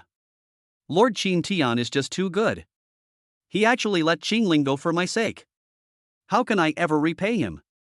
Let him play with me tonight? You can be a K1 to K9. Not enough. Do whatever Lord Qin Tian says. Not enough. Yes, even if Lord Qin Tian wanted to play with her internal organs, she would still laugh as she tore open her chest. Thinking of this, Qi Na actually showed an expectant, even crazy, expression. However, the truth is, holy crap! I almost got into a huge mess. Damn it, I'm only at level 3. If the Azure Antelope Queen dies, who will get the credit? Me? A level 3 killing a level 6? No wonder the higher-ups are arresting me. Xingling cannot die. She absolutely cannot die. We must let her escape. I estimate that Major General Hu will be leading his team over soon, so we must get things sorted out on the ground as soon as possible. He looked at the Antelope Knight in the distance, pointed at the 5th tier Antelope Knight, and shouted, "Hey! You! The one with the perky butt." The 5th tier Antelope Knight, with his buttocks sticking out, pointed at himself with a bewildered expression. Did this mean he wanted me to be buried with him? Yes, it's you. You don't want Queen Qingyan to die, do you? The Antelope Knight nodded repeatedly. Very good. Now, get your henchmen moving. Make the scene as chaotic as possible. Ha! The Antelope Knight looked completely bewildered. What does this mean? Even Qin Tian's attendants were completely bewildered. What is Lord Qin Tian trying to do? Why aren't you killing the blue antelope? What are you doing making a mess of the scene? Only Ling Jingxue thought of it, and said abruptly and without emotion. I understand what Lord Qin Tian means. All the attendants looked at Ling Jingxue. Ling Jingxue said expressionlessly, if Lord Qin Tian wants to hide his talent, then he cannot kill the Azure Antelope Queen. Once he does, when Major General Hu arrives, and Lord Qin Tian is the only one alive present, then Lord Qin Tian will undoubtedly be the hero who killed the Azure Antelope Queen and the murderer who killed Section Chief Wang. The result will be... Ling Jingxue didn't finish her sentence, but everyone understood. Lord Qin Tian will definitely be captured, dissected, and studied. Once Lord Qin Tian's secret is discovered, he will lose his freedom and become a machine for producing S-class servants. Having only one SSS level talent might be considered a treasure, but having so many SSS level or even US level talents is a dangerous factor. The two groups that were just fighting to the death are now immediately cooperating. Neither side wants to die. Qin Tian instructed the remaining attendants, remember, when Major General Hu asks questions, tell him that things happen suddenly, that we are weak and cowardly, and that we have been thinking about opening up a way out. We don't know exactly what happened on the battlefield. Wang Mingmei, remember to tell Major General Hu that Section Chief Wang made us do this so that you could live. Wang Mingmei nodded emphatically, okay, I understand. He looked into the distance at the herd of antelope riders dragging the blue antelopes and shouted, you too, remember to tell any humans you encounter with an angry tone that you were impressed by Section Chief Wang's courage and strength, and that you fled with feelings of resentment and admiration. The Antelope Knights nodded repeatedly, yes, we understand, Lord Qin Tian. Qin Tian nodded, looked at the servants again, and waited until the roars of the masters came from outside, along with the powerful Sixth Order aura of General Hu. His expression changed, and he spoke to everyone. Prepare. Cry. Major General Hu broke through the demon army at the gate, stormed in angrily, and roared loudly. Queen of the Blue Antelopes, you bitch, where are you? Then he saw in the distance that the Antelope Knights were dragging a badly wounded blue antelope and shouting at him. Humans are indeed full of heroes. They actually managed to severely injure our queen with their 5th tier abilities. We admire them greatly. We will come back to take revenge after we have rested for a while.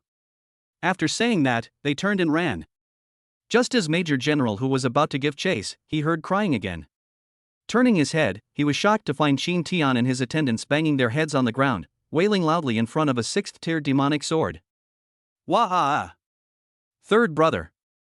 You died such a terrible death. Section Chief Wang. You've been so good to me, I'll definitely treat Mingmei well. Don't worry. Major General Hu was full of questions. What happened? Chapter 54. Everyone's a drama queen. Deception upon deception.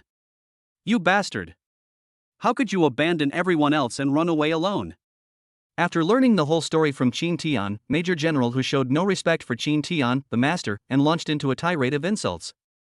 He had just chased after the Queen of the Blue Antelopes, but lost her and had to come back, which only added to his anger.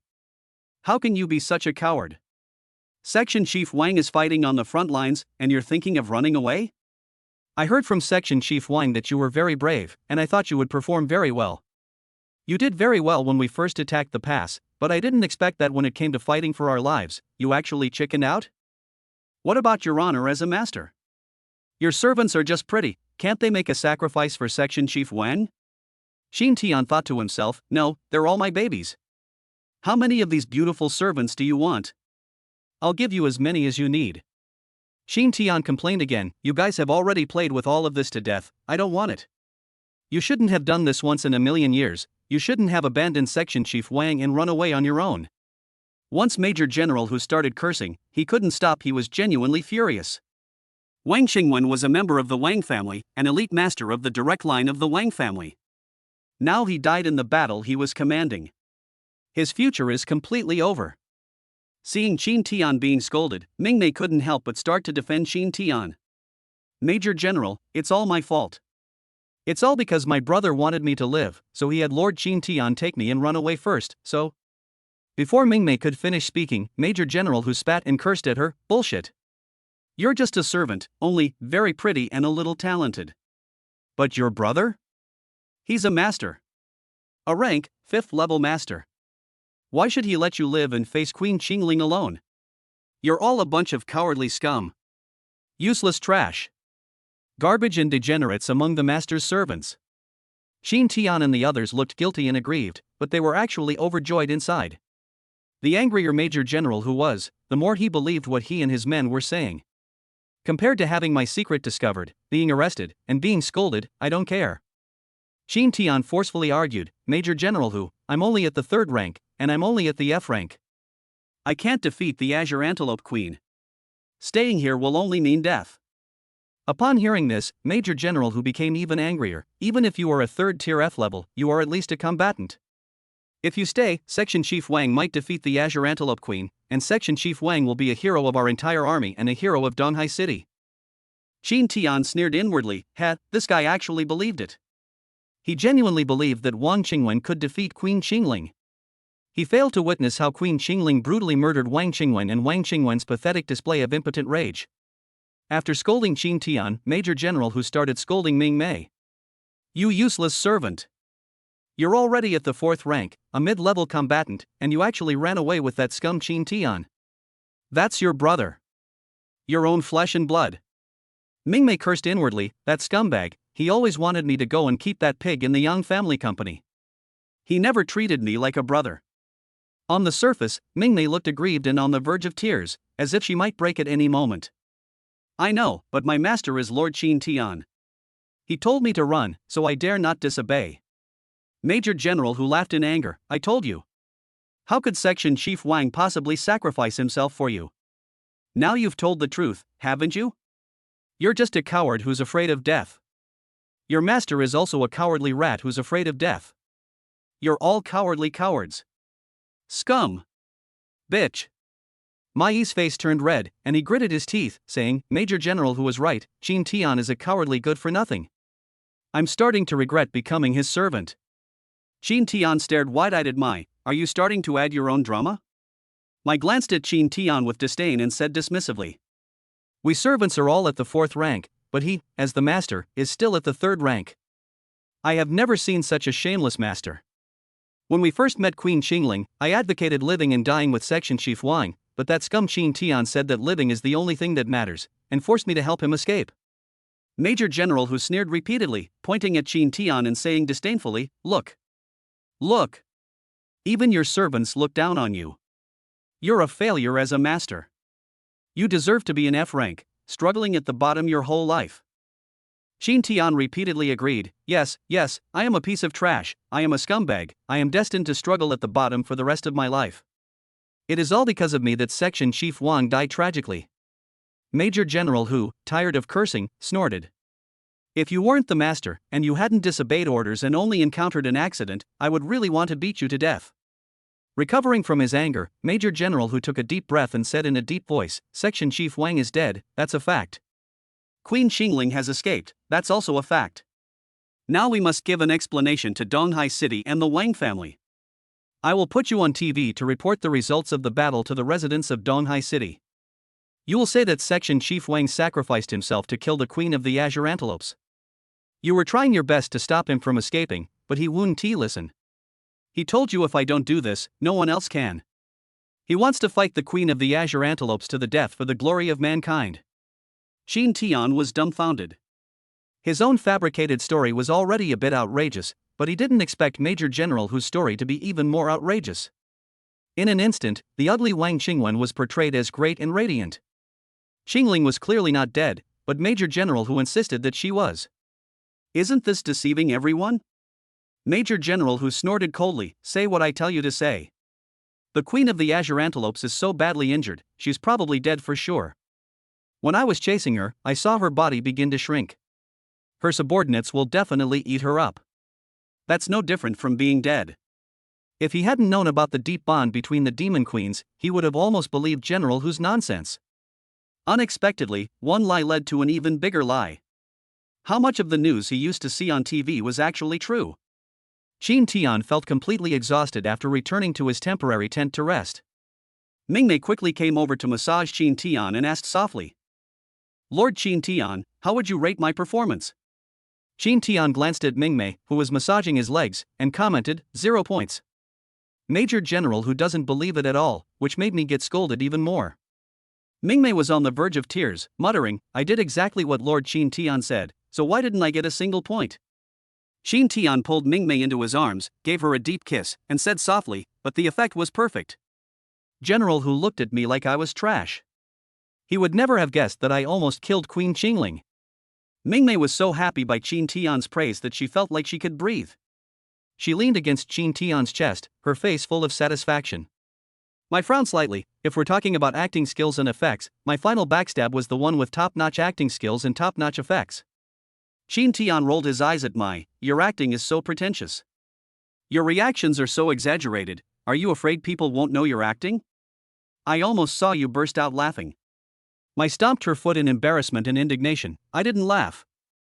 I was seriously backstabbing you, okay? Aki chuckled, sister, stop making excuses. When you betrayed Lord Qin Tian, your face was flushed. That wasn't anger, but shame. After all, you were insulting the person you loved most against your will. When I saw her sister undermining her like this, she pounced on her and began to toy with her. Oh no! Everyone's looking at us. I retorted angrily, I'll show everyone how shameful you are. You actually said my expression was shameful just now. Who's the one who's ashamed now? I'm sorry. No. You, Qin Tian's lips twitched slightly. Were these two sisters really that open? Should we join them? Let them know who the master is.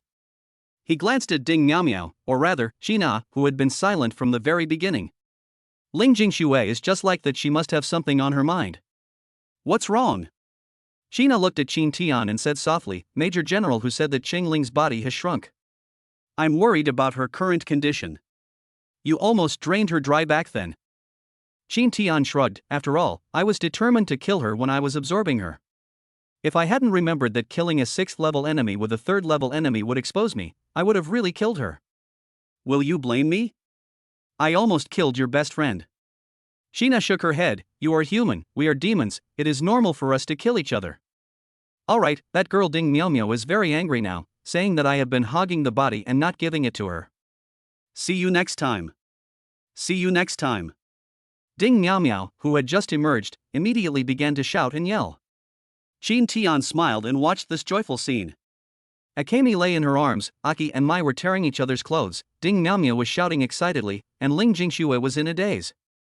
If they killed the blue antelope, they would probably have to flee. 3 days later, around 8 p.m., on the Donghai City News Channel. Qin Tian, dressed in a black suit with a white flower pinned to his chest, stood in front of the television cameras and bowed to the audience. It is an honor for me to report the results of this operation to everyone as your representative. Just as Qin Tian was about to read his prepared remarks, an angry figure stormed into the live television studio. Explain yourself. How did my brother die? Chapter 55 Sister, please restrain yourself. The warmth of the raging rain. As the person barged in, the entire live stream room fell silent. In the live broadcast room, Mingmei and the others who were accompanying Qin Tian in his report changed their expressions drastically. Mingmei, in particular, turned pale and trembled uncontrollably when she saw this person. Big sister.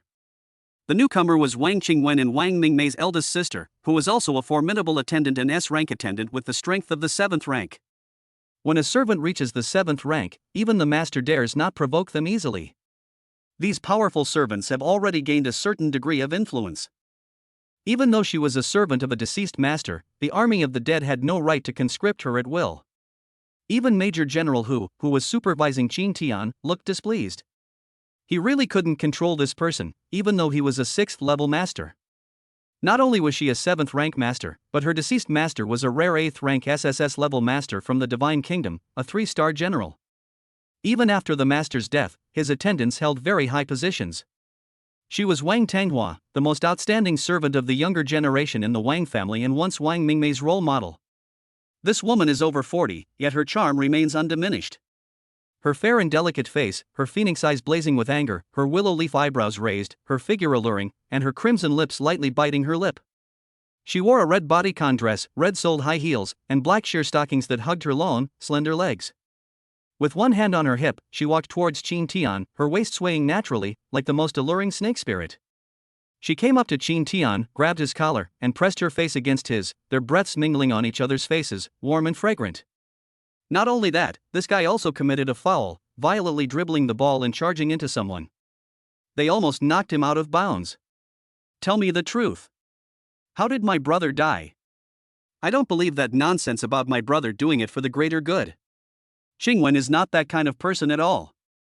Qin Tian looked at Major General Hu, hoping he would say something, but he found that Major General Hu was looking to the side, whistling, and simply ignoring him.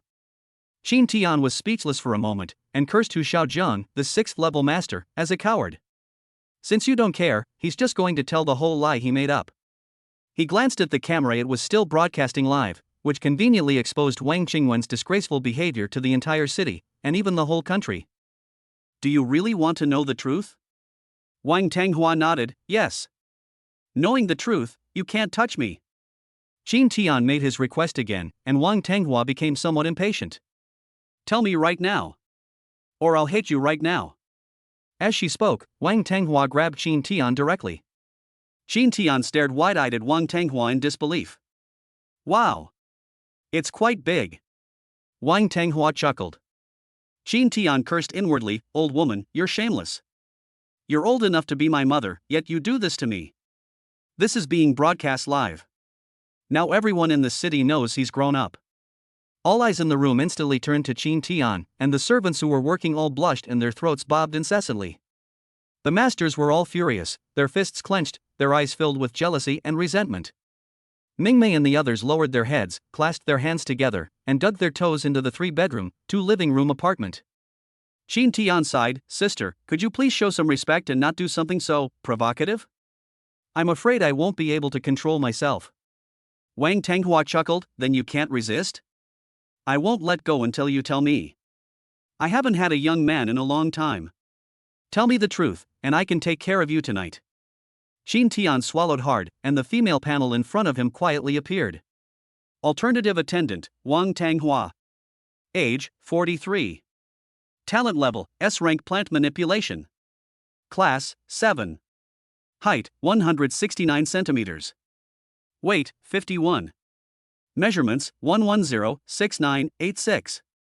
Appearance, 82. Favorability, 30.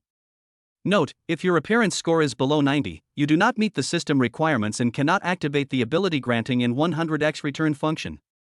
Qin Tian gave up resisting. He wasn't going to suffer any losses anyway. And so, Qin Tian became righteous and confronted Wang Tanghua head-on, straightening his back and putting pressure on his opponent. A mixture of fear and excitement appeared on the other person's face.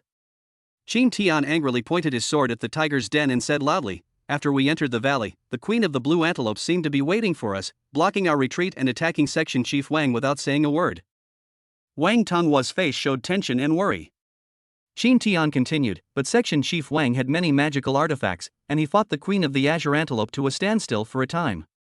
However, the aftershocks of the battle frightened me, so I ran away. Wang Tanghua screamed, you fucking ran away. You coward. In a fit of rage, she pushed Qin Tian down, pinned him to the ground, sat on top of him, grabbed his neck, and raised her fist, seemingly intending to punch him. Qin Tian straightened his back confidently. I'm only a tier 3, and an F rank at that. You want me to fight a tier 6 queen? Isn't that suicide? Wang Tanghua was pressing hard, but he wasn't going to back down either. As the only human with a US level talent, he had to fight back. Wang Tonghua's pretty face turned red instantly. She had been pressing her so hard, yet the other party still dared to resist and even counterattack, making her feel embarrassed. What courage! Would someone like that really be a coward? Maybe he was a coward back then, but now, his egg is definitely not a coward. Perhaps, a third tier being facing a sixth tier being will truly experience an instinctive fear. Wang Tanghua's tone softened instantly, as if she had seen the despairing scene in the canyon. On the day of the decisive battle, it rained heavily, soaking the soil. The Queen of the Blue Antelope's indifferent expression also soaked Wang Tanghua's beloved younger brother. The Queen of the Blue Antelopes pressed forward relentlessly, attempting to surround and kill her brother in the canyon. However, her brother was incredibly strong and fought back desperately, breaking through her encirclement and attacking the Queen of the Blue Antelope's weak points. That day, dark clouds covered the sky, and rain poured down. So, did my brother win?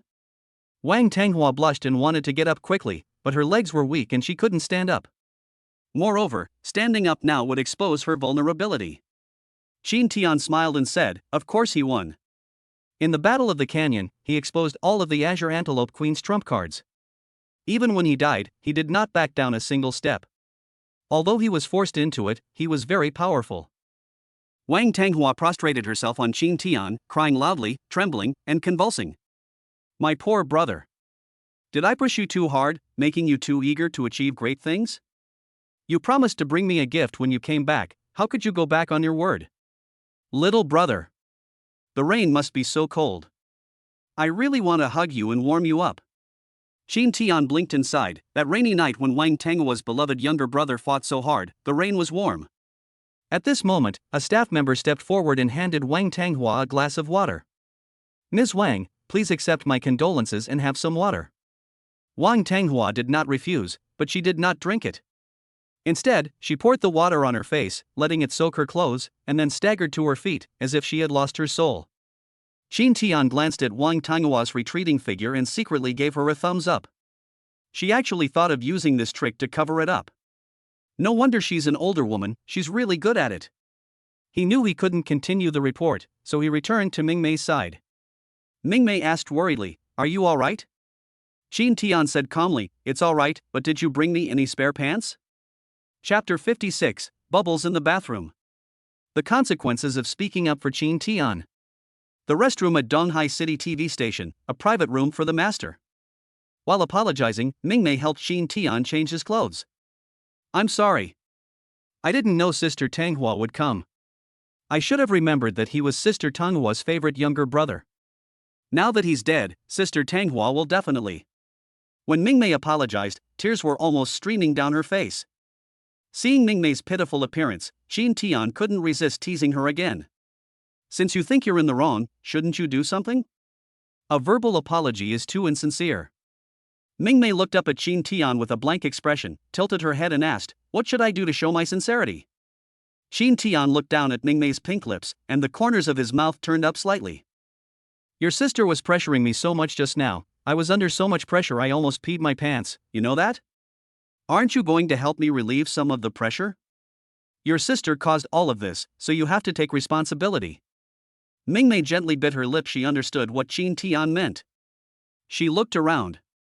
The bathroom stall was bright and clean, with a toilet, a bathtub, and amenities such as shower gel and shampoo.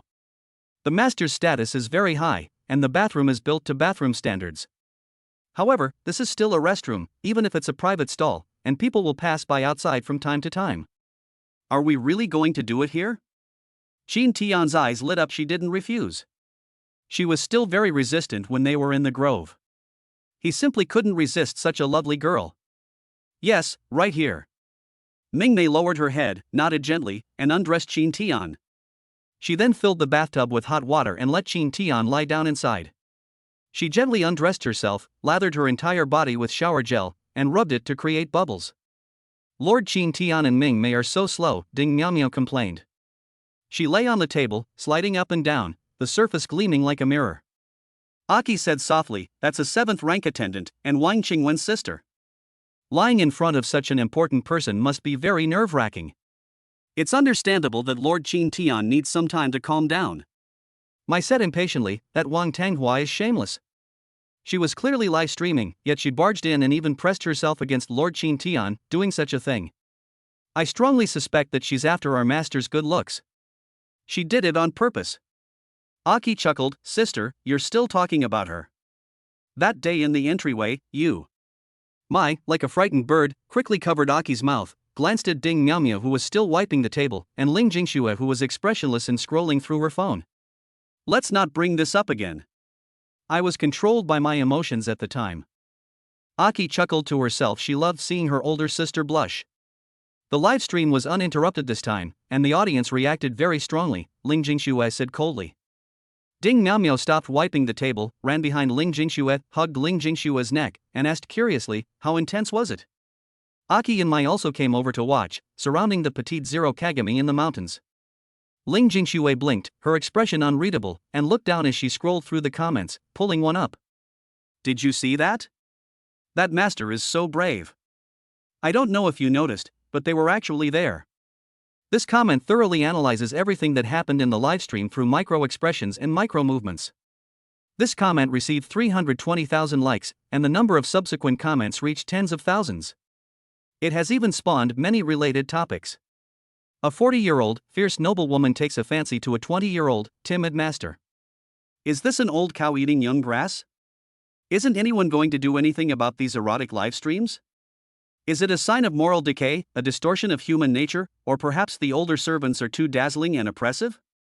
The untold secret between the cowardly master and the powerful super-rank servant. This master is a hypocrite who is all bark and no bite. He is obsequious to outsiders and dares not resist, but his beautiful servants must be bullied terribly by him. A lecherous and cowardly master, unable to defeat monsters, he beats his servants at home. Upon seeing this, Ding Miao exclaimed, wow. This person's analysis is so accurate, it's like being there in person. If I didn't have a keen sense of smell, I wouldn't have known they were so exciting.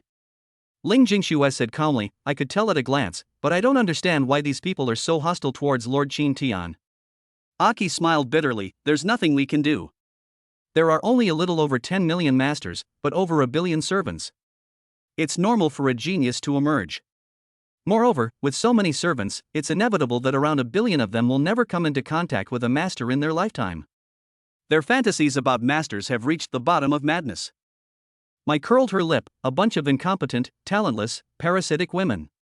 If they put in a little effort, they'd still find a master who would want them. Who knows, these servants who talk nonsense are probably just fat pigs in front of the screen, ugly, lazy, and unable to lift their heads in real life because they're being scolded so much that they can only find some sense of existence online. Hey! There's a post here defending Lord Qin Tian, but there are so many people criticizing her. Ding Miao pointed to a popular post and asked Ling Jingxue to click on it. The poster, whose online name is Wan, posted the following. That master was not a coward at all. He was an extremely brave person who would act even knowing the difficulties and dangers ahead. He doesn't scold his servants easily and treats them very well. Moreover, he was an exceptionally gentle person. Even when he spoke harshly to his servants, saying things like, "You're not pretty enough," he was still a kind and grateful person. As a result, the person who posted the message was cyberbullied. Hundreds of people commented below, cursing this person. If he says you're not pretty enough, he's calling you ugly. If you don't understand that, you'll never find a master in your life. Just wait to join the army of the dead and be fed to monsters. He's clearly a coward, that's a fact, he's admitted it himself, and you still want to speak up for him? You didn't ask him to make a contract with you, and he refused, so now you're speaking up for him to try and get his attention? You're too naive, he doesn't even look at you. They still expect gratitude? When has the master ever kept his word? They're the biggest liars. The comments that followed became increasingly harsh, and Aki, Mai, and the others never relaxed their brows. As the best among the servants, they never imagined that these numerous, low-quality women could be so twisted. Some people even dug up her personal information. Li Wan, a second-tier C-rank sword attendant from the Donghai City Master Fuxing University Melee Department. This person was the girl who had told Qin Tian about Wang Mingmei. After Qin Tian and Mingmei came out of the restroom, they saw them frowning. He quietly stood behind them and happened to see this comment, as well as the comments that insulted Li Wan. TSK. This silly girl, even in this state, she's still trying to speak well of herself. Does she have a death wish? Upon hearing Qin Tian's voice, they suddenly realized what was happening and quickly scattered. Ding Miao leaned against Mingmei, whose face was flushed and the flush was still not gone. She was about to ask what they were doing inside for so long when she tried to change the subject. As a result, the moment she touched Mingmei's skin, she trembled all over, squatted on the ground, and hugged herself tightly. Why has Akemi become so sensitive? Qin Tian's expression was serious. If we go back now, the servant named Li Wan will probably be exposed offline. If we don't go back soon, we'll be in trouble. Chapter 57, My Past with Li Wan. Who dares to touch her? When they returned, they drove the jeep that the army had lent them. Aki drove, Mai sat in the passenger seat, and Qin Tian sat in the middle of the back. Ling Jingxue sat in Qin Tian's lap like a doll, while Mingmei and Ding Miao each held one of Qin Tian's arms. Mingmei looked at Qin Tian with some curiosity. Why was Lord Qin Tian so concerned about this girl? She had seen Li Wan's photo. She was just a girl with some looks. She still remembers that when she asked Qin Tian why he made a contract with her, Qin Tian told her the reason was because she was pretty enough. The rest of Qin Tian's girls were also very beautiful. Curiosity, like a cat's tickle, gnawed at her heart, and finally she couldn't help but ask, Lord Qin Tian, why are you in such a hurry to help that girl?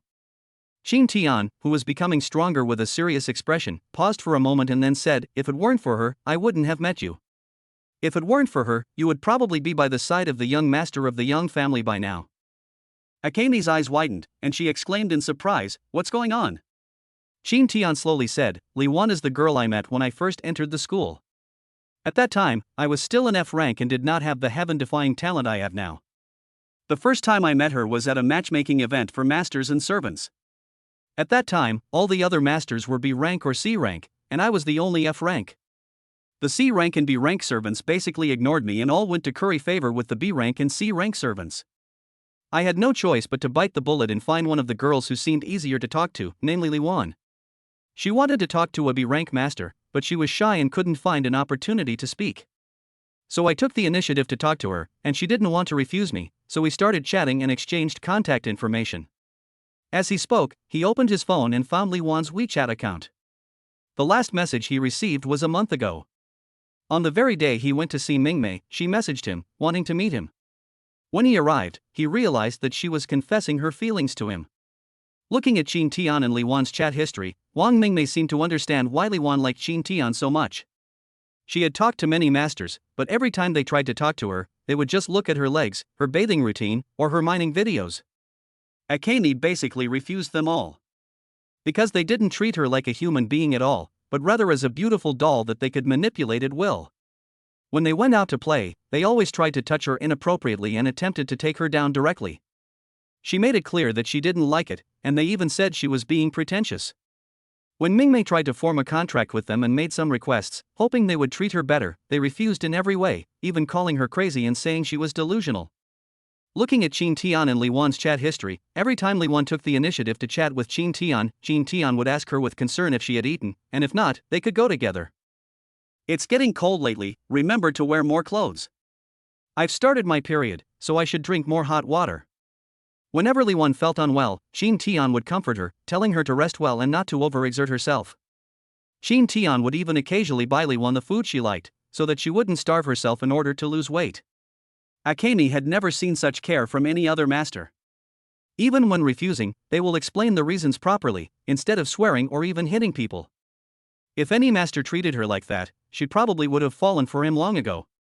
Aside from giving her gifts, taking her to upscale restaurants, and buying her beautiful jewelry, those masters never thought to care about her when she was feeling down. They would only say she was annoying. I never reminded myself to put on more clothes when the weather changed. Instead, I told her to wear less and show more skin. I never cared what she liked to eat. I only told her how expensive it was and how difficult it was to get it. She didn't care about any of that. All she wanted was to find a master who would truly treat her well and never abandon her. Unfortunately, it seems that such masters all died out 100 years ago. Since the Death Army was reformed, it seems that all masters have turned into demons. When she finally met Li Wan, she was determined to thank the person who had guided her angel. Mingmei was filled with emotion, while Ling Jingxue was secretly rejoicing, as if she had truly found a good master. Although she felt that Qin Tian was different the moment he saved her, she realized after getting to know him better that he really was different from the other masters. Ding Miao Miao kept exclaiming wow, with immense pride, saying that she had pursued Qin Tian so much back then, otherwise she would never have had the chance to live such a good life. Aki and Mai in the front were restless. They wanted to know what Qin Tian had shown them, but Aki was driving and Mai was too shy to speak. When the vehicle entered the school and arrived at Li Wan's dormitory, many masters and servants had already gathered there. It wasn't just the servants who were cursing Qin Tian, even the master was cursing him. Even these servants dared to approach Li Wan because they had the emperor's backing. How come an F-level character can interact with Wang Tanghua like that and get away with it without any problems? Why is it that an F rank can contract with so many campus beauties while they can't? They felt nauseous every night looking at these defective products. He's just a pathetic F rank, have you no shame? Come on, as long as you say he's a cowardly lecherous master, I'll make a contract with you. Li Wan stubbornly retorted, he is indeed F rank, but he's a good person. He's not a cowardly, lecherous master. I won't form a contract with you. You're a piece of scum. Oh. You dare to insult your master? Believe me or not, I'll cripple you right now and see if your cowardly, lecherous master will help you. I'm a tier 4 A rank master. I've done a great job on the battlefield this time. I'm pretty brave. Li Wan snorted coldly, you think you're so brave? Why didn't I see you and Section Chief Wang go into the canyon and fight the Queen of the Blue Antelopes? If you went, you'd probably be so scared you'd wet your pants and then run away. Snap. A loud slap rang out. Say that again. You think I'd wet my pants? If I were there, I'd definitely fight the Queen of the Azure Antelope to the death. Maybe Section Chief Wang Wunti have died. Maybe Wang Tanghua would have been grateful to me and made a pact with me. Qin Tian knew immediately that Li Wan had been beaten. TSK. This guy's dead meat. Qin Tian said to Mingmei, kick him away. Good. Wang Mingmei broke through the crowd and used her long, slender, fair legs to kick the master standing next to Li Wan away.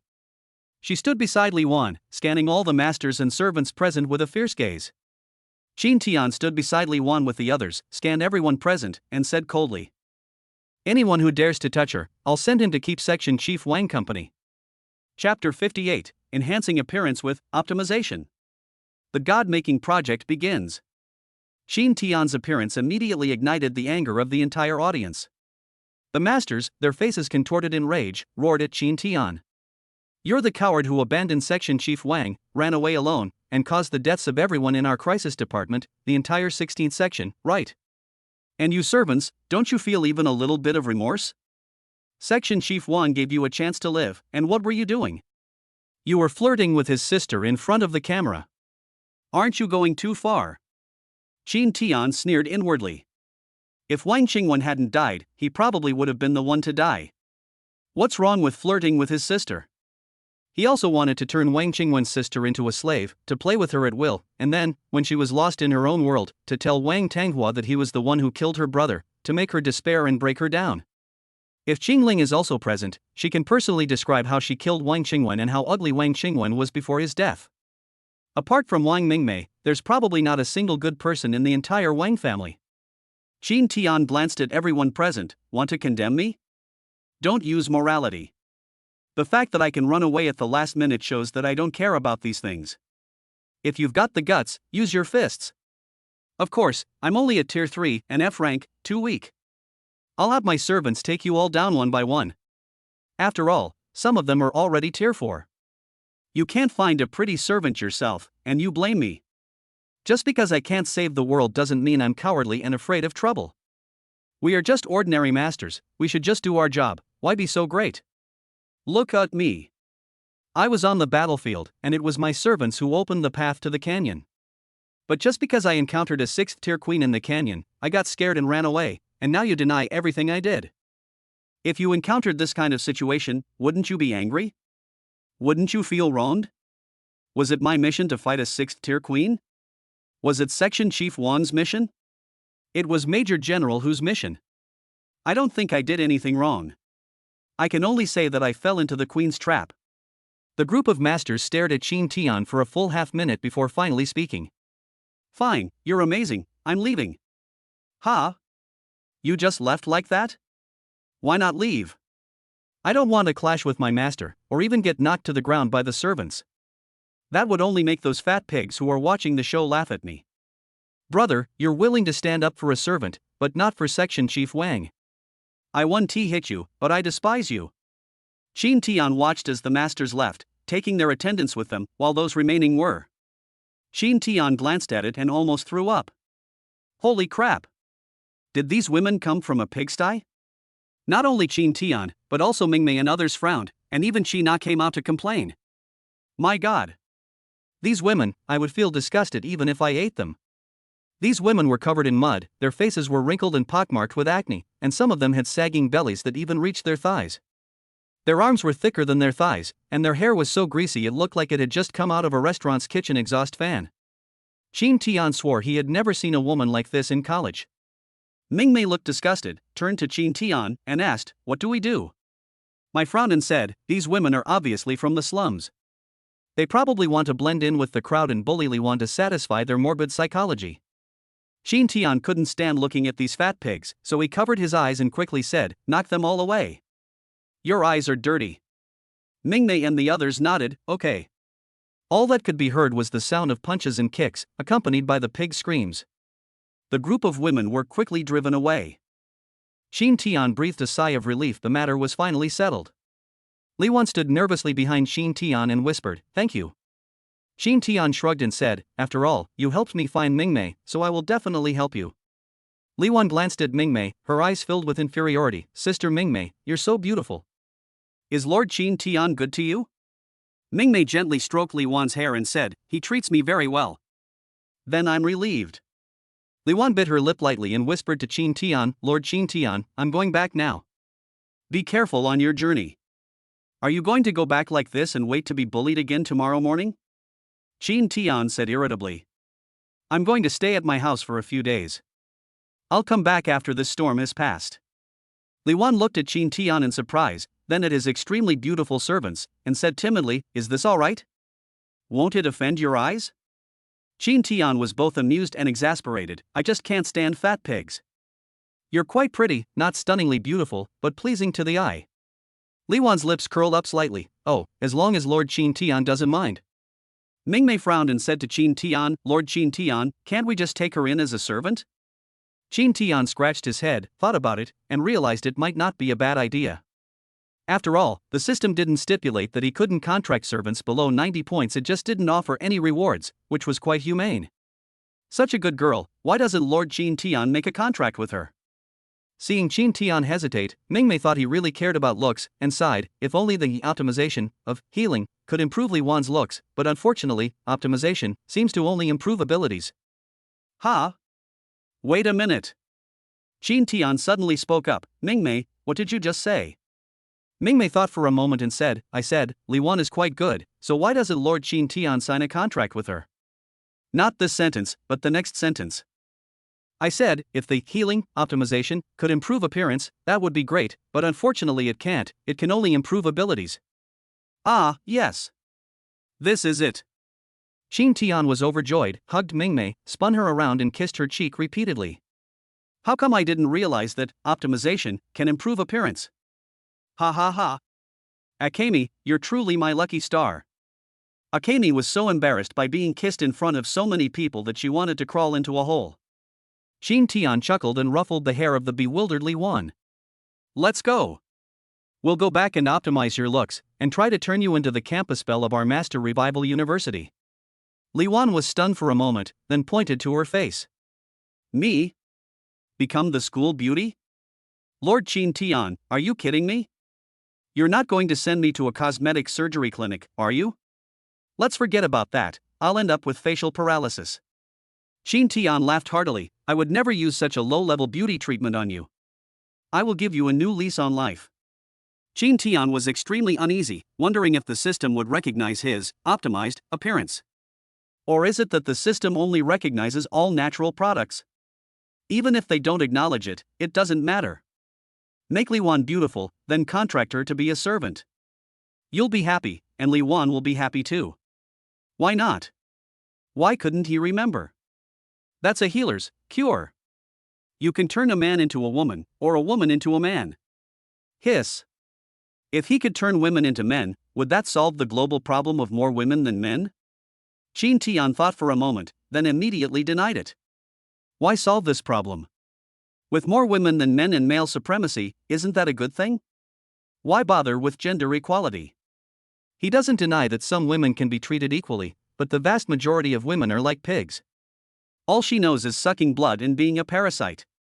If you do something that doesn't satisfy her, she'll take advantage of you and even abandon you to find a better master. Although he cannot change the current situation of more women than men, he can change the number of school beauties. I'm going to start creating a god. Chapter 59, Optimization, begins. Li Wan is actually an erotic artist. Returning to the long mist villa, the ground was covered in dust. As soon as she entered the house, Li Wan rolled up her sleeves, ready to clean. Qin Tian stopped her immediately. What are you doing? Li Wan looked at Qin Tian strangely. I'll clean for you. I always clean when I come to your house. Qin Tian was speechless. Is now the time to do this? I told you I'd improve your looks and turn you into the school beauty, but all you want to do is clean. Is that reasonable? At this moment, Aki smiled and took the broom from Li Wan's hand. It's my turn to clean today, I'll do the cleaning. Li Wan wiped her hands awkwardly, feeling somewhat uncomfortable. Mingmei said softly, I'll go prepare dinner and see what's in the freezer. Mai said, I'll go boil some water and make you some tea. Ding Miao Miao's eyes widened in surprise, and she exclaimed, wow. Everyone's in such good sync. Ling Jingxue tugged at Ding Miao Miao's clothes and said coldly, come with me and go online to curse those who insulted Lord Qin Tian. Then hack their devices. I don't know how to curse. Ding Miao Miao's eyes widened again. Wow, Jingxue. So you're a hacker. I didn't know that until now. Ling Jingxue replied expressionlessly, self-taught. Ding Miao Miao chuckled and volunteered, then you've come to the right person. Watch how I curse them to death. Qin Tian glanced at Li Wan, who was trembling all over, and asked, what are you afraid of? Li Wan forced a smile and said, I always feel like something is not real. Where did you find so many school beauties? Could they all be like Mingmei, with flaws, so you could pick them up? Qin Tian thought for a moment, then smiled mysteriously, I'll tell you when you become my servant, or you can ask them yourself. Li Wan's eyes suddenly lit up. You really want to make a contract with me? You're not lying to me? Qin Tian said, why would I lie to you? You've protected me like that. If I were to be cold to you again, my conscience would hurt. Li Wan scratched her head and chuckled foolishly, I was just telling the truth. They really misunderstood you. You are really a good person. You care about me, take care of me, and think about me. The only people in this world who would treat me like this are you, besides my mother. If I don't make a contract with you, I will regret it for the rest of my life. Qin Tian rolled his eyes, so you think of me as your mother? Li Wan was so frightened that she waved her hands repeatedly, no. No. How could you be my mother? I meant you look like my mother, no, oh dear, what am I saying? Li Wan realized that the more she spoke, the more wrong she became, and her mind was about to explode. Alright, I'm not teasing you anymore. Come here and I'll help you optimize your appearance. Li Wan stared at Qin Tian, seemingly trying to confirm whether he was joking or not, but when she found that Qin Tian's eyes were serious and he wasn't joking, she obediently followed him to the bedroom.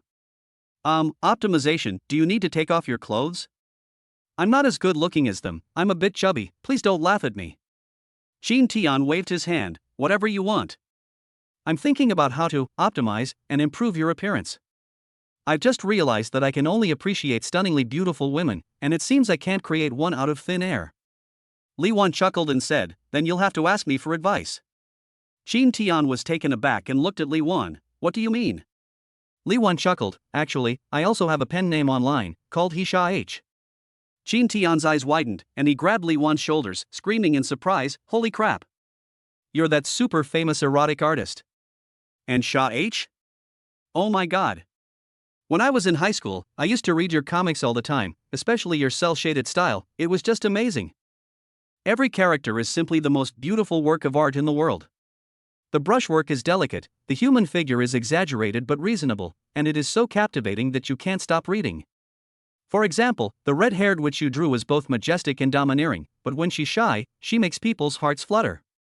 And that white-haired elf, a perfect embodiment of the moon, pure yet alluring, especially with those tender, watery eyes. She's practically a dream lover. Hearing Qin Tian praise her painting so highly, she felt a little embarrassed. It's alright, it's just that too few people see my paintings of pretty girls. Those painters who paint handsome boys are now driving luxury cars and living in mansions, unlike me who is so poor. Qin Tian could understand that the masters in this world rarely had such needs, and they satisfied them by reading Bishoujo manga online. However, he, as someone who had been passed down from the source, was particularly interested in H manga. This world, unlike the previous one, has no restrictions on adult content. Some boys awaken to their true nature in junior high school, and girls swarm around them, trying to seduce them every day. Even if you're not awakened to this, girls will still want to date you and then have in-depth conversations. The world has no shortage of girls, so boys don't need to worry about girls at all, and there's no need for anything restricted to 18+. Since you're a top-tier artist, you should know how to make yourself even more beautiful, right? Qin Tian asked, looking at Li Wan. Li Wan nodded gently and asked, first of all, can you make my skin smooth and delicate? Qin Tian raised his hand, emitting a faint green light. In the blink of an eye, Li Wan's somewhat rough skin became fair, radiant, and elastic. At the same time, Qin Tian also noticed that Li Wan's appearance score had really increased. She was originally only 63 years old, but now she looked 71. Looking at her skin, as soft and smooth as milk jelly, Li Wan trembled with excitement. She hugged Qin Tian and laughed loudly, wow. Amazing. What amazing talent. Lord Qin Tian, you're so incredible. More. I want that kind of fair with a hint of pink. She felt that Qin Tian wouldn't understand if she explained it verbally, so she asked, do you have any paintbrushes? Qin Tian shook his head, but then, as if remembering something, he took out his phone and handed it to Li Wan. All your works are in here. Li Wan's eyes widened. You collected all my works? Qin Tian scratched his head sheepishly. I like reading H comics, and your art style is my favorite, so. Li Wan was so moved that she burst into tears. Wah! I never imagined that my most loyal fan would be my favorite master. I'm so happy. Qin Tian never expected that his favorite painter would be Li Wan, the one who confessed her feelings to him. No wonder she wears glasses, it turns out it's from painting. Soon, Li Wan found her prized painting and pointed to the colors. This is the skin tone. Good. After the optimization was completed, Li Wan's appearance only increased from 71 to 72. It seems her skin can't be improved any further. However, Li Wan is already very beautiful now. Although she looks ordinary, her skin looks better than Mingmei and the others. We'll also give Mingmei and the others a skin optimization treatment then. Li Wan nodded in satisfaction and continued, next is the figure, I want one like this. She pointed at the voluptuous red-haired witch on her phone, and Qin Tian couldn't help but swallow. A girl with a figure like that would be very comfortable to hug. Without further ado, let's optimize it. Weight, 50 kilograms. Measurements, 99-58-90. Qin Tian looked at Li Wan, who was voluptuous, whose clothes were practically bursting out of her clothes and whose thighs were bulging out of their flesh, and couldn't help but swallow hard. He glanced at his appearance, it had gone from 72 to 86. He thought Mai's figure was already very good, but it turns out there are even better ones. Honestly, just looking at her figure, he couldn't resist and hugged Li Wan tightly, as if she were a piece of cotton. Li Wan shyly pursed her lips, feeling each other's heartbeats. Qin Tian asked, is that all right? Li Wan simply nodded without saying a word. Chapter 60, Optimization. She's become a model worker in the 3D section. Li Wan, become the queen of doujinshi. Outside the room. Ding Miaomia was secretly watching everything happening inside the room, and Ling Jingxue was also watching with her. The two stared at each other for a long time, but Ling Jingxue couldn't bear it any longer and dragged Ding Miaomia downstairs. I want to see more. Let me see. Ling Jingxue said emotionlessly, this is extremely impolite behavior. Ding Miaomia pouted and reluctantly returned to the living room, but her mind was filled with everything that had happened in the room. She felt very uncomfortable, so she called over Mingmei, Aki, Mai, and the others. I'll tell you a story, would you like to hear it? Akemi blinked curiously, what story? Aki tilted her head and glanced upstairs, as if she knew what the story was about. Mai pouted, not interested. That being said, she still pricked up her ears, wanting to know what was happening up there. Ling Jingxue sat on the sofa, hugging her legs, playing on her phone, seemingly completely uninterested. Seeing that there were listeners, Ding Miao said with great enthusiasm, "This story is called Lord Qin Tian's 7 Captures of the Queen." Mingmei was completely confused. What kind of ghost story was this? Aki chuckled to herself, so this is the 7th time. Mai's lips twitched slightly. Was that girl really that resilient? While the story unfolds with passion, some people are tossing and turning at night. Wang Tanghua has been very saddened ever since she found Qin Tian in the livestream and learned the truth. She was having extremely vague dreams. In her dream, she seemed to see her beloved younger brother on the battlefield.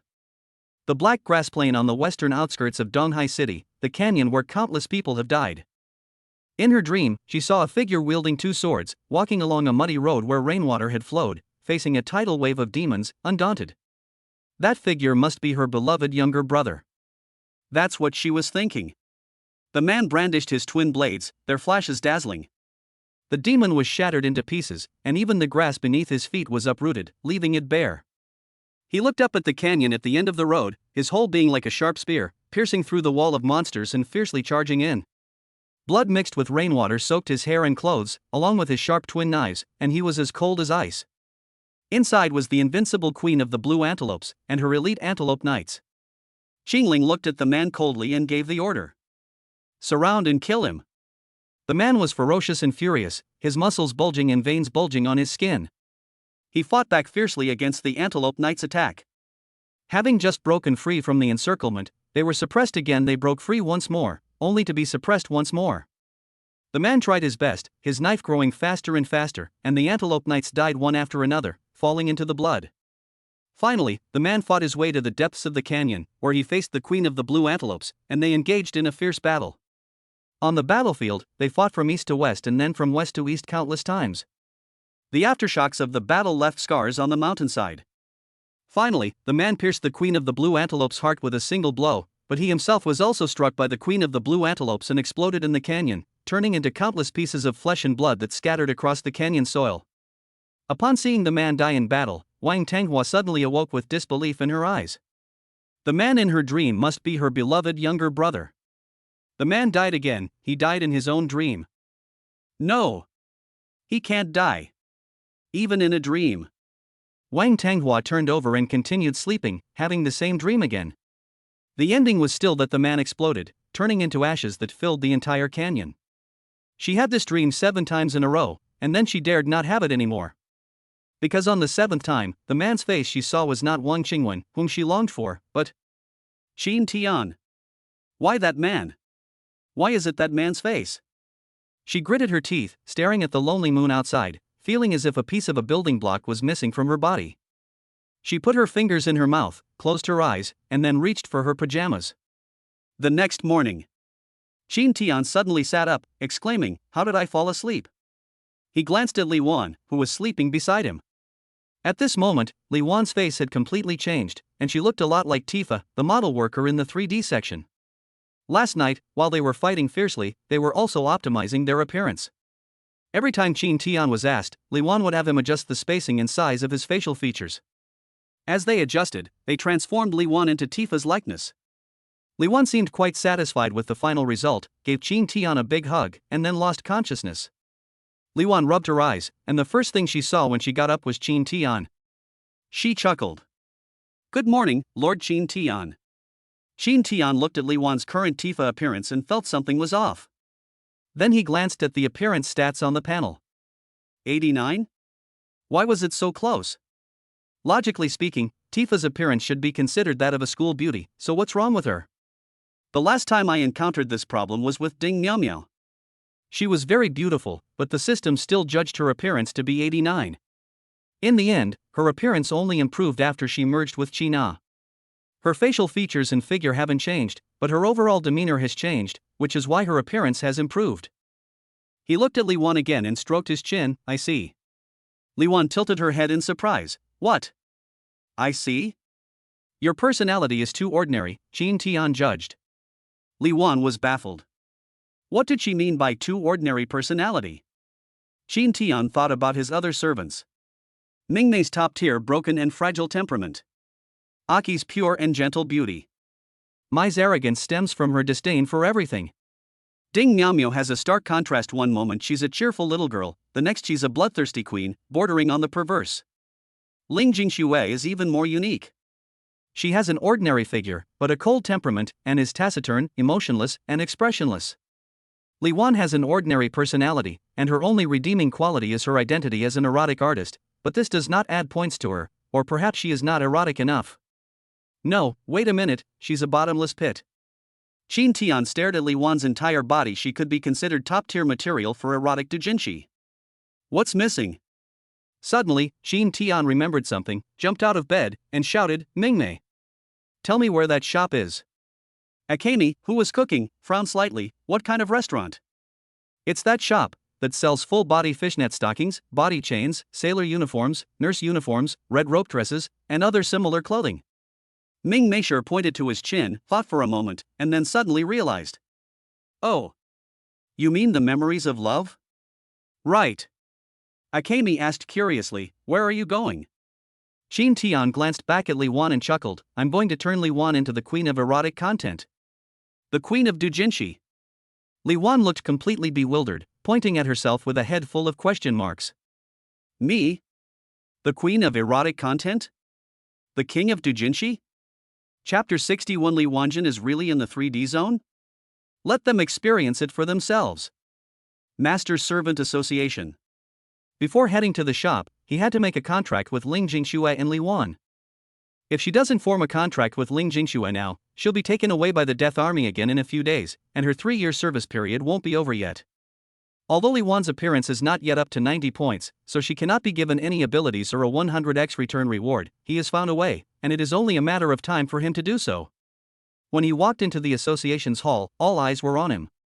Some felt sympathy, some contempt, some were just watching the show, and others were disdain. Qin Tian didn't care about this. He absolutely couldn't reveal his talent before his strength had grown.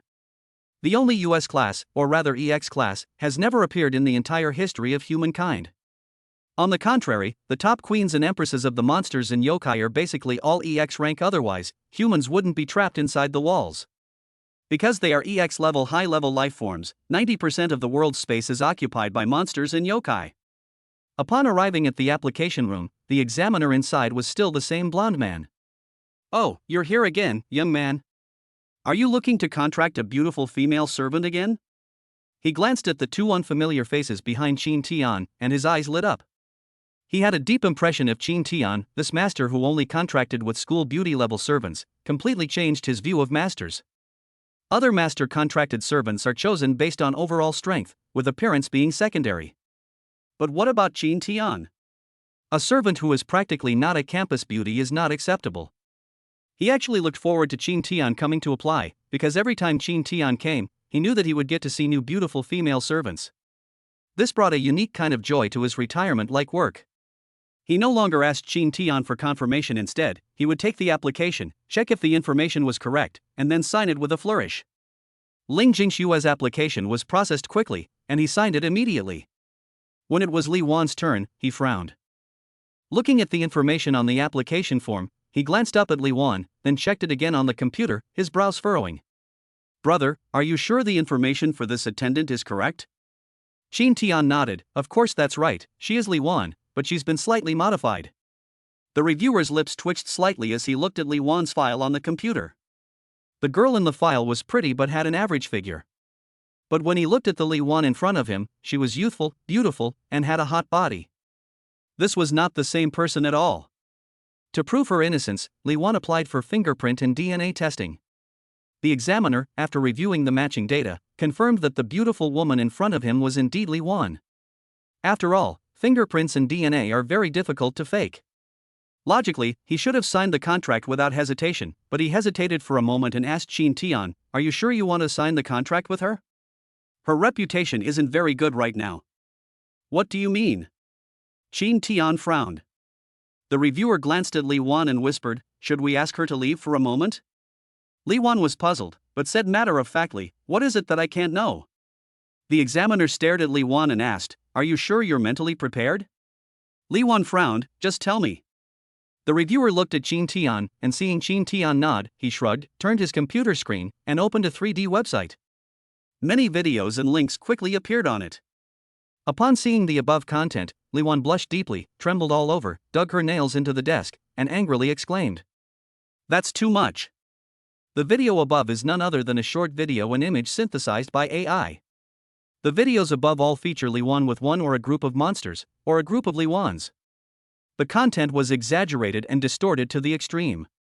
Li Wan opened one of them with trembling hands, read for a while, her face turned pale, and she was so angry that she almost fainted. Mingmei and the others quickly helped Li Wan up and kept comforting her. Qin Tian was also furious these people had gone too far. Using his own servants in a film? Although he said he wanted Li Wan to become the queen of Dujinshi, that was something that belonged only to him and he never thought of making it public. He clenched his fists, wishing he could burn all these authors alive. The reviewer sighed helplessly, "You went too far in the live stream yesterday, but because you are a master, everyone only dared to post a few words about you. But this servant of yours insisted on speaking up for you. They dare not insult you or the servants you have already contracted. This weak, ordinary, and unclaimed servant beside you has become their target." The reviewer glanced at Li Wan again and comforted her, "I won't stop you from signing the contract, but you'd better not reveal her current appearance. Who knows, those crazy women might make new videos." Qin Tian stared at the examiner and asked in return, "Why are you so sure that this was all done by a woman, and that no master was behind it?" The reviewer scoffed, "It's simple. If we did it, this wouldn't just contain videos slandering this attendant Li Wan, but also videos of you and a group of queens." Qin Tian's lips twitched slightly. "Did you see yourself in the video? With a group of monster queens?" He couldn't help but steal a glance at Ding Miao Miao, or rather, Shina. He had indeed spent quite a few nights with the demon queen. "This is not slander, but the truth. Can we find them?" Qin Tian asked the examiner. The reviewer shrugged, "Sorry, this is not within my jurisdiction." Instead, Ling Jingxue, standing behind Qin Tian, said calmly, "I can give it a try." The reviewer couldn't help but take another look at the little girl and asked, "What are you going to do?"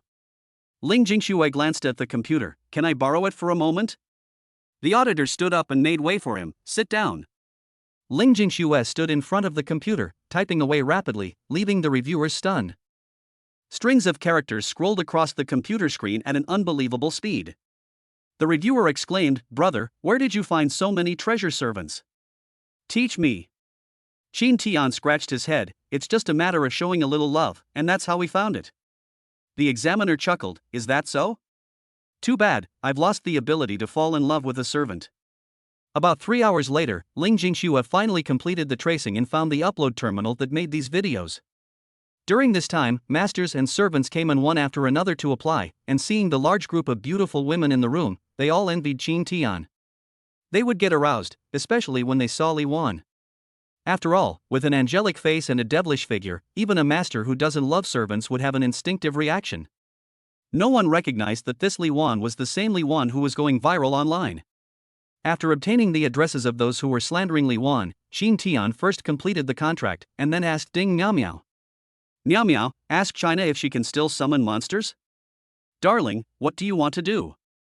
China asked Qin Tian directly. "They used AI to make Li Wan's video, so I'll just let them experience it, film it, and upload it." China's eyes lit up, "Wow. As expected of my darling. I love your brutal side." Li Wan bit her lip tightly, tears of emotion streaming down her face. "It feels so wonderful to have a master's protection. No matter what Lord Qin Tian wants her to become, she will do it. Is he the king of notebooks? Drawing so many sketchbooks is just practical exercise, it shouldn't be too difficult." Chapter 62, The True Form of Monster Carnage. 13 Women Collapsing. Donghai City, a poor area in the northern suburbs. This place is full of old, dilapidated apartments. Apart from basic water, electricity, and internet, there isn't even a decent shopping mall. The air is filled with a sour, foul smell. On the street, you can see many small umbrellas, torn stockings, and ripped underwear. Qin Tian, along with almost everyone who came with him, frowned deeply. This was their first time in such a place. The bustling city center almost made them forget that there are still most women in this world who cannot even become servants. The women here are like walking corpses. When they saw Qin Tian appear, a glimmer of light appeared in their blank eyes. A slender, somewhat attractive woman walked over and asked Qin Tian with a smile, "Master, how about 500 per time?" Qin Tian frowned. "The servants around me are all prettier than you. Do you think I would be?" The woman chuckled, "So what? It's not like I haven't seen masters with pica before. I remember last week one master came and found 30 of them here at once. There was bloodshed that day." Qin Tian gained a completely new understanding of this world. As a master, he could eat bran anytime he wanted, but he insisted on coming here. Sure enough, once power reaches a certain level, people will try every means to satisfy their strange desires. Qin Tian waved his hand. "I'm here to find these addresses. Do you know how to get there?" He gave the woman the address that Ling Jingxue had found, and the woman didn't even look at it, just said a number. 1,000. Li Wan was trembling with anger and immediately pulled out 10 large red bills. "Speak quickly." The woman took the money, a slight smile playing on her lips, and began giving directions to the crowd. Following the woman's directions, they arrived at a large internet cafe in the area.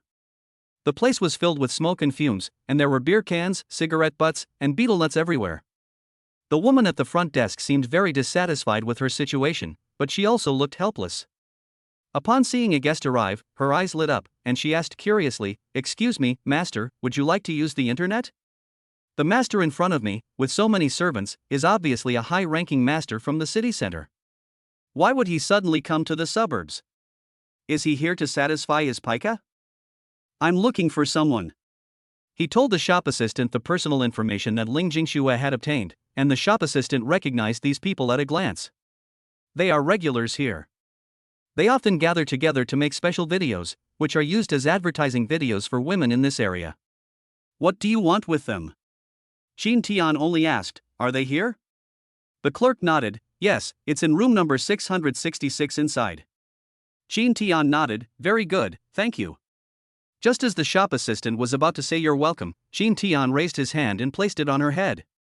Deterioration. Memory erasure.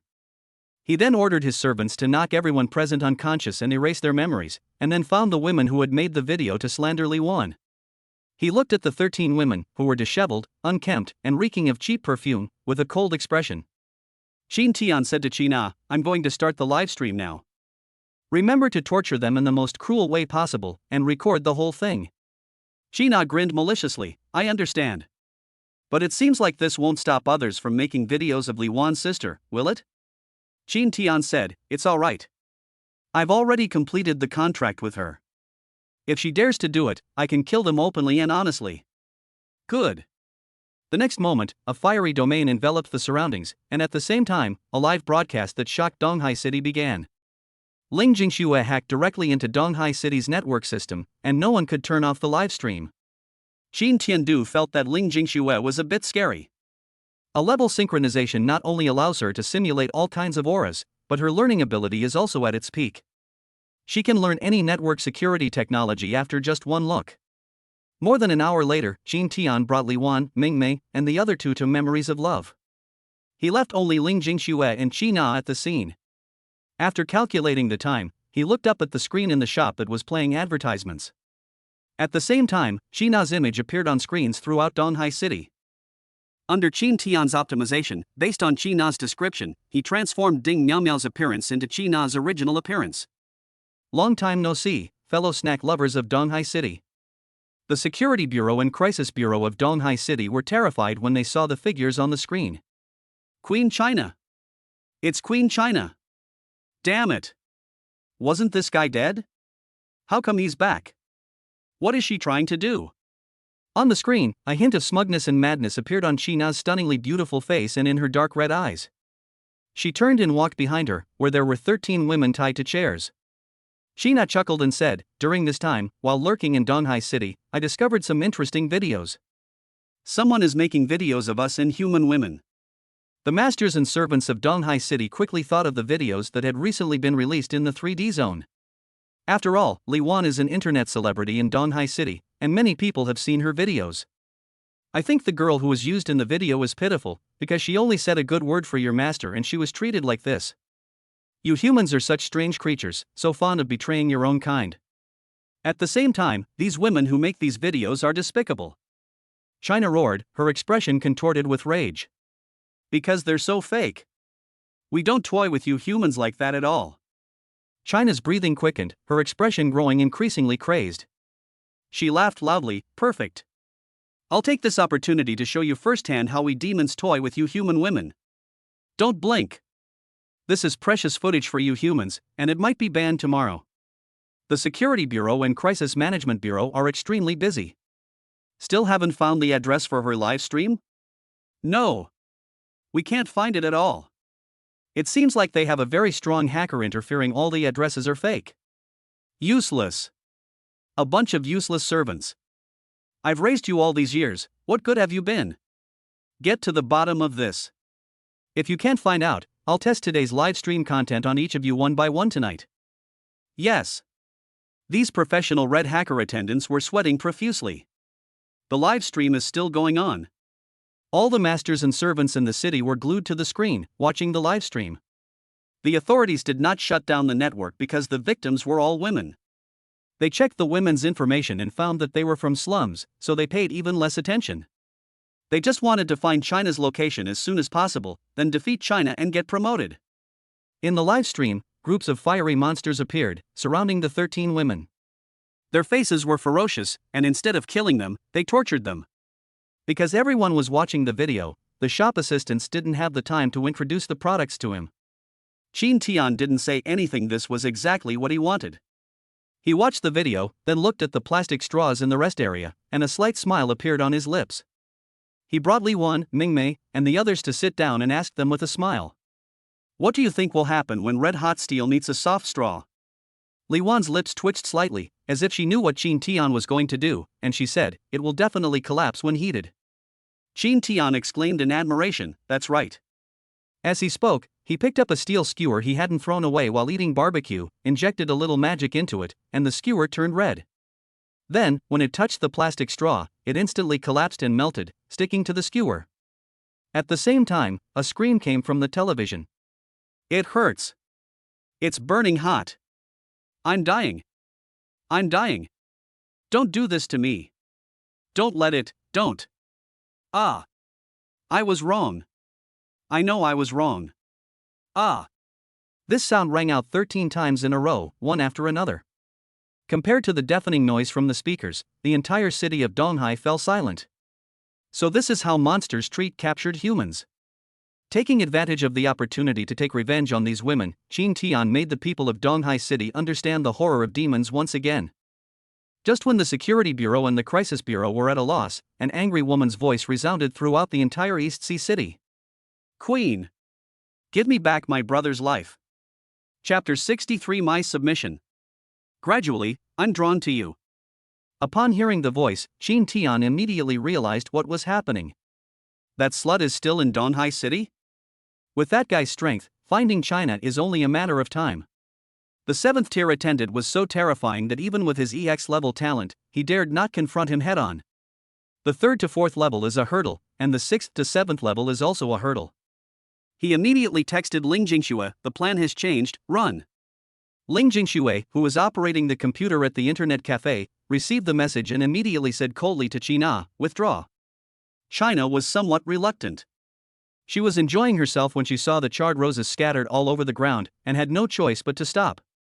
These women have received their due punishment, and they probably won't dare to make videos about monsters for the rest of their lives. Insulting one's own sisters? The outcome is unlikely to be good. Although she used to be a queen, she has now integrated herself into Qin Tian's family. In her eyes, the girls around Qin Tian are her sisters. She looked at the camera and chuckled, "Happy times are always short-lived. I hope everyone watching will stop making fun of us monsters, or I'll kill them all." The live stream continued, but only 13 withered flowers remained in front of the camera. China immediately switched with Ding Miao Miao, the aura of the demon queen disappeared, and then she put on a mask. The two of them quietly left the scene. The experienced Wang Tanghua quickly located the discordant spot in the city, which was the area where the China domain had been deployed. When she arrived at the scene, China and Ling Jingxue had already run away. She appeared in the shot, looking at the scene without China, and roared angrily. "Bastard! Bastard! Get out here now! Wang Tanghua's furious expression was exactly the same as when Wang Qingwen died. Qin Tian held up a bunny girl outfit, chuckled, and placed it in Li Wan's hands, saying, "As an erotic artist, you should know very well what kind of clothing is the most erotic." Li Wan nodded shyly and took clothes from the clothes rack. Akemi, Aki, Mai, and the others standing nearby stared wide-eyed at the extravagant clothes. Mingmei covered her mouth and exclaimed, "Water gloves, a halter neck gauze skirt, a see-through outfit? Fine, that's one thing, but can those even be considered clothes?" Aki facepalmed, "That's a chain. My sister sometimes wears it as underwear." Akemi abruptly turned to look at Mai, incredulous. Mai clenched her fists in embarrassment. "I only wore it once." "Aki, why do you say everything?" Then they saw Li Wan take a few more pieces of clothing. For example, school swimsuits, Japanese-style sportswear, classic cheongsams, even nuns' outfits, and neck straps. As expected of a doujinshi artist, this is what you call professional. Even the shop's staff were astonished when they saw the clothes Li Wan had chosen. Normally, customers only buy 1 or 2 sets, but this girl with an angelic face and a devilish figure bought more than a dozen sets at once. Even the other masters who came with their attendants to buy clothes were dumbfounded. One of the blonde, flamboyant masters gave Qin Tian a thumbs up. "Brother, you're in luck." Qin Tian waved his hand sheepishly, "It's all right, it's all right. I'll teach you slowly tonight." The flamboyant master raised an eyebrow, slapped the attendant beside him, and shouted, "Look! Look! How other people's attendants fawn over their masters. And you? You're so hesitant to buy even 1 or 2 items. Go and learn from that attendant how to pick out a few things, and I'll teach you properly tonight." The punk master's spirited little sister servant pouted and reluctantly took off more clothes. Then that punk master leaned closer to Qin Tian and chuckled, Do you have any tips? Teach me how to wear these clothes and how to play with them?" Qin Tian chuckled, "I recommend you check out the works of an artist named He Sha H. You can learn a lot from them." The master of the punk rock style was immediately impressed and took out his phone to search. He quickly found the artist's work and looked at it for a few moments, as if he had discovered a new world. My God! Is it really that exciting? Oh my God! You can do that! What the hell were we doing at night before? This is what life is all about. He glanced at them a few times, then immediately ran to his servant, slapped him, and roared, "Why choose these? Choose those." When the servant saw the clothes that the master pointed to, he trembled all over. How could he wear them? How about we? The master was very firm. "Don't try to negotiate with me, or I'll cut off your mana supply for a month. If you die on a mission, I'll just replace you with a new servant." Upon hearing that she wouldn't be given any more magic, the servant had no choice but to obediently go and get the clothes. As she did so, she gave Qin Tian a resentful look. Mingmei spat out, "Lord Qin Tian is such a pervert." Aki gave a wry smile, "Akami, prepare yourself mentally. It won't be long before we have to join too." Mai bristled when she heard that she was to join in. "No. No way. I absolutely won't." She suddenly noticed Qin Tian's gaze, and swallowed back the words she was about to say, gritting her teeth as she said, "Wear it. You have to wear it. How can you show my loyalty if you don't wear it? It's just some weird clothes." The more Mai spoke, the softer her voice became. She felt that the pride she had painstakingly built up was utterly vulnerable in front of Qin Tian. She glanced at the clothes in Li Wan's hand, her lips twitching slightly, because Li Wan had chosen 5 different sizes for each outfit. They were chosen precisely based on the figures of their 5 servants. That girl. We're starting to dig a hole for them now. They were so sympathetic to Li Wan yesterday, and now they're repaying kindness with enmity. Qin Tian was very satisfied with all the outfits. He felt that Li Wan understood him very well. He patted Li Wan's head, took out the reward card that Ma Yi had given him, and paid the bill with a beep. Mai is about to go crazy. These shameful clothes were actually paid for with the reward card she handed over. Lord Qin Tian did this on purpose. With a smile, Qin Tian handed the clothes in Ma Yi's size to her and whispered in her ear, "Make sure you try them on when you get back. Take a picture of each set you try on, or you know what will happen if you miss a picture." Qin Tian's whisper sent shivers down Mai's spine, making her feel weak and almost unable to stand. Qin Tian gently supported Mai, wrapped his arms around her slender waist, and gently nibbled on Mai's ear. "I believe you can do it, don't let me down." As for Akemi and Aki, he wasn't worried at all. Akemi obeyed his every request, while Aki was obedient and sensible. However, although they are obedient, they still need to be taught. The process of education must be a different kind of enjoyment altogether. Ling Jingshui and Qi now returned after waiting for more than an hour at the mall. Upon returning, Qin Tian immediately optimized Qi Na's appearance, restoring it to its original state. The five of them, carrying their respective clothes, walked back home. As Qin Tian passed by the overpass, a beautiful melody and a melodious voice caught his attention. Under the streetlights, a slender figure stood out. Long, brown hair fluttered gently in the evening breeze. She wore a denim jacket, a white shirt, denim shorts, and thick black tights, appearing somewhat frail in the autumn night. She held a guitar as big as herself, her slender fingers sweeping across the strings, a smile on her face, immersed in the music, singing a lullaby. The song carries a longing for a better life and is full of courage and energy. I was gradually drawn to you, captivated by your dazzling smile, and together we broke through the endless darkness to hold your hand. Chapter 64, Comparative Experiments, The Ideal Flower Blooming in Hell. Qin Tian rarely walked back like this.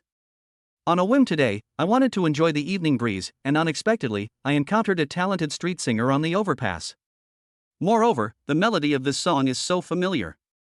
Entertainment in this era is just as developed as in the previous one, with actors, singers, and idols emerging one after another.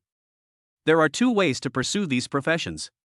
One of them is that you have no talent, you are an ordinary woman, and you will not be recruited by the army of the dead. Then you will be discovered by a talent scout, join an entertainment company, enter the entertainment industry, and help the company make money. The work they do is just like that of idol stars in South Korea, serving the privileged class.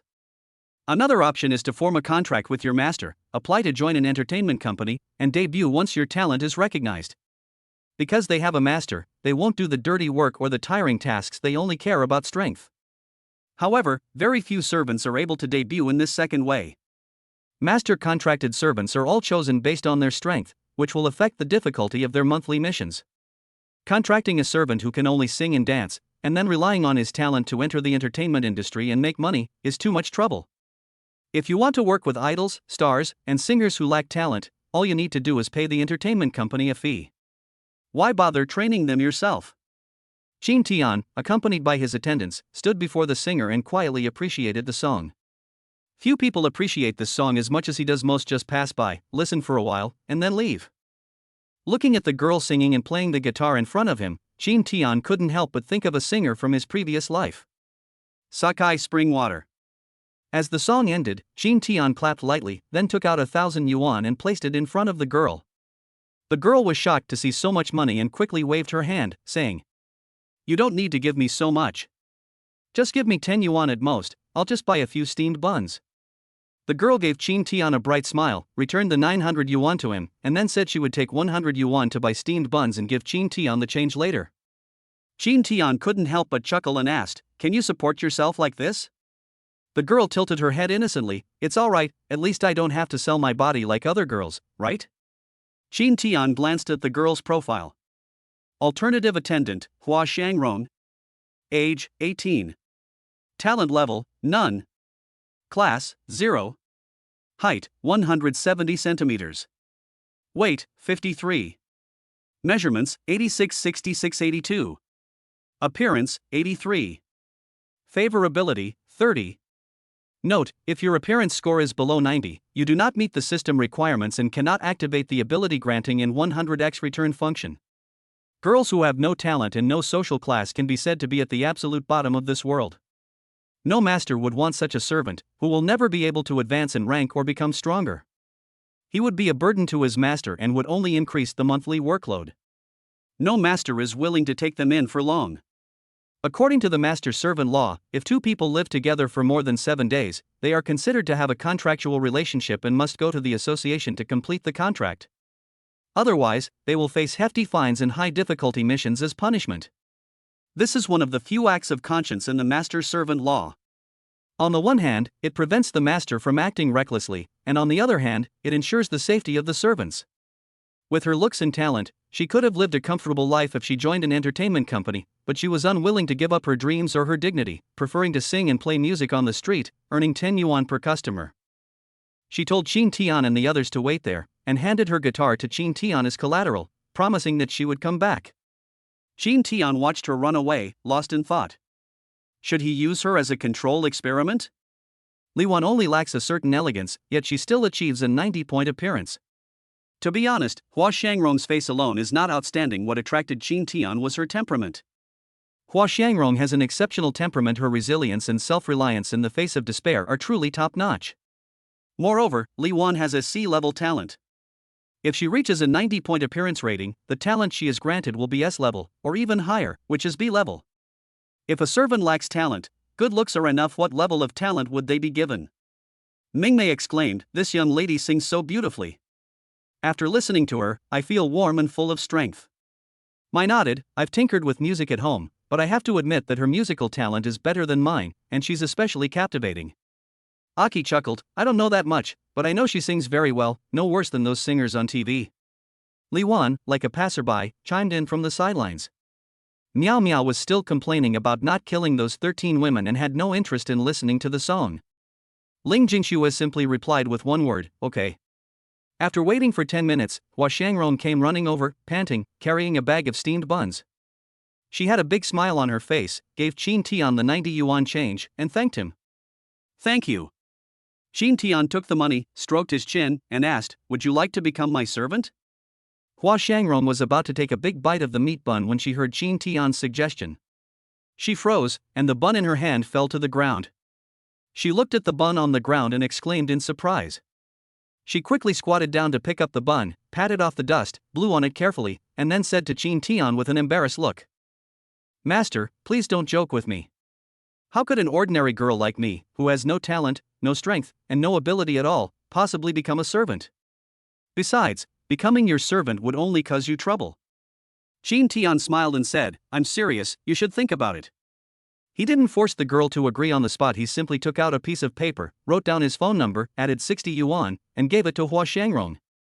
10 yuan per person, there are 7 people here, so you should have earned 70 yuan. This time, Hua Shangrong didn't refuse. She clutched the 70 yuan Jin Tian gave her, nodded emphatically, and bowed deeply to him. Inadvertently revealing her cleavage, she gently covered it. "Thank you, master. You're such a kind person. By the way, I still don't know your name, master." "My name is Hua Shangrong, the Hua Shangrong of the cloud-like thoughts of rainbows and flowing robes." "My mother used to be a teacher." Jin Tian replied, "My name is Jin Tian. You can call me if you need anything." Having said that, he left with his attendants. Even after Jin Tian and the others left, she kept thanking them. Hua Shangrong looked at the 70 yuan in her hand, clutched it to her chest, and was overjoyed. "Now my little sister won't go hungry." She carried her guitar and rode her bicycle toward the slums in the northern suburbs. Today's news said that the queen is lurking here, which is very dangerous. If she hadn't called home and been told that her sister was alright, she wouldn't know what to do. Although it's dangerous here, and the queen might reappear, her life is precarious, but she has no other choice. She has no money, no talent, and no strength, so she can only earn a little money by going out to play and sing every day. Ah. Actually, I should have taken the 1,000. Hua Shangrong regretted it a little. That was 1,000.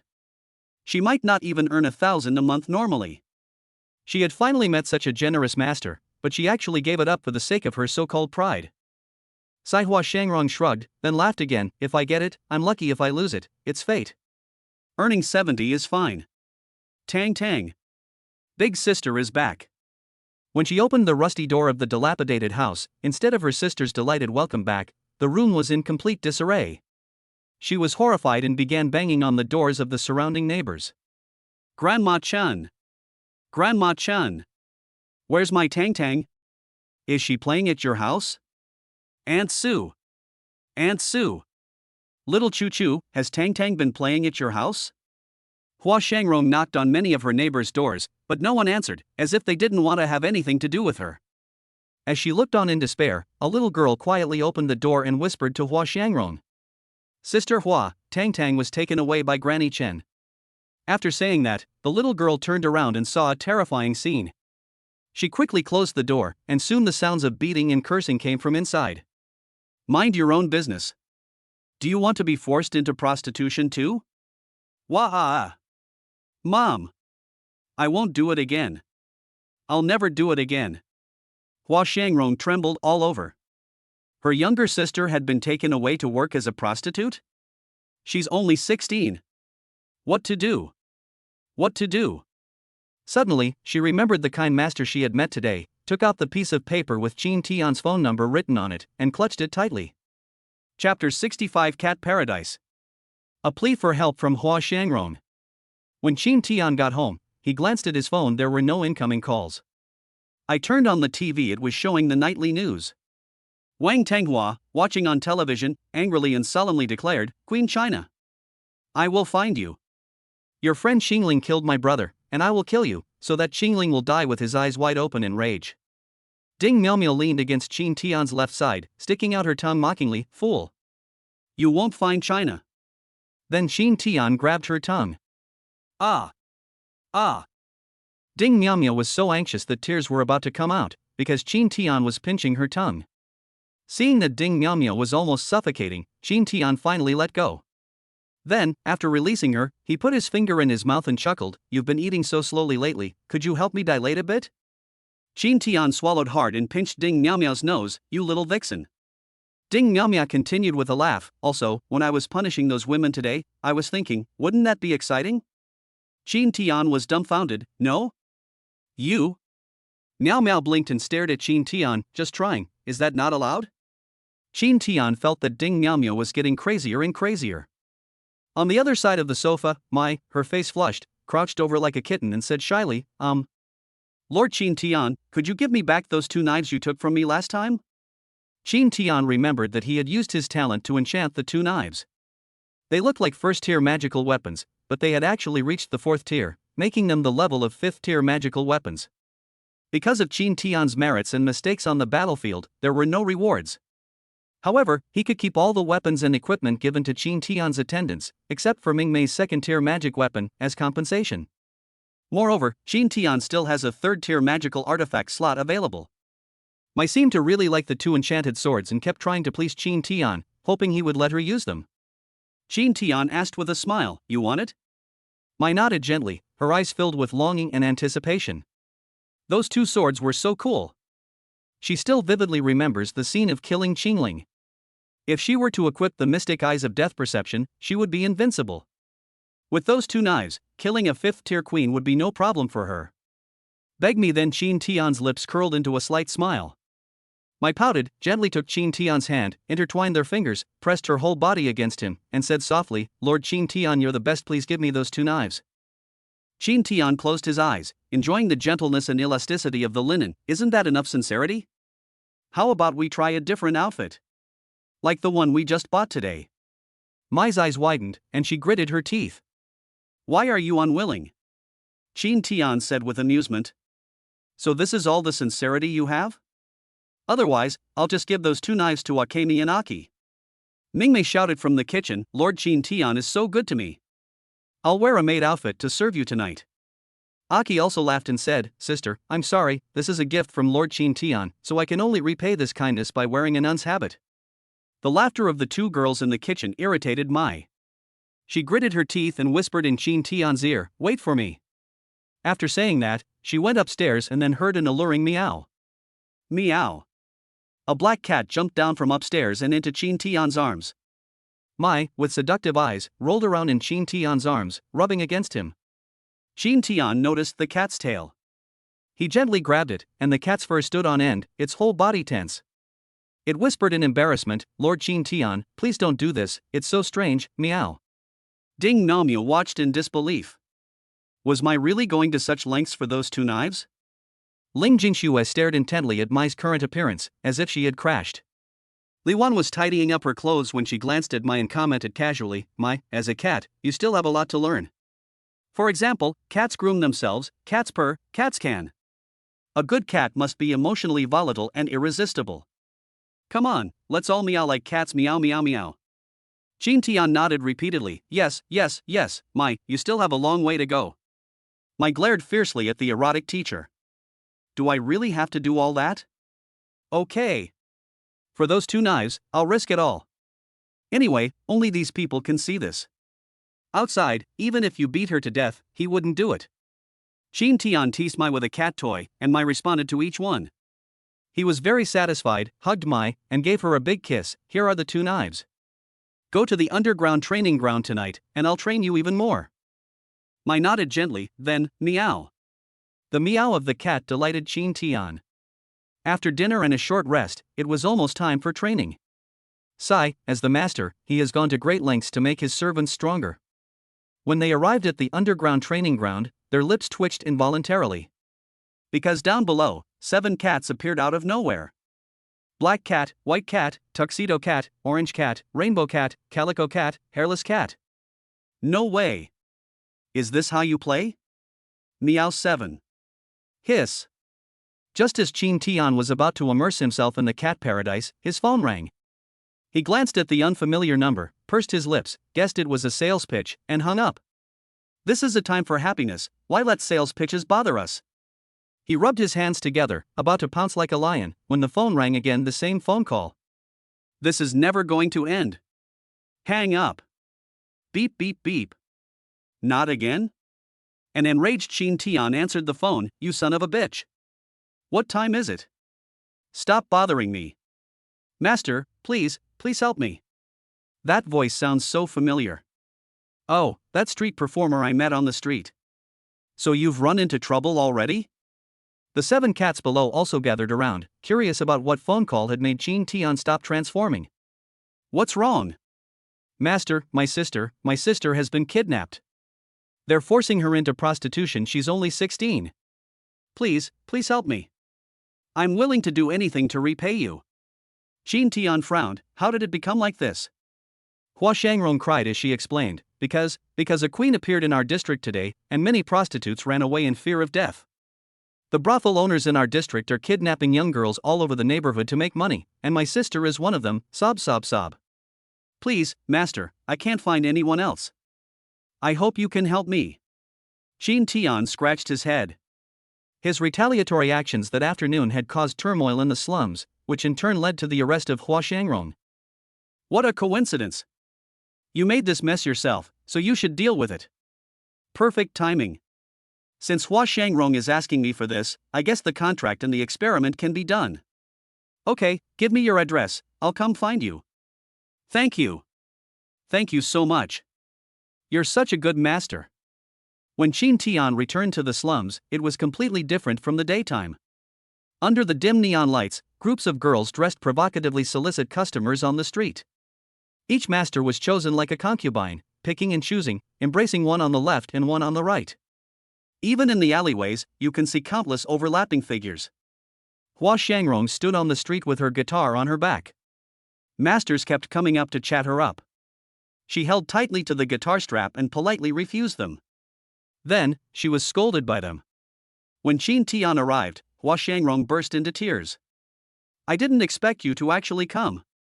Qin Tian brought Qina and Ling Jingxue over with him. He thought that whoever caused the trouble should solve it. He frowned and asked, do you know where it is? Hua Shangrong nodded. Come with me. Chapter 66 The Master's Bizarre Thought Processes. The Method of Taming Servants. Led by Hua Shangrong, they arrived deep in a neighborhood. The woman on the street was noticeably younger, very naive, and her eyes were filled with fear. It was clearly her first time in such a place. Faced with these masters' bold provocations, they trembled all over, yet dared not resist. Throughout the journey, Qin Tian's brows never relaxed. This is it. Hua Shangrong pointed to the storefront in front, a 5-story self-built house. Through the red and green windows, she could see figures moving around inside. Hey! A new face here. A woman with a face full of makeup walked over with a smile, trying to get closer to Qin Tian. Qin Tian gave Qina a look, and Qina grabbed the woman's collar, coldly asking, is this girl's sister here with you? The woman soliciting customers then looked at Hua Shangrong, frowned, and said, you dare to come here again? Get out of here right now, your sister isn't going home today. Hua Shangrong, tears streaming down her face, stepped forward and grabbed the woman's collar, crying out, give me back my sister. Give her back. She's still a child. The woman sneered, it's not young anymore. Hua Shangrong was devastated when she heard that her sister had already received guests. Qin Tian glanced at the woman and said, take me to that room. The woman immediately became obsequious, but looked troubled. My lord, that guest is also a master, so I can't afford to offend him. Take me.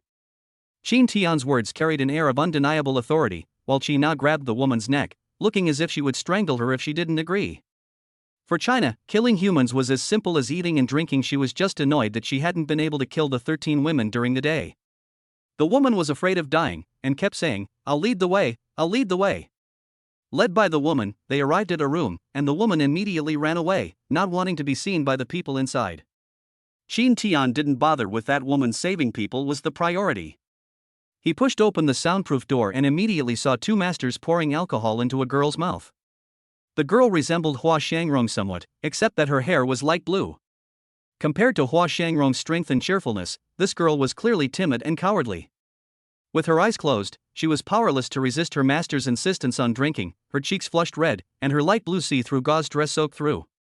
Without a second thought, Hua Shangrong rushed forward, hugged the girl, and pleaded with the two masters, "Please, please, let my sister go." The two masters were very unhappy. One of the obese masters frowned and said, "Hey, what's going on? I paid the money, why is someone trying to rob me?" The other short master was very direct. Without saying a word, he went up to slap Hua Shangrong, but his hand was caught by Qin Tian just as it was about to fall. "Gentlemen, how much did you spend?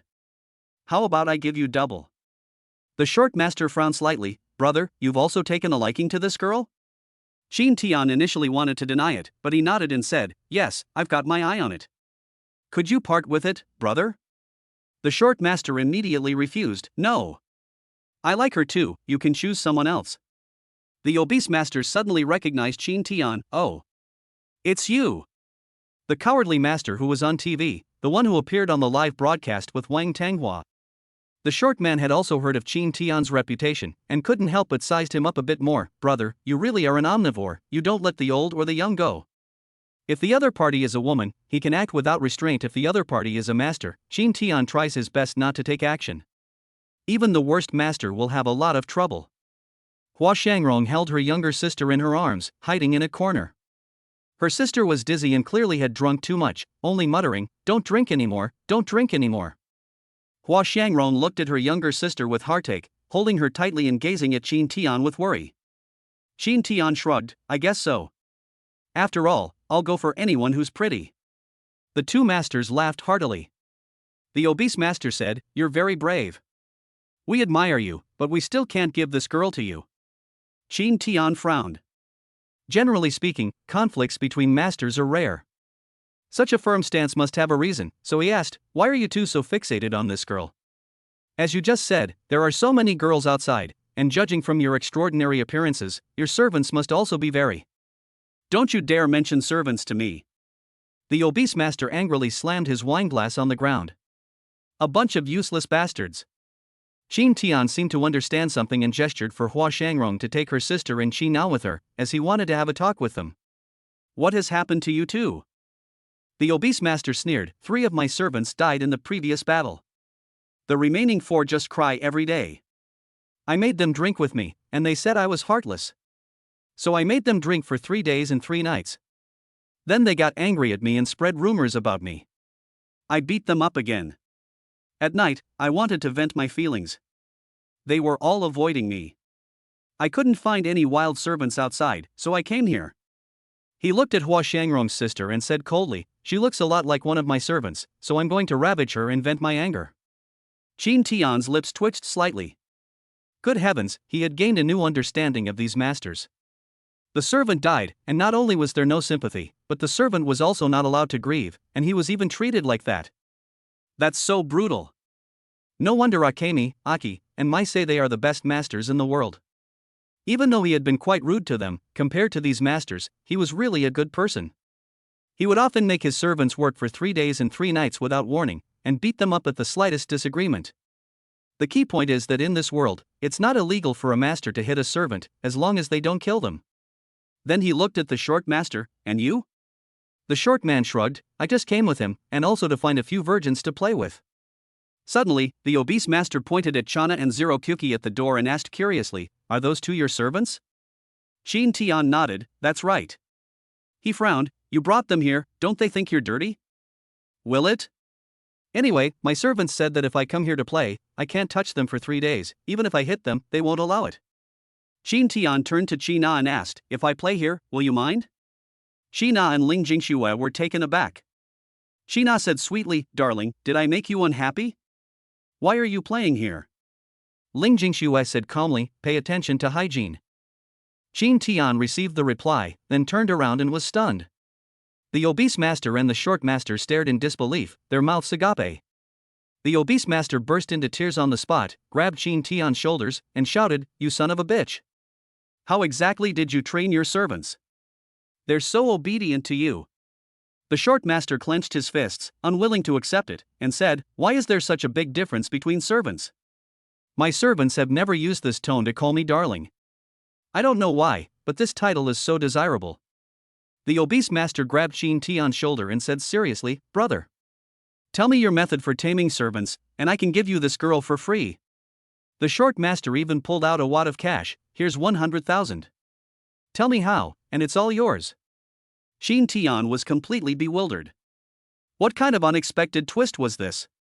Chapter 67, The Master Teaches His Servant to Deceive. A brand new title.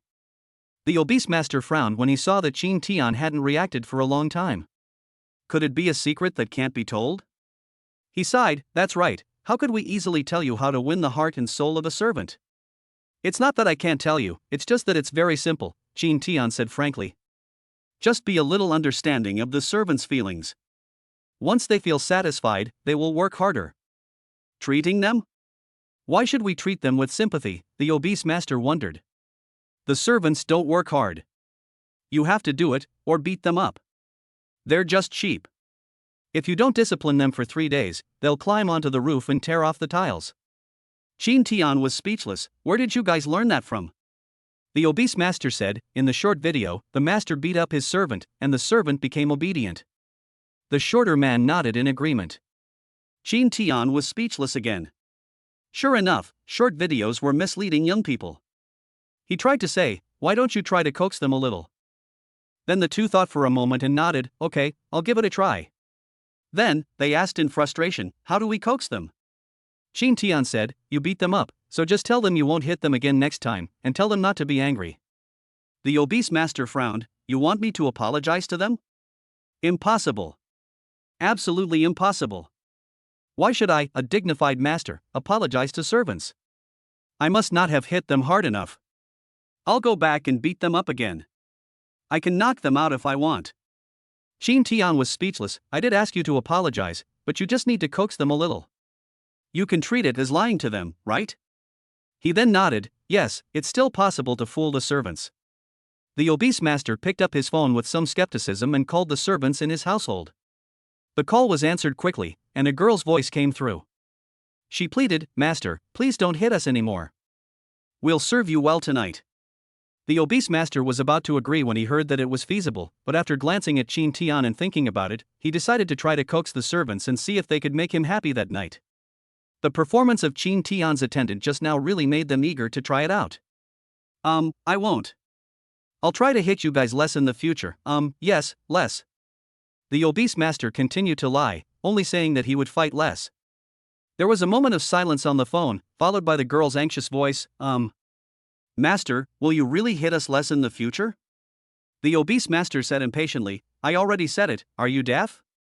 The girl exclaimed with delight, "Thank you, master. Thank you, master. Thank you for your mercy in not hitting us. We'll definitely behave from now on." The aerial acrobatics, can I try that?" The obese master's eyes lit up, his face beaming with joy. He nodded cheerfully and said, Not bad. I'll be right back, wait for me." "Yes." The phone call ended, and the obese master, beaming, patted Qin Tian on the shoulder. "Brother, that was a really good trick of yours, you were like a flying man. This time you were just fooling them, and by calling less often, they actually agreed." Qin Tian countered, "So, you still beat them up frequently?" The obese master thought for a moment and said, "If they obey, I can indeed beat them less. But if they dare to disobey my orders again, I will still beat them." He suddenly laughed and said, "Then I can use your trick to make them obey. Aren't I a genius?" Qin Tian chuckled, "Yes, you are a genius." The obese master stood with his hands on his hips, laughing heartily and smugly. He pointed at Hua Shangrong's younger sister and waved his hand, saying, "This girl is yours." I'm going back now. After saying that, he happily went home. Seeing how excited his obese master was, the short master imitated him and said the same thing to his servant. As a result, he also received thanks from the servant. He smiled broadly and felt very happy. He said goodbye to Qin Tian and went back. They were as happy as children, as if their parents from a past life had finally agreed to buy them the toys they liked. Qin Tian was somewhat taken aback. He had thought he would have to spend a lot of time explaining things or that a conflict might occur, but he hadn't expected to be able to coax them away so easily. Sure enough, men are boys until they die. A little knowledge of child psychology can solve that. He turned to look at Hua Shangrong, whose eyes were filled with gratitude and eagerness as she looked at him. Qin Tian glanced at her panel. Her favorability rating had reached 70. The title was indeed useful. Hua Shangrong hesitated and said, Master, do you really want to form a contract with me? I'm a woman without any talent. If I form a contract with you, I might not be able to become stronger, protect your safety, or even help you with your missions. Qin Tian casually smiled and said, "It's all right, you just need to sing for me every day. The other servants will take care of the tasks." His attendants were all incredibly strong, far surpassing their current rank and combat ability, making the monthly tasks assigned by the association extremely easy to complete. Since he plans to mass-produce school beauties, he must understand the situation of artificial school beauties on the system's side. Hua Shangrong nodded, picked up her unconscious younger sister, and followed Qin Tian into the car to go home.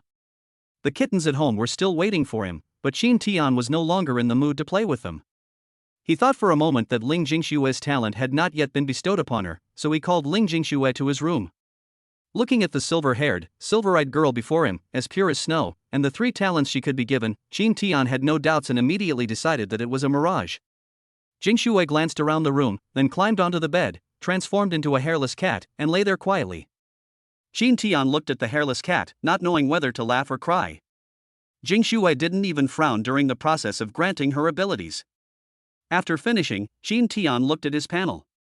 Host, Qin Tian. Age, 19. Rank, 3 energy plundered from the Queen of the Blue Antelopes, not yet allocated. Talents, F rank Reconstruction, SSS rank Healing, SSS rank Indra's Wrath, SSS rank Mystic Eyes of Death Perception, SSS rank Black Sun, EX rank Ashes of All Things, SSS rank Mirror Flower, Water Moon. Achievements. The Light of a Desperate Girl achievement effect. When there are beautiful women around you who need help, they will think of you first. Save her, and you will gain all their loyalty and favor. They will be willing to give you everything. Harbor of Love for Maidens achievement effect. Maidens who receive your favor will have their affection for you greatly increased, and they will be willing to give their lives to repay your kindness. The achievement The Queen's Favor grants the Monster Queen and the Demon Empress goodwill towards you. They will not kill you immediately and may even become your friends. Daytime Debauchery achieves its effect, allowing you to easily ignite the passions of the opposite sex in public, making them shy, restless, and yearning for your advances. The Valkyrie Blueprint achievement effect grants your high-value goddess a random talent when her beauty score reaches 90 or higher. A beauty score of 95 guarantees an A-rank talent, and a beauty score of 100 guarantees an S-rank talent. Note, beauty is composed of 5 indicators: appearance, temperament, figure, status, and personality. You can now view the target's beauty score for each indicator. Qin Tian's eyes lit up. The system had finally generated a new title. Chapter 68, A Beauty of 99%. From Iceberg to Volcano? Qin Tian could basically guess how he obtained these 3 new titles. The Queen's Favor. The achievement should be obtained after releasing the blue antelope in the canyon. Throughout human history, letting a queen escape, even if one could have killed her, is a momentous event that would shake the entire human society. If the human leadership found out that he had let the queen escape, he would surely be convicted of treason and sentenced to death. However, this title also gave Qin Tian a way out. If he couldn't stay in human society, he could go to the monster society. The second one worked really well, and he really wants to try it. Before that, however, he wants to try out his 3rd new title and see how good-looking his attendants are. Ling Jingshue's appearance score is 94, with 20 for looks, 19 for temperament, 15 for figure, 20 for status, and 20 for personality. Each score is followed by an evaluation. Appearance 20, this is a pure and innocent girl with a face as white as snow. It is rare to be able to maintain such a pure and innocent face before the contract. Temperament 19, expressionless, taciturn, with almost no emotional fluctuations, a top tier 3 no girl.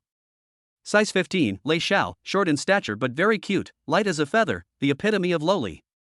Identity 20, her entire family is gone, leaving her all alone, a tragic and desperate lowly representative. Personality 20, obedient, affectionate, and able to forgive any wrongdoing you may have done to her. Even if you kill her, she will still smile and say thank you. She was deeply in love? Qin Tian looked at the comments above, then glanced at Jing Shui on the bed, who had been blinking and staring at him from the beginning, as if expecting him to do something. Is she truly devoted? Qin Tian sat on the edge of the bed, with Jing Shui lying on his lap, facing him. He thought for a moment and asked, "Are you very affectionate?" Damn it! What am I asking? How can I ask a girl such a question? Jing Shui nodded directly, yes. Qin Tian asked curiously, "Where are you being affectionate? You usually just look at me quietly." Jing Shui blinked, her expression blank, and said, "Actually, I've been staring at your powerful muscles. I'll smell your sweat on the clothes you take off." I can. Stop, stop, stop.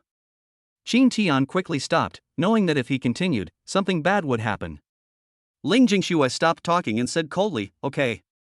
After thinking for a moment, Qin Tian decided to try the title Valkyrie Blueprint. "I'd like to improve your appearance, is that alright?" Ling Jingshui was silent for a moment, then nodded, "It's alright." Qin Tian looked down and swallowed. Optimization. Measurements, 90-58-83. The Mercedes-Benz C-Class has been transformed into the G-Class. Especially since she also has a youthful appearance, it's just too unfair. And look at the appearance again, it's gone from 94 to 99. Now all I need is a little bit of good looks to become the perfect baby-faced G-Wagon, a quiet, emotionless lowly. How can this be promoted? Looking at the appearance rating again, in the temperament section, the one point that was missing seemed to indicate that she was almost completely unmoved. Could she only reach 20 points if she was completely unmoved? Hateful. It's all about the overall vibe. The most difficult aspect of this appearance system is its overall demeanor. This requires long-term cultivation and cannot be achieved overnight. Moreover, he couldn't bring himself to turn Ling Jingshui into a girl devoid of emotion. If that's the case, if he wants to project an image of someone in their 20s, he must start with creating a sense of contrast. That is, to transform Ling Jingshui into a girl who appears to be taciturn, emotionless, and expressionless, but is actually extremely passionate and proactive inside. He glanced at Ling Jingshui's new talent again. Grade A ice design. Great. As expected, someone with a face value of 95 or higher is bound to have a level talent. The illusion talent I just chose is actually a form of hypnosis.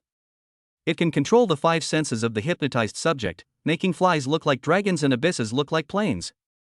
If combined with the ice model talent, its combat power will be considerable. Then, Qin Tian saw something new. Wow! I can grant new talents again? Can grant new talents, S-rank Absolute 0, S-rank Daegyurin Higher Inru, S-rank Ice Queen Summoning. 666. Are they not even going to act anymore? This must be Daegyurin Higher Inmaru, the strongest ice-type Zanpakuto ability in Bleach. Among them, the strongest move is the Four Realms Ice Binding, which is an ability that can even freeze the rules. Qin Tian looked at Ling Jingshui, who was curiously kneading a large dough ball in his arms, and coughed.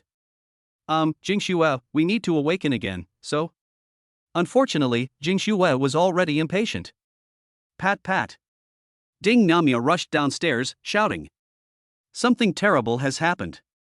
Something terrible has happened.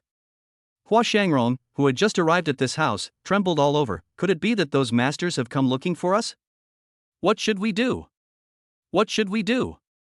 Mai rolled her eyes at Hua Shangrong. What are you talking about? Didn't you see Miao Mia came down from upstairs? Mai glared at Miao Miao, annoyed. You were peeking again, weren't you? Miao Mao chuckled, then said very seriously, wow. Do you know what I saw? Li Wan, who was drawing, was particularly interested in this kind of thing and asked curiously. What? Miao Mao exclaimed, that iceberg has actually turned into a volcano. Everyone present was completely dumbfounded. Chapter 69 Steam Engine? A perfect 100/100 in looks is within reach. So, they're everywhere? Li Wan understood the situation a little and said so. Miao Mao nodded vigorously and exclaimed, "Wow! Sister Li Wan is so smart. You understood things that they still don't understand." Akemi seemed to understand a little, and said with a wry smile, "Can't you do it?" Miao Mao's eyes widened in surprise. "Wow! Mingmei, you have no idea, it's like eating a whole pack of extra gum." Mai's lips twitched slightly. "That's pretty impressive." Aki chuckled, "Miao Miao, with so much water in your name, you must be pretty amazing, right?" Miao Miao exclaimed, "Wow! Sister Aki, I only have water in my name, my talent is pure fire." Li Wan's eyes lit up, and she giggled, "So, you're a steam engine?" The women stared at Li Wan, speechless. As expected of someone who draws doujinshi, look at that idea, so professional. Mai exclaimed. Akemi swallowed hard. Steam? Hua Shangron, standing to the side, blushed and dared not reply. Is this really the master's residence, or a brothel? Her younger sister had already woken up, completely bewildered, and asked her sister softly, "What are those sisters talking about? What's this about icebergs turning into volcanoes? What's this about steam engines? What does it all mean?" Hua Shangron quickly explained to her sister, "They're talking about a game." Yes, they're talking about a recently released survival game. It's about a planetary catastrophe, with polar ice caps melting, underwater volcanoes erupting, and groundwater gushing out.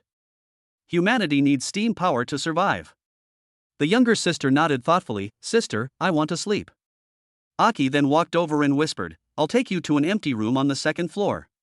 Hua Shangrong nodded gratefully and followed Yaji up to the second floor, where they bumped into Qin Tian, who was carrying Jingxue, at the top of the stairs. "Could you help me take care of her? She seems to be completely exhausted."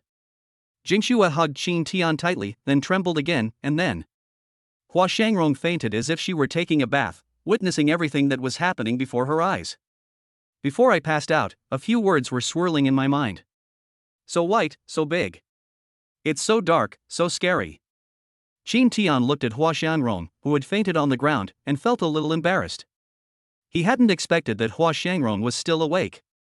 He then glanced at her sister, who was staring at him in disbelief, her face flushed. Aki quickly covered her little sister's face and scolded Qin Tian, "Why did you come out like this? There are children here." Qin Tian was a little embarrassed, "I didn't expect them to still be awake." Aki quickly covered her little sister's eyes, picked up Hana Xiangrong, and went upstairs to the room. Qin Tian then brought Jingxue to the living room, asking Mingmei to take care of the exhausted Jingxue. I didn't expect that title to be so powerful. The usually cold and aloof Jingxue reacted so strongly. He almost thought the eagle was going to be strangled. Mingmei looked at Jingxue, whose lips were pale, in her arms, and glared at Qin Tian. "How could you bully Jingxue like this? You're her only support now." Qin Tian had no choice but to apologize, admitting that the experiment had gone too far. Ding Miao Miao exclaimed in surprise, "Wow! AG class. Senior brother really does like luxury cars, that's amazing." Qin Tian glared at Ding Miao Miao, "Do you want me to optimize you?" Ding Miao Miao looked down at herself, then hugged herself, "I'm quite satisfied with myself. I don't need it." Appearance, 93, looks 18, demeanor 20, figure 15, status 20, personality 20. Qin Tian chuckled and put his arm around Ding Miao Miao's shoulder. "How can that be? You're satisfied, but I'm not. Come here, master, let me help you optimize it." Ding Miao Miao almost cried out, "Senior brother, can you let me go? I really don't want something so big and heavy." Qin Tian didn't care. His Valkyrie plan was to transform all his servants into people with a perfect appearance. Everyone has S-rank talent. And so, Ding Miao Miao was dragged to the underground training ground by Qin Tian. Akemi in my side, "Oh, poor Miao Miao, this is what happens when you peak." Li Wan asked curiously, "So, will she turn into a steam engine?" Qin Tian had only been down for a short while when he came back up, pointing at Li Wan. "Come here." Li Wan looked completely bewildered and pointed at herself, "You called me?"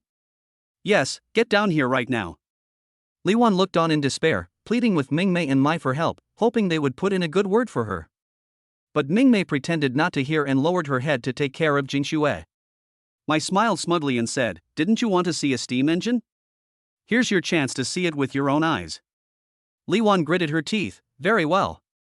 I'll go down and tell Lord Qin Tian that I drew the script for you, and he'll act you out according to the script." Mai's face twitched slightly, "No way. Does it have to be this cruel?" Li Wan snorted, you treat me like this first, just wait and see. Li Wan arrived at the underground training ground and saw Miao Miao sitting on the ground, bald and with a bitter expression. Qin Tian carefully examined every detail of Miao Miao. Lord Qin Tian, my relative betrayed me and got injured. Could you please let me go? Miao Miao pleaded. Come, let me see the wound. Li Wan covered her mouth and chuckled, then asked Qin Tian, are you about to start lecturing me? Qin Tian glanced at Li Wan's appearance. Appearance, 89, looks 20, demeanor 15, figure 20, status 20, personality 14. Sure enough, what he lacked was a less than stellar personality and a certain air about him.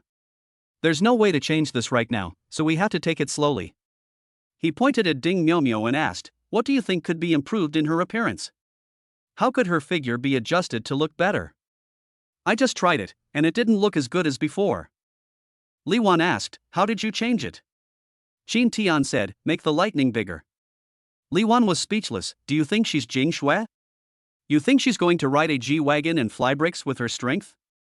If you optimize her like this without increasing her height, her proportions will be unbalanced. I see. Qin Tian seemed to understand. Li Wan looked at Miao Miao's figure, gestured, and said, you can do this, make her height 172 centimeters, her measurements 99-60-90, and her weight around 58 kilograms. That figure would definitely be amazing. Qin Tian's eyes lit up. How come he hadn't thought of that? Mai is over 1.7 meters tall, with prominent bust, waist, and hips, and a great figure, but she's a bit thin. She looks like a human sculpture in an art class, full of aesthetics, and makes people's noses bleed. If she gains weight, she will become fuller, which is a different kind of beauty. Moreover, Miao Miao is red-haired, making her even more visually striking. It gives you the feeling that magma is surging in your veins, ready to erupt at any moment. Following Li Wan's advice, he optimized Ding Miao Miao and then gasped for breath. Her figure also scored 20 points.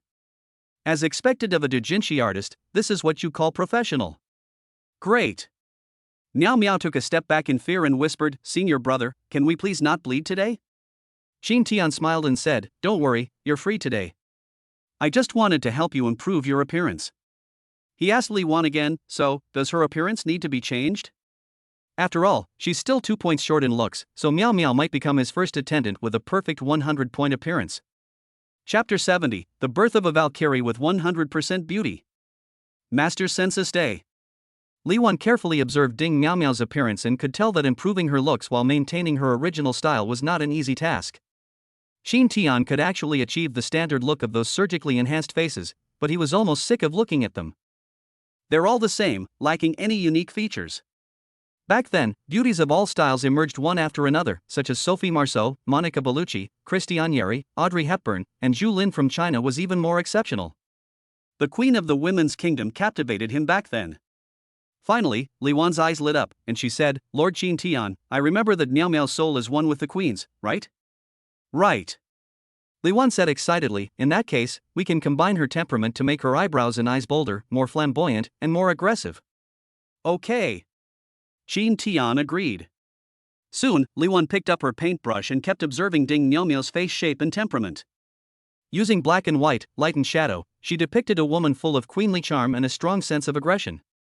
Ding Miao Miao was stunned when she saw the girl on the screen who looked similar to herself but was completely different in appearance. I like this. Oh, right, China likes this too. Qin Tian smiled slightly and raised his hand to stroke Ding Miao Miao's face. Optimization. Soon, Miao Miao's appearance transformed into that in the painting, a wild, regal, and extraordinary figure.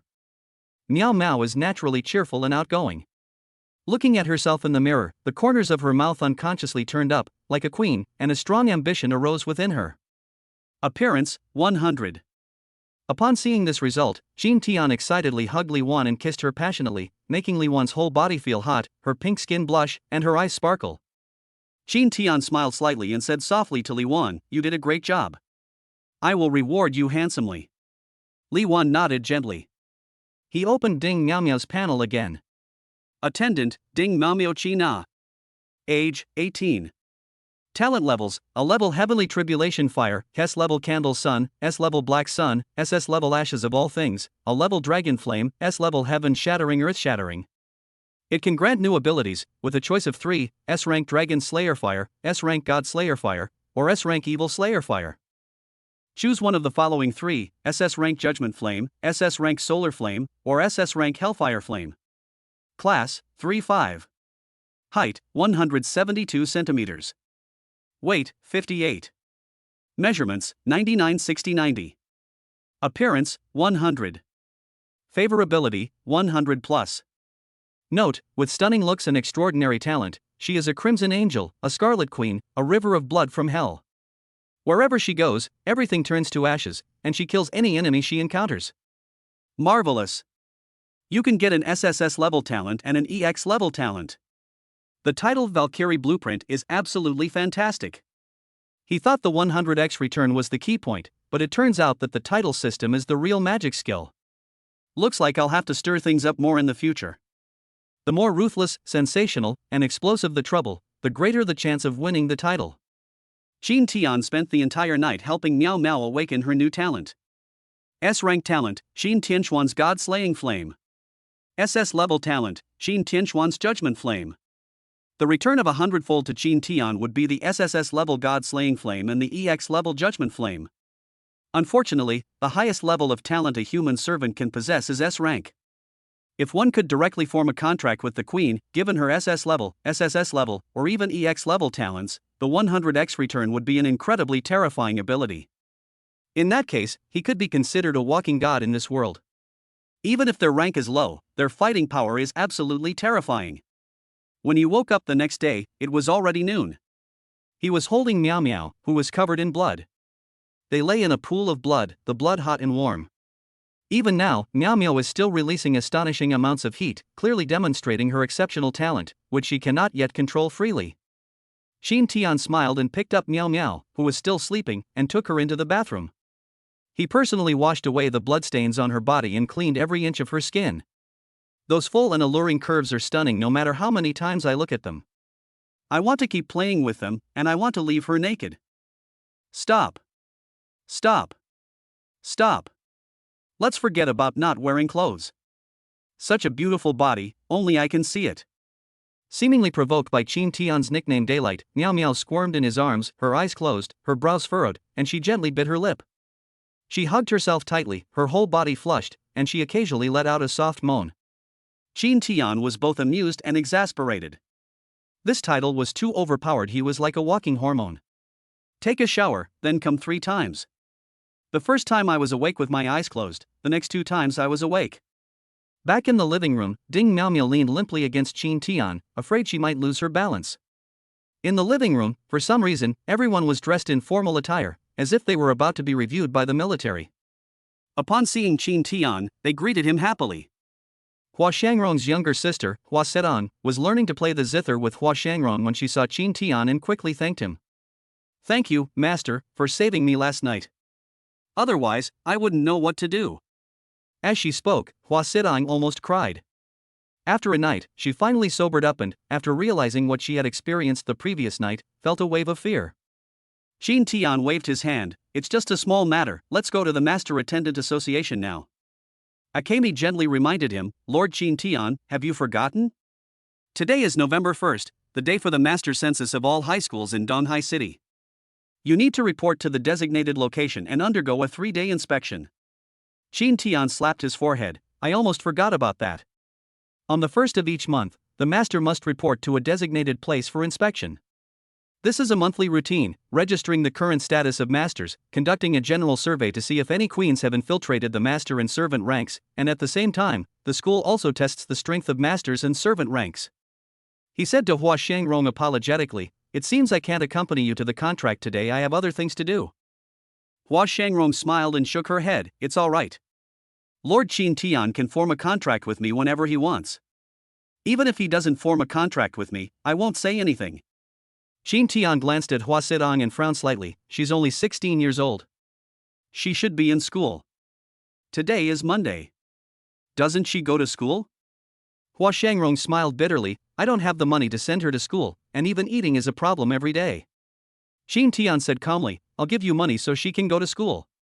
If she doesn't go to school, she won't be able to take the Talent Awakening course. Maybe she can awaken some pretty good talent. Hua Shangrong bowed repeatedly to Qin Tian, deeply moved. Thank you. Thank you so much, master. I will repay you with my life, even if it means serving you like a slave. Qin Tian glanced at the favorability rating. It had already reached 100. Hua Shangrong would never betray him. She would even be willing to die for him. That's settled then, he said to the other servants. Let's hurry up and get going. Good. Soon, Qin Tian and his group arrived at the university where the census was being conducted this month. Donghai City Usual Alliance University. As soon as you arrive at the school gate, you have to undergo a check. The attendant, while examining the documents, frowned deeply as he compared the information. This information is not right. Chapter 71. Someone vouched for Qin Tian, the first bite of ice cream in autumn. The girl kept comparing the servants registered in Qin Tian's information with the appearance of the servants standing in front of her now. Akemi was able to confirm it quickly, as were Aki and Mai, but when it came to Ding Miao Miao, she began to feel something was off.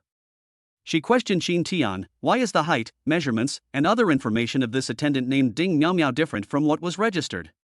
Qin Tian said, I had her undergo cosmetic surgery. I wanted my servant to look better. She stood speechlessly with her hands on her hips and retorted, I can understand facial plastic surgery, and I've seen breast augmentation before, but how come your height has changed so much? Qin Tian explained, she's been growing a lot lately, so she's been taking a lot of calcium supplements. It's normal for her to have grown taller. The inspector curled his lip. An 18-year-old is still growing? Who are you trying to fool? At this point, the master waiting for the review grew impatient and yelled at the inspector, what are you dawdling about? I'm getting impatient. If you don't know how to review it, I'll review it for you. The inspector quickly apologized to the master behind him. I'm sorry, master, I was just following the rules. There's a big difference between the current status of this master's attendant and the information on the registration form. The master, who wore an eye patch and had a somewhat Shinibu personality, snorted, stepped forward, and snatched the documents from the inspector's hands. Let me check it. I don't want to waste my time. The inspectors had no choice but to have the blindfolded master conduct the inspection. The blindfolded master compared Ding Miao Miao's information with her appearance, and then said disdainfully, TCH. So what if you've grown taller, your breasts are bigger, and your features have developed? Stop whining. You're so useless. The attendant gave a helpless, bitter smile. Then, the eye patch master compared her to Zero Mirror Snow, and his eyes lit up. Wow, bro, where did you find this white-haired lowly? I also want a white-haired lowly servant, but I just can't find one. Qin Tian laughed and said, I picked up some bargains from the army of the dead. The blindfolded master exclaimed, you're really lucky. Oh, the information here is wrong. Your breasts have gotten a lot bigger. I understand. Baby-faced big G-Wagon, not bad, right? He chuckled, raised an eyebrow at Qin Tian, and asked, which hospital did this? It looks so real. Doctor, can you recommend one to me? I want to get a G-Wagon made for my servant too. Qin Tian said, that doctor is away on a business trip, and I don't know where he went. The blindfolded master shrugged helplessly, all right. Well, you've passed the check, you can go in now. Qin Tian smiled and thanked him, thank you. Wait a minute. The inspector stopped Qin Tian, looking troubled. Master, are you just going to let him through like this? Don't you want to check his medical records or anything like that? The blindfolded master scoffed, what? Are you questioning my judgment? Or do you want to know which hospital they had the procedure at because you want to have it done too? As he spoke, he sized up the inspector's figure, small chest, ordinary features, thick legs, not a decent-looking man at all. The inspector was both amused and exasperated, and had no choice but to call the Master's Attendant Association to report the information. The blindfolded master put his arm around Qin Tian's shoulder, don't worry, it's okay. I've got your back. It's just giving the servants plastic surgery, I do it all the time. He proudly pointed to the 6 attendants behind him, and Qin Tian's lips twitched slightly when he saw them. They all have the same internet celebrity face, with countless surgical procedures on their faces and bodies, completely incomparable to the appearance they enhance with optimization. He looked Qin Tian's attendant up and down, frowning slightly, and asked, brother, how do you take care of your attendant's skin? Why is it so good? Qin Tian thought for a moment and said, use a white essence. It's best to make it fresh for the best effect. Whether you swallow it or apply it to your face, it will have excellent results. The blindfolded master's eyes lit up, and he instantly understood what Qin Tian was talking about, chuckling to himself. I see. I'll try it when I get back. Finally, the inspector put down the phone, returned, and gave Chin Tian a deep look. Go in, someone has vouched for you. Chin Tian was curious about who had vouched for him, and the image of the blonde uncle who served as the reviewer popped into his mind. As I walked into the campus with my attendants, I found it unusually lively, with a large number of masters, whom I rarely see, gathered there. Behind each master were several attendants who roamed among the shops on campus. For the schools that hold such surveys, it's like a festival. Students take the opportunity to set up food stalls to earn some money, while also showing themselves off to these masters and perhaps even forming a contract. Mingmei grabbed Chin Tian's hand, pointed to the ice cream shop not far away, and said excitedly, Lord Chin Tian, I want to eat ice cream, is that okay? Okay. Chin Tian pinched Mingmei's nose and led everyone to the ice cream shop. Give me 6 sundaes, Chin Tian said, turning to them and asking, what flavors do you like? Akemi smiled and said, I want strawberry flavor. Aki said, fragrant herbs. Mint. Cantaloupe. Original flavor. Yogurt. The girl in charge of the shop smiled as she made ice cream sundaes for Chin Tian and the others, chatting casually. This master is so kind to his servants, even asking for their opinions. Master, wouldn't you like one for yourself? Chin Tian shrugged, I don't need to. I can eat whenever I want. The girl was a little confused about what Chin Tian meant, and then after making the ice cream, she saw a surprising scene. This master is actually eating imported ice cream on the street. Moreover, I ate 6 servings in a row. He finished off the imported ice cream, smiled slightly, and said, see? I've tried every flavor. The masters and servants on this street were all stunned by what they saw. Wow, that's amazing, bro. The eye patch wearing master, who had somehow caught up, exclaimed, so this is how you can do it with your servant. It shows off your status as a master, lets you have your first taste of ice cream, lets you enjoy all kinds of flavors, and trains your servant's obedience all at once, a triple win. He immediately ordered his servant, quickly, go buy ice cream. Hurry. The surrounding masters immediately realized what was happening and ordered their servants to buy ice cream. Suddenly, the entire street turned into a massive kissing scene. Chin Tian was speechless and didn't know what to say. What left him speechless was that this phenomenon was later dubbed the first bite of ice cream in autumn. This means that the servants must feed the master the first bite of the ice cream they buy. When he arrived at the plaza where the masters were gathered, all the masters present called him Ice Cream Bro. At 5 p.m., the president of the East Sea City Master Servant Association stood on a platform erected in front of all the masters. Good afternoon, masters. Our monthly, 3-day Master Survey Day is now beginning. Chapter 72 Census Night. Scarlet arrives. The entire East Sea City has more than 80 high schools, with a total of more than 10,000 masters, all of whom are now gathered here. If the Demon Queen were to appear at this moment, she would definitely be drooling. Unfortunately, she could only watch, she couldn't eat it. Standing on the stage is the president of the Eastern Association of the Professional Association. The man with graying hair but full of energy, followed by a group of mature women, young girls, sweet little girls, and middle-aged women. He also belongs to the Eastern Department of the State Security Department of Xinhua Kingdom, holding the official position of department head, and is a true 7th-tier master. He usually lives in Nanling City, and every month he travels between the 6 cities in the eastern part of Xinhua Kingdom to organize a general survey. This month it's Donghai City's turn.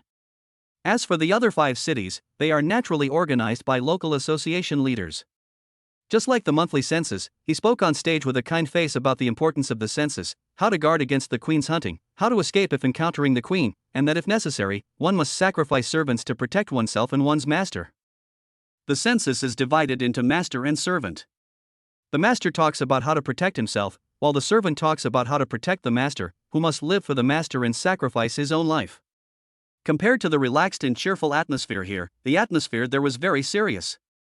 In particular, they talked a lot about how if a servant's actions led to the death of the master, he would be punished by public flogging, execution, or even implicating his family. After the speech, the president smiled slightly. All right, I won't take up any more of your time. Today's schedule will be quite tight. Everyone, please go to the designated dormitory area and get some rest. Attendants will come to check on you.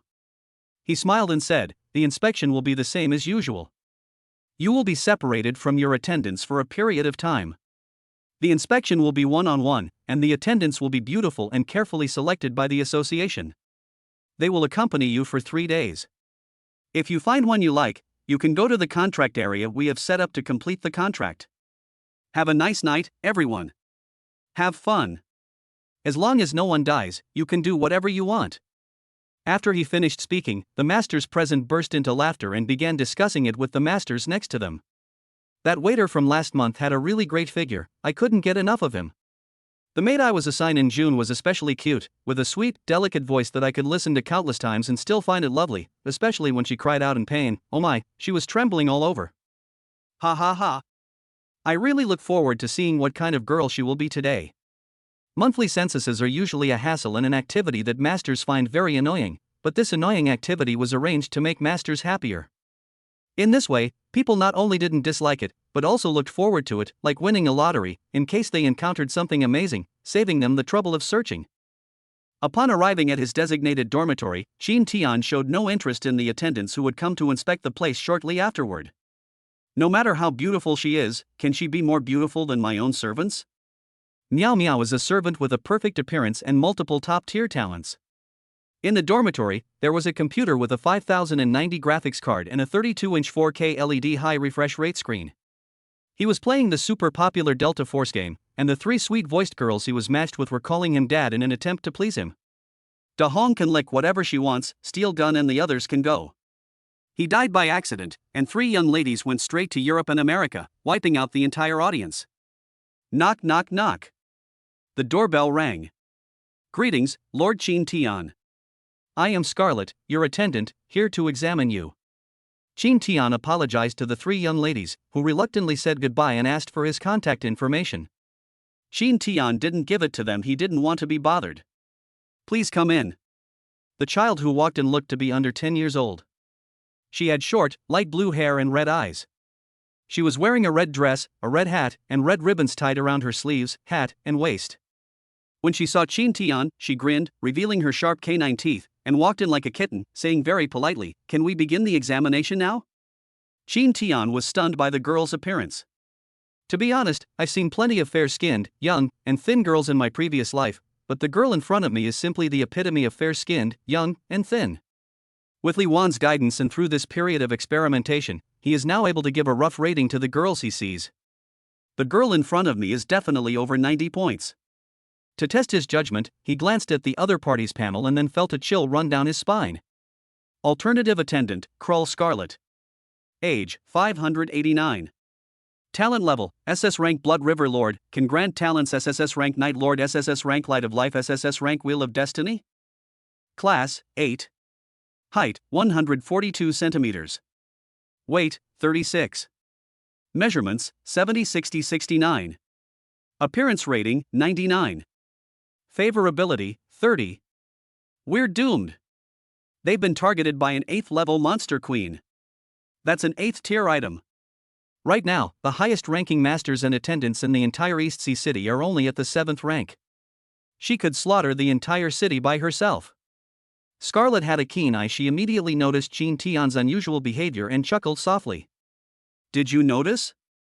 She walked briskly to Chin Tian, lifted his chin, and her blood-red eyes were full of affection. I was planning to tease you for a while, but you figured it out so quickly. That's no fun. Chin Tian was drenched in sweat at this moment, and he asked in a trembling voice. How did you get here? Scarlet tilted her head and said with a grin, Of course I've come to see humanity's only EX rank master. Her blood-red eyes were fixed on Chin Tian, her pink lips were lightly bitten by her fine teeth, and she said excitedly, EX level. What an enticing smell. I couldn't resist coming over as soon as I smelled it. She sat lightly on Chin Tian's lap, stroked his chest, and chuckled, Don't be so nervous, I'm not here to eat you. Chin Tian then remembered that he seemed to have a title, the Queen's Favor. The Demon Queen and the Empress, upon seeing him, would not kill him immediately, they might even become friends with him. Thinking of this, he finally breathed a sigh of relief. This title must be related to rules. If it says you won't kill, then you won't kill. Besides, did he even have a choice? We can only rely on the title's effect. There's really nothing he can do about getting the 8th tier queen anyway. Ha! Scarlet was a little surprised. She pressed her finger to Scarlet's pink lips and whispered, You believe me so quickly? Chin Tian chuckled, Your Majesty, you wouldn't lie to your little master, would you? Scarlet covered her mouth and giggled, her whole body trembling with laughter. You're so funny. As she spoke, she hugged Qin Tian's neck, stuck out her pink tongue, licked Qin Tian's neck, and whispered in Qin Tian's ear. Then, could you give me some of your blood? I'm so hungry right now. 1 drop of semen is worth 10 drops of blood, if only. Chapter 73 The Promise with Scarlet. Call me Daddy. Thank you for the treat. Scarlet lifted her skirt and thanked Qin Tian with a smile. She licked her lips, very satisfied, and said softly, "You are such a good person." Xingling didn't lie. In that case, I won't massacre the entire Donghai city. Qin Tian sat wearily in the gaming chair, feeling like a flattened soda bottle. Hearing Scarlet's words, he felt a wave of fear. She came to Donghai City with the intention of massacring the city. An 8th-tier queen is practically at the top of the food chain in this world. She could easily slaughter a city if she wanted to. In the city in the eastern part of the Xinhua Kingdom's territory, there was only one 8th-tier master in charge, but that master was no match for Scarlet. He only suddenly remembered this when he was completely drained. Crawl Scarlet. One of the progenitors of vampires among monsters, he commanded countless powerful vampire queens and an even greater number of ghouls. Among the vampires, the most terrifying first progenitor, Maya Scarlet, was a 9th-ranked queen who ruled the entire vampire dynasty. This vampire dynasty, in terms of territory, is almost the same size as the Xinhua Kingdom. The little girl in front of me is Maya's younger sister, who is also a princess of the vampire dynasty. Such a terrifying being actually coming all the way to Donghai City to find me? That's just too crazy. Scarlet chuckled when she saw Qin Tian's terrified expression. I already said, you've satisfied me, so I won't kill you today. As for tomorrow, that depends on your performance. She looked around the room and her eyes fell on the tea box on the shelf. She reached out to take it, but found that she was not tall enough, and frowned slightly. Qin Tian quickly took it down for her and placed it in her hands. She happily held the tea box, opened it, and gently smelled the aroma. It's Darjeeling tea. You human masters are really well treated. In Midnight City, it's so difficult to get a cup of authentic Darjeeling tea. She quickly boiled a pot of water and then made tea in Qin Tian's room. Qin Tian asked, "Aren't you afraid of being discovered? Your presence here is tantamount to the vampire dynasty declaring war on the divine China Kingdom, isn't it?" Scarlet picked up her black tea, sipped it slowly, and said calmly, "Don't worry, those people in your city won't be able to find me. I've already completed my disguise. Even if I go out now, they will only think I am an ordinary servant, not a queen. Your so-called census can only find queens below the 7th rank, and cannot find queens above the 8th rank like us." She put down her black tea and smiled slightly. "By the way, remember to call me Jinhong when we're out. That's the identity I'm registered with in your association's files. Also, after the 3-day census is over, remember to come with me to the association to sign the contract." Qin Tian's eyes widened. "You want to sign a master-servant contract with me?" Scarlet rolled her eyes at Qin Tian. "Who wants to sign a master-servant contract with you? It's an equal contract. I need your magic to accelerate my cultivation, and I will abide by the agreement and not massacre the city of Donghai." Qin Tian's lips twitched slightly. "When did I make a promise with you?" Scarlet shrugged. "Oh, I see. Then I'll massacre the city tomorrow." She grinned, revealing sharp canine teeth, her eyes flashing blood red, and said casually, "I'll slaughter everyone in Donghai City except you." Qin Tian trembled and clenched his fists. "That bastard actually dared to threaten me." Scarlet chuckled at Qin Tian's expression. "Among you humans, male masters hold a high position, but in our monster world, the queen is the most honorable, and the others are lowly and can be sacrificed at will." "You want to sign a master-servant contract with me? Wait until you're stronger than me." Our queen loves strong people, especially those who can defeat or kill us. She brewed herself another pot of tea and said calmly, "Don't worry, as long as you meet my daily magic needs, I won't bother you in any way. In fact, I can even help you with some things that are inconvenient for you. Our queen is the most trustworthy and principled in her dealings." Qin Tian finally breathed a sigh of relief upon hearing this promise. He glanced at Scarlet, the image of Scarlet's expression after sucking his life essence flashing in his mind, and couldn't help but swallow. Being able to have an 8th-tier queen drain your life essence seems pretty good. Since I have an SSS level, healing, ability, I'm not worried about being drained dry at all. What about the inspection? Qin Tian asked again. Scarlet said impatiently, "Of course there's no problem. Only you know my true identity." To outsiders, I'm still just the attendant in charge of inspections. He shrugged. If that's the case, then let's keep playing games. This time he opened the vault, and Scarlet, seeing Chin Tian playing the game, couldn't help but curiously come over. What's this? Don't you vampire empires have computer games? Scarlet shook her head. No, our game is to hunt humans, or let our respective ghouls fight each other. It's fun at first, but it gets boring later. We also tried to introduce your human network, but found that we couldn't maintain it at all, so we gave up. She glanced at the computer in front of Chin Tian, then at another identical computer next to the dormitory room. It seemed that the official had specially provided 2 sets for the master. This makes it convenient for the master and the servants who come to inspect to play together and spend the night. Can we play together? She pointed hesitantly to another computer. Chin Tian said, if you want to play, then play. Why ask me? You're a high-ranking queen, after all. Scarlet blushed and said, but I don't know how to play this game. Can you teach me? Call me Dad. Chin Tian's tone was icy. He had no intention of teaching this arrogant fellow. Scarlet froze, gritting her teeth. Are you trying to take advantage of me? The first thing you have to do when playing with tiles is to learn to say daddy or mommy. If you can't even learn that, how are you going to play this game? Scarlet gritted her teeth, turned her head and snorted, hugging her almost bare chest, and said coldly, it's not a fun game anyway, so let's not play it. She walked to the coffee table and continued to enjoy her black tea. The game sounds kept playing in my ears. Dad. You're so strong. Wow. Dad is amazing. Every second counts. Daddy. Daddy. I want to have your babies. Daddy. I'll nurse you. Please take me with you. She kept watching the game battles on the computer screen, finding it all very fascinating. There's no gore, no dismemberment, just simple shooting, combined with some strange skills, yet so many interesting things can be done. And those girls who played games with Chin Tian, calling him daddy all the time, with sweet and alluring voices, it felt really good. If it were her, she would probably be called Mom. In the Vampire Kingdom, everyone below her calls her Your Highness or Your Majesty. It's rare to hear anyone call her Mom, and even if they do, it's out of fear, not worship. This wonderful title, coupled with that adoring tone, made her heart flutter uncontrollably. She finally couldn't hold back any longer, put down her tea, walked to Chin Tian's side, grabbed his arm, and said shyly, Daddy, teach me this game, I want to hear them call me Mommy. Is it okay or not? You're the best. How about I don't suck your essence tomorrow, okay? Chin Tian trembled and stared in astonishment at the queen in front of him, who was old enough to be his great-grandmother, who actually called him Dad.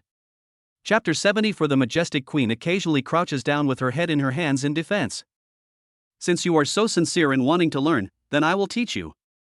Chin Tian kept one eye open and the other closed, observing Scarlet's reaction. Her eyes lit up, and she jumped around happily. Yay! Then, Chin Tian bent down and stood behind Scarlet, his large hands overlapping Scarlet's soft little hands, guiding her on how to play the game. These are the arrow keys: forward, backward, left, right. And this is the mouse, which controls the shooting direction. Left click to shoot, right click to aim. Then this is the skill button. The effect varies depending on the character you are playing. You can check the skill effect and use it when you feel it is appropriate. Alright, you've learned the game. Let's start playing. Scarlet froze, turning to look at Chin Tian. Their faces were only 10 centimeters apart, and her small, adorable face came into Chin Tian's view. That's it? Chin Tian nodded. That's right, these are the basic controls of this game. The other techniques are more complicated. Seeing how impatient you are you sure you want to hear them? No need. Watch me use my absolute strength to slaughter everyone. Scarlet gritted her teeth, looked at the screen, and started matching. I will show humanity my majesty, and make those foolish humans call me Mom. Then. Wah-ah! Scarlet, almost in despair, grabbed Chin Tian's clothes and cried out, why are they so powerful? I'm the queen. I'm the founder of the vampire dynasty. Why can't I beat mere humans? Chin Tian sighed, I thought you monsters were all born schemers, good at tactics, but I didn't expect you to be so easily defeated by their simple tactics. Scarlet snorted and said, I am the progenitor of vampires. To me, tactics are the actions of the weak. I only need to crush them with absolute power. Chin Tian reminded him, in the game, everyone is the same. There is a balance system. There is no absolute power to crush you, only absolute skill to crush you. Scarlet frowned and countered, what is technology? Technology is a general term that includes operation, tactics, hand speed, and awareness. Looking at the childlike queen before him, Shin Tian unconsciously began to explain things to her, and Scarlet listened like a well-behaved student. Because you are very strong, your operation and hand speed are very strong. What you lack is tactics and awareness. Scarlet clenched her little fists, I see. She looked at Shin Tian with a sincere expression, Dad. Teach me the tactics and awareness of this game. Shin Tian felt incredibly satisfied when he heard Scarlet call him Dad. He smiled and nodded, since you're calling me that, of course I'll teach you. Come on, I'll guide you on tactics from the side. Just do as I say. Good. Scarlet, like a girl addicted to the internet, stared intently at the screen, then followed Shin Tian's instructions and began to use tactics. What are you doing? They're obviously lying in wait for you. You still charge in, what's the point of trading 1 for 2? You still lose. As soon as Scarlet was scolded, she immediately curled up and crouched down in the chair, covering her head in defense, and kept saying, I'm sorry, Dad. I'll definitely be more careful next time. When she wiped out the opposing team and heard her teammates cry out for their mothers, she laughed heartily and proudly raised her chin. See that? Today, I, the queen, am also full of majesty. When she ranks up and gets crushed again, she'll grab Shin Tian's arm and cry, Daddy. Daddy. Please teach me how to play. When she was completely defeated again and heard Shin Tian scolding her, she would cover her head and crouch down in defense, apologizing repeatedly. Dad, please stop scolding. Dad, please stop scolding. Shin Tian spent the whole night playing games with Scarlet. When they got tired of Wa, they played Delta Force, and when they got tired of Delta Force, they played 2-player. The two were playing games and laughing together. Who would have thought that this girl was actually an 8th-tier queen? It's getting late, let's get some rest. Shin Tian stretched and turned off his computer. Scarlet didn't stop. She was a vampire and a night owl.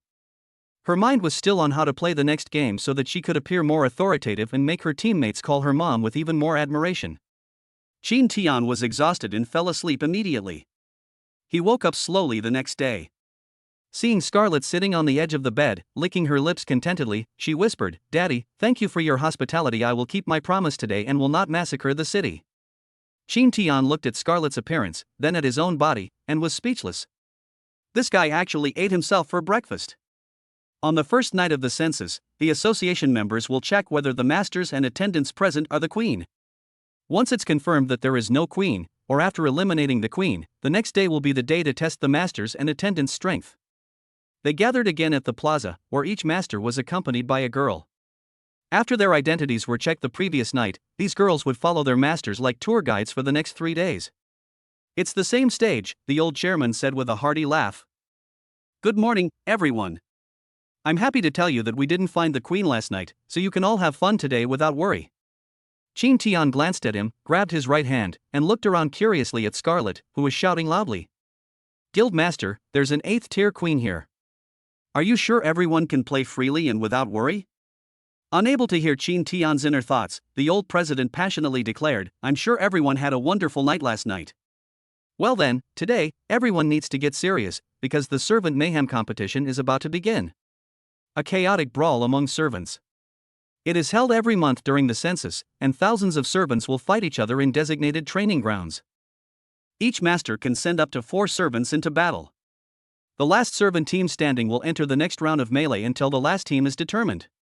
The victorious party of servants will receive a Tier 4 magic weapon as a reward, and the servants' masters will receive Tier 4 magic crystals as a reward. This kind of competition can be described as very simple and straightforward, as it does not use the traditional one-on-one competition system. The reason is simple, the time frame is too long, and the master doesn't have the patience to watch it. The second one is naturally on the battlefield. Attendants are basically facing large-scale melees, and this kind of competition can test the attendants' comprehensive qualities. As is customary, the old chairman finished explaining the rules and then spoke. Now, all masters, you may go to your servants and decide who will go on stage. When Shin Tian saw Mingmei and the others again, they wanted to hug him, but when they saw Scarlet next to him, they all became jealous. Chapter 75. The attendant was terrified. I only want you to go on stage. Seeing everyone's hesitant expressions, Qin Tian wanted to explain, but Scarlet chuckled, walked up to Ding Miao Miao, and said with a playful look, "China, I didn't expect you to be doing so well in human society." The group, who were initially jealous, were taken aback. They stared at Scarlet, then at Qin Tian, their eyes filled with reproach. How could I tell Ding Miao Miao's secret to an outsider? Seeing the atmosphere change instantly, and everyone looking scared, Qin Tian quickly offered an explanation. What I'm about to say concerns the lives of 30 million people in Donghai City. Don't tell anyone. Scarlet didn't care if Qin Tian said it aloud. She looked Miao Miao up and down, her gaze making Miao Miao, or rather, China, feel uncomfortable. Mingmei looked at Qin Tian with a worried expression. Lord Qin Tian, who exactly is she? Qin Tian said earnestly, she is one of the founders of the vampire dynasty, an 8th-tier vampire queen, Krull Scarlet. If we anger her, she will massacre the entire East Sea City. Suddenly, everyone felt a chill run down their spines, staring incredulously at the girl before them who looked no different from an elementary school student. She was actually the 8th-tier vampire queen, Krull Scarlet. Scarlet's surname is the royal family of the vampire dynasty, which means she is also a princess. China's legs went weak and she knelt on the ground. Looking at Scarlet in front of her, she said in a trembling voice, I didn't know it was Lady Scarlet who graced us with her presence. There was a reason why I betrayed the Queen's ball and entered human society. Scarlet chuckled. It's all right, I don't mind. You have a very unique scent. When did you awaken so many S-rank or higher talents? Qin gritted her teeth and didn't say anything. She would rather die than betray Lord Qin Tian's secret. Seeing that China was silent, Scarlet smiled and said, I know even if you don't say it, your talent was bestowed upon you by this master, wasn't it? China's eyes widened, filled with fear and guilt. Lady Scarlet was so perceptive and intelligent she had guessed the secret so quickly. Wasn't this dragging Lord Qin Tian into a fire? She is a sinner. Scarlet was beaming with pride. Yes, that's it. Tremble before me. He exudes an air of authority today. Qin Tian frowned slightly. Scarlet, do you not want to learn how to empower yourself? Scarlet trembled and immediately crouched down, covering her head in fear. Daddy, don't do this. I want to learn more. You can't not teach me. Last night, I was beaten so badly by those empowered women. I was thinking of asking you for advice today so I could beat them back tonight. The servants present were immediately dumbfounded. Their small mouths opened wide enough to fit a whole loaf of bread. China's mind went blank for a moment. Lady Scarlet, what did you just call Lord Qin Tian? Daddy? No. Did she mishear, or is the world wrong? A dignified 8th rank queen, a prince of the vampire dynasty, is actually calling Qin Tian daddy. The other servants reacted similarly. Mingmei was even wondering if Lord Qin Tian liked this title, and whether she should call him that next time. Aki's mind went blank. That was a vampire queen who was hundreds of years old, yet she was calling a master who was only about 20 years old Master Daddy. That was going against the natural order. Mai's lips twitched, secretly admiring her master. He was indeed the man she had gone to great lengths to please. Even an 8th rank queen called him daddy. It didn't seem so shameful that she had turned into a cat that day. Ling Jingxue remained expressionless, simply taking out her notebook and writing. Lord Qin Tian likes petite and cute girls to call him daddy. This is a key point, and it's important to highlight it. She looked at herself, then at the other girls, and nodded slightly. The advantage was in her hands. Li Wan was breathing rapidly at this moment, as if an airplane was about to take off. What explosive material this was! A centuries-old vampire queen falls in love with her 20-year-old master. Once it's drawn, it's sure to sell like hotcakes. Qin Tian looked at the servants' varied expressions and was speechless. What were these girls thinking? He patted Scarlet's head and instructed her, be good and I'll teach you. Now I need to arrange the selection of attendants for the next brawl, so don't cause any trouble. Scarlet nodded emphatically, I will not exterminate East Sea City. Qin Tian's lips twitched. In your eyes, is the destruction of Donghai City the only thing that counts as causing trouble? Never mind. He looked helplessly at the other attendants. In this competition, I will only let one person participate. Immediately, everyone stared intently at Qin Tian, eagerly awaiting him to say his name. They will definitely present Qin Tian with the first place prize. He glanced around and finally pointed to China. You're going up for this competition. Sheena looked incredulous. She jumped up excitedly, pounced on Qin Tian, and kissed him passionately on the face. Darling! I love you to death. I wish I could give you my whole heart. Seeing how excited Sheena was, Qin Tian laughed along, his face covered in drool and strawberries. I mainly want to see your current abilities. After all, I've put so much effort into training you, so don't let me down. China clung to Qin Tian's neck with a grin, nodding repeatedly. I promise I won't let you down, sir. I'll burn all my opponents to ashes. Duong. Don't kill anyone. Qin Tian's furious iron fist slammed into China's head. I'm telling you to defeat them with absolute strength, defeat them. China covered the large bump on her head and said aggrievedly, all right, since it's Lord Qin Tian's order, I'll be merciful and let them live. Scarlet looked at the harmonious scene around her and couldn't help but think of the cold castle in Midnight City. The sisters in the castle, despite their close relationship, rarely show their affection as openly as they do. She hadn't seen this kind of long-lost enthusiasm in hundreds of years. She increasingly felt that coming to the human world was the right thing to do, and that it would be an unforgettable time. She walked up to China with a smile and said softly, "It seems you found true love." Sheena scratched her head somewhat embarrassedly. "It's just good luck. It's really great to be able to meet Lord Qin Tian. If Qingling hadn't done those stupid things, he might have been able to form a contract with Lord Qin Tian too." Scarlet smiled slightly. "Yes, if Qingling hadn't told this person, I wouldn't have come here." China looked abruptly at Scarlet and asked anxiously, "Lady Scarlet, how is Qingling doing now?" Chapter 76 Ding Miao's domineering declaration. They don't treat their servants like human beings at all. She's not doing well. Scarlet thought for a moment and then answered. It's completely different from before. It has changed from a human antelope state to a human form, and even into the shape of a child. It seems that a lot of power has been taken away from its body, and it is recuperating in my territory. Sheena breathed a sigh of relief upon learning that Qingling was still alive. As for the rest, she had already learned it from Lord Qin Tian. Lord Qin Tian plundered much of Qingling's power, which caused Qingling to become like this. Thank you, Lady Scarlet. I should go and get ready to go on stage. Sheena turned around and said with satisfaction, I must repay Lord Qin Tian for sparing Qingling. I must win first place for him and let Lord Qin Tian enjoy everyone's admiring gaze. After saying that, she took the registration form Qin Tian gave her and went to the registration area. The match will be held in Hall 3, and the seats are in Section C, 1313. Qin Tian looked at the message sent by the association and led everyone to the audience seats of the venue where Qina and Ding Miao were competing. There are over 1,100 participating teams of attendance in this venue, and more than 3,300 people will compete here to determine the sole winning team. After the group sat down, Akemi on the left served Qin Tian milk tea, while Aki on the right peeled grapes and then fed them to Qin Tian with her small hand. Qin Tian teased Aki, who blushed with embarrassment. Focus on strength. It's not like I haven't fed you. Or do you need me to optimize it for you on the spot? I stood behind Qin Tian with a smile, giving him a massage. Scarlet smiled and said, I didn't expect you to enjoy it so much. It's all right, Qin Tian said calmly. Scarlet looked around and said casually, of all the people I see, you know how to enjoy life the most.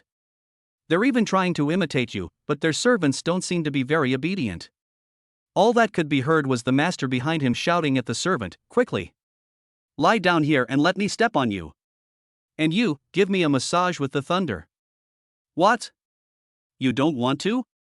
If you don't want to do it, there are plenty of people who will. You'll run out of magic power later. Now you know you were wrong? Then bring me your drink yourself. Remember, in this era, the one thing we have no shortage of is servants, so don't try to negotiate with me. The masters sitting in the audience, just like the emperor, didn't treat their servants like human beings at all. These masters forced their servants to work, while Qin Tian's servants did so voluntarily. Ling Jingxue reported emotionlessly from the side, there are 3,367 participants in this competition, including 324th level participants, 2,500 third level participants, and the rest are second level participants. Even if Qina doesn't make a move, Ding Miao alone can handle it. There were no Tier 1 servants in this competition. In the eyes of the master, they were all in college and had not yet cultivated to Tier 2 on their own, so they were not even qualified to be contracted. In the army of the dead, the largest number of servants are first-tier attendants, who are cannon fodder on the battlefield. This is an underground competition arena. Rows of high-powered LED lights illuminate the entire venue, which covers a full 10 square kilometers. Teams enter one after another. Looking around, Jean Tian saw that all 3,000 girls in the room were high-quality servants, possessing both good looks and figures, and some skill as well. But among so many beautiful figures, a fiery red figure stood out vividly. It was like a splash of crimson on a black and white painting, dazzling and bright. Jean Tian could also hear the exclamations of surprise from the surrounding masters. My God! Who is that red-haired girl? So beautiful. She has such a great figure. Quickly, find out everything about that girl within 3 minutes. He felt very proud when he heard the masters praising Ding Miao Miao, as she was a Valkyrie with a perfect appearance that he had created himself. She's not just a pretty face, she's a super servant with multiple talents.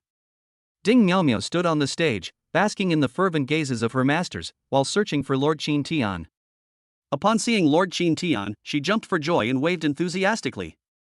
Lord Qin Tian! I'm here! I'm here! Because of Ding Miao Miao's actions, Qin Tian was immediately targeted by the surrounding masters, whose eyes were filled with envy, jealousy, and affirmation. Brother! You're so lucky to have found such a beautiful servant. Hey bro, does she have a sister or anything like that? How about you introduce me to her? I'll give you a referral fee. No way. Brother, how do you have so many beautiful servants? How do you do it? Can you give me one? Please. Even if you beg, it won't work. Once a servant is contracted, it's for life. Wah! I really want a servant as beautiful as that. I'm getting sick of these plain-looking servants every day. The master's attendants all turned pale, clearly furious at being so belittled by their master. But what good is being angry? They still have to obediently try to please their master. If their master doesn't give them magic power, their lives are over. The announcement for the start of the match rang out, and the attendants dispersed to the corners of the battlefield, searching for a suitable position to begin the battle. Only Ding Miao Miao walked with her head held high, heading straight to the very center of the battlefield. In her hand was a guandao, a type of halberd formed from condensed flames, and she was clad in armor made of flames, with a black sun appearing behind her. Xina did not appear, as she did not want her presence to be detected. Instead, she sent Ding Miao Miao into battle. Ding Miao Miao spoke arrogantly to all her opponents. I want first place in this competition. I dedicate first place to my beloved Lord Qin Tian.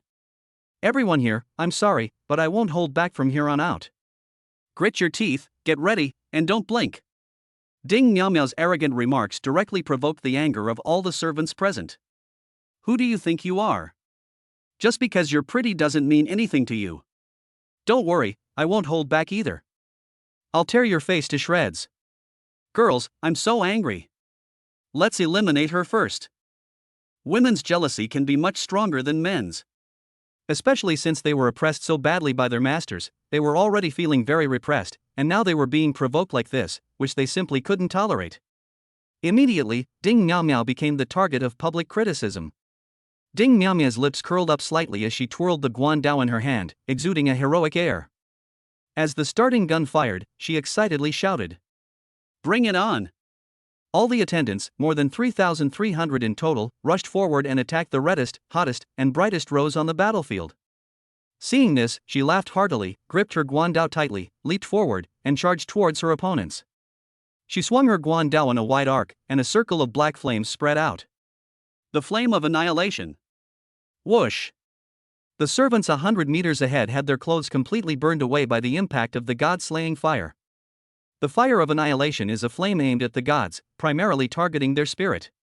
These attendants appeared unharmed on the surface, but in reality, their spirits suffered a tremendous blow. Their eyes rolled back, and they collapsed to the ground, their jade-like bodies lying prone. Hundreds of beautiful, well-proportioned girls lay naked on the ground, stimulating the spirits of the masters present. My God! This is so exciting! Red-haired servant! Burn them! Burn all the servants' clothes here. I'll give you a reward of 100,000. You fire-playing servants. Don't just burn them. Give them a few hits. Make them scream. If you do that, I'll give you 500,000. Qin Tian was speechless. Was this reasonable? The women on the stage are all your servants. You actually allowed your servant to humiliate your servant in public. Do you really not treat your servants like human beings? Chapter 77, The Master's Strange Hobbies. Chairman Zhang's Invitation. The prize for first place in the competition is indeed very attractive. However, most masters are self-aware enough to know who was number 1 last month and will most likely be number 1 this month as well. In other words, they basically know exactly who will come in first place this month. They watch the game purely for entertainment. Now that a servant with absolute dominance has appeared on the scene, and who even benefits from burning clothes, how could they not make a fuss and find some fun? What was initially a noisy audience instantly became ablaze with energy. Redhead, quick, there's a big G over there, burn her clothes, I'll give you 5,000. Hey Redhead, I'll give you 10,000. Go burn the clothes of that long-haired servant on the east side, and beat her up too. That woman rejected me last week and ran off with someone else. They are not only stirring up trouble, offering rewards, but also openly retaliating. Masters have great power and can scold their servants at will, but only their own servants and servants without a master. They cannot retaliate against the other master's servants at will. But this competition offers a legitimate opportunity for revenge, so how could anyone let this chance pass? Ding Miao Miao hadn't expected things to turn out this way. She glanced at the terrified girls present and said helplessly, "Sorry everyone, if I earn some money during the competition, Lord Qin Tian will definitely praise me, so..." She chuckled, raised her large halberd, and leaped into the midst of a group of servants. The moment she landed, black flames erupted. The servants tried to run, but were held back by the pull of the black sun and could not escape. They could only watch helplessly as Ding Miao Miao burned their clothes with flames and then symbolically hit them a few times. Ouch! It hurts. It's so hot. Don't come any closer. Please, don't burn my clothes, I'm ashamed. Ding Miao Miao shouted loudly. Questions and answers are useless. Boom! Dozens of beautiful women were blown away and spun in mid-air, displaying themselves in a 360-degree arc. The masters present screamed. Marvelous! I like this servant. Well done. Ha ha ha. This is the kind of chaotic brawl I've been wanting to see. Ding Miao Miao's A-level talent, combined with her S-level and even SS-level talents, is a devastating blow to the vast majority of servants who don't even have an A-level talent. Even if you are a 4th-tier servant, you will be instantly killed by Ding Miao Miao. At most, you will shout a few times, which will elicit cheers from the masters present. Qin Tianjin suspected that these masters were perverts. Their own servants seemed dull, but they would get very excited when they heard other masters' servants calling out. Do you like cowboys that much? Li Wan's eyes lit up, as if she had thought of some brilliant plot for a novel, and she frantically jotted it down. Ding Miao Miao won the match without any doubt. More than 3,000 beautiful women hugged themselves tightly, weeping and cursing Ding Miao Miao for being heartless and those masters for their excessive behavior. Ding Miao Miao was completely unconcerned about the jealousy and resentment of these servants. The masters were very satisfied with the wonderful match that Ding Miao Miao had brought, and they all threw money at her as a reward. Ding Miao Miao jumped up with a smile, grabbed the money, and stuffed it into her pocket. They even took the money that landed on the girls. When Ding Miao Miao returned to Qin Tian's side, she was covered in money, which was decorated with the fragrance of 100 flowers. She happily told Qin Tian about it. Wow! I played a game and earned over $1 million. I didn't give any betrothal gifts in the last contract, so consider this as payment. I hope Lord Qin Tian won't find it offensive. Qin Tian glanced at the gazes directed at him from the surrounding area. The servants who had returned from the competition were all glaring at him fiercely, their tear stains still visible on their faces. Immediately afterwards, a series of snapping sounds rang out. Behave yourself. You're jealous of others after losing the match. Look at your own shortcomings, have your skills improved? Have you been training hard enough? And you too, don't give me any more trouble, or I'll kick you out and find new servants to replace you. After they finished scolding their servants, they walked up to Qin Tian one by one and praised him loudly. Brother! This is your first time participating in a competition, right?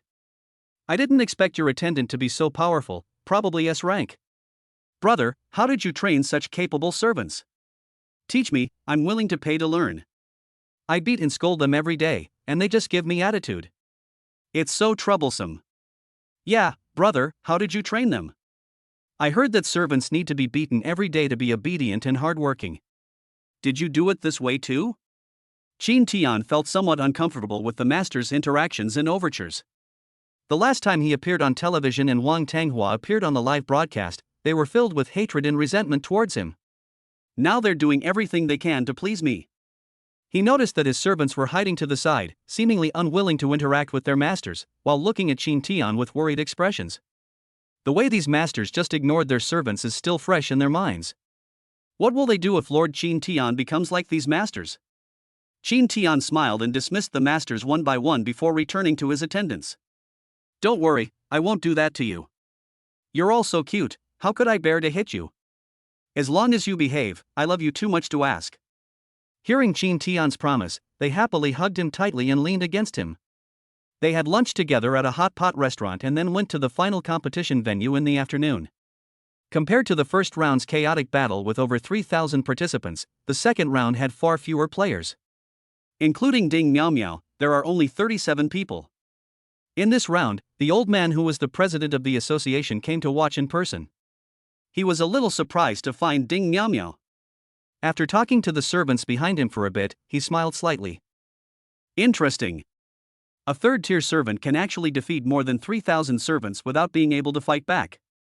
His second awakening is actually an S-level talent. That master named Qin Tian is quite interesting. No wonder Old Li is so interested. He ordered the attendant behind him, "Go and invite Mr. Qin Tian over. I want to have a talk with him." Qin Tian was completely bewildered as he looked at the middle-aged woman in front of him. You mean the president wants to talk to me? The middle-aged female attendant had a dignified and elegant appearance. She smiled slightly and said, "Yes, Chairman Zhang is very interested in you and hopes you can come over for a chat." Qin Tian glanced at Scarlett beside him, who casually said, "Why are you looking at me?" Go if you want to. Don't worry, I won't cause any trouble.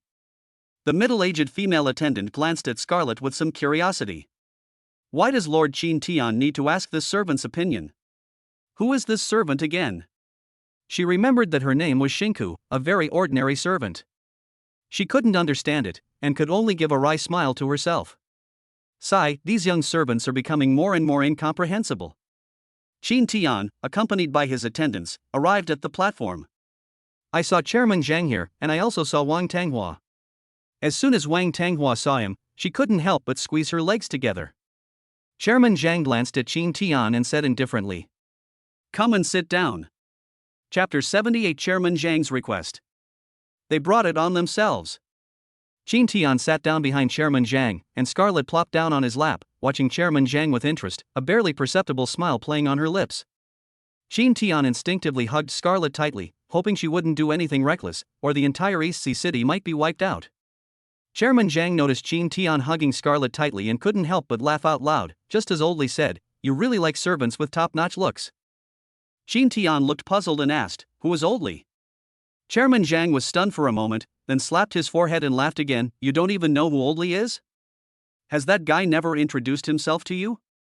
He's the blonde guy sitting in the audit office. Qin Tian's lips twitched slightly as the image of the reviewer flashed through his mind.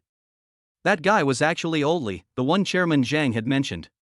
Chairman Zhang slapped his thigh and laughed. Interesting, that guy likes to hide his identity. The reviewer who signs every day is actually Li Jiar, the deputy director of the Nanling City Security Bureau. Qin Tian's eyes widened. What? That person is actually the deputy director? Are you kidding me? Chairman Zhang explained with a sigh, a year ago, because Donghai City was attacked by the Fishman Queen, his grandson died here. So he came here to wait for the Fishman Queen to reappear so that he can avenge his grandson. Qin Tian then understood why that person could contact the Security Bureau and the Crisis Bureau and directly hand over the reward to him, and why he could directly contact Song Tianyang. So he was a deputy director general. Good heavens, that's a deputy director, at least a 6th-level master, a guy you rarely see, yet he sits in that room every day, signing and approving documents for people. Not only was Qin Tian surprised, but his servants were also extremely surprised. That blonde guy is actually a deputy director? Every time they went to the contract office, this blonde-haired man would look at them with strange eyes. They thought he was a lecherous old man, but they never expected him to be a deputy director. Old Li thinks highly of you.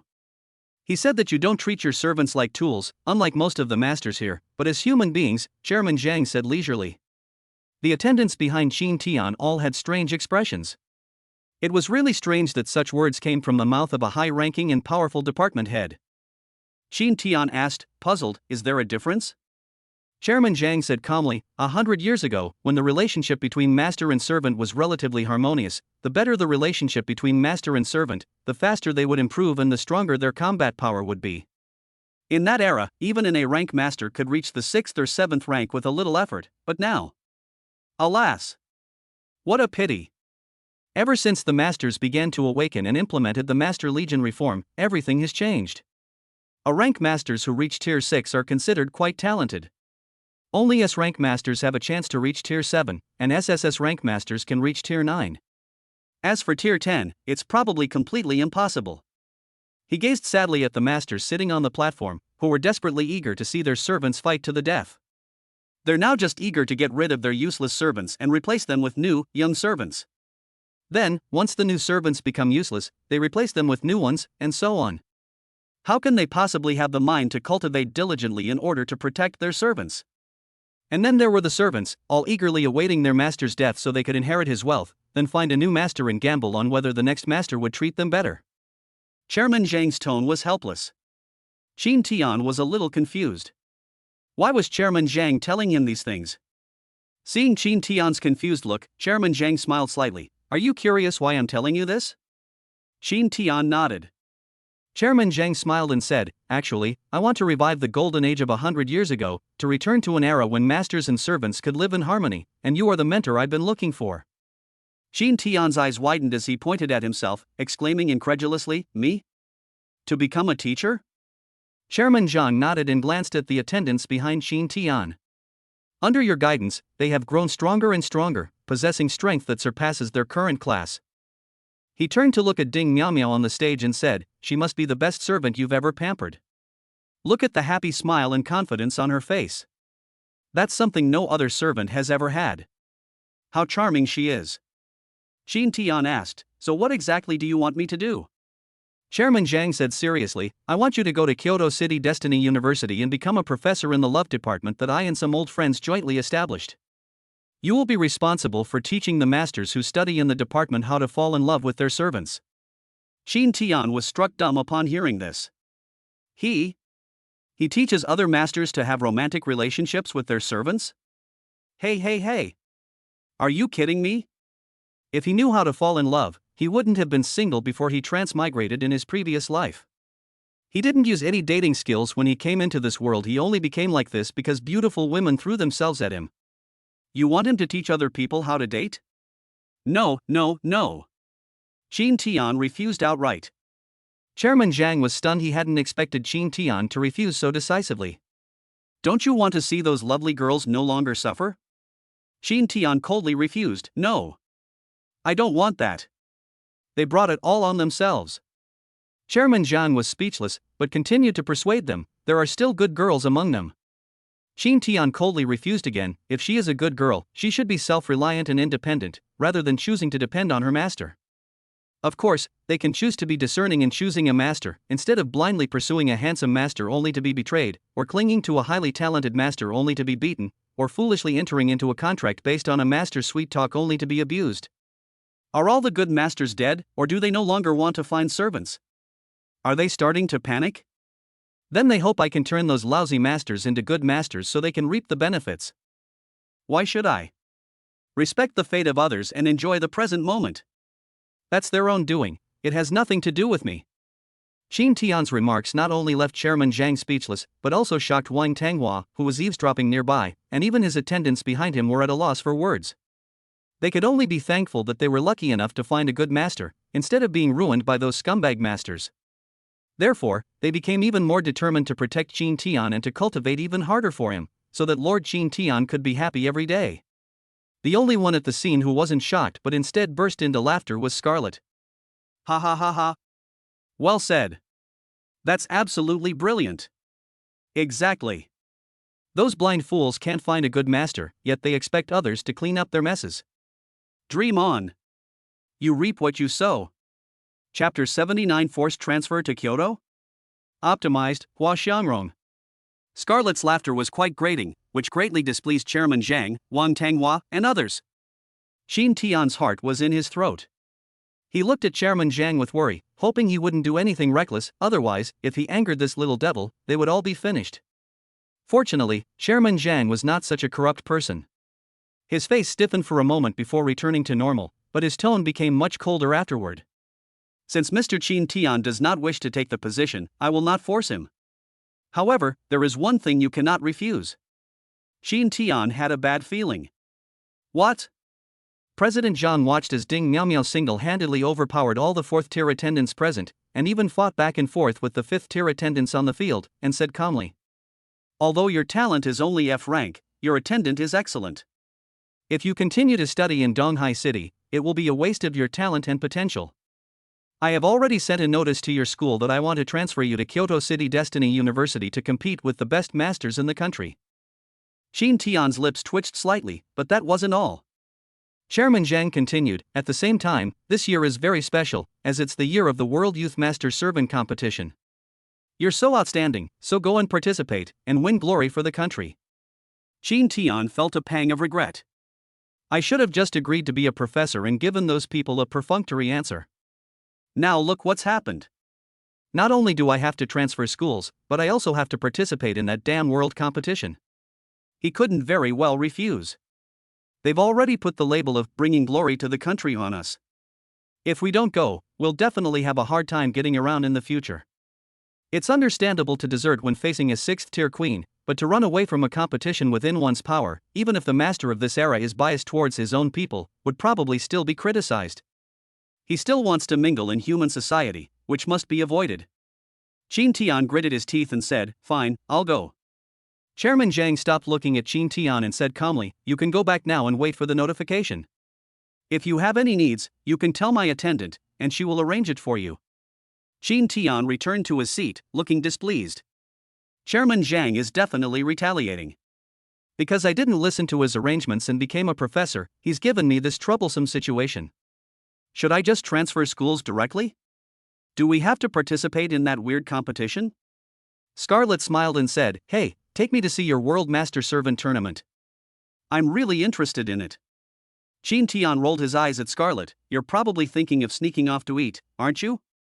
Scarlet denied it, saying, no, I'm not that reckless. In those kinds of matches, there would definitely be 9th-tier masters protecting you. I just want to see you human noobs fight each other. It would be very funny. Qin Tian sighed helplessly, fine. Scarlet smiled happily. Li Wan said anxiously, Lord Qin Tian, I only have a C-level talent and haven't had a second awakening. You're not going to make me go to that competition, are you? I can't beat those servants who all have a level or higher talents. Li Wan's appearance is only 89, which is a little short of being able to be given abilities, mainly because she is not erotic enough. Qin Tian glanced at Li Wan. Don't worry, I will train you well and help you awaken your second awakening. Li Wan was in a dilemma. She had hoped for an answer that she wouldn't be allowed to participate in the competition, but had she ended up causing trouble instead? Oh no, I'm going to get a severe beating from Lord Qin Tian tonight. I don't know if it can withstand it. Qin Tian turned his head, glanced at the silent Mingmei, took her hand, and said softly, don't worry, once we get to Kyoto, I won't let the Wang family or the Yang family touch you.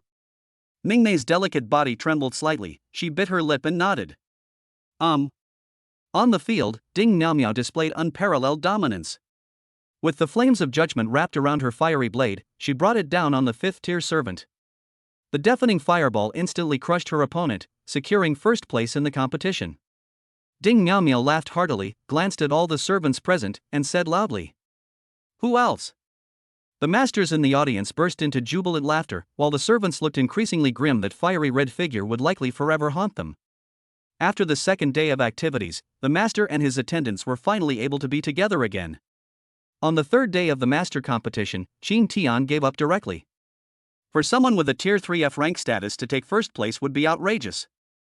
Attendants can use the excuse of a second awakening to get by, but masters have dual talents, but there's no such thing as a second awakening. He has already become a key target of attention from above, and he doesn't want to be under even more scrutiny. The census ended on the third day. Qin Tian made a phone call and summoned Hua Shangrong. When they arrived at the review room, Deputy Director Li was still signing documents. He was already used to seeing Qin Tian about to make a contract with the servant again. This should be the last time we meet, Deputy Director Li said calmly. Yes. Qin Tian nodded. I just received the notification that I will take the subway to Kyoto the day after tomorrow. Deputy Director Li said, once you arrive in the capital, you'll find a great many geniuses and scions of prominent families. Be careful. Qin Tian waved his hand dismissively. They don't bother me, so I'm too lazy to bother them. Deputy Director Li smiled slightly. Also, there are many beautiful female servants in Kyoto. They are mostly outstanding girls from prominent families in major cities. Given the opportunity, they will go to universities in Kyoto for further studies. I think you will definitely fall in love with that place. Qin Tian then became somewhat interested. This means that a school beauty who is rare in Donghai City is everywhere in Kyoto City. Are servants with naturally high looks 90 points or above everywhere? Wouldn't that mean that Kyoto City is a treasure trove of talent, where he can choose the talent he needs and then find someone to sign a contract with? Then I'll have to look forward to it. After completing the contract, Scarlett, like the mistress of the house, asked China to serve her tea and water, enjoying her last bit of freedom. After all, once she arrived in Kyoto, even as an 8th rank queen, she dared not act recklessly. Qin Tian then took Hua Shangrong and Li Wan to the underground training ground. He wanted to raise Hua Shangrong's appearance to over 90 points, or even 100 points. I have made arrangements for your sister, Hua Sidong. She can attend a middle school in Kyoto City. Hua Shangrong was immediately moved to tears by Qin Tian's kindness, and she took his hand and placed it on her chest. Thank you, Lord Qin Tian. My lord, I am deeply grateful for your great kindness and virtue. How can I possibly repay you? Qin Tian said calmly, if you want to repay me, work hard to become stronger. At the same time, don't neglect your musical talent. When we get to Kyoto, I will open a studio for you and help you debut. I need a lot of money, and your musical talent can help me earn a lot of money. Hua Shangrong nodded emphatically. Okay. Qin Tian said to Li Wan, take a look at her and see how she needs to be optimized. Li Wan stroked her chin, thought for a moment, and then spoke. If Xiangrong really wants to debut and make a lot of money, she can't follow the pure beauty idol route. She should take the route of being both beautiful and handsome. After all, in this era, the master's money is the easiest to earn. When Ding Miaomio was competing, we could already see the signs. If they see a singer who is both beautiful and handsome, they will not feel disgust like women do, but will also feel a sense of recognition for their own kind. As she spoke, she began to write, sketching the perfect image in her mind, based on Hua Shangrong's appearance. Chapter 80 Foreseeing the Future. Lord Qin Tian is no longer human. Attendant, Hua Shangrong. Appearance, 83, looks 12, demeanor 20, figure 18, status 13, personality 20. Qin Tian frowned slightly as he looked at Hua Shangrong's profile. As expected, the biggest obstacle to improving Hua Shangrong's appearance is still her identity. Getting perfect scores in appearance and figure is easy. You can easily raise your attractiveness to over 90. It's just that getting a good identity is a real challenge. Many of his attendants were of impeccable status. Mingmei is a fallen princess who escaped from a prominent family. Mai and Aki are also princesses born into a large family, and they are sisters. Ding Miaomio appears to be an ordinary school beauty, but is secretly a monster queen. Ling Jingxua, on the other hand, was a pure white lotus flower who survived the Death Army, her entire family sacrificed to heaven. Only Li Wan and Hua Shangrong did not achieve a perfect score. Li Wan's looks, figure, and personality are all perfect, but her temperament and status are lacking. This is because she has the added advantage of being a doujinshi artist, but she is not a famous doujinshi artist. Looking at Hua Shangrong, she was just a girl from a poor neighborhood. If she hadn't always maintained her purity, her social standing would probably be even lower. Or, if she were a slayer in the slums, her status would probably be perfect, but Qin Tian wouldn't want that kind of woman. To change her status, she must debut and become famous as a singer. As for how many points it takes to reach 20, we can only wait and see. After a long time, Li Wan finally made a decision. Lord Qin Tian, what do you think of this? Qin Tian took Li Wan's sketch and his eyes lit up. Li Wan's modifications to Hua Shangrong's appearance were actually minor adjustments. Hua Shangrong has a very good foundation. Her bone structure naturally possesses a classical Eastern beauty, and Li Wan has continuously amplified this advantage. Hua Shangrong's face is both gentle and strong, sharp yet soft, with the warmth of a beauty in her eyes and the heroic spirit of a man in her raised eyebrows, making her both dashing and beautiful. The skin's color is not a pure white with a rosy tint, but rather like aged shin paper, carrying a sense of historical weight. Under sunlight, it will show a faint bluish-white hue, giving it a very profound and sophisticated appearance. Very good. When he saw the girl in the painting, he felt a desire to hear her tell a story, unlike most superficial women who only know how to act cute, pretend to be adorable, and play games. The songs are all about the regret of unrequited love, the frustration of unrequited affection, and how relationships are like a roller coaster ride. For example, when other singers sing love songs, the lyrics might be "maybe it's because I'm cheap," but if Hua Shangrong were to sing it, it would have to be "it's my fault for being so devoted to someone else." Without saying a word, Qin Tian optimized Hua Shangrong's appearance and also made some appropriate changes to her figure, making it more proportionate.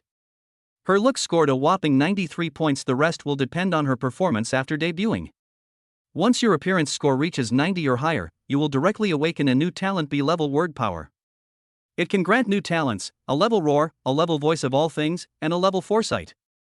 At this moment, Hua Shangrong was immersed in the astonishment of becoming more beautiful and handsome, and at the same time awakening new talents. Qin Tian stared intently at the A-level talent that foresaw the future, his excitement palpable. He excitedly hugged Hua Shangrong and kissed her passionately on the face, exclaiming, "You're so amazing! So amazing!" Hua Shangrong was startled and shyly tried to push Qin Tian away, but she didn't dare to use force, fearing that it would make Qin Tian dislike her. It's very rare to encounter such a good master. Cherish it while you can. Qin Tian was immersed in the joy of his new talent. That's predicting the future. Even with an A-level talent, one might only be able to see the next few seconds, but at certain times, those few seconds can determine life or death. Seeing Qin Tian so excited, even kissing, hugging, and lifting Hua Shangrong up high, Li Wan felt a pang of jealousy. She had just worked so hard, but Lord Qin Tian hadn't even given her a single word of praise, leaving her feeling utterly disheartened. "Li Wan, you did a good job." Qin Tian suddenly praised Li Wan, making her heart flutter. She blushed with joy and nodded emphatically. "This is what I should do." Qin Tian's lips curled up slightly. "Then, after I help Hua Shangrong awaken again, I'll give you a reward." Upon hearing about the reward, Li Wan asked curiously, "What reward?" Qin Tian put Hua Shangrong down and whispered in Li Wan's ear, "You've drawn so many sketches, don't you want to be the female lead in one of them?" Li Wan blushed instantly, her whole body turning as red as if it were about to bleed. She stared wide-eyed at Qin Tian in disbelief. Her sketchbooks contain a lot of exaggeration. Does that mean Qin Tian will also have to do those? In an instant, Li Wan felt like the sky had fallen. She regretted not drawing so much unrealistic content. Amidst her despair, she even felt a little hopeful. Was Lord Qin Tian really going to treat her like this? This looks so exciting. The image of the bed from that night flashed through her mind, her breathing became rapid, and she felt as if a million ants were crawling all over her body. No! I can't hold back anymore. What to do? Qin Tian watched Li Wan's increasingly distorted appearance, glanced curiously at the panel, and his lips twitched slightly. Appearance, 90, looks 20, demeanor 16, figure 20, status 14, personality 20. Just because of one sentence, she became erotic? With a beauty score of 90, her awakened new ability is a C-level masochistic addiction. What kind of talent is this? After checking the details, he took a deep breath of the aroma. Masochistic addiction: the more damage a person takes, the stronger they become. When they receive fatal damage, they will not die immediately, but will die 3 seconds later. This talent is simply amazing. Although it's only a C-level talent, its effect is comparable to many S-level talents. He glanced again at Li Wan, whose face was flushed with embarrassment as she tried to relieve the itching all over her body. She might become the most difficult servant to kill in the world. He can recover from the 3 seconds that delay death with heal, meaning she can never be killed. The abilities that can be granted are B-grade Iron Wall, B-grade Sword Chi Entanglement, and B-grade Bloodlust. They're all pretty ordinary, tasteless, but not worth throwing away. Let's wait until our looks reach 95 and see what a level talent is. After granting Hua Shangrong the ability, he did not take her virginity on the spot. He planned to wait until Hua Shangrong became famous, and then announce online how he would take her virginity today. I estimate that I'll be able to obtain an amazing title achievement by then. After letting Hua Shangrong go, he summoned Li Wan, intending to give her a severe beating today. As usual, Ding Namia transformed into a war correspondent, witnessing the entire process. Then, she ran to the living room shouting and exclaiming to Mingmei and the others. Wow! Lord Qin Tian is no longer human. Chapter 81, The Pleasure of a Lethal Dozen. Riding the underground high-speed rail. Not human? The girls present were all baffled, guessing that Lord Qin Tian was playing a trick on Li Wan again. Hey! How can you all be so calm? Lord Qin Tian is really going to stop being human. Ding Miaomia shouted indignantly, do you know what Qin Tian is doing to Li Wan? Seeing Ding Miaomia so agitated, as if she couldn't hold back her emotions, Mingmei sympathetically followed up the conversation and asked, what are you doing? Ding Miaomia seemed to have seen a savior, grabbed Mingmei's hand, and said, you would never believe it, Lord Qin Tian was actually whipping people. They were covered in blood. Mingmei was stunned. Why fight? Did Li Wan make a mistake? Aki asked with some concern, why don't you help Li Wan? Ding Miaomia blinked, why help Li Wan? She's acting strangely, even asking Lord Qin Tian to increase the force, which resulted in Li Wan being covered in whip marks, yet she looks happy. It's too exaggerated. As she spoke, Ding Miaomia trembled all over. Mai frowned, looking puzzled, and asked, is Li Wan that kind of person? Would she be happy to be beaten? Ling Jingxue said calmly, there are girls like this in this world, they are collectively called M. Ding Miaomia nodded emphatically, yes. That's right. I knew someone like that. Mai asked, who? Ding Miaomia patted herself. So you are one too? Ding Miaomia corrected, it's Qin Ah. She just enjoys Qin Tian torturing her, but not as much as Li Wan. Because Qin Tian seems to be trying to kill Li Wan. I've seen Li Wan almost die several times, but Qin Tian just saved her. Hua Shangrong, who was writing sheet music, could no longer sit still. She asked with a worried look, has Lord Qin Tian always been like this? Will I be like that too? Mingmei quickly went over to comfort Shangrong. Don't worry, Lord Qin Tian is usually very gentle, he just likes to play pranks. Shangrong asked curiously, what? Mingmei blushed immediately, not really wanting to answer, but seeing Shangrong's frightened expression, she could only say, for example, increase my sensitivity 100-fold, make me always. In the end, Akemi's voice trailed off in shame. Shangrong understood instantly, her whole body trembled, but her heart, which had been hanging in suspense, was relieved. If that's all there is to it, it's not unbearable. Lord Qin Tian is a great benefactor who saved my sister and helped her enroll in school. It is only right to repay Lord Qin Tian in this way. Ling Jingxue said, Lord Qin Tian is very special. Just being near him makes people feel very comfortable, and they want to be with him forever and never be separated from him. Aki smiled and said, he is very gentle with me. He will hold me gently and ask me how I am. He is very respectful of my feelings. Mai pouted, he's not bad, but sometimes his way of speaking makes people really angry, and he also likes to bully me. Hua Shangrong nodded gently. Having learned about Lord Qin Tian through them, she began to look forward to seeing how Qin Tian would treat her. Ding Miaomia slammed her hand on the table and shouted, hey! I haven't finished yet. Mai said impatiently, it's just whipping me, what else can I do? I'm going to practice my sword. Ding Miaomia shook her head, her face serious, and said, I already told you, Lord Qin Tian beat Li Wan to death. He didn't just use a whip, he also strangled her, used his fists, and submerged her in water that covered her mouth and nose. Ding Miaomia's words became increasingly outrageous, and the girls present blushed and were so surprised that they couldn't speak. Hua Shangrong even burst into tears. Does Lord Qin Tian have sadistic tendencies? Will I be played to death by Lord Qin Tian? Miaomia. What are you saying now? At this moment, Qin Tian came out and glared at Ding Miaomia. Ding Miaomia put her hands behind her back, looked away, and rubbed her right foot on the ground.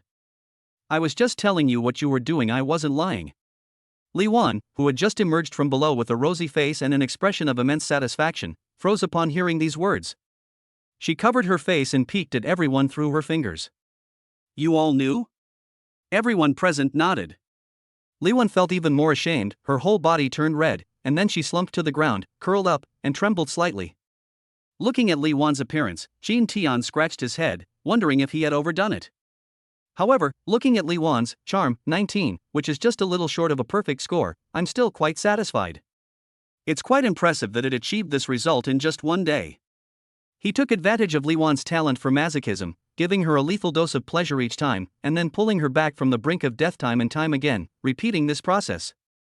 Even without increasing sensitivity like Mingmei, the effect is still terrifyingly good.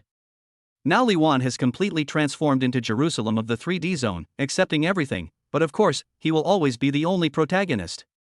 You see, he took the entire plot of Paradise and applied it to Li Wan. If that still doesn't work, then he really needs to change his approach. Scarlet watched the whole thing from the second floor, a smile playing on her lips. An interesting master, who can actually enhance the power of his servants in this way. If only he could be seated at the top of our Queen's Ball, the one and only emperor, then I could rightfully serve him. What would it feel like to be treated like that? She licked her lips, took one last look at Qin Tian, and went back to her room to continue playing games. On the day of departure, Qin Tian led everyone to the underground high-speed rail station in Donghai City. The place is already packed with people, all waiting for trains to other cities. Such high-speed trains don't run every day. Between cities, there is a world inhabited by monsters and yokai. If the high-speed trains passing underground were to detect the fluctuations they generate, not only would traffic between cities be paralyzed, but the cities connected by the tunnels would also be in danger. The train will only depart when the master and his attendants of the Ministry of Transportation have determined that the route along the tunnel is relatively safe. They couldn't go directly to Kyoto, they had to go to Asahi Castle first, then Izumi Castle, and finally Kyoto. The entire trip, barring any unforeseen circumstances, is estimated to take more than half a month. Scarlet looked at the station with excitement. So you went to other cities without telling us? Qin Tian looked utterly dejected. This is a great secret of humanity, but now it has been discovered by a prince of the vampire dynasty, making him a sinner against humanity. Scarlet noticed Qin Tian's expression and said with displeasure, "Don't make that deadpan face. I won't tell anyone. I also have my own bottom line. It's not honorable to defeat you humans through trickery and schemes." Qin Tian glanced at Scarlet and said helplessly, "I can only trust you." Scarlet's expression changed drastically at that moment. "Hey, that woman's been staring at you. Should I find a chance to kill her?" Chapter 82 Shopping Guide Scarlet's Waterloo? Maxing out Scarlet's favorability. Who? Qin Tian turned around and was surprised to find Wang Tanghua on the platform. She was staring at him with a strange look in her eyes. He asked Scarlet, "Can you kill her without anyone noticing?" Scarlet raised her chin smugly and glanced at Qin Tian disdainfully. "Who do you think I am? In front of me, a mere unclaimed 7th-tier S-class servant can be crushed at will." She looked at Qin Tian with interest and said with a smile, "You need help, right? Then you have to take me to play CS. I want the Geo senior in CS to call me Mom." Qin Tian sighed speechlessly, "No need. Letting her die like this is too easy for her. Anyway, with you here, she can't hurt me." Scarlet looked disgruntled, stomped her foot, and stubbornly said, "No need, you still have to teach me how to play CS." Okay. Yeah. Wang Tanghua didn't speak to him, but just stared at Qin Tian, making Qin Tian feel uneasy. Mingmei clung to his back, seemingly only in this way could she alleviate her anxiety. After waiting for half an hour, the bullet train entered the platform. Its body was entirely silver and streamlined, with black dragon patterns spreading out on the sides, like a lurking giant dragon. The carriage doors slid open, and the journey to Kyoto began. The train sped through the dark tunnel. They stayed in a compartment in a classic Chinese style, with the walls decorated with carved dragon and phoenix patterns. An extra-large bed lay in the corner, so that even if 10 people slept together, it wouldn't feel crowded. The deep red sheets were embroidered with gold thread, exquisite and elegant. Qin Tian and the others had already changed into their pajamas. The girls' pajamas were all different and quite pleasing to the eye. Mingmei's camisole chiffon pajamas, Aki's white cotton pajamas, Mai's dark purple silk pajamas, Niumia's red plaid pajamas, and Ling Jingxua wrapped in a white bath towel. Even Hua Xiangrong and her sister wore cartoon underwear, except for Scarlet. "Human, give me your pajamas." Scarlet tugged at the hem of Qin Tian's black pajamas, her tone indifferent. "If I give it to you, what will I wear?" Qin Tian refused sternly. Scarlet chuckled. "Do you need to wear pajamas? You'll be naked anyway tonight, so what's the point of pretending?" Fearing that Scarlet would cause trouble, Ding Miaomia took off her own pajamas and gave them to Scarlet, leaving her only in her underwear. "Wear mine." Scarlet glanced at Ding Miaomia, took the pajamas, and without even saying thank you, took off her clothes and changed into them in front of everyone. Qin Tian watched Scarlet's bold behavior and was unsure what the queen was up to. Scarlet tossed her light blue hair and smiled slightly, "Attracted by my alluring body?" Qin Tian scoffed, Who would be interested in a young girl? Before she could finish speaking, Scarlet bit Chin Tian's arm. Hiss. What are you doing? Scarlet took a sip of blood and sneered, who told you to be disrespectful to me? This time I'm just sucking your blood, next time I'll suck everyone in this car dry. Chin Tian was furious and gritted his teeth, saying, is that how it is? Then you can go play CS by yourself. I'm not going to play with you. Scarlet panicked when she heard that Chin Tian was no longer going to teach her how to play games. These days she's completely become an internet addict. She feels unhappy if she doesn't play games. She especially loves games that rely on skill, finding them irresistible. She grasped Chin Tian's arm, gently licked his wound, and said softly, I admit I was a little harsh just now. Could you please forgive me? Daddy? Seeing how humble the other party was, Chin Tian's anger subsided considerably. He was about to give in, but he wanted to test Scarlet's bottom line, so he firmly refused. You just forgive me like that? Don't I lose face? Scarlet gritted her teeth and snorted coldly, fine, I won't teach you then. I refuse to believe I can't figure it out myself. After saying that, she took out her Game Kingdom 5090 War God laptop, placed it on the table in the room, connected it to the train's wired network, and began her CS conquest. Chin Tian didn't bother with her, as long as she didn't cause trouble. Suddenly, Scarlet screamed. My gloves! My knife! Why are they so cheap now? With tears streaming down her face, she turned to Chin Tian and cried out, Human, please help me. The sky has fallen. The gloves and knife I bought yesterday are now worthless. How can I tell those humans that my knife is worth your life? Chin Tian's face twitched. Surprisingly, Scarlet is a financial expert. She's already started managing her finances before she even understands the game. Chin Tian took a look and shook his head, it's hopeless. The game's official team has created an alchemy system. 5 reds can be combined. Scarlet grabbed Chin Tian's arm and cried, I bought over 5 million worth of jewelry yesterday. That's all my wealth in human society. Now I only have less than 1 million left, what am I going to do? Isn't there still 1 million left? Actually, that was money I borrowed. They've already frozen my bank account and are demanding I pay it back immediately. Chin Tian stared wide-eyed at the young girl, you actually want to borrow money? Even Mingmei and the others found it unbelievable that a dignified 8th rank queen would borrow money. Scarlet said with a sob in her voice, it's because the skins in the game are so beautiful that I bought a lot of them. Then I found out that I didn't have enough money. Later, I learned that CS items can retain their value and even make money, so I borrowed a lot of money. After buying the accessories, I definitely made a profit, so I bought even more, thinking that I could buy accessories for any skin in the future. Who knew, boo-hoo? She looked at Chin Tian with a face full of despair, save me. Save me. Chin Tian rolled his eyes, anyway, you're the queen, so you can just not pay back the money. Scarlet shook her head, it's fine if they don't pay me back, but they'll take my account. What will I do if I want to buy the skins and accessories I like in the future? Can you buy them for me? Chin Tian frowned deeply. You can go and rob it.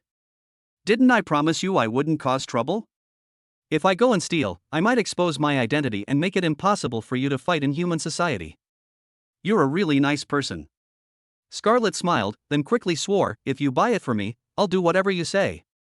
I'll never give you a hard time. She looked at Chin Tian with pleading eyes and said pitifully. Is it okay? If that's not enough, I'll allow you to hold me while you sleep tonight. Chin Tian was speechless. Who would want to hold a little girl like you who has nothing? She was trembling with anxiety. Please. Daddy. Mommy. Dear brother. Darling. The servants were stunned by Scarlet's style. A dignified 8th rank queen, she actually abandoned her dignity for accessories and skins? Chin Tian originally wanted to refuse, but then he suddenly remembered his title. The light of a desperate girl, the haven of a girl in love. If I help Scarlet now, wouldn't her favorability towards me increase significantly? I'd never have to worry about her killing me again, and I'd even get an 8th tier bodyguard for free. Thinking of this, Chin Tian's lips curled up slightly. Scarlet felt uneasy when she saw Chin Tian smile, but she was willing to risk it all for the jewelry and skin. If you promise me, I can kiss you. This is my first kiss, don't be ungrateful. Chapter 83 Arrival in Kyoto. Are all the welcoming girls S rank? Chin Tian couldn't help but chuckle at Scarlet's aggrieved expression. Since you're begging me like this, I'll reluctantly help you. Remember what you said. Before Qin Tian could finish speaking, Scarlet happily pounced on him and kissed him on the lips. The scarlet is fragrant and soft, with no bloody taste in the mouth, but rather sweet with a hint of milky aroma. Her kiss was as silky as Dove chocolate and as fragrant as Nestle, more memorable than Matai and more valuable than gold. This was no ordinary kiss. This was the 8th rank queen's first kiss. It was a pact she made with her loyalty and everything. As their lips parted, Scarlet looked at Qin Tian with a flushed face and huffed, "You can't back out now. You'll buy me accessories, skins, and oh yeah, dresses." Qin Tian smiled slightly, looking at Scarlet's moist and delicate lips, and her panel. Favorability, 80. Although it didn't reach 100, it's already good enough. I guess it's the same situation as Ling Jingshui, with some special requirements. The title's effect is very powerful. It can transform a pure queen into this, which is enough to demonstrate the terrifying power of the title. Anyway, he's not short of money now. He hasn't even touched the 10 million he took down from Bloodstained Black Rabbit last time. Once we arrive in Kyoto, it will be time to begin forging custom-made weapons for the servants. There's also the 4th tier magic weapon and magic crystal that Ding Miaomia got in the competition, which are very valuable. Speaking of magic crystals, he's already used the magic crystal that Wang Qingwen gave him. During Li Wan's training, in order to pull her back from the brink of death time and time again, he had already used up all the magic power of the magic crystal. After a 15-day journey, they finally arrived at the capital of the Xinhua Kingdom, Kyoto. A city with a population of over 200 million and an area beyond imagination, known as the safest city in Xinhua country. Even an 8th tier queen has to behave herself. The train stations in Kyoto are enormous. Donghai City only has 2 tracks, but here there are 8, and people come and go. Everyone here is dressed in gorgeous and exquisite clothes, and their demeanor is completely different from that of Donghai City. Their faces were filled with pride and a sense of superiority, as if being able to enter the city was an honor, making them superior people. Qin Tian glanced at the platform and saw Wang Tanghua, wearing a dark blue dress, leaving with a group of women dressed in black. They were probably the Wang family's servants. Miao looked around like a monkey, puzzled. Didn't Chairman Zhang say that someone would come to pick us up when we arrive in Kyoto? Where are they? Scarlet grabbed Qin Tian's hand, her face full of excitement. Why worry about so much? Let's just go out. I've never been to your Kyoto before. My sister has always advised me never to go near Kyoto. Now that I'm here, I'll have to brag to my sister when I get back. Mr. Qin Tian. Mr. Qin Tian. I'm here. I'm here. A clear voice rang out from the crowd. The girl was holding a banner, and every time she tried to raise it, she was pushed aside by the people next to her. Qin Tian led the group to the girl. The girl had beautiful orange hair styled in long pigtails, big, star-like eyes that blinked, and a face as fair as jade, with a rosy glow, like a sweet rice cake.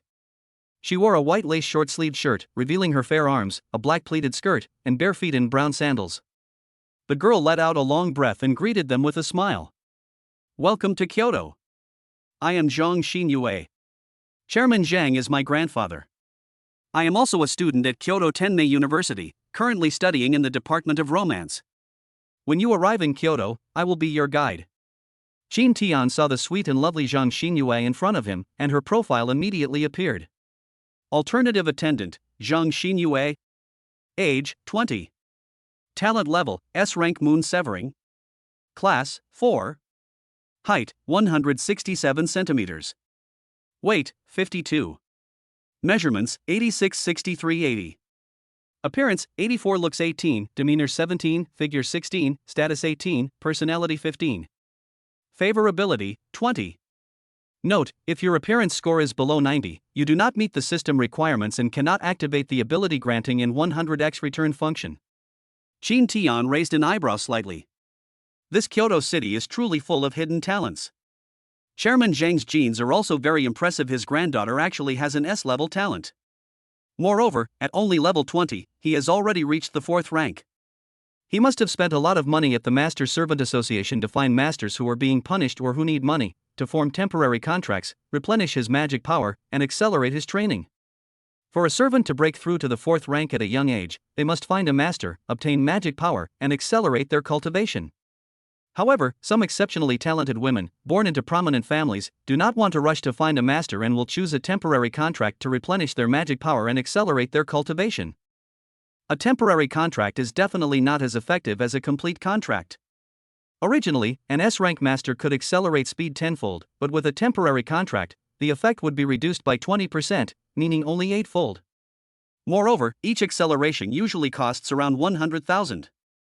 As for the SS rank, the original 50 times will become 40 times, and the SSS rank master's 100 times will also be reduced to 80 times, but the price will reach millions or tens of millions. If Qin Tian were to provide the magic power, with his super mixed magic power, he could now provide his servants with nearly 1,000 times the cultivation acceleration. 1 day of cultivation for his servants would be equivalent to 3 years of cultivation for other ordinary servants. In just over 10 days on the train, Ding Miaomiao, Li Wan, and Ling Jingxue had all reached the 4th level. Even Hua Xiangrong, who had just awakened her talent, had reached the 3rd rank. The speed of cultivation is almost like flying. Scarlet commented on Qin Tian, saying that if Qin Tian were to reveal his talent and still have his freedom, all the beautiful S-class servants in the world would come to his side, play with him, and only ask for temporary contracts to replenish their magic power and accelerate their cultivation. If Qin Tian were to announce that he could optimize the appearance of his servants, all the high-ranking S-class servants in the world who had already formed contracts would kill their masters and come to Qin Tian to form contracts. But this situation is almost non-existent. Because once Qin Tian makes this public, he will become the enemy of all human masters worldwide. Given the current sharp conflict between masters and servants, they will definitely be betrayed by their servants. Therefore, they will definitely strike first and kill Qin Tian. Even if Qin Tian is the future and hope of humanity, they would not watch their servants, whom they had painstakingly trained, betray them and become Qin Tian's women.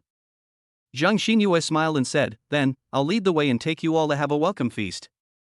As she spoke, she turned and walked toward the station exit, but suddenly she stopped. A boy wearing a windbreaker walked over and spoke to Li Xinyue with a sincere expression. "New Moon, please agree to become my servant. I promise I'll treat you well, just like I learned in the romance department." Chapter 84. Akemi returned to Kyoto, filled with unease and fear.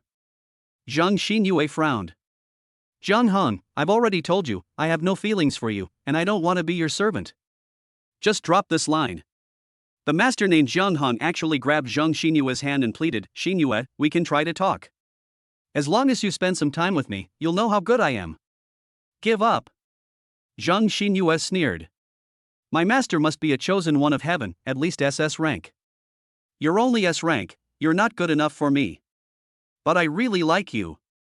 You just want to sleep with me." "No." Qin Tian stared blankly at the scene before him. How did the master, who was usually so high and mighty, become so humble? Is that romance-themed novel cursed? Or rather, the masters of this world either don't treat their servants as human beings, or they themselves become dogs, right? Can't things be a little more equal? Also, isn't Zhang Xinyue a bit too blunt? Is she being too explicit? No wonder the personality score is only 15, this is the reason. Sure enough, no young lady from any world is easy to mess with. He patted Mingmei's head. Luckily, Mingmei escaped and didn't end up like this. Mingmei closed her eyes contentedly, thinking how fortunate she was to be able to form a contract with Lord Qin Tian. Zhang Xinyue forcefully drove away the master, her face full of anger. She looked at Qin Tian and forced a smile, saying, "I'm sorry to have made you laugh. Ever since I joined my grandfather's romance department, there have been more and more flies like this." She glanced disdainfully in the direction the man had left and said, "S-rank master? I've seen plenty. I'm an S-rank attendant, I reached the 4th rank at level 20, and my future is limitless. Does he even deserve it?" Qin Tian said, "I'm still an F rank, you're insulting me too." Zhang Xinyue waved her hand, "You're different. My grandfather told me that you treat your servants very well and have never mistreated them, right?" Qin Tian looked at his attendants, "You can ask yourself." Zhang Xinyue glanced at Mingmei and the others, but didn't ask any further questions. I can tell from their expressions that there's no need to ask. "Just come with me." They followed Zhang Xinyue to the parking lot, where a Mercedes-Benz V300L had its lights on and a girl was already in the driver's seat. Zhang Xinyue opened the car door for Qin Tian, looking apologetic. "I'm sorry, this is the only car I could find right now. Please squeeze in." Qin Tian glanced at the spacious interior and casually said, "It's nothing." After getting on the bus, Qin Tian held Mingmei in his arms and sat her in the single seat, gently stroking her skin. The others also found seats, and even if they squeezed in, they could still fit.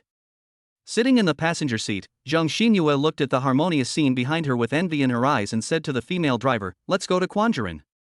The heavy van started up and drove out of the underground parking lot, revealing a world of towering skyscrapers. Qin Tian's eyes widened slightly. The city was even more prosperous than he had imagined. The streets were bustling with traffic and people, while airships were dropping advertisements from the sky. It's nighttime now, but the neon lights are the brightest stars in the city, dazzling and colorful, as if you've entered a dream world. He had seen such night views in Shanghai and Tokyo in his previous life. Moreover, the proportion of masters in this city seems to be very high. You can basically see a master anywhere you look. Even more outrageous, he saw Scarlet drooling with desire, her collar soaked with moisture. Clearly, as the demon queen, she was drooling over the delicious food before her. Zhang Xinyue smiled and said, "Mr. Qin Tian may not know this, but in the central urban area of Kyoto, the ratio of masters to servants is only 1 to 56. Moreover, every master and servant here is an elite among elites. You can hardly see any masters below C rank or servants below B rank." Qin Tian smiled, while Zhang Xinyue felt somewhat embarrassed. Of course, Mr. Qin Tian is an exception. Your attendants are all very capable, especially that attendant named Ding Miao Miao. She single-handedly outperformed all the other attendants and won first place on the census day. She is truly amazing. Ding Miao Miao asked anxiously, when will I receive my reward?" "Your 4th-tier magical weapon has been placed at your residence. As you requested, it is a polearm." "Yay!" Suddenly, Qin Tian noticed that Mingmei in his arms was trembling slightly. He asked softly, "What's wrong?" Mingmei pointed out the window and said softly, 3 blocks away, there is a huge office building that is 500 or 600 meters tall. That's the Wang family's residence. I lived there when I was a child." Zhang Xinyue glanced at Mingmei. "I remember Miss Wang is from the Wang family, right?" Akemi nodded gently. "You know me?" Zhang Xinyue said, "Of course, the fact that Wang Qingwen died in battle at Donghai City is a major event known throughout the capital. Yang Guangqing of the Yang family is furious, and he said that you." She didn't continue, but everyone knew that what she said was definitely unpleasant. She paused, then continued, "As long as you stay by Mr. Qin Tian's side, he can't do anything to you." Mingmei grasped Qin Tian's hand, feeling uneasy. Qin Tian whispered to Mingmei, "Don't worry, I'm here." Upon hearing this, Mingmei turned to look at Qin Tian, bit her lip lightly, and hugged and kissed him. Zhang Xinyue witnessed the scene and gasped in surprise. "Wow! You two are so sweet. Wah! When will I ever get to have a sweet romance? None of those masters who are into romance are any good." After separating from Qin Tian, Mingmei whispered, "I have made up my mind to dedicate everything to Lord Qin Tian. Even if Lord Qin Tian asks me to die, I will not hesitate." Qin Tian pinched Mingmei's little nose and scolded her in a low voice, "Don't talk nonsense again." "Who wants you to die? Do you want to be punished again tonight?" Mingmei giggled and hugged Qin Tian. "I want to be punished by Lord Qin Tian, the more the better." Hitting is a sign of affection, scolding is a sign of love. Zhang Xinyue, sitting in the passenger seat, blushed and shouted in embarrassment and indignation, "Stop showing off your love. If you keep doing this, I'll have to raise my standards for choosing a husband even higher." During the meal at the restaurant, Qin Tian spent almost all of his time with Mingmei, comforting her and calming her anxieties. Returning to the city filled with nightmares must be very difficult for Akemi. Qin Tian, who brought her here, must take responsibility for this. Just as they were enjoying their meal, a group of masters suddenly entered the restaurant. Zhang Xinyue looked over curiously and raised an eyebrow. "Mr. Qin Tian, look."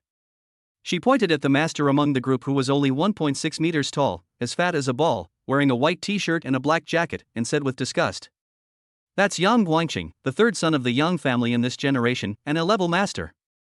I heard that this guy is a womanizer. He plays with one woman and then dumps her. Even his own older and younger sisters couldn't escape his clutches and were ravaged by him for a while." When Mingmei learned that Yang Guangqing was having dinner here, she trembled with fear and clung tightly to Qin Tian, terrified that if she let go, she would be caught and sent back to hell. Qin Tian put his arm around Mingmei's thin shoulders and said softly, "Didn't I tell you, don't be afraid, I'm here for you?" Chapter 85: The Origin of the Aristocratic Families. Let's buy Qin Tian a big house together. Qin Tian had no intention of saving all the servants. They brought this upon themselves, destroying that harmonious relationship and leading to the current situation. However, no one is allowed to hurt his woman. It's not that Qin Tian loves them so much that he's willing to give everything for them. Rather, it stems from a strong possessiveness. Seeing that the group of masters hadn't come over but had gone up to a private room on the second floor, Qin Tian patted Mingmei on the shoulder and said, "It's all right now." Mingmei nodded gently, gazing at Qin Tian with a tender expression. "It feels so good to have Lord Qin Tian protecting me." No. No. How could I possibly ask Lord Qin Tian to protect me? Although she was at a disadvantage in the city, she had to work even harder on the battlefield. We should make more money for Lord Qin Tian so that he can live in a bigger house, use the best furniture, play on the best computer, and rely on her softest body. I can't stay in the school dormitory forever. Putting aside the fact that the house isn't big enough, there are quite a few of them, and besides, there are many people and eyes in the school. If someone discovers Lord Qin Tian's secret, it will be troublesome. She turned and found Aki and Mai, and whispered, "Let's work together to earn money and buy Lord Qin Tian a big house in the capital." Aki's eyes widened slightly, and she said in a low voice in surprise, "Akimi, the cheapest houses in Kyoto cost 1 or 200 million yen, and they are all small apartments. With so many of us, we should at least live in a villa with a yard. Those kinds of houses are incredibly expensive." Mai frowned and said, "I remember there are some cheaper options in the Imperial Palace in the Asahi Ward of Kyoto City. It's 3,800 square meters, 3 stories, with a courtyard, and the total price is 2 billion. Mingmei bit her lip lightly. "Is it that expensive?" "I saved up for several years in Donghai City and only earned 3 million. Mai curled her lip. "Don't you even know where you want to buy a house? This is Kyoto, the safest place in the entire Xinhua kingdom. Buying a house here is like entering a safe zone. You're unlikely to worry about being invaded by the Demon Queen. At the same time, there will be far fewer masters going missing in the city." Aki gently took Akemi's hand and smiled. "Let's work hard together. Before, we were only at the 3rd rank, so the tasks we could take on and the rewards were relatively small. Now that we're at the 4th rank, the rewards will be much greater. As long as we work hard, I believe we'll be able to buy a house for Lord Qin Tian soon." Akemi looked at Mai, who said impatiently, "Do you think I would abandon you? We're best friends. Can you manage without me?" A smile appeared on Akemi's face, and she nodded emphatically. "Thank you everyone." Aki said, "I should thank you. You found such a great master and introduced him to us. I never dreamed that I could form a contract with an EX rank master." Mai said apologetically, "I also want to thank you. Although the process was a bit tortuous, things are really great after the contract was signed." "It's just that Lord Qin Tian keeps bullying me." He.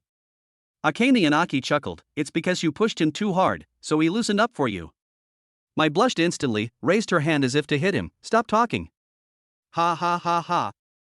Seeing the smile on Mingmei's face, Qin Tian felt relieved and turned to ask Zhang Xinyue, "Isn't the male to female ratio supposed to be 1 to 100? Why are there so many masters in those big families, and why are they all so talented?" Zhang Xinyue picked up a piece of roast duck, rolled it up, and said calmly, "Those were chosen from a vast number of descendants. Let me put it this way, my grandfather had 165 servants in his life, 66 of whom died in battle. However, these servants gave birth to more than 2,860 children for my grandfather, more than 20 of whom are my uncles. Then, these 20-odd uncles, relying on my grandfather's resources, each found more than 100 servants, and almost each of them had more than 2,000 children, including more than 400 brothers. Of the more than 400 brothers, only about 10 are worth cultivating, all of whom have a level talent. And I am one of the 2 most talented girls out of more than 20,000 girls in this generation." Qin Tian's eyes widened. "My God. Does your Zhang family have that many people?" "That's already amounting to tens of thousands." Zhang Xinyue shrugged. "It's all right. The Wang family has more than us, but nobody knows the exact number. But what I do know is that their elimination system is very cruel. Any servant below B rank will be given a sum of money and then sent away, with no regard for their fate afterward. The pretty ones are kept as gifts or for other purposes. All masters will remain, with those of a rank or higher receiving focused training, while the rest will be periodically assessed and allowed to reside at the royal residence." Zhang Xinyue smiled slightly and continued, "It's the office building that Wang Mingmei told you about. It's not only the Wang family's company headquarters, but also their residence. There are at least a dozen masters with a level talent or above living there." She suddenly reminded Qin Tian seriously, even if you didn't do anything seriously wrong, the Wang family will definitely cause you trouble because of Wang Qingwen's death. You'd better be careful. This is not as simple as just taking away one of their A-level female attendants, they might take drastic measures. Qin Tian nodded. After dinner, Zhang Xinyue escorted Qin Tian and the others to their dormitory and then left. In the passenger seat, Zhang Xinyue looked at the night outside, lost in thought. The taciturn female driver finally spoke. Miss, you seem to care a lot about that master. Zhang Xinyue glanced at the driver and said indifferently, it's alright, but it's a pity it's only F rank. I hope my master is at least SS rank. The driver gave a wry smile, Miss, there are only a handful of masters with SS level talent in Kyoto. They won't treat you like your classmates who are into romance. They can be extremely harsh on their servants. Zhang Xinyue said calmly, then let's wait. At worst, we can just not sign the contract and join the Death Army to die. The driver was speechless at Zhang Xinyue's extreme ideas and stopped talking to her. Arriving at his new home, Qin Tian looked at the room with only basic furniture and piles of their luggage. He knew he would be living here from now on. Although many familiar things are gone, familiar people are still around, so there doesn't seem to be anything to be sad about. There's a saying that goes, novelty comes from experiencing new things with familiar people, not from repeating old things with new people. I loved and was hurt in my past life, and I feel like I'll never love again. With so many girls relying on him in this life, he seems to be starting to look forward again. Ah, that's just how people are. Qin Tian glanced at the twin sisters, then held Aki and Mai on either side of him, gently stroking their black and white stockings, and said softly, tonight, you two will be together. I want to train your teamwork. Aki and Mai exchanged a glance, feeling quite embarrassed, but thinking about buying a house for Lord Qin Tian, they couldn't neglect the optimization, so they nodded. Qin Tian walked briskly, leading the two sisters upstairs. Ding Miamia glanced at it and was about to go up and peek when Mingmei caught her. I want to see. I want to see. Ding Miaomio struggled. Mingmei said irritably, don't go yet, I have something important to tell you. What? Everyone stared at Akemi with curiosity. Let's buy a big house for Lord Qin Tian together. It'll cost around 2 billion. Wow. Good. Scarlett sat on the sofa with her legs crossed, her brows slightly furrowed. Why did she also have the urge to join? That's so strange. She looked up at the second floor. What exactly did you do to me? Chapter 86 The Dragon Clan's Bronze Pillar. The Desire for Immortality. The most famous landmark in Kyoto is the Black and White Twin Towers. This is the apartment building of the famous Yang family, a prominent family of masters in Kyoto. The black building is the tallest, while the white building is slightly shorter. Every night around midnight, the building activates its automatic cleaning function. Foamy water flows down the glass facade of the building from the top. Countless drones flew out from the rooftop, like a pair of giant hands, cleaning the glass exterior thoroughly from top to bottom. The glass, which was originally covered with a layer of dust, quickly became shiny and new. At that moment, 4 helicopters carrying a huge bronze pillar flew to the middle of the black building, where the windows were opened, revealing a huge golden room. A fat man stood at the door of the room, looking smug. The dragon relics I bought have finally arrived. The fat man was Yang Guangcheng. Behind him was a row of servants dressed in white maid outfits. The maid outfits could only cover the private parts, leaving the rest of the snow-white skin exposed, which was quite shameful. He directed the helicopter, hey! Aim carefully. If you damage my house, I'll kill you.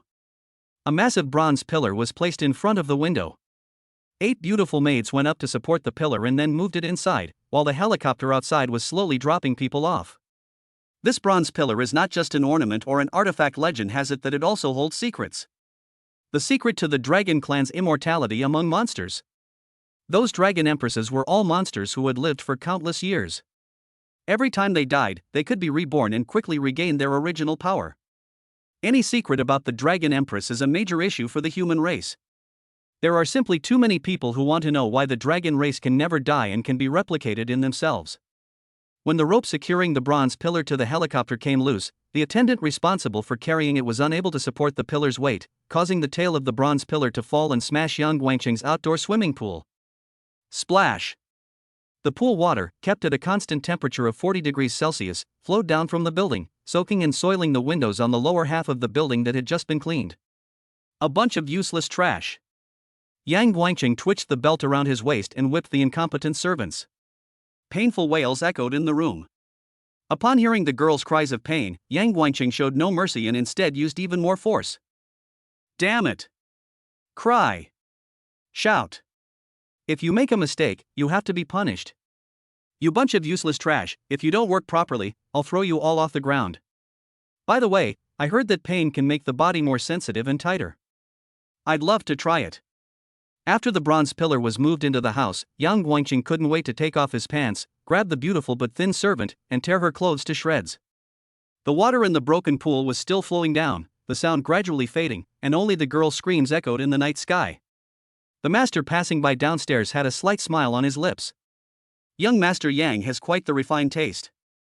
His attendants behind him were trembling, their bodies soaked by the water falling from the pool, and dared not move an inch. The master glanced back at his soaking wet servant and his eyes lit up. Young Master Yang is so refined, I'll join him.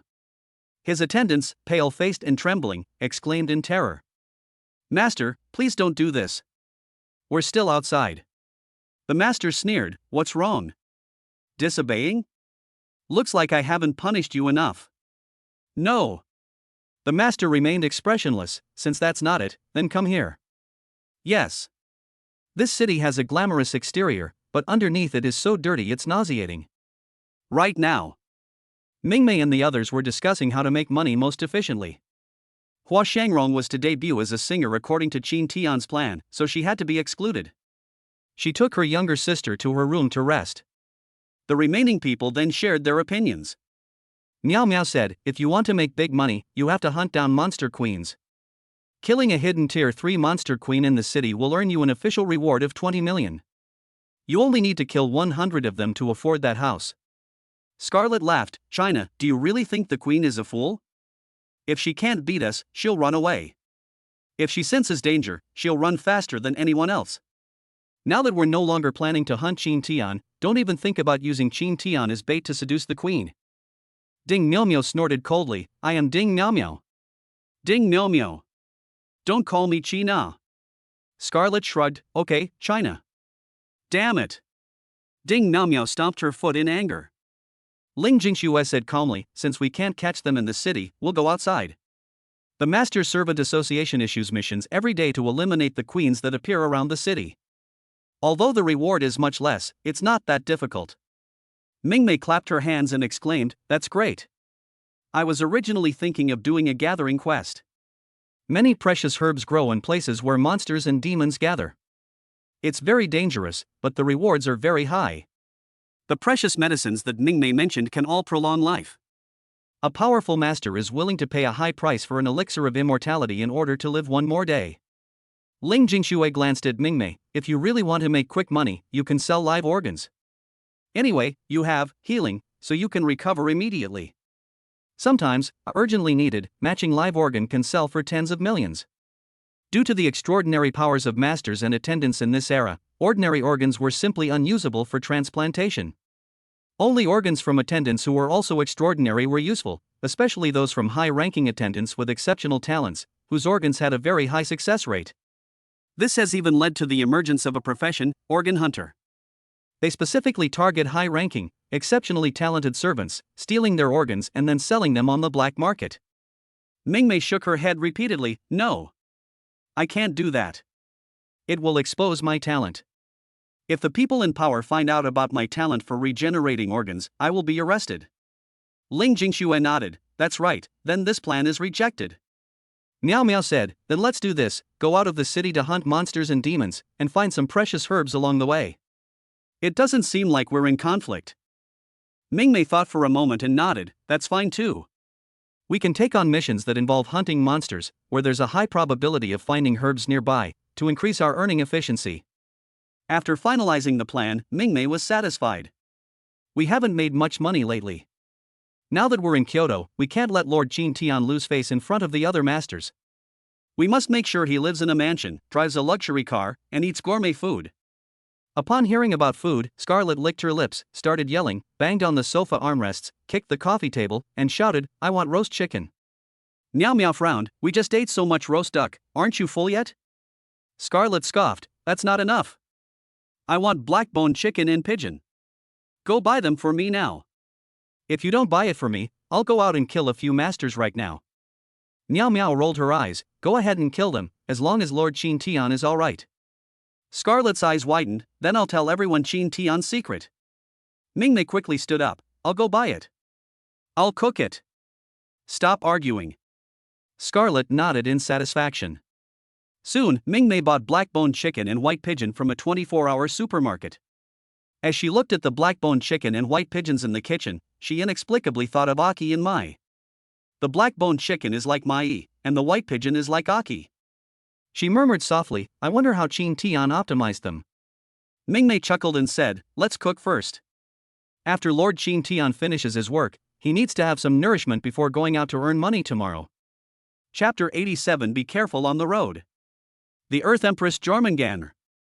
The next morning. Qin Tian opened his eyes, gently embraced the soft, warm body beside him, and smiled tenderly. He kissed them on the lips, and they awoke like sleeping beauties from the prince's kiss. Aki smiled gently and said, Good morning, Lord Qin Tian. Thank you for your good morning kiss. Mai said with some distress, I have no strength in my whole body right now, and my legs are numb. She glared at Qin Tian, it's all your fault. I still have to go out on a mission today. Qin Tian placed his hand on Mai's thigh, stroking her silky skin, completing the healing. Through healing, he immediately understood why Mai was doing the task even though it wasn't the monthly mandatory task time yet. You want to buy me a big house? Aki covered her mouth in surprise. Lord Qin Tian, how did you know? She glared at Mai. Sister, did you secretly tell Lord Qin Tian? Mai waved her hands repeatedly. I didn't. Qin Tian patted their heads and said, Stop arguing. He buried their heads in his chest and whispered, I'm glad you're willing to act for me, but I hope you stay safe and don't take on any dangerous missions. Good. Mai nodded slightly, then lowered her head and looked south. Qin Tian straightened his back in surprise and asked, What are you doing? Mai looked up and smiled slightly. Of course, I'm just saying hello to my good friend. Aki chimed in, I want to say hello to my best friend too. Qin Tian looked at the two of them speechlessly for a moment, then grinned. My good friend said it was a little tired and wanted to go to the sauna for a while. Mai chuckled and said, Come to my place, it's hotter here. Aki snorted and said, Too hot is no good. It's warm here, and the humidity is just right. This is it. This is it. The two sisters argued over which sauna to go to. Qin Tian chuckled, Why don't the two families go together? Ah! Lord Qin Tian is so wicked. After finishing his morning exercise, Qin Tian brought his two sisters to the living room. Mingmei immediately brought over a bowl of black chicken soup and a roasted pigeon, saying happily, Lord Qin Tian, come and eat. It's very delicious. Qin Tian lifted Mingmei's chin and said, I want you to do it for me yourself. Akemi nodded, blushing, okay. He glanced at everyone. Hua Shangrong had already sent her younger sister to school early. Chairman Zhang's arrangements were excellent. Hua Sedong was able to enroll in school immediately upon arriving in Kyoto. The school she attended was the Kyoto Tenmei University-affiliated middle school, which is considered a very good school. The others were dressed in formal attire and had placed their weapons in the entrance hall, including Ding Miaomiao's 4th-tier spear-type magic weapon and Mai's twin swords. Mingmei picked up a silk handkerchief to wipe Qin Tian's mouth and said softly, Lord Qin Tian, we're going out to take on missions and earn money together. You can rest at home. We'll be back in about a week. Qin Tian nodded. Before we leave, I want to replenish everyone's magic power. If you run out of magic power, forget about the mission and come back, understand? He was in the living room, infusing everyone with magic power. A third of the 4th-tier magic crystals given out on Census Day had already been used up. Qin Tian stood at the door, looking at Akemi, Aki, Mai, Ding Miaomiao, and Ling Jingxue, who were tidying their clothes in the sunlight, and said gently, Be careful on the road. Upon hearing this, Mingmei and the others smiled brightly, the sunlight casting a soft golden glow on their faces. We're heading out. After seeing Mingmei and the others off, Qin Tian stretched and was about to go back to sleep for a while and then play some games when Scarlet suddenly said something. Qin Tian, did you feel the earthquake yesterday?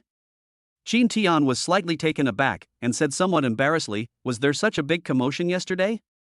Scarlet rolled her eyes. Who was talking about what happened yesterday? I was talking about the real earthquake. Qin Tian shook his head. I didn't feel it.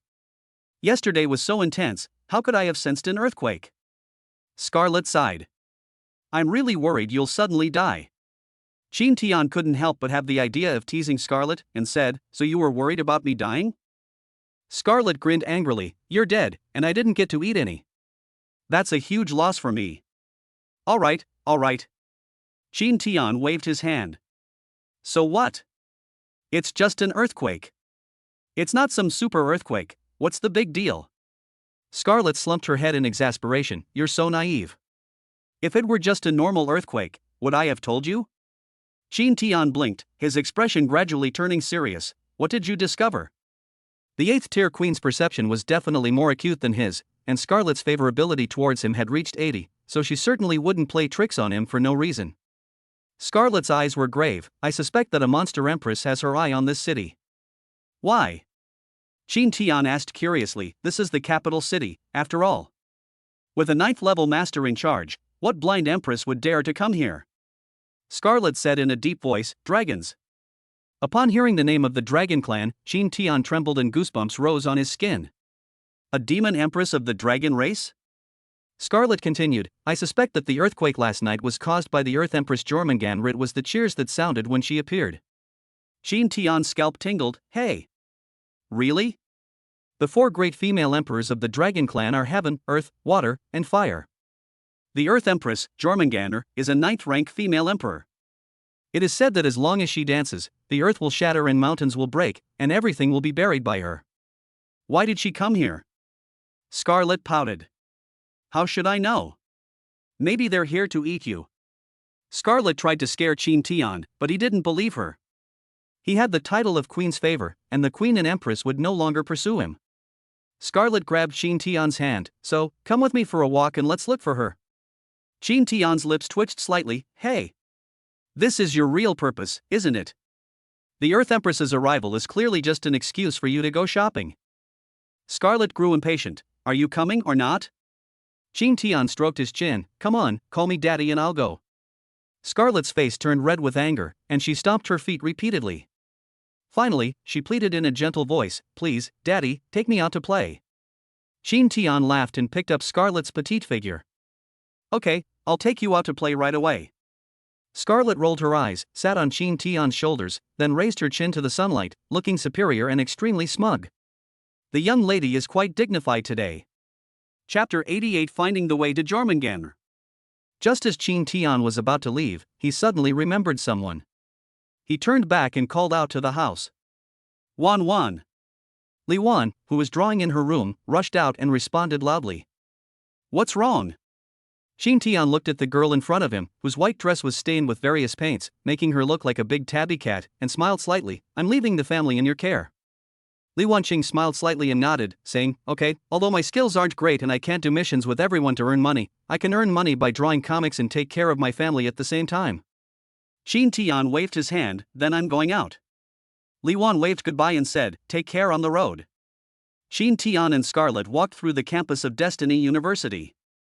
Unlike the deserted campus last night, the campus was crowded with people during the day. You can still see luxury cars on the road, like Aston Martins, Doug Hellcats, Lamborghinis, and Bentleys everywhere. He even saw a Corvette. TSK, no wonder it's the best university in Kyoto, there are rich people everywhere. Qin Tian sighed, realizing that compared to these masters, he was truly penniless. No wonder Akane and the others are so eager to make money. Akane's Panamera is basically just a nanny van here. Scarlet scoffed, why do you guys like this kind of trash so much? Qin Tian said calmly, these are symbols of status. Even if they look good but are useless, as long as you drive them, others will look at you with more respect. Boring. They walked through the garden-like campus, left the campus, and came outside. Looking around, she saw a food street. Scarlet's eyes widened, and drool dripped from her mouth. Quick! I want to eat. I want to eat all of that. Qin Tian said, you just had breakfast, are you hungry again? Scarlet glared at Qin Tian with disdain, I'm not hungry, I'm craving delicious food. In the dynasty, it's all cold, raw meat. People are always talking about which blood type tastes good or which creature's meat is the best. The chefs we took from human society died of overwork after a short time. It's practically a desert of food. Scarlet launched into an accusation, her tone filled with resentment. I've finally come to human society, I'm going to eat until I'm completely satisfied. Scarlet clenched her little fists, making up her mind. So, the news about the Earth Empress is false? Scarlet glanced at Qin Tian. It's true. Qin Tian's heart skipped a beat for a moment. He had initially thought Scarlet was just making excuses to go out, but he hadn't expected it to be true. He looked at the cute girls coming and going on the street, and at his arrogant master. These people probably have no idea that they are about to face annihilation. What exactly is her purpose in coming here? Qin Tian asked again. Scarlet raised an eyebrow and said angrily, "You're so long-winded." I don't know, that's why I suggested looking for it. Qin Tian said calmly, if you keep doing this, I won't buy you any more snacks. Scarlet's expression froze for a moment, then she put on a bright smile, cupped Qin Tian's face, kissed him, and said softly, "Good daddy, Krul's tummy is rumbling, he wants to eat." Qin Tian was amused by Scarlet's quick change of expression and arrived at a Jinbing Chinese crate shop. The name of this shop is very appealing. World's top 500 Jinbing Guozi Chinese crepe, original price 1888, national subsidy 1000, city subsidy 800, store subsidy 80, now only 8 yuan. Scarlet ordered 10 servings at once. The waitress's eyes lit up, and she quickly prepared them for Scarlet, smiling and saying, "Thank you for your patronage." The moment Scarlet took the Jinbing Guozi, the earth began to shake violently. Ouch! The girls screamed and tried to grab onto something to keep themselves from falling.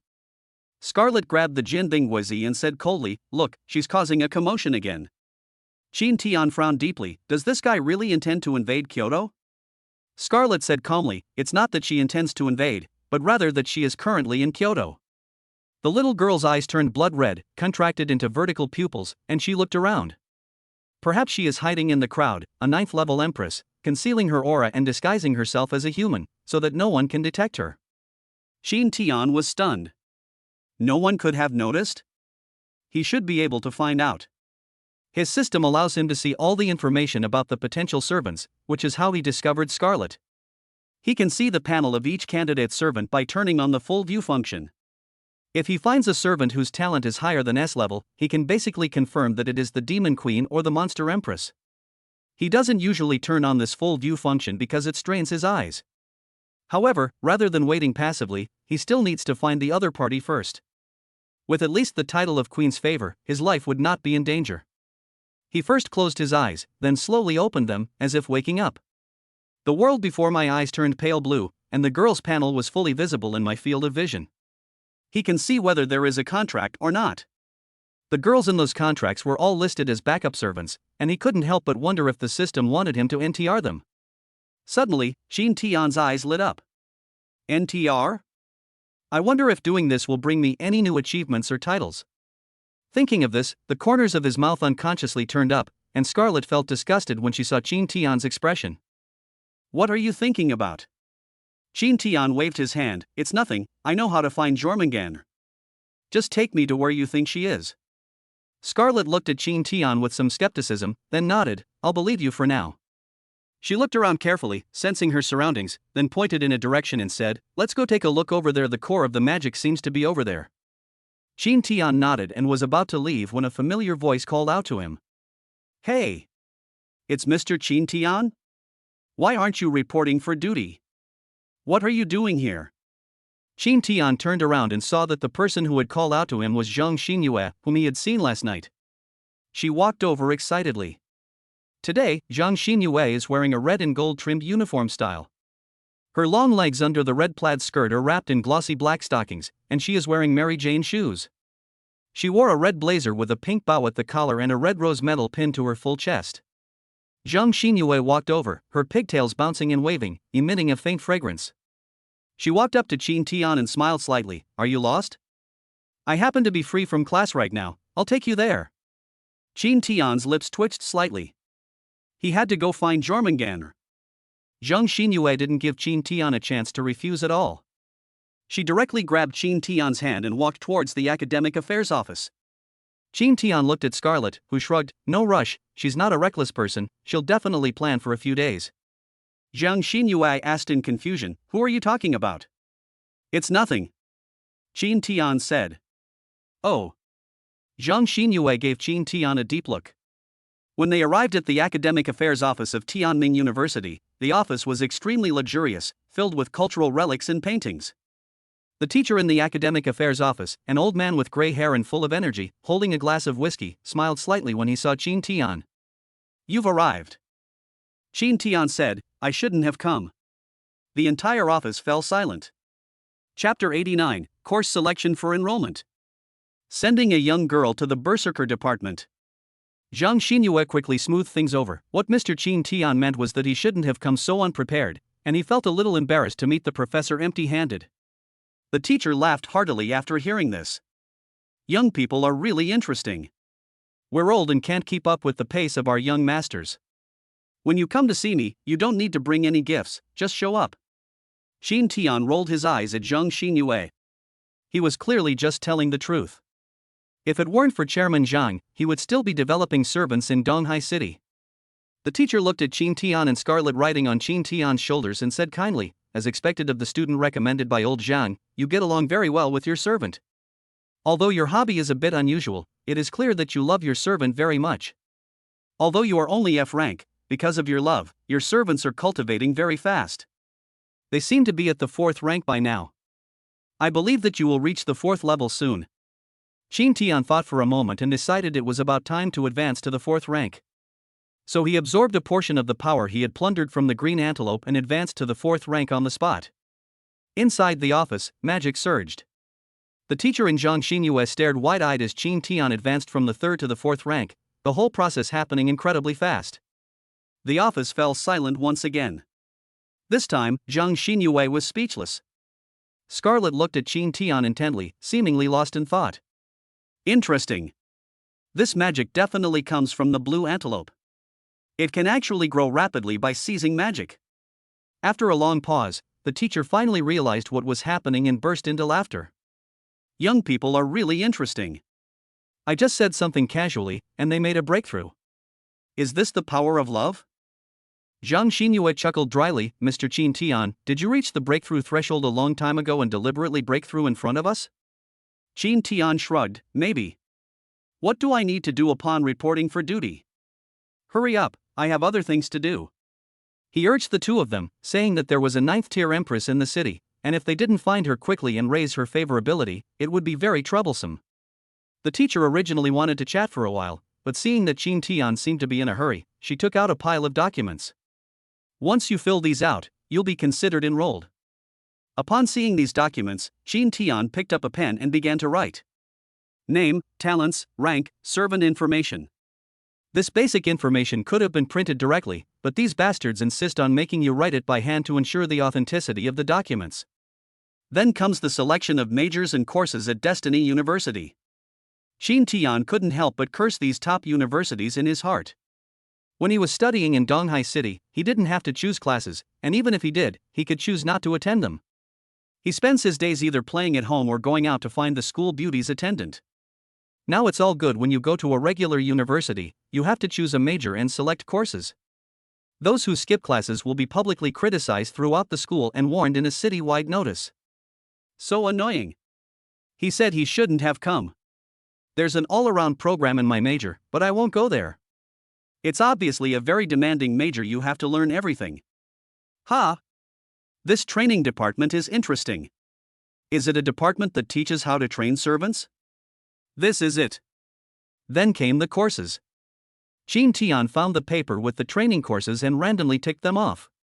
Topics such as servant psychology, general principles of servants, the death of servants, the physical and psychological aspects of servants, and postpartum care for servants are prominently featured. Oh, right, please put a checkmark here and sign your name. Suddenly, Zhang Xinyue handed him a piece of paper. Qin Tian was busy going to find Jormungandr, so he didn't even look at it before ticking it and signing it.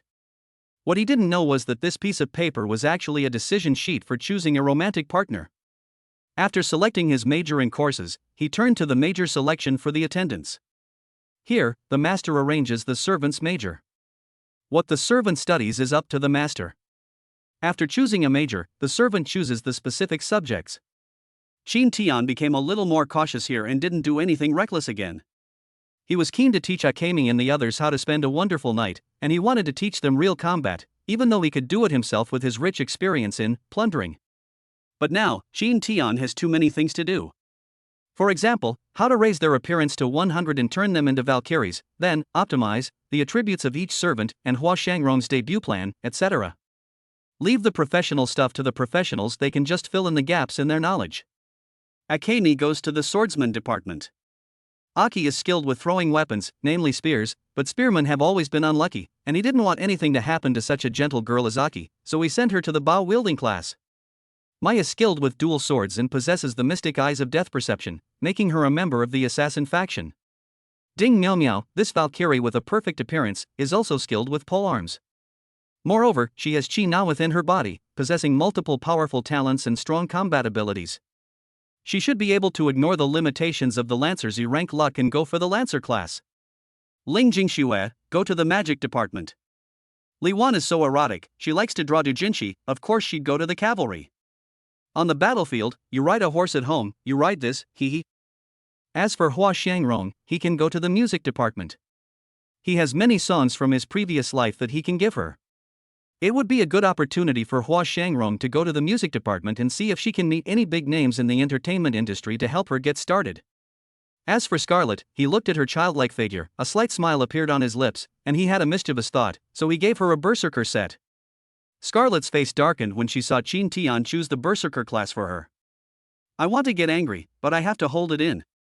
This isn't Donghai City, the old man in the office is no pushover. She said to Jin Tian with a kind expression, Master, didn't you choose the wrong class?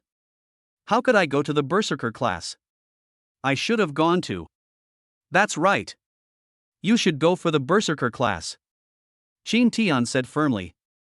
On the battlefield, who would expect a young female servant to be a berserker? She could have a surprising and decisive effect. The teacher's eyes lit up, and he said, Young man, you're really something. Putting the least suitable class for the berserker class, the attendant, into the berserker class might actually have a surprising effect. Clever. Scarlet gritted her teeth and whispered in Jin Tian's ear, You think you can play like this? You just wait. After completing the enrollment process, Jin Tian checked the time. About 2 hours had passed. Can I go now? The teacher, while organizing the documents, said calmly, That's enough. Zhang Xinyue said, It's already noon, let me treat you to lunch. Jin Tian was getting annoyed. When would Zhang Xinyue ever stop? He was going to Jormungandr. Seeing Zhang Xinyue clinging to him like that, he sighed, I'll decide where we eat. Zhang Xinyue paused for a moment, then nodded, okay. So Jin Tian got into Zhang Xinyue's Audi Horch and pointed in the direction Scarlet had indicated earlier. Go this way. Zhang Xinyue glanced at Jin Tian in the passenger seat with a strange look and asked, Are you sure? What's wrong? That's the Yang family's territory. Chapter 90 Striving for 2 billion. The terrifying power of the Yang family twin towers. The outskirts of Kyoto. Mingnei plunged her longsword into the chest of a bored demon empress. This 5th-tier, 5-meter-tall, fat monster empress let out a painful howl. As she approached the pig demon, she reached out and placed her hand on its rough skin. Deterioration. The once strong pig demon empress suddenly became much more fragile, causing her eyes to widen in disbelief. It angrily grabbed Mingmei's chest, wanting to crush her to death. However, she was shocked to find that her arm, which she had just raised, was frozen. In the distance, a silver-haired girl with a calm expression had raised her hand, which was emitting cold air. The pig demon empress let out a howl, and the powerful sound waves impacted the entire area before crashing into an invisible wall, failing to harm Ling Jingxue in the slightest. Aki flew through the air, her long hair flying. The power of Indra's wrath intercepted the sound waves and bounced them back, landing on the boar demon empress. Her rough, tough boar skin tore open. You lowly women! I'm going to kill you all. Even so, the pig demon empress's life remained tenacious. She threw Mingmei out of her hand, creating a large crater in the dirt. She thought this would seriously injure her, but she found that the seemingly weak girl was covered in green light and instantly recovered from her injuries. Hateful! She clenched her fist, slammed it into the ground, and pulled a large hammer made of clay from the earth. She leaped up and slammed it down on Akemi, intending to use her weight and the power of the hammer to smash Akemi into Akemi-chan. Suddenly, a fiery red figure appeared in front of them. The girl twirled the spear in her hand, her back to the black sun, and firmly grasped the pig demon empress. The burning spear pierced the pig demon empress's degraded chest, causing her entire body to burst into flames. The air was filled with the aroma of lard and screams of agony. This power. You're only at the 4th rank, how can you be so strong? The pig demon empress was ferocious, but she was unyielding. But this won't kill me. Before I burn out, I will kill you all. Ding Meow Meow chuckled, wow. You're so confident. Too bad, I'm not your only opponent, Mine. The final blow is up to you. The pig demon empress turned around abruptly, her pupils contracting as she saw a black figure appear. Her entire body was wrapped in lightning, and her arrogant curves were captivating under the lightning.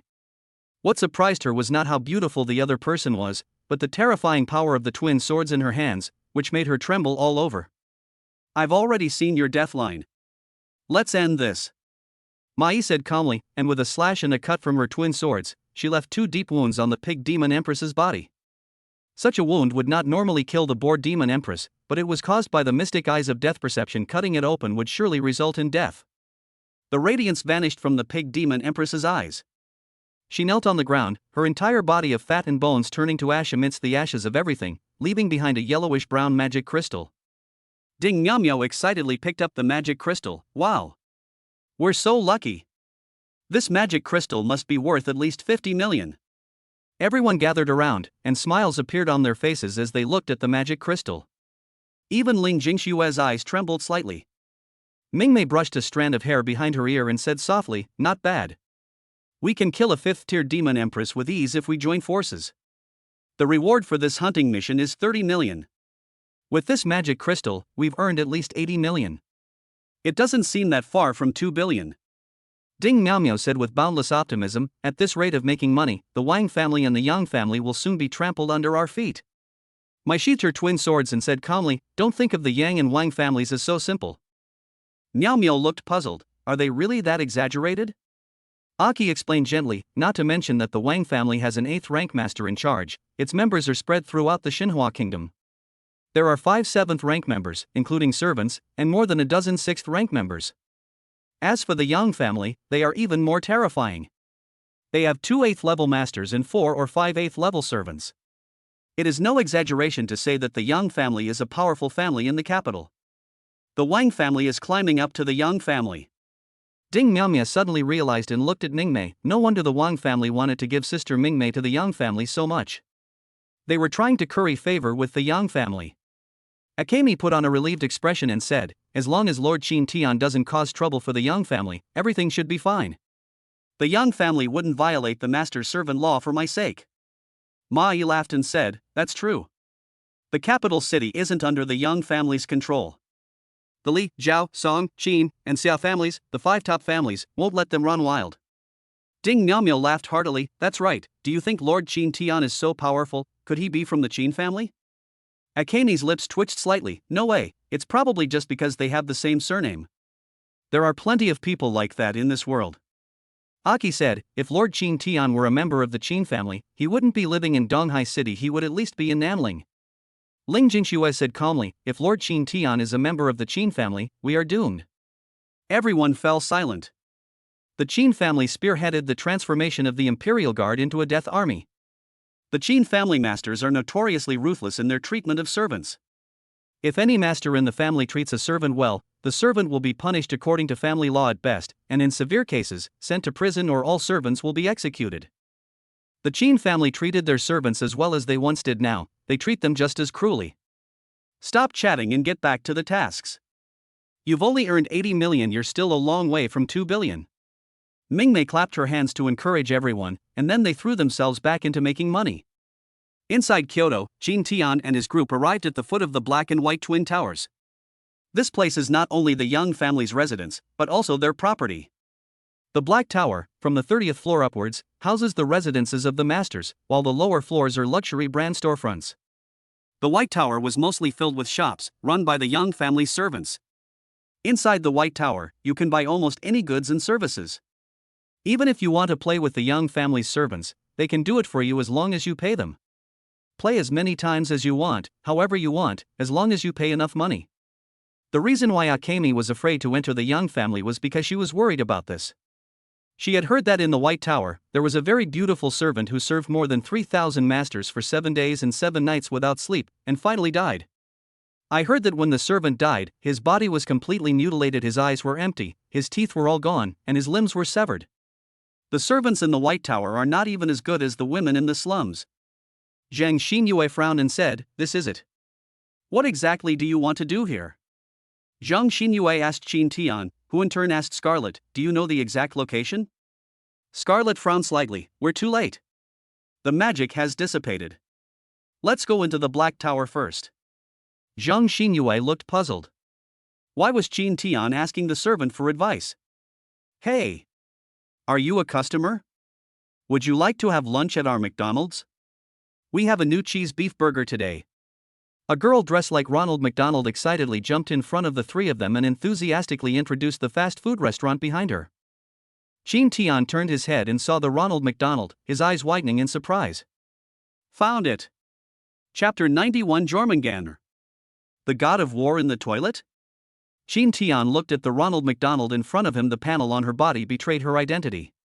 Alternative attendant, Jormungandr. Age, 3262. Talent level, EX level Shiva's Dance, grants the abilities EX level Electromagnetic Force Control, EX level Weak Force Collapse, and EX level Gravitational Manipulation. Class, 9. Height, 166 centimeters. Weight, 51. Measurements, 83-63-80. Appearance, 100. Favorability, 30. Why did he have the illusion of seeing an old friend when he saw this Jormungandr? Qin Tian's sudden words startled Zhang Xinyue and Scarlet. Zhang Xinyue looked puzzled, wondering what Qin Tian was doing. Scarlet, however, was shocked, wondering how Qin Tian had found Jormungandr so quickly.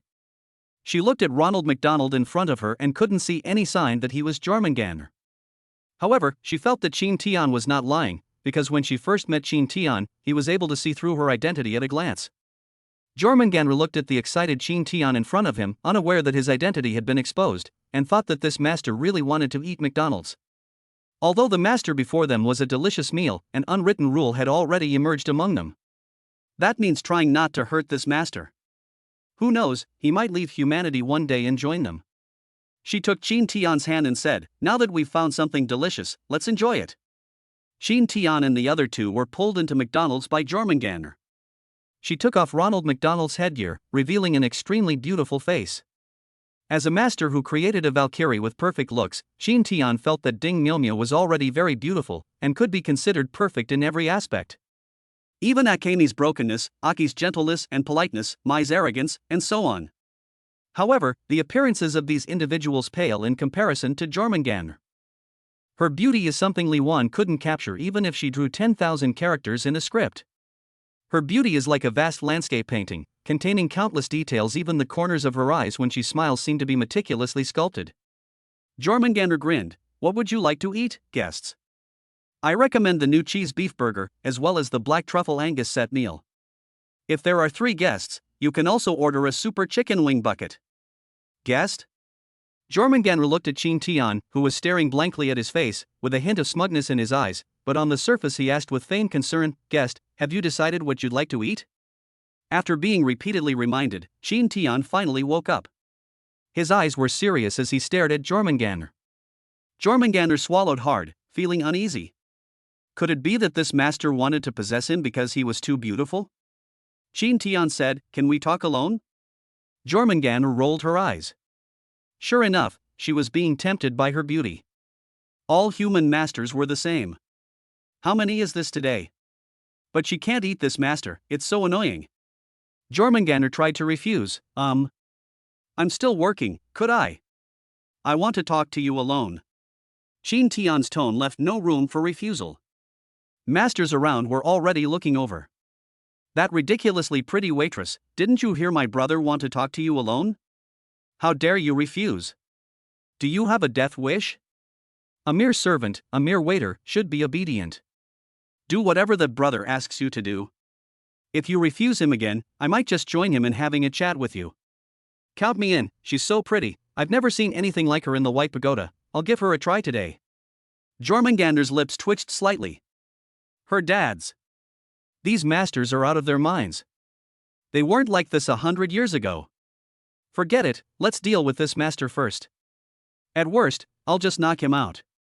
I absolutely can't let it affect my plans. Jormungandr forced a smile and said, "Alright, master, let's go to the restroom and talk." Looking at Jormungandr now, Jean Tian couldn't help but sigh. She truly deserves to be called a natural beauty with a perfect 100% appearance. Even when she's forcing a smile, she's still so beautiful. The masters standing nearby started to cheer. Yo ho! The bathroom god of war? TSK. I remember there were soft toilet seat covers in the bathroom. It seems like they were prepared for this. Wow, the owner of this shop is an expert. I'll find a waiter to go in and have some fun later. Shall we go together? Okay. Zhang Xinyue's face twitched, and she couldn't help but sneer inwardly. He.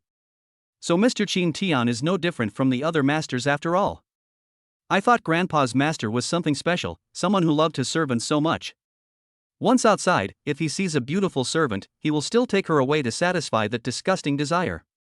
Scarlet just smiled without saying a word. These masters were simply too much fun. They still don't know that the sword of Damocles is hanging over their heads.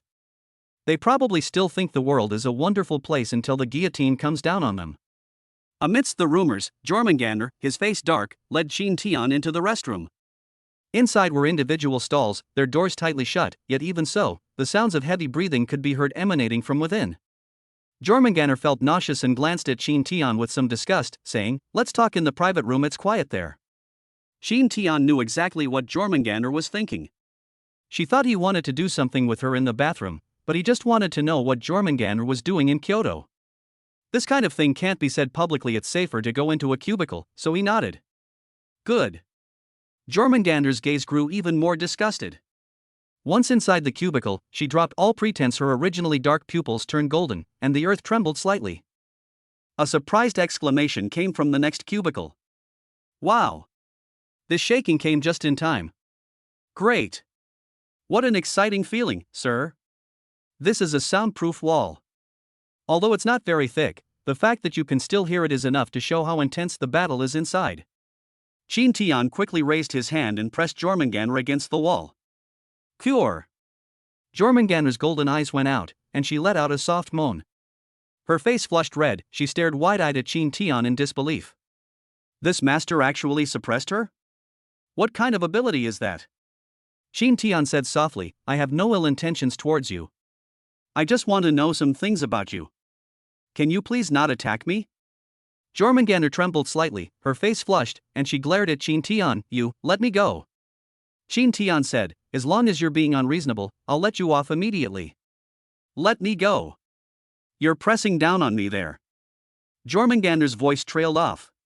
Qin Tian looked down and was shocked to find that his hand was on Jormungandr's chest, but the feeling was off, and his thigh was pressing against hers. "Oh, I'm sorry."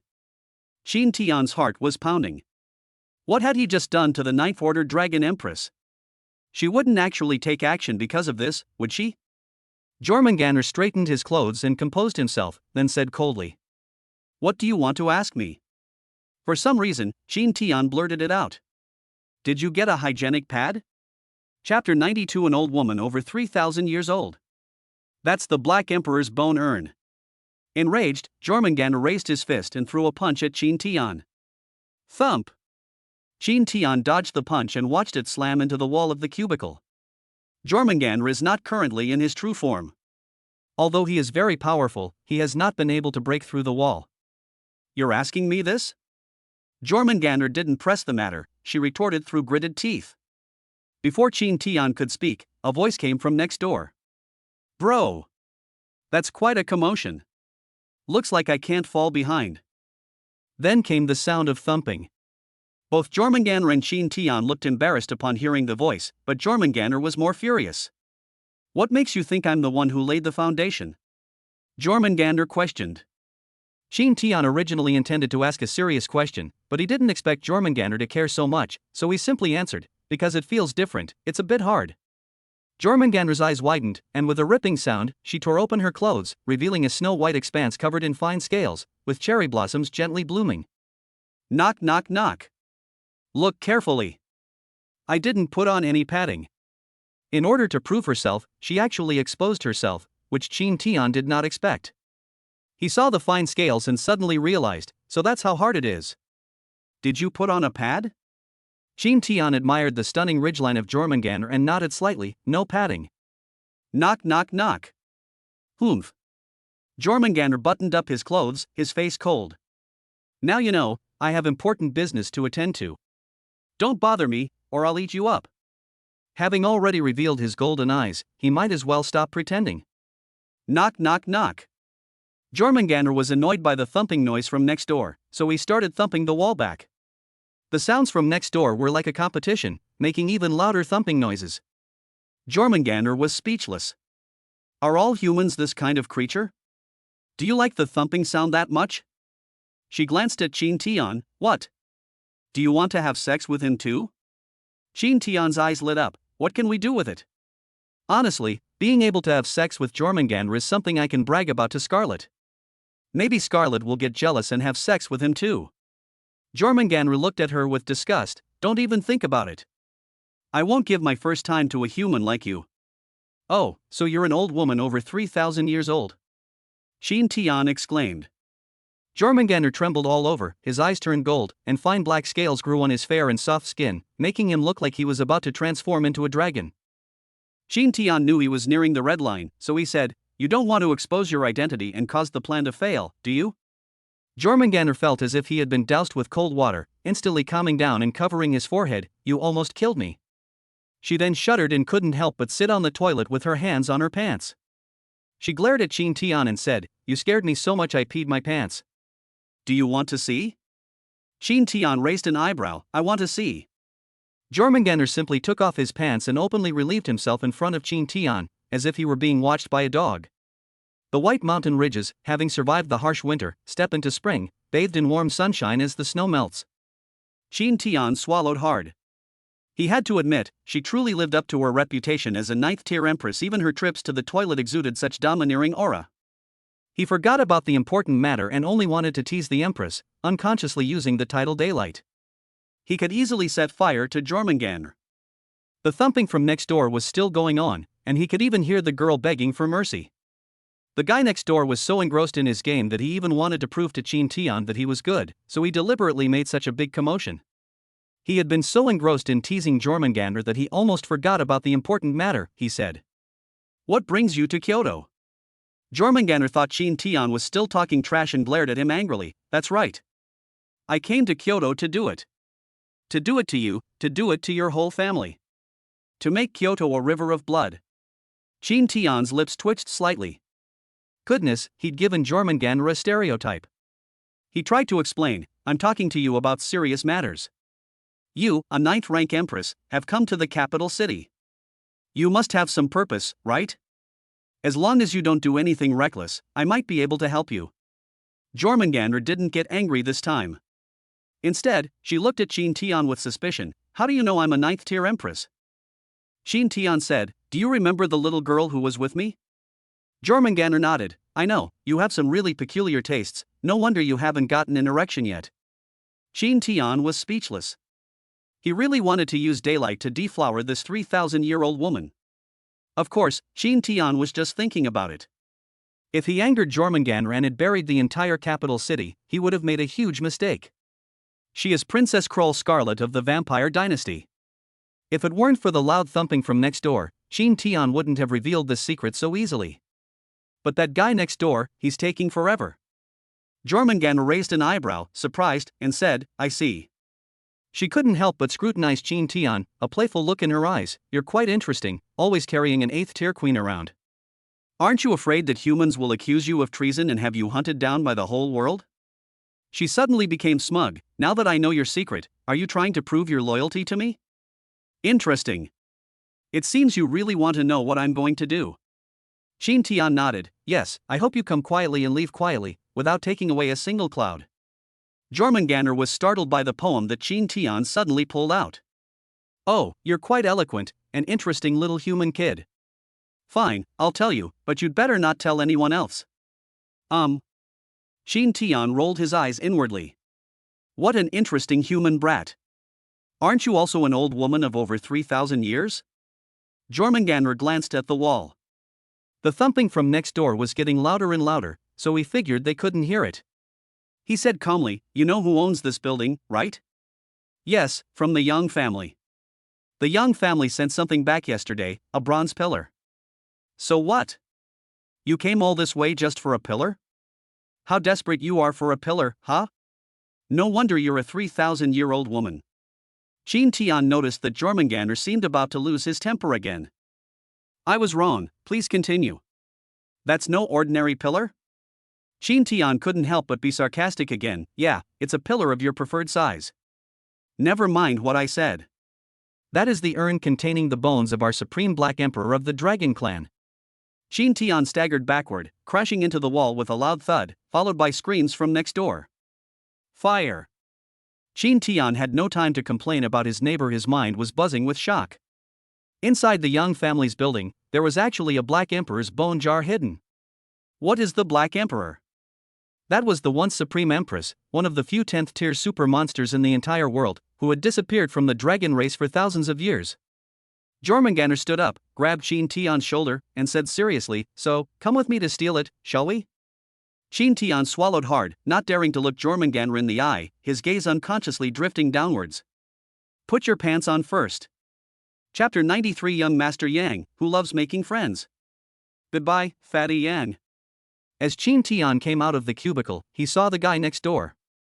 A young man with purple hair and a roguish air had his hand on the shoulder of a beautiful girl beside him, who looked exhausted and was covered in sweat. He held her ribs and turned around to see Chin Tian, then greeted her with a smile. "Brother, the service and life here is really good, isn't it?" Chin Tian exchanged pleasantries and said, "Yes, it's fine." The purple-haired man's lips curled up slightly. "However, brother, you didn't last long enough." "That won't do." As he spoke, he glanced at Jormungandr, who was pulling up his pants and walking out, and his eyes lit up as he exclaimed in surprise. "Wow, this is top-notch. Bro, you're so lucky to have run into her. No wonder she was so quick. I'd probably be done with this girl in minutes." Jormungandr gave the purple-haired man a cold look, as if he were looking at a dead man. Whether this purple-haired man has a title or not, to the Empress he's just a delicious meal. He released the beautiful girl beside him. Without support, the girl's legs gave way, and she collapsed to the ground, panting heavily. The purple-haired man walked up to Chin Tian, a slight smile playing on his lips, and said, "Brother, let's talk." "You're done playing now, can you give it to me?" Chin Tian couldn't help but look at the purple-haired man with pity. "You'll probably never get to taste the first time of this 3,000-year-old woman before she eats you up." He was about to ignore it, but the purple-haired man said, "If you give it to me, I'll give you a Black Tower Gold card with 50% off all goods and free access to all restaurants. How about that?" Chin Tian asked, "Brother, who are you?" The purple-haired man patted his chest smugly. "I am Yang Guangming, you can call me Young Master Yang." "I am an S-rank master with 3 5th-tier attendants." Chin Tian's eyes darted around, and he grabbed Jormungandr by the shoulder, pulling him into his arms. He whispered to the shocked Jormungandr, "Don't do anything rash. We might be able to get up through him." Jormungandr nodded. Seeing Chin Tian and Jormungandr being all lovey-dovey, Yang Guangming teased, "You're still whispering to each other, aren't you reluctant to part?" Chin Tian said apologetically to young Master Yang, "I'm sorry, I've already decided to take her in as a servant." "Young Master Yang, you should give up on this." Yang Guangming laughed, "Interesting. Even if she used to be a waitress who was ridden by thousands, you still want her? However, such a top-quality beauty, having her exclusively after signing a contract, isn't a bad deal." "I understand you." Chin Tian chuckled and said, "After all, I don't have young Master Yang's resources. If you want any girl, someone can find her for you. I can only make the most of what I see." Yang Guangming shrugged, "It's all right. Those people who curry favor with our young family do send us pretty, innocent girls from time to time. Sigh, we get 18-year-old girls every day. It's not interesting at all." "Is this human language?" "Versailles, is it?" Chin Tian smiled and said, "Is she that amazing? I've never found many girls like her in my entire life." Yang Guangming smiled smugly, "Really? I enjoy making friends. Meeting is fate." Today, a group of young girls have been delivered. "How about I show you around?" "Okay." Chin Tian inwardly applauded and smiled at Jormungandr. It's as if it's saying, "Isn't bro awesome?" You can go up and take a look with just a few words. Jormungandr rolled his eyes, unconcerned.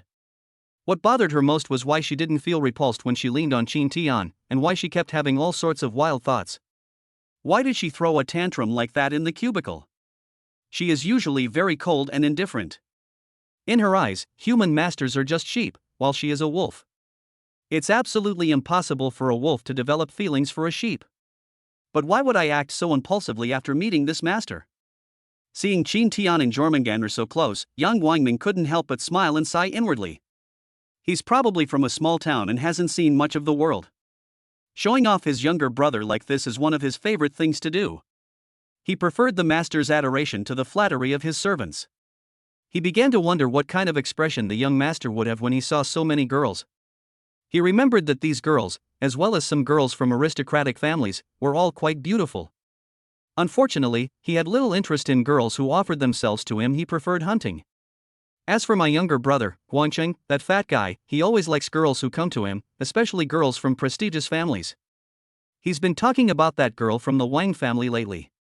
That's really pathetic. As the master of the Yang family, one must have an open mind and a broad perspective on the world.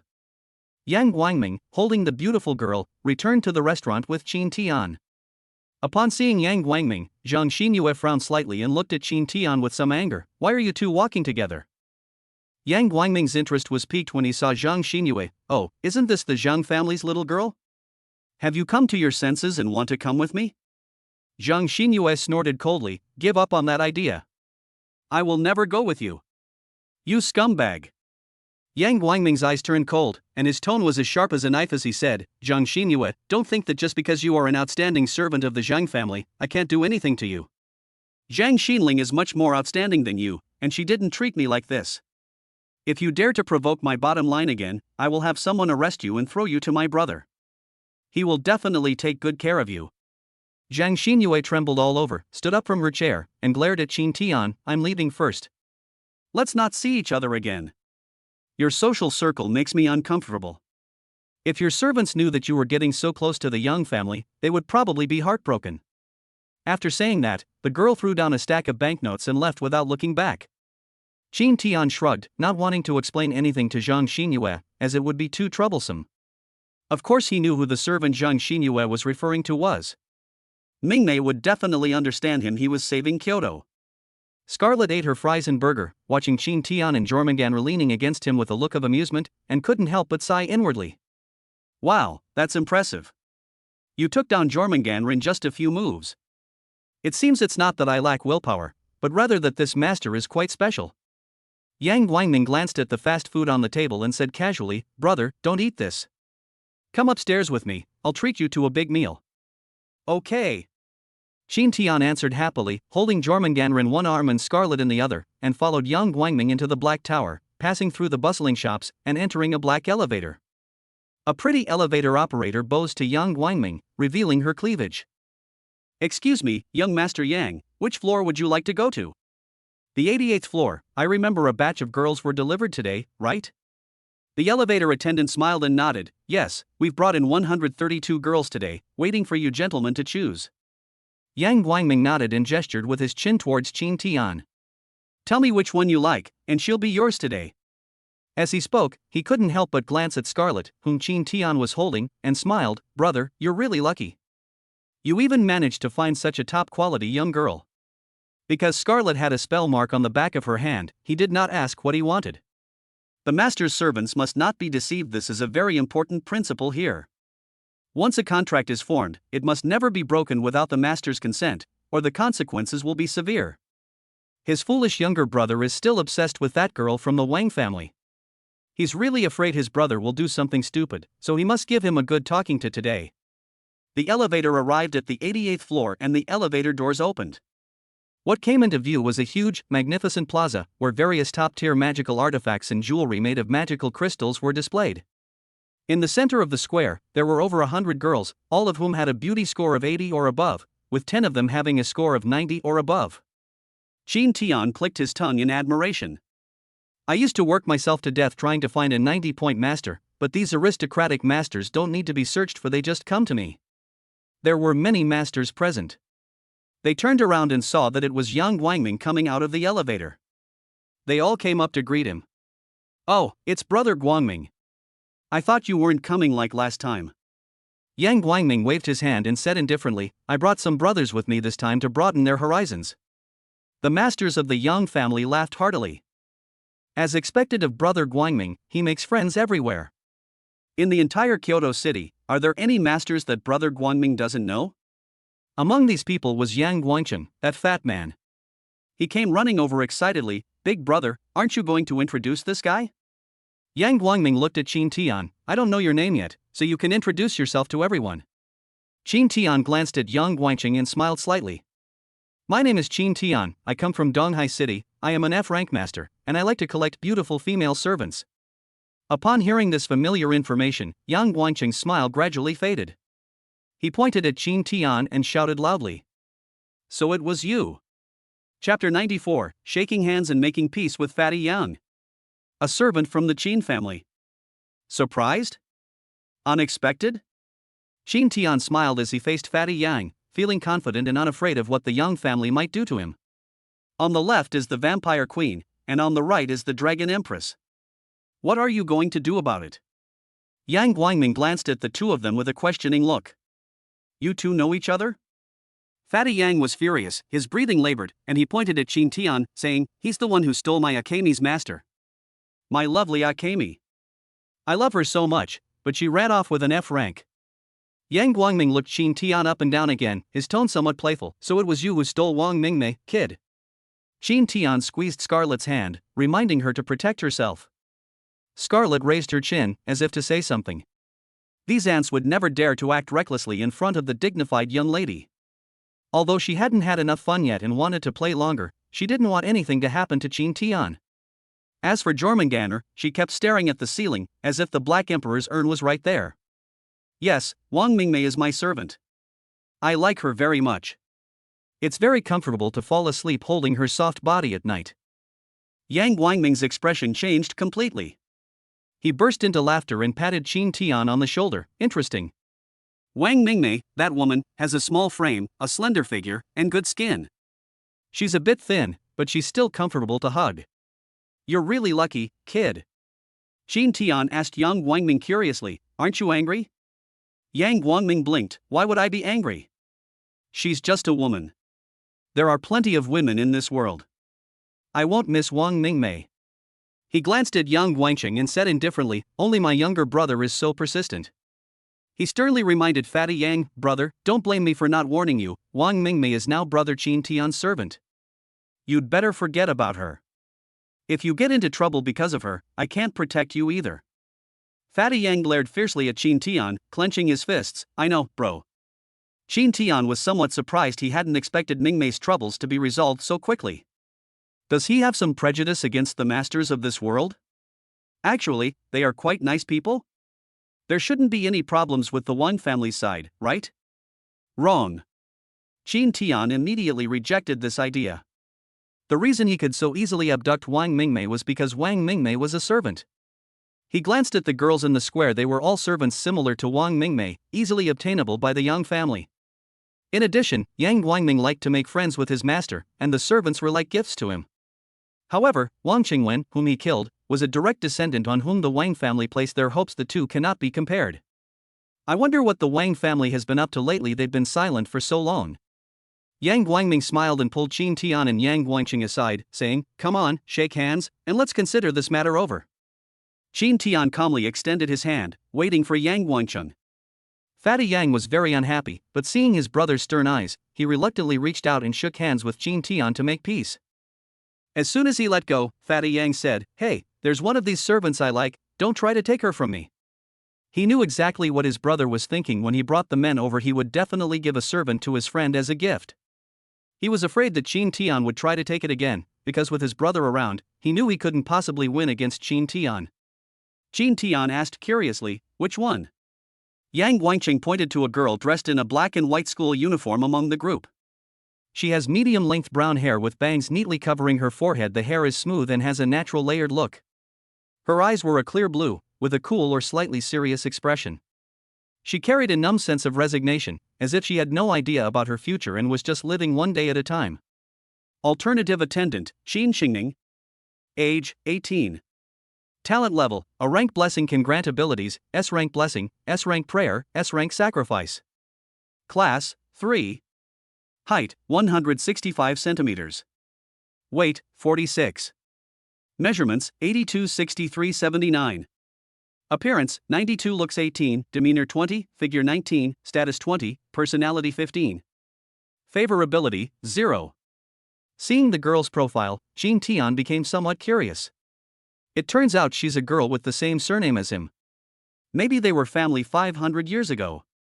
Yang Guangming glanced at the girl and rolled his eyes at young Guangcheng. Little brother, your tastes haven't changed. That girl is from the Qin family, right? I didn't expect them to send her here. How strange. You didn't just kidnap her, did you? No.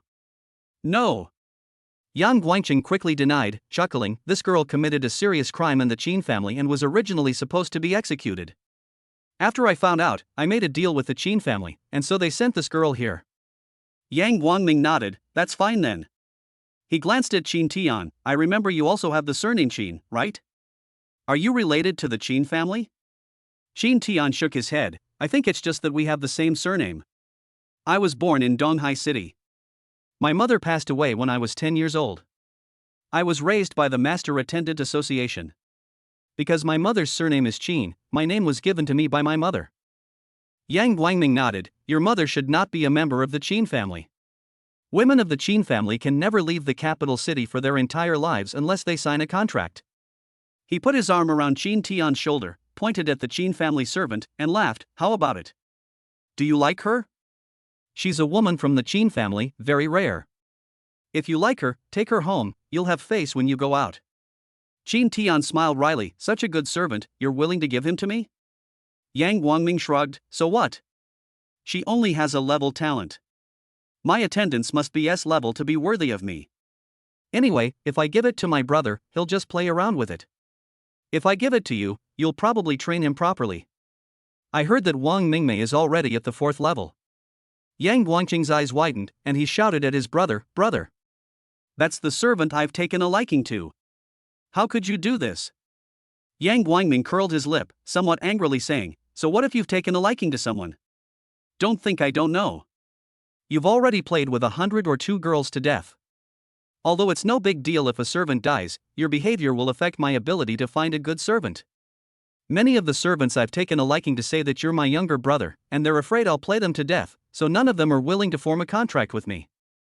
Yang Guangcheng scratched his head. Okay. Yang Guangming was his half-brother, and they were very close. When he made mistakes, Yang Guangming would always clean up his messes. If Yang Guangming wasn't strong enough, he wouldn't dare to act so recklessly. Yang Guangming nodded, then turned to Qin Tian and asked, so, have you taken a liking to it? Qin Tian stroked his chin, looking at the girl named Qin Xingning. Just then, Jormungandr spoke in Qin Tian's ear. Making a contract with that girl will be useful to me. Chapter 95. Kill me. Please, destroy me. Will it be useful to you? Qin Tian turned around in surprise to look at Jormungandr. Jormungandr nodded and whispered, that girl's talent is a level blessing. A girl who carries despair in her heart but has the talent of blessing is very rare. She is the best sacrifice to open the Black Emperor's bone bottle. You want to use her as a sacrifice? Qin Tian's eyes widened. Because Qin Tian's voice was rather loud, Yang Guangming frowned slightly. What offerings? He chuckled as he spoke. I didn't know you were into this stuff. You actually believe in the superstition of using servants as sacrifices to change your fate? However, if you want her, you can decide whether she lives or dies. In any case, she is a sinner of the Qin family and will not escape death in the end. Yang Guangming's last words were spoken in a cold and ruthless tone. Yang Guangcheng, however, complained, since you're going to use it as a sacrifice, why can't I have some fun first? Yang Guangming tapped his younger brother's forehead. Don't worry about it, I'll find you one, okay? Really? Yang Guangcheng happily hugged his brother. Yang Guangming pushed him away with a look of disgust, shouting, don't come near me, you smell greasy. Qin Tian looked at the two brothers and couldn't help but smile. He was there to steal, but the other person was being so nice to him that he was finding it hard to bring himself to do it. However, this is for the good of the Young family. Jormungandr has no intention of using force to seize it. If Jormungandr were to act recklessly, the Young family would probably be wiped out. However, even Qin Tian wouldn't want to sacrifice an 18-year-old girl. However, Jormungandr's eyes were cold and resolute. If Qin Tian didn't take her away, she would seize the girl and nail her to the bronze pillar. He could only sigh, perhaps this girl was truly beyond saving. Then I can take that girl with me. Qin Tian pointed at Qin Xingning. Yang Guangming waved his hand, take him away. Do you want me to give you a room to rest in? There are guest rooms upstairs. Okay. Qin Tian nodded. He watched the girl walk over, her expression cold and aloof, unlike Ling Jingshue's coldness. Ling Jingxue was silent, indifferent, and expressionless, while Qin Xingning's eyes were filled with despair and contempt for everything in the world. She didn't speak, but whenever she did, it was always a scathing attack on the world, filled with intense resentment. It was clearly a blessing that he was born to become a high priest filled with compassion, hope, and gentleness. The masters of the Young family continued to select servants in the square, while the staff led Qin Tian and his companions to the guest rooms on the 90th floor. Even the guest rooms are extremely luxurious, with a room of over 400 square meters, a TV covering an entire wall, crystal chandeliers, cabinets full of red wine, whiskey, and brandy, and the floor covered with knitted carpets that are incredibly soft to the touch. If you were to buy a house like this in Kyoto, it would probably cost at least 1 billion yen. This is the heart of Kyoto. As soon as she entered the room and the door closed, the girl named Qin Xingning disdainfully placed her hand on the buttons on her chest and began to take off her clothes. Qin Tian couldn't help but laugh out loud. What are you doing? Qin Xingning said coldly, didn't you say you wanted to sleep with me? Then come on, just consider it as being slept with by a dog. Now that I've come to the Young family, I'm prepared to be humiliated to death. I'm curious, how will you humiliate me? It's disgusting. She took off her coat, then lifted her skirt, turned her head, and looked at Qin Tian sideways. This is what you wanted, right? Come on, I absolutely won't make a sound. Jormungandr sat on the sofa, crossed his legs, and said indifferently, go ahead and play if you want. Anyway, the more desperate she is, the more useful she is to me. Don't worry about me. I know all too well about you humans. Scarlet walked into the e-sports room and said with a smile, I'm going to play some games now. We'll be starting work soon, so let's hurry up. Qin Xingning said disdainfully, oh. So your Yang family's Black Tower has ulterior motives, huh? Then you're even more determined to kill me, aren't you?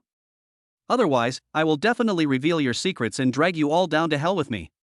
Qin Tian's eyes grew increasingly cold.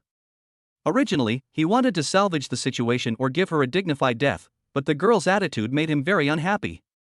He grabbed the girl and led her to the large mirror in the room. Pointing at Qin Xingning's reflection, he said coldly, don't you feel ashamed to see yourself like this? Qin Xingning sneered, shame? What's the use of shame when you shameless masters play with me to death? It only makes you more excited. That's disgusting. Scumbag. Waste.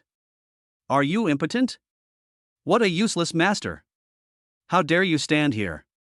Qin Xingning uttered a string of harsh words in one breath, while praying incessantly in her heart. Kill me. Kill me. I've done all this to you, just kill me already. Just kill me already. I don't want to stay in this world for another second. Kill me. Qin Tian found it amusing what was wrong with this woman. Other servants were trying their best to please their master, but this one was recklessly stepping on landmines, as if she wanted to provoke Qin Tian and have him kill her. Want to die? I'll make sure you don't get your way. He stroked Qin Xingning's smooth, fair skin. The feel of her skin was quite nice. She was indeed a young lady from a prestigious family. She must have been living a good life before coming here. Qin Xingning stared blankly at Qin Tian in the mirror, who was touching her cheek, and felt utterly disgusted. I, from the Qin family, have actually been reduced to being humiliated by such a master. Qin Tian pinched Qin Xingning's ear, and her ear instantly turned red. The tidal effect was starting to take effect. Qin Xingning remained expressionless, but a tidal wave of emotions surged within her. Why am I reacting like this? I've already taken my medication, so I shouldn't waver.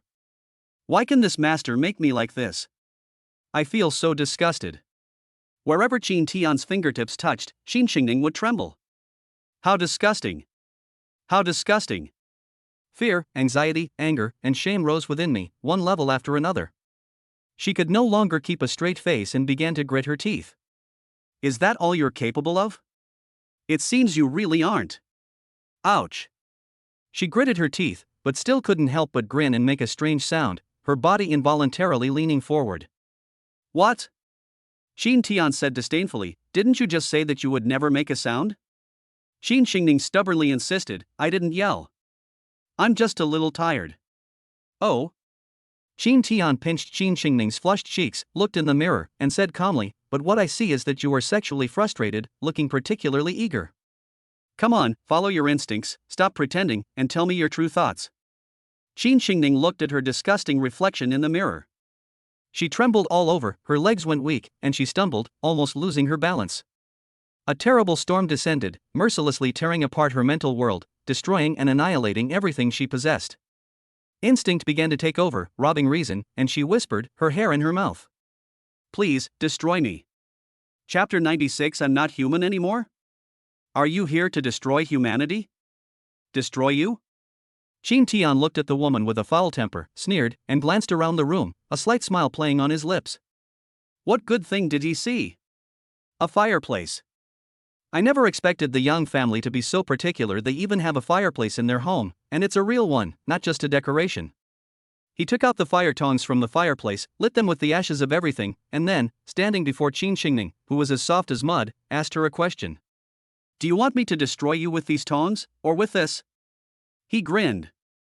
Since Jormungandr needs a sacrifice of despair, let him make this woman even more desperate. Anyway, she was determined to die and said so many things that made me angry.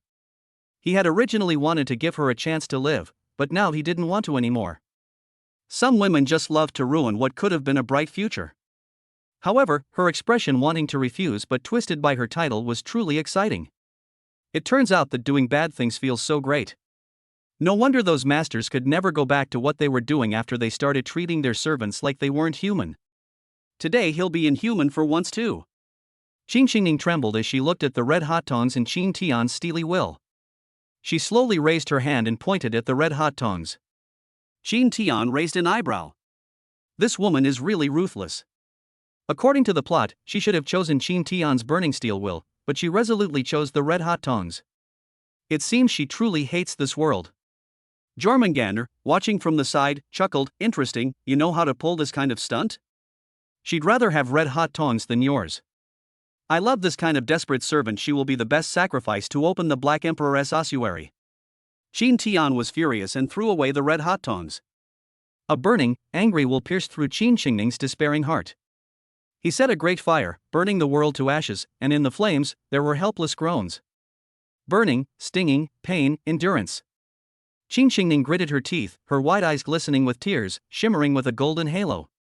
Filthy waves, mad steel. Boiling. Numbness. Penetration. Roar. Even the princess of despair has fallen, her fragile will constantly crumbling. Intrusion. Countermeasure. It fills the world, extends into the abyss, soars into the sky, and is aware of its own powerlessness. Sinking. Greed. Destiny devours the flames, sees the archer of fire, and radiance spills across the muddy path. Reincarnation 6 paths 7-fold 8-fold. The burning turret, drawing its bow towards the darkness, vanished in a pristine glow. Jormungandr couldn't help but applaud. Marvelous. Let despair come even more fiercely. Let this world be shrouded in darkness, for our emperor will return to this world and reclaim everything that belongs to her. Qin Tian gasped for breath, looking at the girl before him, her face streaked with tears, sobbing, in pain, sorrow, and utterly hopeless. For some reason, when he looked at Qin Xingning in front of him, he seemed to see another Mingmei. If Akemi hadn't made a contract with him, would things have turned out like this? He saved Mingmei, but personally sent her into the abyss. Is this really the right thing to do? She only said those things because she knew she wanted to end her life as soon as possible. She did nothing wrong. Having witnessed too much of the submissive nature of servants in this world, I began to subconsciously believe that they should fawn over me. Suddenly encountering a rebel, forgetting to communicate, instead becoming angry because of her words, and destroying her. He. Having been in this world for so long, has he begun to treat his servants as less than human? Depravity?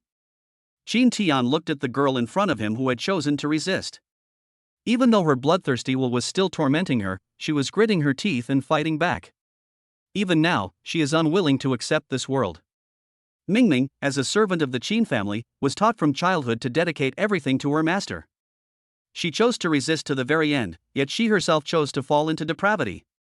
The version of myself that saved Mingmei and chose to become enemies with the Yang and Wang families. Is that version of myself who cared for, looked after, and cherished the servants going to disappear? Will it be long before he starts beating and scolding Mingmei, abusing Aki, torturing Mai, tearing Ding Miao apart, abusing Li Wan, cursing Hua Shangrong, and even targeting Hua Sedong? It felt as if a demon was whispering in Qin Tian's heart. That's how you should be. All masters in this world are like that. Servants are just accessories, there is no need to treat them like human beings. Playing with them, destroying them, what a delightful thing that is. Look how crazy you were when you destroyed Qin Xingning just now. You just tried to pierce the softest shield with the strongest spear, even wanted to crush her heart, wanted to devour her lips, wanted to. You are an EX rank master. If you cooperate with these two queens, you will be the most powerful person in the world.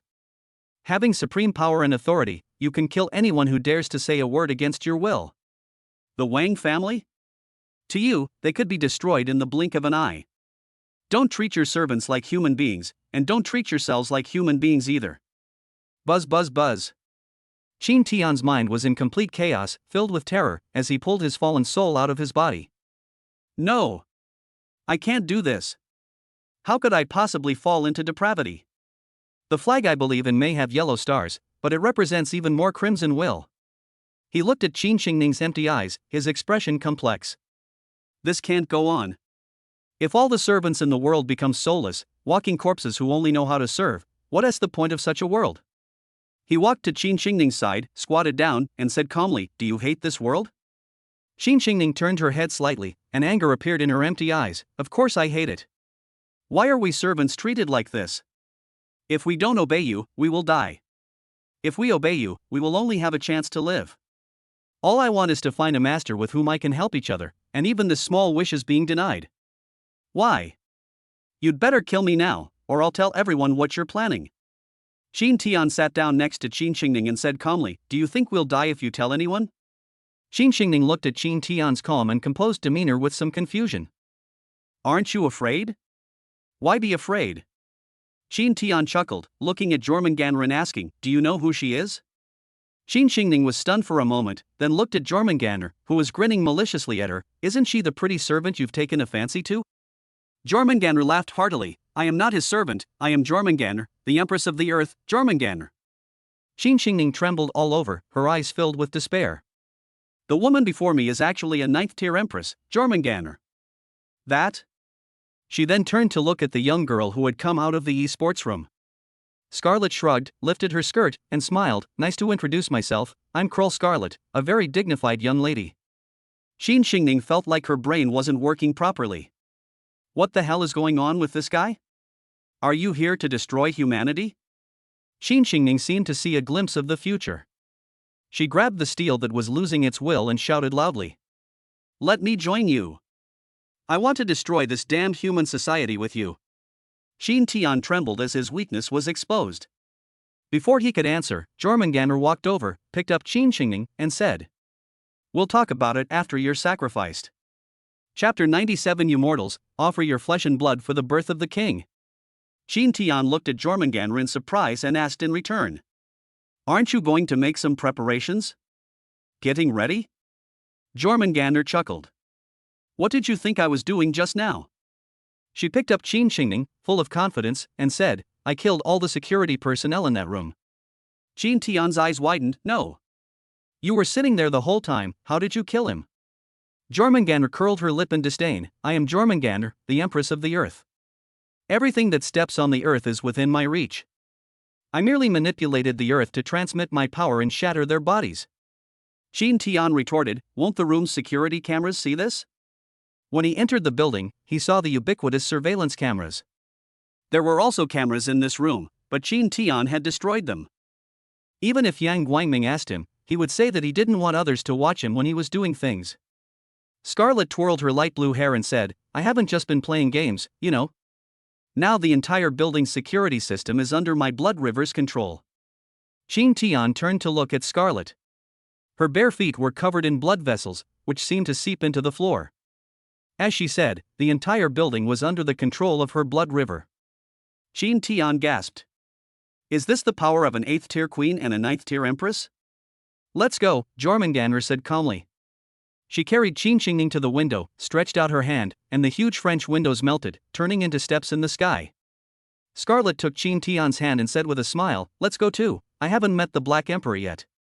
Qin Tian was led by Scarlet up the glass staircase to the upper level. When they arrived at a magnificent living room, a bronze pillar that ran through 2 floors and stood in the living room came into view. Qin Tian was astonished by the bronze pillar before him. It was covered with cuneiform script, which I couldn't understand, but just looking at it made me feel mysterious and dangerous. The bronze pillar was stained with blood, the blood from the corpses scattered all over the ground. Qin Tian looked at the mangled corpses scattered on the ground and swallowed hard. Just as Jormungandr had said, she had killed these people before she arrived, and the nearly dried blood was the best proof of that.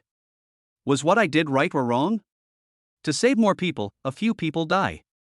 He watched as Jormungandr carried Qin Qingning to the bronze pillar. Jormungandr gently stroked the bronze pillar and said softly, Mother, I've come. Her golden eyes shone brightly, and she grinned excitedly, bursting into wild laughter. Mother! When you return to this world, the world will tremble for you. It will be united because of you.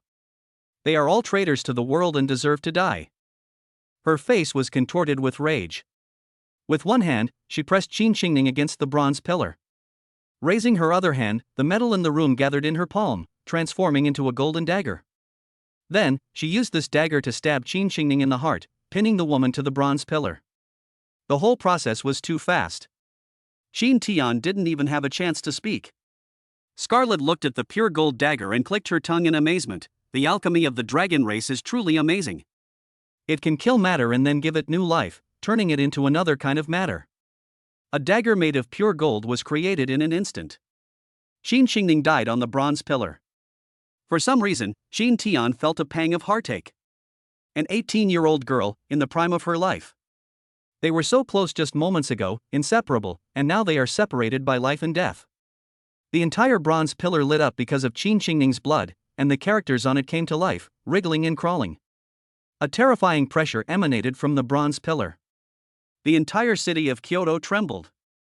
Everyone in the city looked up, their eyes filled with terror. The sky had turned iron gray at some point, and a huge vortex appeared in the sky, as if it wanted to suck the whole world in. Suddenly, Scarlet stabbed Qin Tian in the back with her hand. Qin Tian stared at Scarlet in disbelief, inwardly exclaiming in shock. This isn't right. With such a high level of affection, why would she treat me like this? Does a monster's favorability rating simply reflect the intensity of its desire to kill you? Scarlet gently kissed Qin Tian's lips, then whispered in his ear, don't use healing. Don't worry, I avoided vital points. You don't want to be discovered by humans and then become an enemy of the world, do you?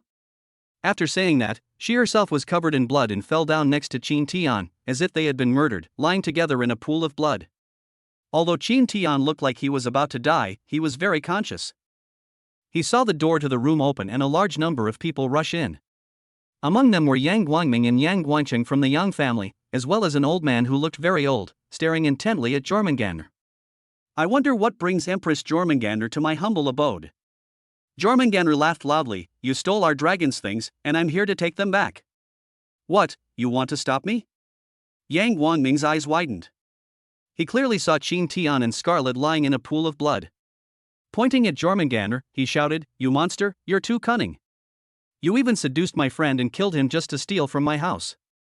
Yang Guangqing said with envy, TSK, although it's only the first time I've met Qin Tian, he actually managed to add Jormungandr to his team. He's so lucky. When old man Yang heard his grandson say such things at this age, he was almost furious. 9 young women emerged from behind him, each carrying an 8th-tier magical artifact, their eyes fixed intently on Jormungandr. Old man Yang said to Jormungandr, it seems you are awakening something. You can't leave now, and soon the masters of Kyoto will come to punish you. Your days are numbered. Jormungandr sneered, you piece of trash, think you can kill me? She pulled out the dagger that had been embedded in Qin Qingning's heart, and her slender, exquisite body revealed fine, dark blue scales. With each breath, her sharp scales slowly unfurled, tearing McDonald's uniform to shreds as they pierced her skin, and black claws on her feet pierced her shoes. She tilted her head and looked at Old Man Yang as if admiring a delicious meal, her golden pupils filled with a chilling smile. Don't think that. Old Yang felt a chill run down his spine and fearfully drew the long sword from his waist. With a clang, the 8th-tier magical longsword barely managed to block Jormungandr's attacking claws. A terrifying, invisible shock instantly shattered all the upper floors of the building. The twin towers built by the Yang family in the capital city were completely destroyed, with half of the Black Tower reduced to ashes. Dust and blood rained down from the sky like a sudden downpour, drenching the terrified faces of the Yang family members in Jormungandr's maniacal grin. You mortals, offer your flesh and blood for the birth of the king. Chapter 98 Shiva's Dance of Karma and the Fiery Dragon of the Void. Welcome to Nibelungen. Get back immediately. Old Man Yang roared at his grandsons. The Dragon Emperor Jormungandr was not someone they could stand by and watch. The Yang family members were terrified and turned to run away. If Grandpa hadn't blocked Jormungandr's attack, they would have been reduced to ashes and blood rain long ago. Yang Guangming and Yang Guangqing looked at Qin Tian, who lay in a pool of blood, with pity on their faces. Was this his final stroke of luck? He went up to Jormungandr and then died there. It seems that you can't just sleep with a woman who's too beautiful. Thank you, brother Qin Tian, I've learned another lesson. On the other hand, Yang Guangqing was still marveling to himself, thinking that Qin Tian had lived a truly fulfilling life, having even been with a dragon. The younger generation of the Yang family jumped directly into the sky and free fall away. The entire building's equipment had long been paralyzed, the elevators were out of service. The only way to leave as quickly as possible was to jump. A middle-aged woman followed behind them, unleashing a gust of wind to protect them as they landed. Old Man Yang and his 8 servants, who remained behind, surrounded Jormungandr. Don't think you can do whatever you want just because you're at the 9th rank. Old Man Yang flicked away Jormungandr's claws and stepped forward, sword in hand. Jormungandr sneered, then stomped his foot, causing the floor to churn and unleash countless invisible shockwaves. Blood gushed from Old Man Yang's legs, leaving them a bloody mess. Even so, he did not back down. He brought down his long sword, unleashing a sword light that stretched for 1,000 meters. Clang! A ring of dust spread across the sky. Jormungandr used the scales on his arm to block the attack, but Old Man Yang coughed up blood. With blood in his mouth, Old Man Yang chuckled and said, Jormungandr, the weakest of the 4 dragon emperors, only managed to make me cough up blood with his counterattack. He truly lives up to his reputation. Go! Buy time. The 8 attendants replied expressionlessly. Yes. Jormungandr was enraged, and his scales trembled. He deflected his longsword and glanced around at the 8 servants who were attacking him. Even a 9th-rank empress would find it troublesome to face 9 fully armed masters and servants at once. These humans use the best parts of monsters and yokai to make weapons and armor to protect themselves. It's truly hateful.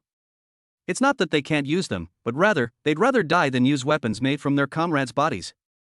Jormungandr's golden eyes burned ever brighter, and his facial bones creaked and twisted. Let's dance! Old Man Yang's eyes widened, and he roared, Get back now!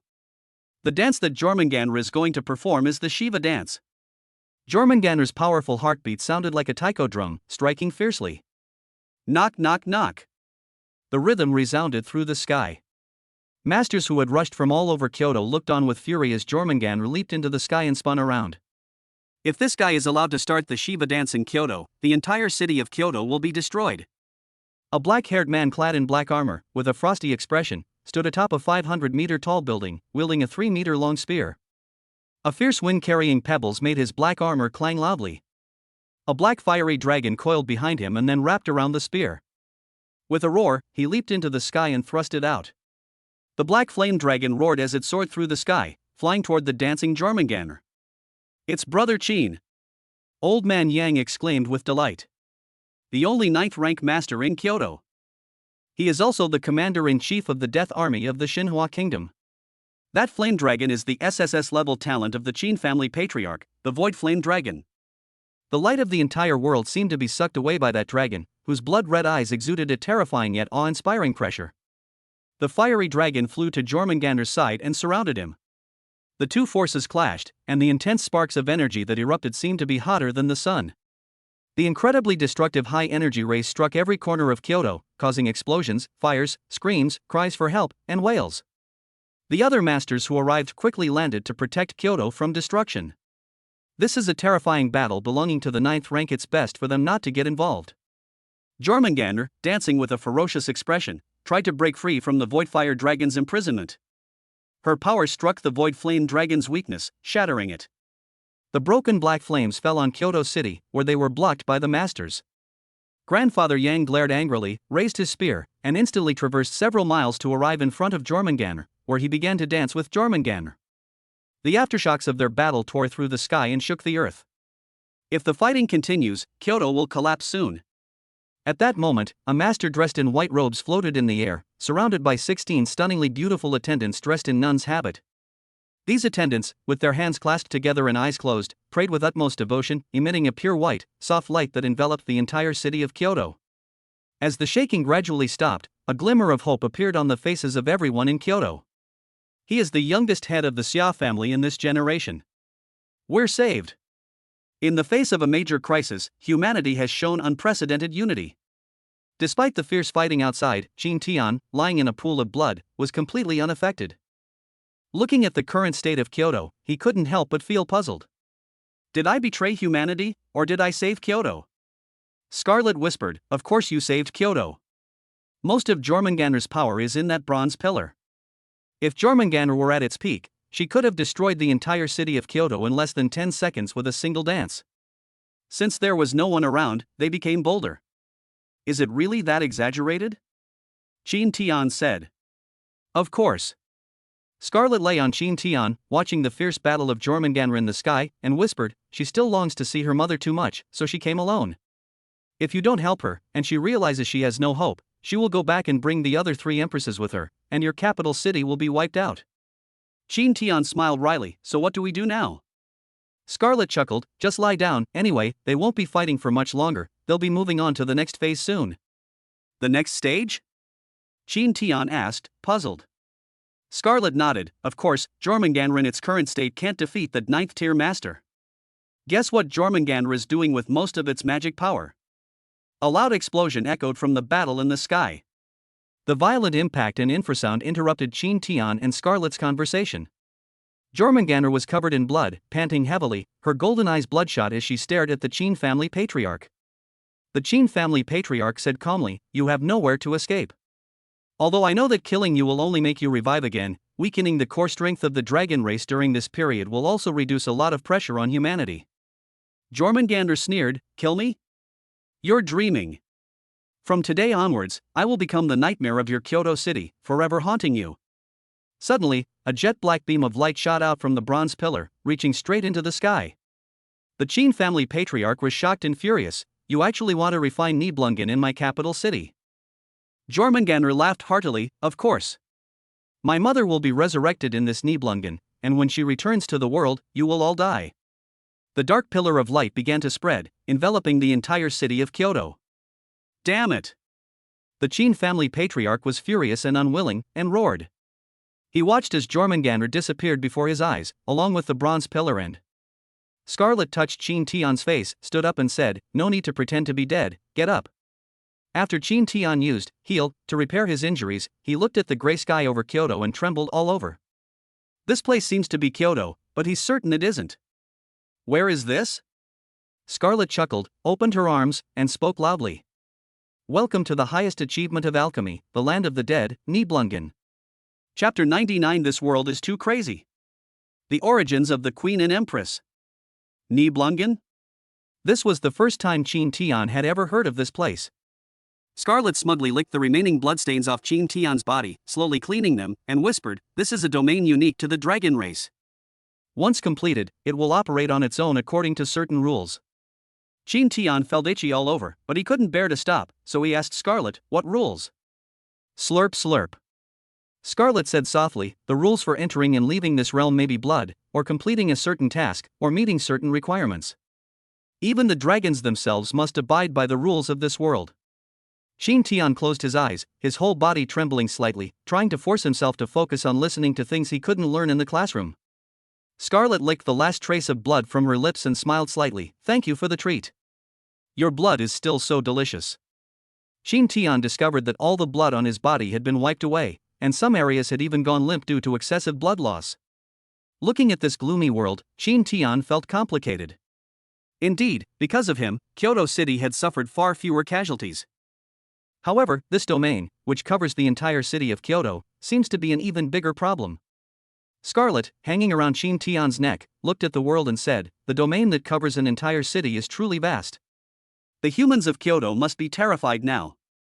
They might accidentally wander into the domain and become servants or food of Jormungandr." Shin Tian sighed, turned around and walked to the bronze pillar. Looking at Qin Xingning, who was completely ashen and lifeless, he gently stroked her cold, yet still silky and delicate skin. "You have finally achieved your wish and left this world." Scarlet tilted her head and looked at Qin Tian. "Are you sure you want to let her die like this? She seemed to have said she wanted to join us." Qin Tian chuckled. "She's already dead, but you're talking as if she's not." At that moment, Jormungandr's voice rang out. "She is dead as a human being, but she can live on in another form." Qin Tian looked over, his eyes widening as he stared intently at Jormungandr, his gaze unwavering. Jormungandr gritted his teeth, clenched his fists, and growled in a low voice. "What are you looking at? Haven't you seen this before?" Qin Tian nodded. "I've never seen a dragon's body before. Some parts are different, and it feels very novel." At this moment, Jormungandr has turned back into a human, and the clothes that were torn during the transformation have naturally not been restored. His fair skin was covered with fine, colorful scales, making it look as if a rainbow had been painted all over his body. Dragons have no body hair, so their entire bodies are bald, with only a few black scales adorning their vital parts. Jormungandr was enraged. She sharpened her teeth and claws, wishing she could devour Qin Tian immediately. However, Qin Tian had helped her so much, and she always repaid kindness with gratitude and killed those she had wronged. Now, she could no longer bring herself to kill Qin Tian. Snort! Jormungandr crossed his arms and sneered, "Watch, watch, until you go blind." She walked to Qin Xingning's side, squatted down, and the faint scent of grass emanating from her body entered Qin Tian's nostrils. It was the scent of nature. Qin Tian felt that this was more captivating than any perfume in the world. Now was not the time to think about that. He remembered what Jormungandr had just said. "What do you mean by saying she can live in another form?" Jormungandr nodded. "Of course, what we dragons excel at is alchemy, which kills matter and then gives it new life. It's also useful to humans." Qin Tian frowned slightly. "You're not going to turn her into a monster, are you?" "It would be better to just let her die." Jormungandr chuckled. "If it were an ordinary servant who died, I would indeed turn her into a monster, but this servant, who was filled with despair yet harbored a glimmer of hope deep in her heart, would take on a different form." "What?" Jormungandr grinned and whispered, "Become the queen of monsters." Qin Tian's scalp tingled instantly. "You mean, she'll become the demon queen?" Jormungandr nodded. "Yes, you probably don't know our origins." Qin Tian was stunned. "Aren't you villains who invaded from another world and wanted to destroy this world?" Jormungandr's lips twitched slightly as he cursed Qin Tian. "You're the bad guy. Your whole family are bad guys. We never even thought about destroying the world." Qin Tian said seriously, "That's what the textbooks say. We are irreconcilable enemies." He blamed everything on the textbook. Scarlet burst into laughter, even pounding the floor with her laughter. "Ha ha ha ha. Has human history been altered like this? Ha ha ha ha." Qin Tian sensed something was wrong and asked in a deep voice, "So, what exactly is going on?" Jormungandr said coldly, "Our ancestors were also human beings, servants." Qin Tian stared in disbelief at Jormungandr and Scarlet, who had once been human and servants. Suddenly, Qin Tian remembered his system and saw that their panels were indeed listed as alternate attendants, without any mention of queens or empresses. "Then why did you become like this?" Upon hearing this, Jormungandr and Scarlet's eyes flashed with a cold light. Qin Tian swallowed hard, sensing that he was about to hear some terrible truth. Jormungandr looked at Qin Tian expressionlessly and said, "Do you know what Brahman is?" Qin Tian was stunned. How did this conversation turn to India? "I know, in a great country to our west, the top nobles who rule the entire country. Many years ago, some of the Brahman masters had a sudden idea and forced the Shudras and Dalit masters to mate with other creatures." Qin Tian was stunned. "God! Are Indians really that crazy?" Although I had heard that Indians were daring to sleep with anyone, the females in the zoo had to avoid them to avoid losing their chastity. As a result, they have maintained their fine traditions in this world. So, they broke the quarantine? Qin Tian's mind was buzzing. Jormungandr nodded. Qin Tian's mind went completely blank. It turns out that the birth of the Queen and Empress was entirely due to the inhumanity of the Indians. It is estimated that dragons are descendants of Indians and reptiles such as lizards. Scarlet, could it be an Indian and a bat? Oh my god. This world is crazy. Because the male to female ratio in this world is 1 to 100, those who break the rules become queens and empresses. Because the rules were broken, the S rank limitation for attendance was surpassed, reaching SS rank or higher. Originally, this world had no demon queen, no monster empress. It was all because of Indians' reckless actions that the world was almost destroyed, right? Jormungandr was furious when he saw Qin Tian's disdainful look. Hey! Do you think we're monsters? Qin Tian countered, isn't that right? Jormungandr clenched his fists. We're completely different from the first generation. We're the final, perfect species that has evolved countless times. Qin Tian looked Jormungandr up and down, then licked his lips. That's good, now I can be at ease with you. Scarlet chuckled and, holding Qin Tian's arm, said, that's how the Empress was born, but our queen wasn't. Our ancestors were abandoned, desperate servants who, in order to survive in the wild, ate the Empress's corpse and were born. Therefore, to bring this girl back to life, we need the blood of Jormungandr. Scarlet touched Qin Tian's chest with amusement and asked softly. Did you just sleep with her and develop feelings for her? She shares the same surname as you, Qin, they might be siblings. Chapter 100. You actually gave me a sister. Impossible. Absolutely impossible. Qin Tian denied it very firmly. She couldn't possibly be my sister. My mother got pregnant with me through a random selection of seed from the Master's vault. To increase the number of Masters worldwide, Masters are strongly encouraged to donate seeds to the Master Servant Association, with a subsidy of 500,000 yen per donation. Many Masters choose this method in the early stages, when they don't have servants to earn money, in order to get some money to meet their daily expenses. Some servants, knowing they have no hope of forming a contract with their master, will spend money at the Master Servant Association to buy seeds at high prices, like buying lottery tickets, praying that they can conceive a boy. This would allow one to be exempt from military service for life, receive substantial subsidies to raise children, and find a decent job in the city. Qin Tian's mother was such a lucky person, but unfortunately, fate played a cruel trick on her, and she passed away at a young age. You heard it from your mother? Qin Tian was stunned for a moment, but still nodded, yes. Scarlet chuckled and continued teasingly, maybe your mother lied to you too. Qin Tian felt like the sky had fallen. No, why would my mother lie to me? As soon as he said those words, Qin Tian regretted it. In his previous life, when he was a child, he asked his mother where he came from, and she lied to him, saying that he was picked up from a trash can. Could it be that I've been deceived in this lifetime as well? He looked at Qin Qingning again and swallowed hard.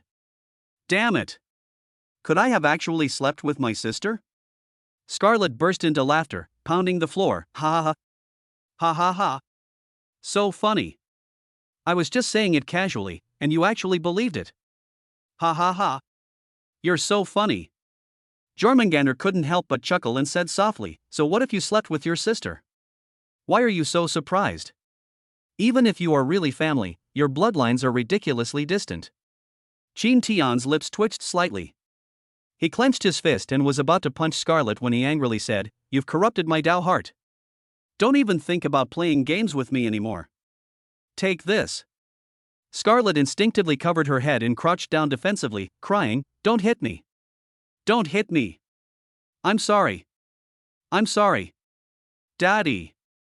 Qin Tian looked at Scarlet squatting on the ground, wearing a hood, covering her head, and looking scared. He really couldn't bring himself to do it inside. What a tragedy. Scarlet chuckled when she saw that Qin Tian had stopped fighting. She jumped to Qin Qingning's side and said to Jormungandr, Hurry up and let her reincarnate. I'll add some of my own blood and see what kind of queen will be created when dragon and vampire blood are mixed together.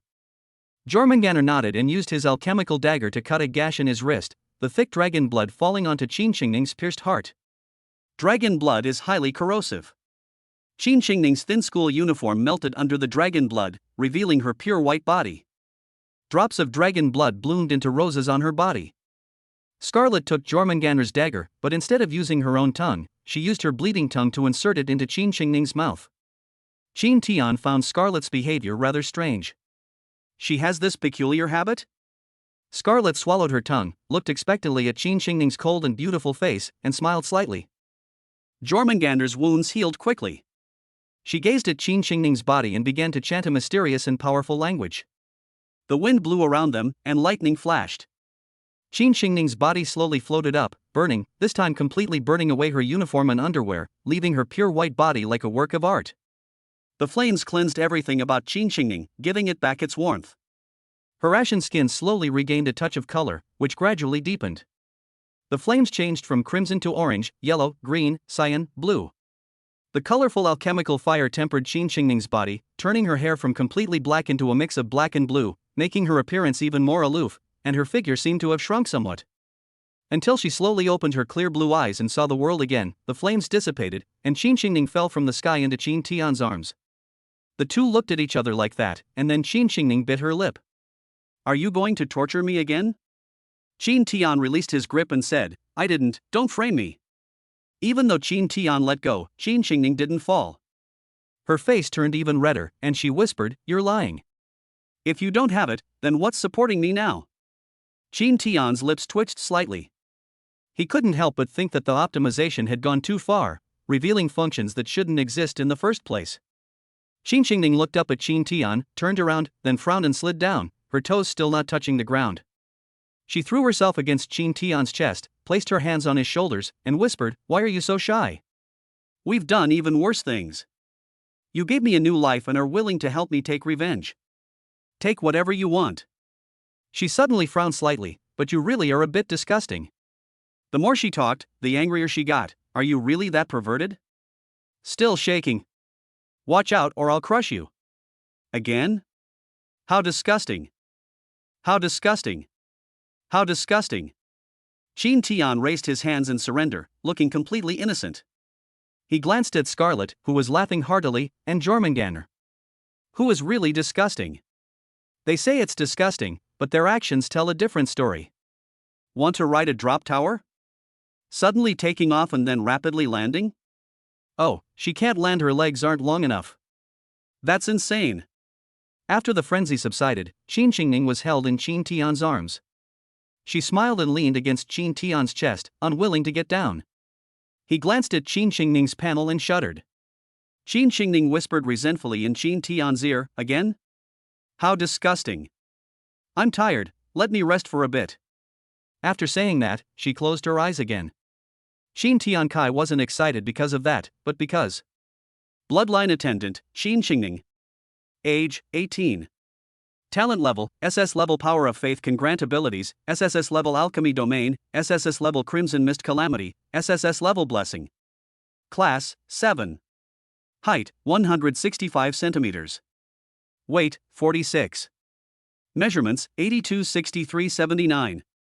Appearance, 99, looks 20, demeanor 20, figure 19, status 20, personality 20.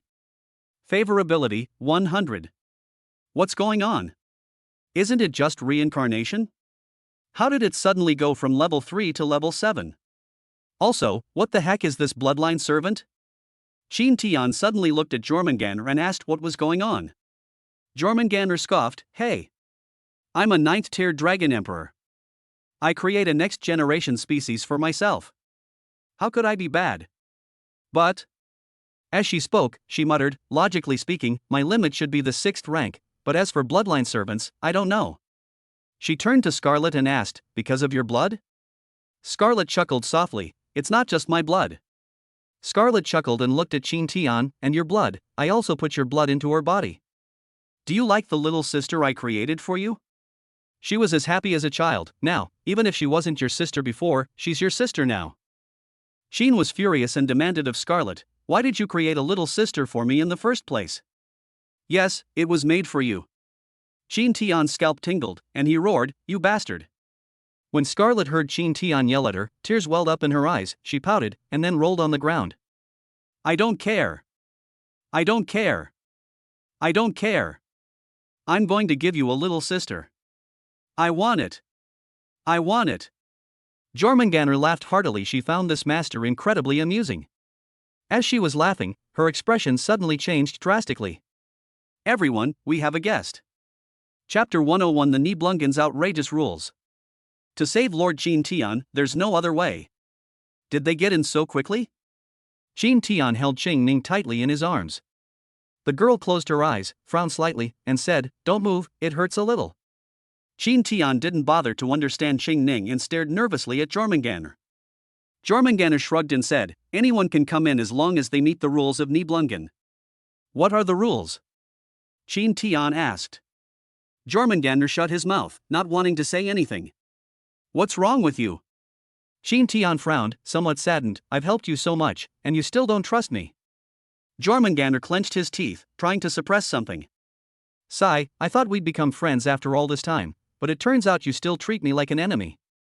Qin Tian sighed, filled with sadness. "All right. I told you. You're not allowed to laugh." Jormungandr stomped his foot angrily. "Why are you laughing?" Qin Tian asked, puzzled. Scarlet seemed to know something, and a slight smile appeared on her lips as she chuckled. "No wonder you didn't want to talk about it. Creating the Nibelungen was really hard work for you." Jormungandr smiled wryly. "What can we do? Once we create, we have to abide by the rules ourselves. I should have known better than to create Nibelungen here." "So, what exactly are the rules?" Qin Tian questioned her angrily, but because he was too excited, Qing Ning in his arms opened her eyes, very dissatisfied, and bit Qin Tian's shoulder hard. "You're disgusting." Hiss. Qin Tian winced in pain. The seventh-tier queen's sister's power was too great, it was about to burst. Jormungandr rolled his eyes and reluctantly explained, "The rules of Nibelungen dictate that it will automatically build itself based on the location of creation." "You should know what this building is for, right?" Qin Tian looked down at the twin towers, then suddenly realized, his face twitching in disbelief. "Could it be that?" Jormungandr nodded helplessly. "Yes, that's the one. The black and white twin towers are owned by the Yang family and are a rather shady place known for their abuse, mistreatment, and violation of servants." He understood why Jormungandr was so reluctant to speak. "To enter this Nibelungen, all you need to do is ravage, abuse, violate, and become depraved."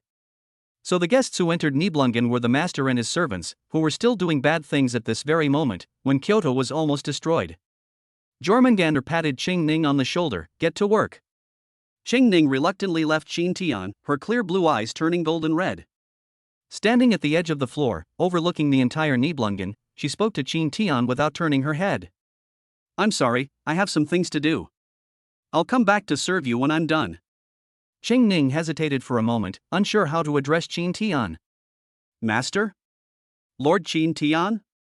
"Call me brother," Scarlet reminded her. Qing Ning trembled, then looked sharply at Scarlet, her eyes wide. "You want me to call him brother?" Scarlet nodded as if it were the most natural thing in the world. "You have his blood in your veins, and you two are so close in age, what else should you call him but brother?" Qing Ning shuddered and turned to look at Qin Tian with a look of disgust, as if to say, "Look what you've done." Finally, she whispered, "Then, wait for me to come back, brother, brother." Hearing Qing Ning call him brother touched his heart. For the first time, he felt that Qing Ning's tone of disdain when she called him brother sounded so beautiful. Qing Ning noticed that Qin Tian was actually excited. She gritted her teeth, clenched her fists, and stomped her feet. "How disgusting! How disgusting! How can you be so disgusting? It's just that I called you brother, why did you make that face? How disgusting! How disgusting! Real!" Qin Ning was stunned. She saw Qin Tian hug her and say gently, "Are you really going to face the enemy like this?" She could clearly feel Qin Tian's body temperature, and only then did she realize that she was wearing nothing at all. "Come on, I'll take you to get dressed." Qin Tian pulled Qing Ning downstairs and found a huge coat rack where he looked for clothes for her. "Why are you being so nice to me?" Qing Ning stood awkwardly behind Qin Tian. "You were so rude to me before." Qin Tian took out a blue bra that fit Qing Ning's size, a white shirt, a bright red trench coat, a red plaid skirt, a pair of white stockings, and a pair of brown leather shoes, and then personally helped her put them on. "I can dress myself." Qing Ning shyly tried to push Qin Tian away, but Qin Tian glared at her and said, "Be good." Qing Ning bit her lip lightly, not knowing why, but she just couldn't resist Qin Tian, even though she was clearly stronger than Qin Tian. As Qin Tian stroked Qing Ning's flawless skin after her rebirth and dressed her, he said, "You call me brother, so of course I have to treat you well. Although you came to be my sister so suddenly, I think it's pretty good now that I'm in this position." He rolled up his white stockings and slipped them over Qing Ningyu's feet, his rounded toes clenching tightly, tense and uneasy. He smiled slightly, pushed the rolled-up stockings upwards, his palms feeling the smoothness of the stockings and the soft, elastic skin of Qing Ning's calves. Snap! The stockings tightened at the top of Qing Ning's thighs, creating a cute patch of flesh. The absolute territory exposed between the skirt and the stocking top was dazzlingly white, with a blue sky visible above it, as if it were about to rain. Qin Tian's lips twitched slightly. He quickly put shoes on Qing Ning, ignoring her flushed face and rapid breathing. He coughed twice and said, "Go quickly. If you get injured, come to me for healing. Don't underestimate me just because I'm only 4th tier. I have an SSS level, healing, talent. By the way, I'm also the only EX level master." He grinned, revealing his big white teeth, and pointed at himself proudly, saying, "Isn't your brother awesome?" Qing Ning raised her head, her eyes sparkling as she stared at Qin Tian for a long time before letting out a snort. "That's disgusting. Hiding so deep, it can't be anything good." She turned and walked towards the floor-to-ceiling window at the edge of the building without looking back, and said calmly, "Although it's disgusting, I don't hate it." "Thank you, brother. When I come back, let's destroy this damn world together." After saying that, she jumped out of the window, her eyes filled with endless killing intent, and her lips curled up into a morbid laugh. "You bastards, I've come to claim your lives." At this moment, Kyoto was in complete chaos. The Nibelungen has engulfed the entire city of Kyoto. Hundreds of masters and thousands of servants have disappeared. The whole city is in a state of panic, and all the high-ranking officials are trying to come up with a solution. At Qin Tian's house, Li Wan, who was drawing a sketchbook, and Hua Shangrong, who was tidying up the house, were struck dumb upon learning that Qin Tian might be dead. They immediately called Mingmei, who was out earning money, and asked her to come back. Their world has collapsed. If it weren't for the incantation still on the back of their hands, which meant Qin Tian was still alive, they would have truly committed suicide in despair. When Mingmei and the others returned, it was already late at night. They gathered in the dormitory living room, where it was eerily quiet. "How do we get into Nibelungen? If we don't hurry, Lord Qin Tian might really be." Mingmei looked panicked and uneasy. She trembled helplessly and sobbed uncontrollably. She didn't even dare to say the last 2 words, for fear that her words would come true. Zero Mirror Snow said expressionlessly, "The Master Servant Association seems to have found a way to enter Nibelungen, but the success rate doesn't seem high. We need to find a master, and then." Upon learning the method of entry, everyone present turned pale. Did they have to save Qin Tian? "I would never betray Lord Qin Tian and do such a thing." Ma Yi shouted in protest. Zero Jingxue stared at Mai expressionlessly. "This is not betrayal, this is a method." "But..." Mai was trembling all over, and Aki, her face full of sorrow, tugged at Mai. "It seems this is the only way. Could it be?" "Actually, we can try something else," Li Wan said nervously, raising her hand. Ling Jingxue looked at Li Wan and asked, "What method?" Everyone looked to Li Wan as if they had found hope, for a way to save Lord Qin Tian without betraying him. "It seems that it doesn't necessarily mean the master violates or ravages them. Haven't there also been a group of servants who entered without a master? So we can." Ding Miao Miao's eyes widened. "Wow.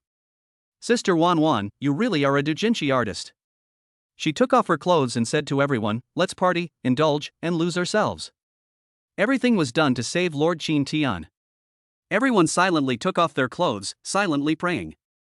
Everything was for the sake of saving Qin Tian. Even if everyone finds it disgusting, we have to do it. It's better than finding a master. This only requires surface pressure and will not be contaminated by deep layers. Besides, they couldn't just watch Lord Qin Tian die in Nibelungen and be eaten by the Empress. What about me? Hua Shangrong raised her hand. She wanted to help too, but she didn't seem to have much fighting ability.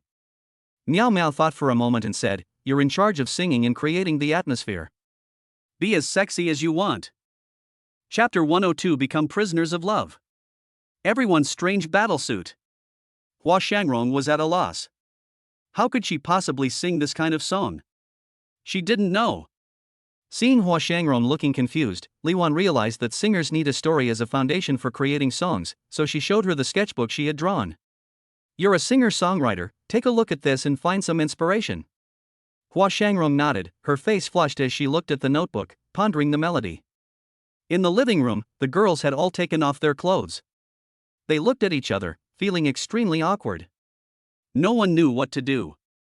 Although Li Wan tried her best to explain and they wanted to do it, in the end, everyone was very resistant. Their favorability towards Qin Tian is 100%, and their loyalty is 100%. Doing this is undoubtedly a form of betrayal. On the surface, they seem to have room for other women besides Qin Tian. Just then, Hua Shangrong began humming a song and unknowingly activated her innate power of words. I am a prisoner of your love, a prisoner of love, merely a prisoner of love. She was reading a book called Imprisoning My Love. The master in the story treats his servants like prisoners, locking them in cells and torturing them repeatedly. Whenever the servants feel hopeless, the master will say I love you to awaken their hope. This story is full of violence, instinct, abuse, violation, and indulgence. Even though they were already satisfied, they still greedily demanded more. The song, filled with intense love and hope amidst despair, sent shivers down the spines of everyone present, making them feel as if they were there. He became that prisoner, and the warden was Qin Tian. Her mind was filled with images of Qin Tian torturing, interrogating, abusing, and violating them. In the filthy prison cells, covered in wounds, they were helpless, sad, and heartbroken, yet they longed for Qin Tian to say I love you to them. Whether in sickness or health, whether in storms or sunshine, I want to be loved by you. I want you to know how deep my love is. I have resolutely chosen this path of no return. Hua Shangrong's singing was full of emotion, which had already transported them into a dreamlike world. Hua Shangrong continued singing. I'm still close to the finish line, I haven't given up yet. I will never abandon you, I absolutely will. Since the day you captured my heart, I can endure loneliness and pain, I can only be a prisoner of your love. They had long since forgotten Li Wan's methods, and instead, the world in the notebook that Li Wan drew became a prisoner of Qin Tian's love. In an instant, the entire room became incredibly chaotic, filled with the mingled sense of hormones. It looks like a master is throwing a special party, but in reality, there is no master here, only the sound of a flowing spring. Hua Shangrong's singing voice is still softly playing. Darling, tell me you love me, stay by my side, don't leave me alone. Darling, tell me you love me, stay by my side, don't leave me alone. She sang it over and over again until the very last note. Don't let me be alone. Everyone present disappeared. She looked up and froze. Where are they? The sky was pitch black, the room was pink, and there were exaggerated clothes everywhere. If it weren't for the fact that the room was a familiar dormitory, they would have thought they had come to memories of love. This must be the Dragon Clan's land of the dead. Mingmei was somewhat doubtful and asked uncertainly. That should be it, Aki nodded. I didn't expect that we came in because of Hua Shangrong's song. Ding Miao Miao clicked her tongue in amazement, I only asked her to sing to lighten the mood, but I didn't expect her singing to be so good that it practically got us in. Li Wan sighed, I never imagined that one day I would find myself projecting myself into the story of my own drawing book just because I heard a song, becoming the female protagonist. Ugh, just thinking about it makes me so embarrassed. Qin Tian is so mean. Ling Jingxue said calmly, I have been tortured 999 times. Everyone was stunned, then they heard my chuckle softly. Really? We'll die together. As she spoke, she tossed her long sideburns aside, a smug look on her face. Akemi gritted her teeth and said, I was ordered to commit suicide. Everyone stared at Mingmei, dumbfounded. Aki was speechless. Wait, why are they starting to compare the endings in their own doujinshi? I really don't want to talk about how she became in the notebook. So embarrassing. Seeing everyone's fascinated expressions as they relived the scenes in the book, Ding Miao Miao couldn't help but speak. Wow. Everyone's endings are amazing, I admire them. But, can we stop? We need to go save Lord Qin Tian. Right. The next moment, everyone snapped out of their reverie and tried to leave the room, only to find that the door wouldn't open. No matter how hard they attacked the door, they couldn't open it. Li Wan suddenly said, Look, there are words here. What does it say? Akemi asked. Ling Jingxue arrived there early and recited the words without any emotion. Anyone who has been to this country must abide by its rules and wear the clothes prepared for you before continuing onward. Finally, they looked at the special clothes that had appeared. It turned out that those clothes were the passports to this world. Mingmei first put on white underwear with very little fabric, and then chose a white chiffon dress. Through the graceful spinning of the yarn, one can see her slender yet delicate body. Aki was wearing a white bunny outfit, and she shyly kept her legs together, seemingly disliking the clothes. The black rabbit, looked unhappy, thinking, the rules of this world are so annoying. The sisters wore black and white stockings that hugged their long, slender legs. Their chests featured heart-shaped cutouts, as if the deeper the world beneath those heart-shaped windows, the stronger the love. Ding Nyamya was wearing a bright red cat costume. She raised her tail, touched it, and said shyly, "Do I have to wear this too? It feels so strange to use it in battle." Li Wan rolled her eyes and said dismissively, "If you find it strange, what about me?" Li Wan was completely naked, covered only by belt clips, suction cups, and bandages. Ling Jingxue was no less impressive. She only had white bandages wrapped around her vital areas, and they were very tight, making one fear that they might break at any moment. Ling Jingxue said with a blank expression, "Let's go. The rules of this world are outrageous. Everyone be careful." When everyone opened the door and saw the outside world, they were all petrified. Mai gritted her teeth and roared. "Is his father's name in the notebook here?" Chapter 103: A world filled with corpse servants and dragon servants. Do you want to become a hero? Nibelungen, built on the foundation of the Twin Towers, follows the rules of the Twin Towers perfectly, and even goes further. Every servant here is dressed in strange costumes, and they are fighting in the street. The target is not the dragons of Nibelungen, but his own master. To say it's a world from a doujinshi is a bit inaccurate. To be more precise, this place has become Hachisaku Castle. Those masters lay on the ground, their skin withered, their eyes rolled back, foaming at the mouth, their faces filled with despair. It's a terrible sight. The servants were also acting strangely. They seemed to have lost their minds, laughing, being greedy, trembling, sobbing, and bewildered. Their pupils were gradually turning into golden eyes, as if they were transforming into dragons. Ling Jingxue said expressionlessly, "In the realm of alchemy, we are all materials in this furnace." They are already dead, and have become the lowest-ranking dragon corpse servants. Their appearance immediately attracted the attention of the corpse servants. They all looked at Mingmei and the others, stood up, their bodies covered in scales, their fingernails turning into bony claws, and roared as they attacked. Akemi took the lead, conjuring a sword of light to deflect the claws of the first corpse servant, then touched its head with her hand. Deterioration.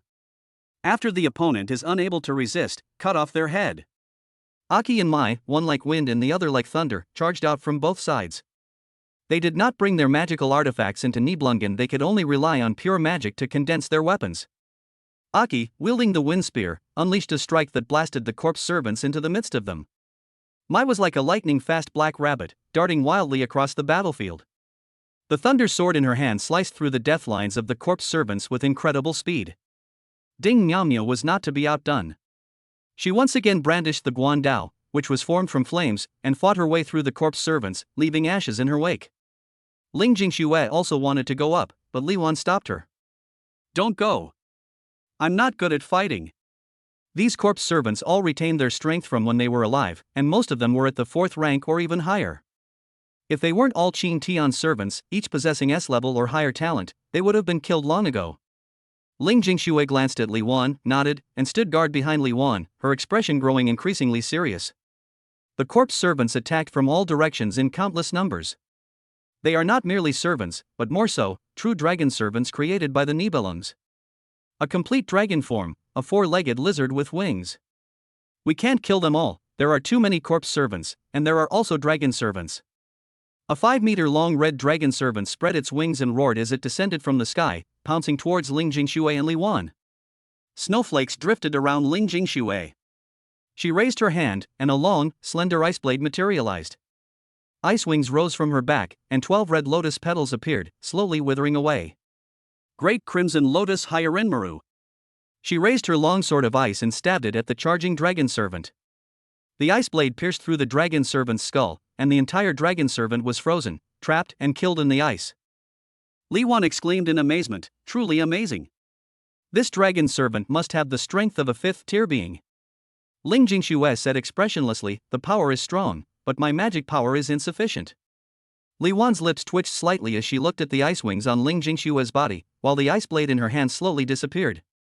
The magic power replenished from Qin Tian had been almost entirely depleted after a day of fierce battle. Without Qin Tian's magic, she would not be able to defeat a 5th-tier dragon servant. Then what should we do? Li Wan was terrified, because another dragon servant flew in. The others were all busy fighting their own dragon servants and had no spare energy to help them. Escape. Ling Jingshue's answer was simple. She grabbed Li Wan and ran away. The bells on Li Wan's clothespins jingled loudly as she moved quickly, accompanied by her screams. The others, too, had no choice but to flee. This is the domain of the 9th-tier Dragon Empress. Every single one of her subordinates is a monster she must fight with all her might. Even though the Masters Servant Association had informed the entire city of how to enter Nibelungen and hoped that masters would try to avoid entering. However, to avoid entering Nibelungen, it means that all the masters in the city must abstain from sex. How could these masters, who were used to being indulged, possibly stand it? Many masters still broke the rules and entered Nibelungen, and for a time, the entire space was in chaos as battles raged everywhere. Exhausted from killing, Chang Ning returned to the tower. "Brother, hug me." Chang Ning opened her arms to Qin Tian and said coquettishly.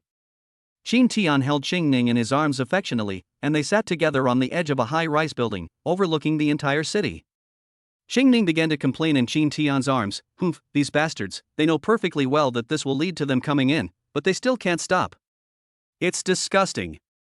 What right do you have to talk about others?" Qin Tian rolled his eyes at Chang Ning, who was licking her ear. He. Chang Ning chuckled. "It is quite disgusting, but because he is my brother, I just can't help it." Qin Tian sighed helplessly. "Whatever. I wonder how Mingmei and the others are doing. They probably know I disappeared and are probably trying to find me." He turned to Scarlet, who was drinking tea, and Jormungandr, and asked loudly, "Do you know how to get out?" Upon hearing Qin Tian's intention to leave, Jormungandr, for some unknown reason, angrily retorted, "Don't even think about leaving. Stay here with me until the Black Emperor hatches." "But my servants are worried about me, and I need to tell them I'm fine," Qin Tian explained. I won't listen. I won't listen. I won't listen. I said you're not going out, and you're not going out." Jormungandr roared through gritted teeth. Qin Tian frowned slightly and looked at Scarlet. "Is she going through menopause?" Scarlet laughed heartily. "Maybe so, after all, she's still a virgin at most, she's been itching to get back to work." Jormungandr was furious. "You're the one going through menopause. Your whole family is going through menopause. I just didn't want to say it, the conditions for leaving." She stammered, her face flushed, and she didn't want to talk. Qin Tian patted Ching Ning on the shoulder, gesturing for her to come down, then walked over to Jormungandr and asked again, "Tell me, I won't tell anyone else." Jormungandr hesitated for a long time, looking troubled under Qin Tian's gaze. Of course she knew Qin Tian wouldn't betray her, otherwise he wouldn't have helped her. But that method was too unfair. "Tell me," Qin Tian asked again. Jormungandr frantically rubbed her hair, unable to ignore Qin Tian's demands. She glared at him angrily and said, "Fine, I'll tell you. When you come in, you must violate, ravage, and torture the servants. When you leave, you must do the opposite, that is, be gentle, caring, and tender towards each other, and satisfy each other at the same time." She suddenly felt incredibly smug. It's such a simple rule, yet these masters and attendants can never follow it. Qin Tian rolled his eyes. "Then why are you hiding it?" Jormungandr blushed instantly. "Because if you want to go out, you have to go with me or Scarlet." Qin Tian was stunned. "Why?" Jormungandr snorted, "Because we are the ones who created this Nibelungen, we are special." She immediately added, "I will absolutely not be with you." Scarlet shrugged. "Sorry, you're weaker than me." Qin Tian gritted his teeth. "Those two bastards. You're so smug just because you're stronger than me now." "No." Qin Tian frowned. "If we're talking about the one who opened up this field, there's another one." Jormungandr panicked immediately. "Qin Xingning isn't." Qin Tiankai ignored him. "The more you object, the more it proves I'm right." Jormungandr suddenly grabbed Qin Tian's arm and shouted, "You can't leave. If you go back now, how will you explain it to the people outside? They saw that I seriously injured you. If you just leave like this, they will definitely suspect you of betraying the clan." Qin Tian then realized that he had almost forgotten about this because he was so worried about Mingmei and the others. "But I have to go out eventually." Jormungandr smiled slightly. "I've already planned out the ending. Do you want to become a hero of the human race?"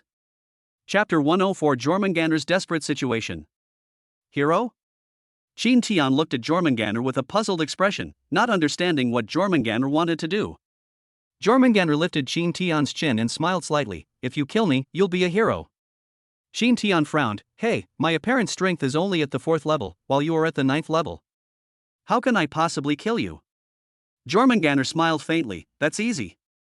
I just need to weaken myself enough for you to kill me. Shin Tian asked in a deep voice, what do you want to do? Jormungandr walked to the bronze pillar, gently stroked its walls, and said softly, I don't have much time to let it hatch naturally. Once you humans have thoroughly studied the rules of Nibelungen, countless powerful beings will soon enter. I can't defeat them. At that time, not only will the mother be unable to hatch, but I will also die.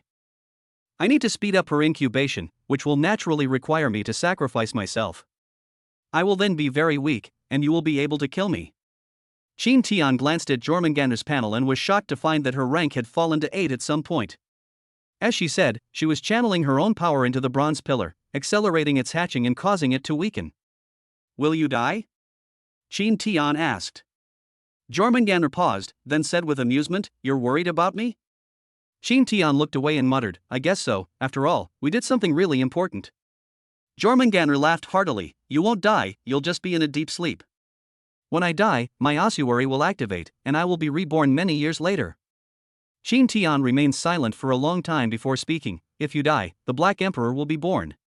What will happen to her? Jormungandr looked at the bronze pillar. She was just born and has little power. She needs your protection and help her regain her strength. Shin Tian chuckled, Why should I protect her and help her regain her strength? If she wants to destroy humanity, wouldn't I become a sinner for all time? Jormungandr scoffed, Didn't I already let you move up? She stroked her skin, gently parted the petals, and swayed her waist, beginning to seduce Shin Tian. I know you're lusting after my body. I'll let you have me.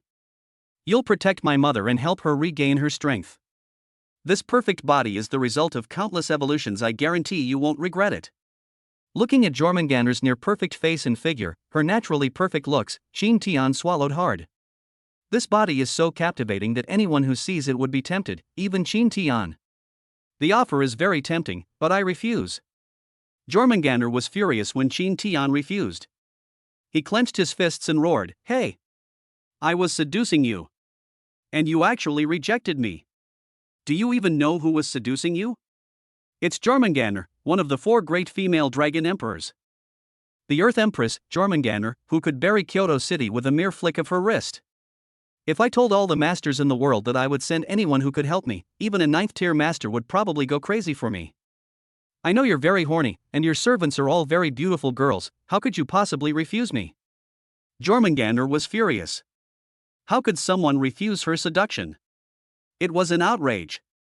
Shin Tian shrugged, Yes, I like beautiful women, especially top-tier beautiful women, but when I do things, I sometimes consider the exchange. I won't take such a big risk just to sleep with you once. Jormungandr's angry golden eyes shone with a fiery brilliance. You want to sleep with me many more times? Dream on. If I didn't really need help, I'd rather stay single for the rest of my life. Shin Tian chuckled, Then you can stay single for life. Now that I've seen what you look like, I want to create a girl who looks exactly like you. It'll be simple, just like a cheap version of you. I'll be quite satisfied. Jormungandr was speechless and knelt before the bronze pillar, clutching his head. She's going crazy. Why did things turn out like this? It was a foolproof plan. She planned to use seduction to make Shin Tian work for her, so that she could fall into a peaceful sleep and her mother could return to the world. She has absolute confidence in her looks. As a result, this man trampled her confidence underfoot, even saying that he could create a girl who looked exactly like him and put her on a beggar's website. Her unique beauty was insignificant compared to this man's. Her golden eyes gradually became empty, and with a thud, she knelt before the bronze pillar and cried loudly, wailing and sobbing. Mother! What should I do? Was I really wrong? Should I not have come alone? Should I find other people and come find you together? But I can't find them, and I miss you so much, I really can't do anything about it. I hate myself so much. I'm the weakest of your children. If I were stronger, I could easily take you away and find a safe place to pick you up. Why? Why? I just wanted to see you sooner. Why is this world so cruel to me? Now, I'm going to make you disappear forever. Mother, I'm sorry, I'm so sorry. Shin Tian watched Jormungandr cry his heart out, and for some reason, he felt a pang of pain in his heart. This arrogant 9th-rank empress also has such a helpless side. She tried everything to see her mother, but ultimately her own rejection caused her to completely break down. This is Kyoto, the safest city in the Shinhua Kingdom. This is not just something I said casually. Don't be fooled by the fact that there is only one 9th-tier master in Kyoto City. Whenever Kyoto City is in danger, the Crisis Management Department and the Security Department will operate at full capacity. The 9th-tier master who is on a mission will immediately interrupt the mission and rush back to eliminate the intruders. The 5 9th-rank masters of the true Central Master Committee of Shinhua Kingdom are no joke. Soon, when the masters of the Shinigami Master Committee return, that will be the final assault. Scarlet sighed, how pitiful. The future of the dragon race is ruined just like that. I was looking forward to the return of the Black Emperor of the Dragon Clan. How interesting this world would have become. As a princess of the vampire dynasty, she will not help the dragons. Although everyone is very loyal and united when facing humans, the return of the Black Emperor of the Dragon Clan means that their power structure will change. The fact that she didn't stop him was already a huge concession to Jormungandr. Qin Xingning looked at Jormungandr, who was crying his heart out, took Qin Tian's hand, and remained silent. Although her life was saved by Jormungandr, she had no way to disobey her brother's wishes. This is the absolute suppression brought about by bloodline. Qin Tian watched quietly. He had already helped Jormungandr enough. If he helped any more, he would truly be a traitor. Although the master-servant relationship in human society is absurd, this is his route. That's fine too. Jormungandr died here, and then many years later, he returned to this world through a urn containing his bones. The only one who truly died was the Black Emperor. He had accomplished his initial goal of finding Jormungandr, minimizing casualties in Kyoto. Gradually, Jormungandr's cries subsided, and her power rapidly diminished. Qin Tian felt a pang of reluctance. She knew perfectly well that the Black Emperor would die once it hatched, but she still wanted to see her mother one last time. Suddenly, Jormungandr turned around, caught out her noble dragon head to Qin Tian, and earnestly pleaded once again. Please help me. If you are willing to help me, I am willing to become your servant, to protect you and everything you want to protect for all eternity, and I will never betray you. Chapter 105 The Ambition to Become the King of the World. The bonds that bind us together are like. Seeing Jormungandr pleading so earnestly, Qin Tian was somewhat puzzled and poured out his grievances. Why are you staring at me? He pointed at Scarlet and asked Jormungandr, you can ask her. I am human, and everything I have done so far is to reduce human casualties. Although I don't consider myself a good person, and I'm quite selfish, I still have these most basic bottom lines. Although I don't quite agree with some of their practices, they have never wronged me and have even taken good care of me. They are just a bit unreasonable in their attitude towards their servants, but they are extremely good to me, who is also a master. Otherwise, I wouldn't have a sister like Xingning. Besides, humans aren't stupid, they'll definitely investigate. Scarlet immediately refused when Qin Tian tried to shift the blame onto her. No. I can't protect it. Putting aside the fact that the Black Emperor has revived, the power structure between our Queen and Empress will change, and interests will be redistributed. You want me to protect the Black Emperor? I can't do that. I want to survive, and I have to rely on you, Qin Tian. Now, the entire city of Kyoto is completely surrounded, and I absolutely cannot escape alone. Qin Tian was taken aback, scratched his head, and said, is it really that exaggerated? Scarlet nodded repeatedly, and even Qin Xingning chimed in, brother, you may not realize how tolerant and trusting human society is of its masters right now. Xingning glanced at Jormungandr, if you do as Jormungandr says, you will be investigated, but it is unlikely that the investigation will go too far. After all, in the human understanding, the Empress will never cooperate with humans. And your act of seizing the opportunity and risking your life to kill Jormungandr will be praised by all mankind, who will say that you are a responsible, courageous, and excellent master who was not afraid to sacrifice for mankind. You will shine brightly in human society. It's almost impossible for the Wang family to do anything to you. Qin Tian continued, however, if I help Jormungandr, that would be true treason. Even though I have a good relationship with Scarlet now, it's only because she won't harm humans indiscriminately. Xingning bit her lip and said softly, but brother, I hope you can change this disgusting world. I want to go back to the harmonious state of 100 years ago. I want world peace. I hope you can become the king of this world and give it the way it should be. I hate those masters who trample on, humiliate, and belittle me. I want to destroy them, I want to destroy this world, but I don't want to destroy your world. If you can gain Jormungandr's allegiance, you will be one step closer to becoming the king of the world. At that time, you will unify the three groups of humans, demons, and monsters. This will not be betrayal, but a far-sighted act for the greater good. Qin Tian stared blankly at Chang Ning. Good heavens, what was originally an unforgivable act of betrayal has now been presented as a noble cause, a far-sighted act for the future. No wonder they come from a big family, their way of thinking is just different.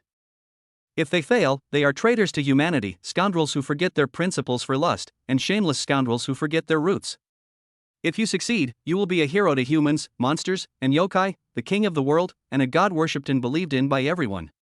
To become a great leader in history books, breaking the shackles of the three races and creating a new world. Hiss. It looks pretty tempting. In this life, one either lives a mediocre life or accomplishes something great, something earth-shattering. Everything he's done now amounts to betraying humanity.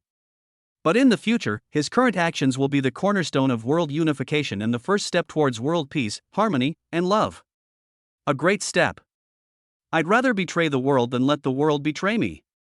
Not good. The spirit of a hero burns in my heart.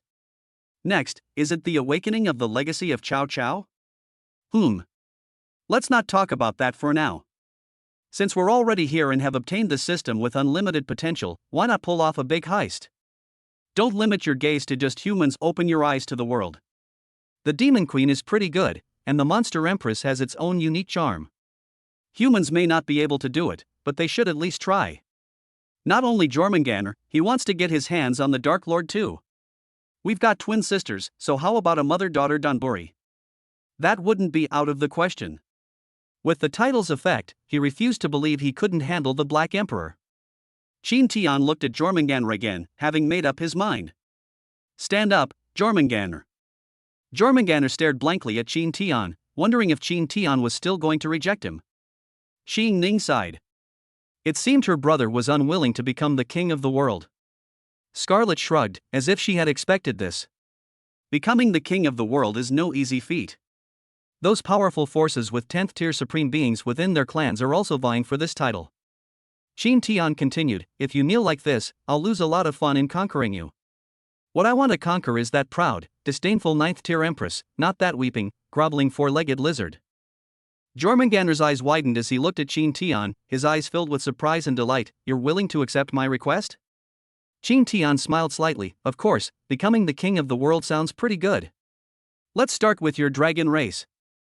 Jormungandr didn't understand what Qin Tian meant, but she was very happy as long as Qin Tian was willing to help. She pounced on Qin Tian, pinning him down and slightly raising her chin.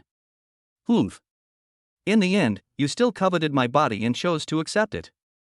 If you want it so badly, I'll give it to you and let you forever indulge in supreme pleasure. Let's sign the contract. Jormungandr lowered his head and kissed Qin Tian's lips. His firm, elastic dragon tongue penetrated Qin Tian's throat, causing Qin Tian's eyes to widen.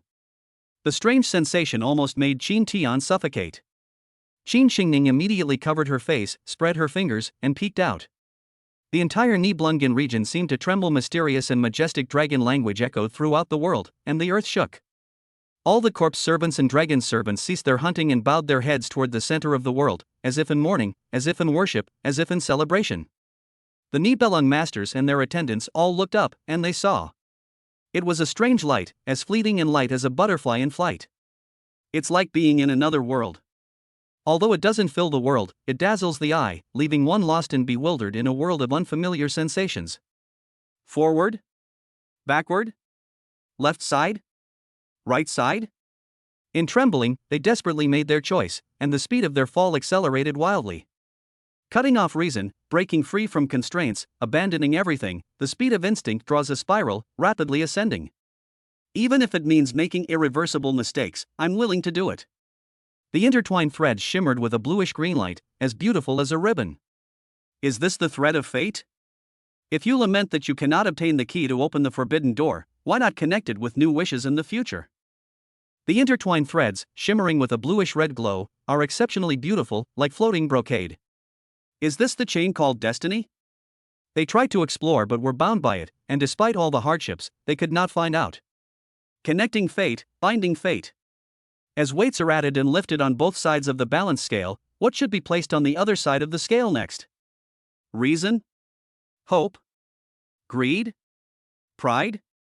How can we achieve a balance? The constant scrambling for it is so alluring. The intertwined threads, shimmering with a sky blue radiance, are as beautiful as brocade. With a loud bang, Nibelungen trembled. A powerful force tore the world apart, and powerful forces invaded the lair that was giving birth to the Black Emperor, causing it to wail in agony. Holding a black gun, the Qin family patriarch gazed at the world and said coldly, Jormungandr, I'm coming. Chapter 106. The Five Great Masters Arrive. Fatty, open the door. Anyone who has been to this country must abide by its rules and wear the clothes prepared for you before continuing onward. The powerful masters who entered were so angry upon seeing this rule that their beards stood on end like needles. Jormungandr, you're not finished with me. But what could they do? It was the rule in the Nibelungs. They do not yet have the power to break the rules of the Nibelungs. Looking at the clothes prepared for them in the room, one by one, these old guys, all around 100 years old, wished they could tear Jormungandr to pieces. Qin Mofeng, the patriarch of the Qin family, put on a vest that exposed his chest muscles and black ultra-thin leather pants, his veins bulging like a giant dragon all over his body. The other four old men were the same. Some wore stretchy bodysuits, some wore shorts, black cow head hoods, and some wore overalls with very little fabric. One of the old men couldn't even speak and could only yell awu awu awu to vent his anger. The other masters and their attendants who followed them and couldn't help but chuckle to themselves. The appearance of the masters who hold the highest power in the Xinhua kingdom is something that is rarely seen in 100 years. Qin Mofeng glared at these juniors. Laugh again? Believe me or not, I'll send you all to the Dragon Clan battlefield. He glanced at the servants who were barely suppressing their laughter, his eyes growing colder. When we get back, I'll teach you a lesson and show you what it means to be vigorous even in old age. Master Song Chuanjin said coldly, don't just laugh at us, you all have to wear it too, and none of you will escape. Immediately, the master and his attendants present turned ashen-faced, staring blankly at the clothes prepared for them in the room. Those masters who won the grand prize wept bitterly, regretting why they had come to fight Jormungandr. Now they were doomed. If outsiders found out that they were wearing these clothes and were going to fight Jormungandr, they would be incredibly embarrassed. Those elderly but still charming servants looked at their clothes with shy expressions. They thought they would never touch this kind of clothing, but they didn't expect that they still couldn't escape it. Not only that, they were also troubled by the fact that their current figures didn't look very good in their clothes. They felt that if they were younger, they would definitely be the most alluring servants here. Of course, some of these people were quite excited. That was Yang Guangcheng. He looked at the high-ranking servants present, dressed in extremely hot clothes, swaying back and forth in front of him, his eyes shining and his mouth drooling. Ha ha ha. Bro. Thank you for calling me here. Wah. I'm so happy. This is paradise. Thank you, Jormungandr. Thanks, bro, for forcing me to come. The only pity is that I can't go on. When? Yang Guangming punched his younger brother on the head, covering his face with a sorrowful expression. Can you please stop yelling? You've completely disgraced the Yang family. He. Yang Guangcheng scratched his head and grinned foolishly. Come on, we're going out. Upon stepping outside, the strange light hung in the sky, causing everyone to frown slightly. Grandpa Li Taimei frowned and asked, what is Jormungandr trying to do? Qin Mofeng sneered, who cares what she does? Just kill her. Zhao Xueming, the patriarch of the Zhao family, said angrily, Awo. Xia Changye, the patriarch of the Xia family, sighed, Xueming, just shut up and leave some dignity in front of the younger generation. Zhao Xueming's eyes widened, and tears welled up in his eyes. Awo.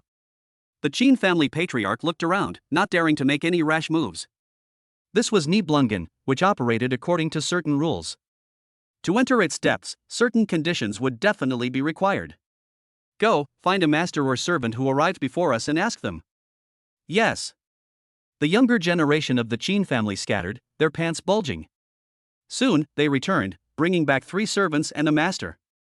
Among the 3 attendants were Mingmei, Jingxue, and Li Wan, while Qin Tian did not recognize the master. When Yang Guangqing saw Mingmei, his eyes lit up, and he pulled his elder brother Yang Guangming, saying, Brother, look. That's Wang Mingmei. I didn't expect her to come in too. Yang Guangming frowned slightly. I guess she's here to save Qin Tian.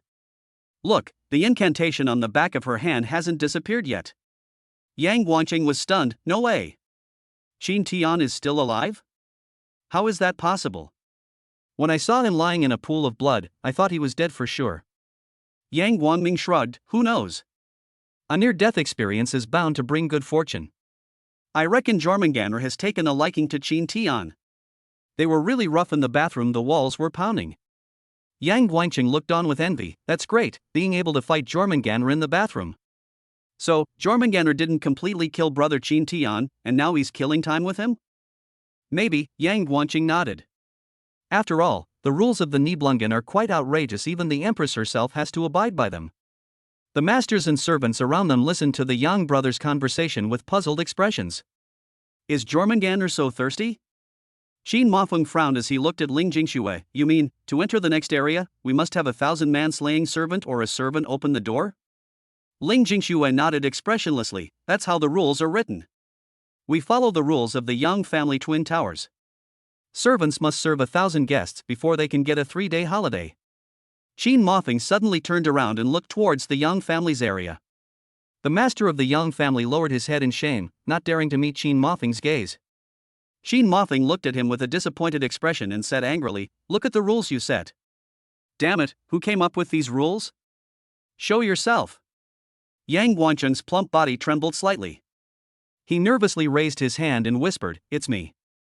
Yang Guangming covered his face, unable to bear the sight his younger brother was doomed. Qin Mafeng chuckled coldly. "You think so, right? Then you must be very brave.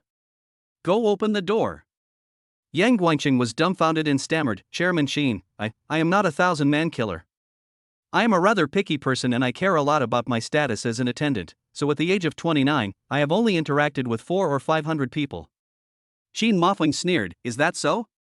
He loudly asked everyone present, who has more people than him. Everyone looked at each other, not daring to speak. Who dares to claim they've slew 1,000 men?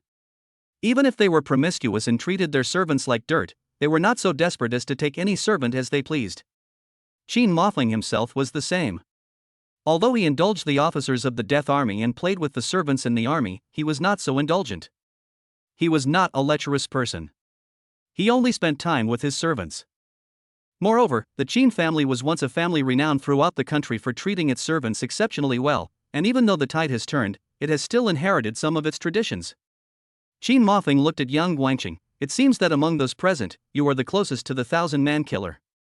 I will find you a corpse servant, complete the 1,000-man killer, and open the door for us."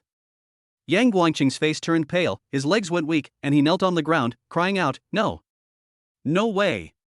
Qin Mafeng glanced at the servants present and frowned slightly, "But, the servants of the master cannot be humiliated. What should we do?" Zero Mirror Snow said expressionlessly, "Those dead corpse servants also count. We just saw this master mate with a particularly beautiful corpse servant, and the number increased by 1 at the gate." Qin Mafeng's eyes lit up. "Excellent. Capture 500 corpse servants and let him complete the 1,000 kills, helping us to complete our great mission of hunting down the Empress." Yang Guangming patted his younger brother on the shoulder. "Keep it up. You're doing this for Kyoto City. All I can do is help you catch a few pretty girls." Yang Guangqing burst into tears. "No." Ling Jingxue looked at Yang Guangqing and said calmly, "Don't worry, they died as humans, but they came back to life as dragons, so their bodies are alive." Yang Guangqing suddenly felt less pain and even asked the master who had been with the corpse servant, "Hey, brother, what are your thoughts?" The master looked embarrassed and said, "It's very exciting." "Oh." Yang Guangqing's eyes lit up. "Come on. 1,000-man slayer." Chapter 107 Qin Tian's plan. "I'll never touch a woman again." They're entering the second area. "They'll be here soon. When do you plan to kill me?" Jormungandr nestled in Qin Tian's arms, gazing at the entire Nibelungen region, her exquisite face flushed and alluring. A curse mark had appeared on the back of her hand, symbolizing that she was now Qin Tian's servant. If a contract is completed without being registered with the Master Servant Association, it can be registered with the association afterwards. Qingning and Scarlet witnessed the entire contract signing process. Qin Tian smiled slightly. "Why would I kill you?" Jormungandr was taken aback. "If you don't kill me, how will you deceive them?" She suddenly smiled and said, "Don't be obsessed with me. When I recover in a few years, I'll be yours forever." Qin Tian couldn't bear to kill her, which made her very happy. She hugged Qin Tian's arm even tighter, and the scales inside her body trembled slightly, feeling extremely blissful. Qin Tian patted Jormungandr on the head. Don't worry, now that you're my servant, I'll do my best. I've been planning this since the beginning, just wait and see. Jormungandr stared blankly at Qin Tian. This master seemed to be beyond his expectations. Could he really become the king of the world? How to unify this chaotic world and establish order? At this very moment, Qingning is handling the aftermath. He wiped the azure-colored spot clean while chanting. Disgusting. Disgusting. Why should I deal with this? That's disgusting. She suddenly took a sniff out of curiosity, and the strange smell sent shivers down her spine. I never imagined that the Dragon Clan was like this. She felt a little depressed, as if her life was still the same as before. Humph. This queen has only changed her appearance for nothing. She stared hatefully at Jormungandr's retreating figure, biting her lip hard, filled with intense jealousy. That's my spot, get out of my way. I was there first. How disgusting. Brother is disgusting. She clearly has Qingning, but now she's holding Jormungandr. Just because it has scales, it feels different? Damn it. Why don't I have any scales inside my body? That way, my brother will like me even more. Scarlet sipped her black tea, gazing at the bronze pillar, where the life within grew ever clearer. Is the world about to return, Nidhogg? Now, Jormungandr's rank has dropped to the 5th rank and will not continue. In other words, Nidhogg has enough energy to accelerate her recovery, and she will break through the bone flask soon. The master is still working hard. Fatty. Keep it up. There are only 378 left. Guangchen. Although you've accomplished nothing in your life and only know how to play, which disappoints me, as long as you complete this mission, you will be a hero of Kyoto City, and you will be my best son. You son of a bitch. As a man, you can't say you can't. Stand up. Don't let everyone look down on you. Little brother. Luckily you're a quick shooter, otherwise you wouldn't have finished so fast. We're not good at stamina, so we'll win by sheer quantity. Faced with encouragement from his brothers and father, Yang Guangqing's eyes blurred, his mind went blank, and he waved his hand. I can't take it anymore, I'm too tired, I need to rest. Snap. Qin Mafeng's whip lashed hard at the air, startling Yang Guangqing and making him tremble. Tired? What are you talking about? How could I be tired? Qin Mafeng's eyes were sharp. The world is in chaos, the Empress and the Queen are eyeing us, and the human race is weak. If more and more masters are like you, slacking off because they're tired, how can our human race ever turn things around? Tired? Only a good-for-nothing would use tiredness to cover up their incompetence. Get hard. Keep going. This is a blessing. We'll help you achieve 1,000 conquests in a short time. Others could only dream of having so many beautiful and different partners, yet you've received help from all of us. Stand up. Hurry up. Didn't you say they were great? Look, there are hundreds more waiting for you over there. Don't you prefer servants from prominent families? Those over there are all of them, carefully captured for you servants from prominent families who have transformed into corpse servants. Clap, clap, clap, clap. The whip lashed the air with a sound like thunder. Stand up. Next. Yang Guangqing smiled wryly, but I'm aesthetically fatigued, there's nothing new, and my body isn't reacting. Qin Mafeng frowned, touched his chin, and thought about it, and realized it made sense. Simply increasing the frequency will eventually lead to aesthetic fatigue for anyone. Without new stimulation, forcing it might backfire. At this moment, Li Wan's eyes lit up, and she raised her hand, saying, Chairman Qin, I have a way. Mingmei was startled and quickly grabbed Li Wan, shaking her head frantically. Showing off at this time could cause trouble if you mess things up. Moreover, those are members of the Yang family. If they are punished by the Yang family for making a mistake, then they are doomed. Li Wan smiled slightly and ruffled Mingmei's hair. Don't worry, nothing will happen. I can't always rely on you to protect me, I have to do my part too, right? Once I complete this task, you'll never have to fear the Yang family again. Mingmei still looked at Li Wan with a worried expression, but it was too late. Qin Mafeng had already noticed Li Wan and asked coldly, what's your plan? Li Wan said, Chairman Qin, I'm an illustrator. My job is to spark readers' interest. Young Master Yang said he is not interested in anything new, so let me use my expertise to give him something new. Qin Mafeng frowned slightly, pulled over a junior colleague, and asked in a low voice, what is a notebook? I don't know, I haven't seen it. He asked 3 questions in a row, and when he saw the 4th one, he explained to Qin Mothing with an embarrassed look on his face. Qin Mothing nodded after listening. I see. He looked at Li Wan again. Very good, it's up to you. As long as you get him to complete the task, the reward will be substantial. Li Wan was overjoyed and nodded repeatedly. I guarantee I'll complete the mission. She walked up to Yang Guangqing with a smile and said, Young Master Yang, you usually have your servants constantly entertaining guests. Now it's your turn. What are you going to do to thank me? Yang Guangqing felt a chill run down his spine, a bad premonition creeping over him. You don't come any closer.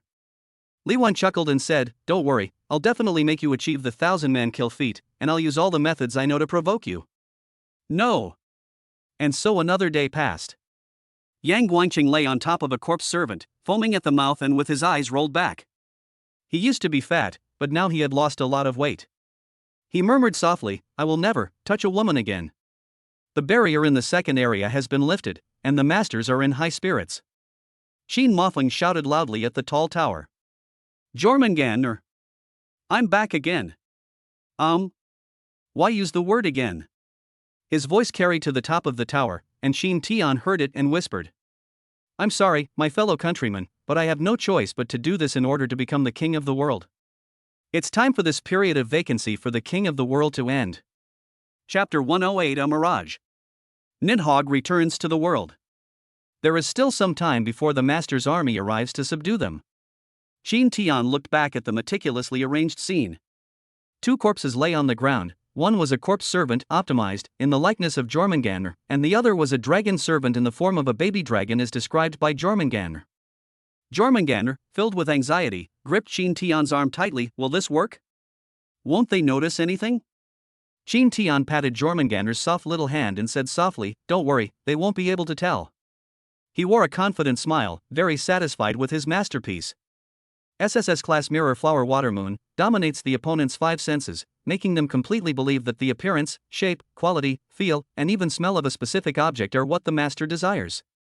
What's more, they are exactly like Jormungandr and Nidhogg, making them even more difficult to distinguish. What do you think I did by creating that radiance in the Nibelungen? That was a ritual. I used up all the remaining magic I had plundered from the blue antelope and cast a hypnotic ritual on the entire Nibelungen. I hypnotized them from the moment they came in. Because it is the 6th order magic of the Azure Antelope, even a 9th order master will have his 5 senses controlled by me after being hypnotized. I can make them mistakenly believe that the corpse servant is Jormungandr and that the dragon servant is your newborn mother. He looked at Qin Xingning and said calmly, And you are my temporary servant, whom I contracted to kill Jormungandr and the Black Emperor. We went through countless hardships to kill the weakened Jormungandr. He then pointed to the black egg, about the size of a person, that had been dug out of the bronze pillar, and continued. And will also strangle the nascent Black Emperor. We are the heroes of humanity. Qin Tian touched Jormungandr's perfect face and said, However, before that, I have to change your appearance. You're so beautiful, everyone will remember you. Jormungandr smiled slightly. I don't need you to change. Do you really think I only have this one face?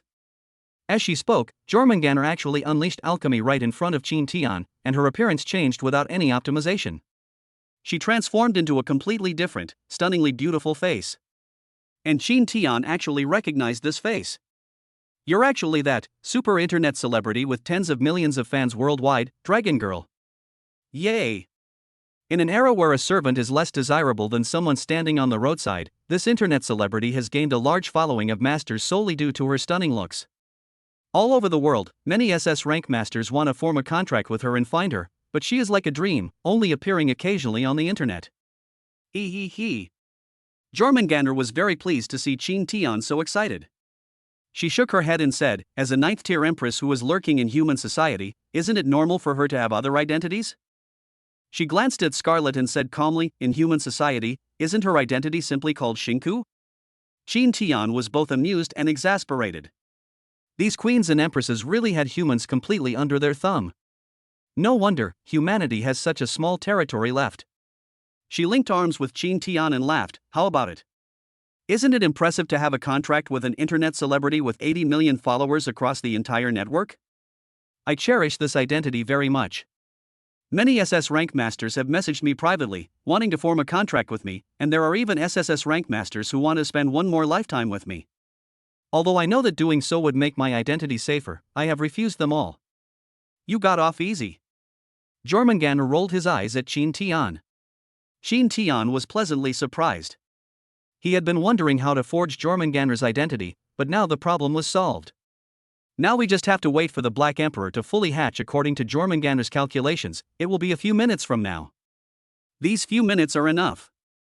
The Master's army has several hurdles to overcome before they can reach the front.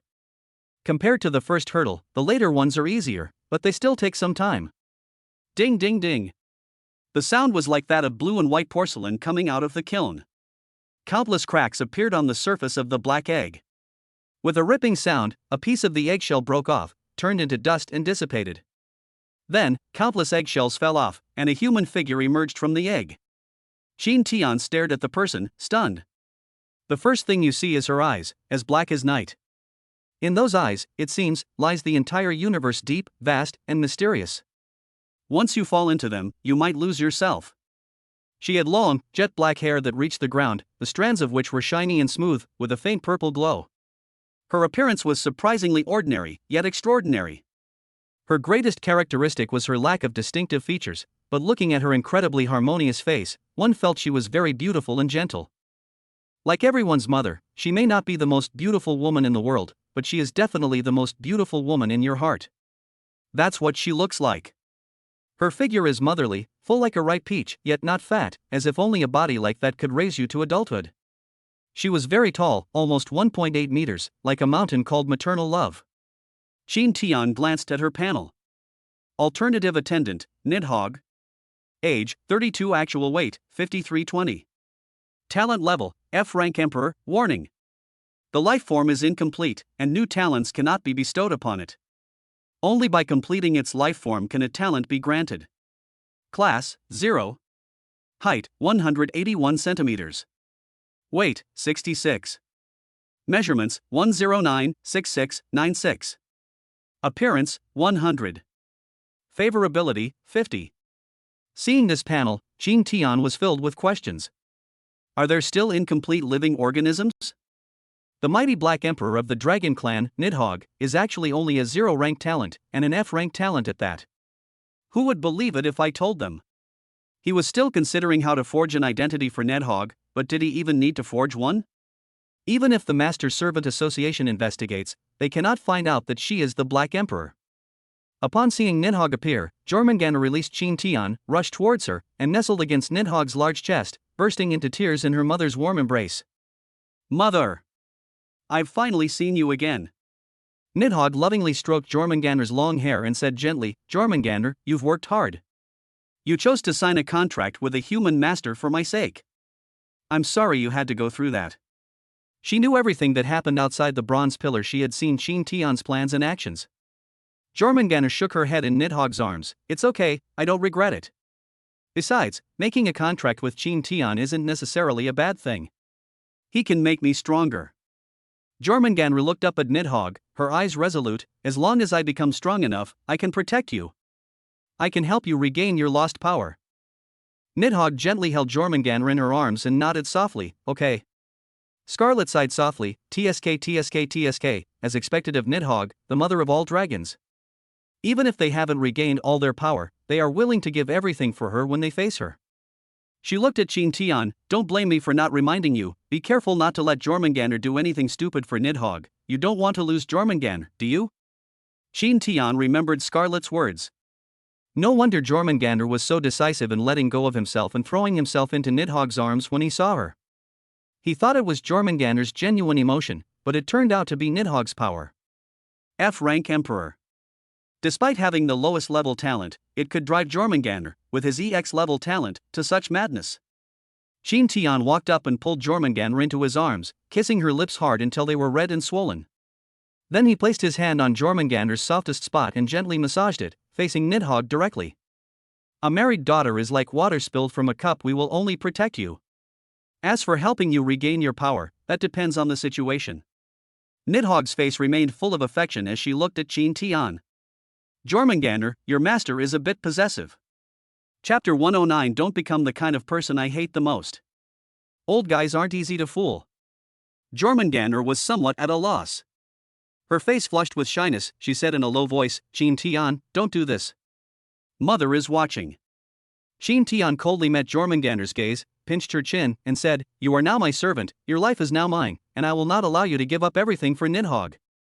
Jormungandr bit his lip and argued, But she is my mother, I can't ignore her, and besides. Chin Tian's eyes hardened as he gripped Jormungandr's rounded chin and said sternly, I've said it before, I can guarantee her safety, but I won't take unnecessary risks for her. I'm usually very easygoing, but there's one thing I absolutely cannot tolerate, and that is a woman who always helps her own family. Chin Tian stared intently into Jormungandr's eyes. The girl looked away in fear. He snapped, Look into my eyes.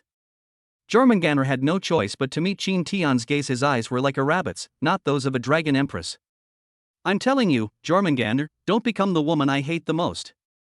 If Nidhogg holds a higher place in your heart than I do, then I'll let you go now. What you face next is up to you. Chin Tian's attitude was very firm. Not to mention this world, even in his previous life, he hated this kind of woman the most. A perfectly good family was ruined because the woman liked to help her family members by secretly transferring family assets, buying a house for her younger brother, a car for her mother, and paying off her older brother's debts. When the family needs money and can't come up with any, it turns out the woman helped her family. When they try to get it back, they can't get a single penny back and are even accused of being stingy and heartless. He really liked Jormungandr. She was beautiful, had great potential, and was very helpful in achieving his ideals. But he would never put anyone in danger because of Jormungandr. After understanding Chin Tian's attitude, Jormungandr looked troubled. On one side was her master, and on the other was her mother. She couldn't choose. The choice Jormungandr faces now is like that of a girlfriend asking her boyfriend in a previous life, if she and his mother fell into the water, who would you save first? Of course, this time the choice isn't as extreme. At least Chin Tian only asked her to give up and sacrifice everything to help her mother. Is there no room for discussion? Jormungandr grabbed Chin Tian's clothes, looking frightened. My mother is too weak right now. I just want her to have the strength to protect herself. Is that all right? No. Jormungandr's body trembled slightly, and tears streamed down his face again. She felt wronged now. She felt like she was caught in the middle, neither side being a friend nor a foe. Actually, there are solutions. That means Nidhogg will also become his squire, in which case helping Nidhogg will not be a problem. However, he couldn't grasp Nidhogg's true nature. This empress was far from being as kind and benevolent as she appeared. Scarlet watched the show while munching on sunflower seeds. She never expected Chin Tian to have this side to him. She had always thought Chin Tian was someone who treated his servants exceptionally well, and would try his best to take care of whatever they needed. She never expected that he would also have things he was unwilling to do. She wasn't lying. The dragon race places great importance on bloodlines, and those in power have absolute control over those in power. Now, the dragon bloodline and the contract have become conflicted, leaving Jormungandr in a dilemma. Sure enough, following Chin Tian made the world much more exciting.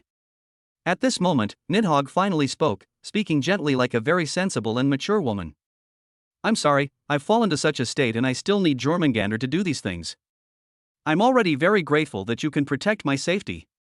Don't worry, I won't force Jormungandr to do anything dangerous. Once I find my other daughters, I will leave without disturbing you. You must be happy.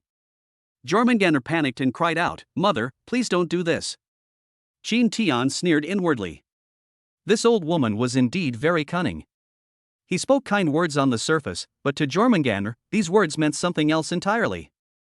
She was condemning Jormungandr, the subtext being, look at the helpers you found, utterly useless, only willing to bestow small favors. You are even more useless, actually obeying a human master without question. You disappoint me greatly. I shouldn't have had any expectations of you. I'll go to your sisters, they'll definitely be happy to help me. Let's not contact each other anymore. Chin Tian sneered inwardly, grabbed Jormungandr who was about to pounce on Nidhogg, and said, You are such a kind and understanding woman. I'm so sorry I can't be of much help. Jormungandr looked at Chin Tian with tears streaming down his face, his eyes pleading. His tearful appearance was so pitiful that any ordinary man would have fallen for him long ago and would have wanted to grant Jormungandr's every wish. However, Chin Tian would absolutely not compromise. There are other 10th rank empresses in this world besides Nidhogg. If he can't establish a good relationship with Nidhogg, then he should look for others. Scarlet watched with great interest. She found these kinds of family conflicts particularly interesting, like something that often happens in TV dramas. She thought she would find some shows like this to watch when she got out. However, before that. Excuse me for interrupting you, everyone. The Master Extermination Group has arrived. Be careful to conceal your identities. Qin Tian then remembered that they still needed to deceive the higher-ups of the Divine China Kingdom. He glanced at Nidhogg one last time, then pulled Jormungandr to the fake corpse. Jormungandr! I will kill your whole family. A pitch-black figure descended from the sky, unleashing a torrent of black magic that swept across the entire building, setting it ablaze. Then 4 more figures arrived, dressed in strange clothes, their faces as angry and fierce as the first ones. They expected a great battle, but what they saw was a young master, covered in blood, slumped on the ground, surrounded by several servants, and a young woman, also covered in blood. There were 2 corpses on the ground, one was Jormungandr, and the other was a black dragon. Qin Mothing looked at the master, who was panting heavily, and asked loudly, "What happened here? Is Jormungandr dead?" He ignored the stunning beauty of Jormungandr and the changed hair color of Qin Qing, staring only at Qin Tian. "Is this Chairman Qin?" Qin Tian took a deep breath and said loudly, "This is what happened." Qin Tian told Qin Mothing and the others the fabricated story. Qin Mothing frowned. "So, the reason Jormungandr came here is to resurrect her mother, Nidhogg the Dark Lord? To accelerate the hatching of the Black Empress Nidhogg, she poured most of her power into the bone flask inside the bronze pillar? Because too much power was injected, their strength dropped drastically, and then you and your servants turned the tables and killed them? You even killed the newly hatched Black Emperor?" Qin Tian nodded and replied, "Yes." He walked over to the body and examined it very carefully. Even though Qin Tian knew about the illusion, he was still very uneasy, fearing that the old man might actually discover the problem. He created the corpse servants and dragon servants based on the details described by Jormungandr. It should be fine, right? Qin Mothing stood up and sneered, "You think I'd believe you?" Qin Tian's heart skipped a beat. We're doomed. This guy isn't easy to fool. Is this how his life is going to end? Qin Mothing angrily exclaimed, "You were too careless." Qin Tian thought he was in deep trouble, but this was the result. As expected, you're still too young. You've been deceived by Jormungandr and Nidhogg. They're not dead at all. These are just decoys they left behind, they're still alive. Qin Mothing sighed, walked over to Qin Tian, and patted him on the shoulder. You've done very well, but the dragons are too cunning, they might very well be hiding right next to you. His gaze swept over the 4 women present, especially the real Jormungandr and Nidhogg, his eyes filled with malice. Among them, one is very likely Jormungandr, and the other is an empress. Chapter 110 The 3 Futures Qin Tian saw. You are Jormungandr. No way. Qin Tian looked extremely panicked, and Qin Mothing and the other side. They didn't think it was because Qin Tian was afraid the plan would fail, but rather that Qin Tian was frightened by the Dragon Clan's methods. Grandpa Li Taimei walked to Qin Tian's side, pulled him to a distance of 10 meters from Jormungandr and Nidhogg, and said indifferently, "It's normal that you don't know. We have been dealing with the Empress and the Queen for many years. They are both very cunning people. Many times, we mistakenly thought we had killed them, but they were still alive." Xia Chanya nodded repeatedly, "That's right. I remember you seemed to be from Donghai City. I heard that Queen China, who was supposed to die not long ago, has reappeared and was even broadcast live throughout the city. You should learn a lesson from this living example right in front of you." Qin Tian didn't know what to do, these old men were far too shrewd. The illusion of a mirage had certainly completely deceived their senses, but they still had their own experience and wouldn't overlook any possibility. At this moment, countless masters and servants arrived and surrounded the area, making it impossible for anyone to escape. Among them were his attendants, Mingmei, and others. When Mingmei saw Qin Tian, tears welled up in her eyes, and she rushed over to him, sobbing uncontrollably in his arms. Lord Qin Tian. Lord Qin Tian. It's so good to see you. It's so wonderful to see you again. If anything happens to you, I won't live either.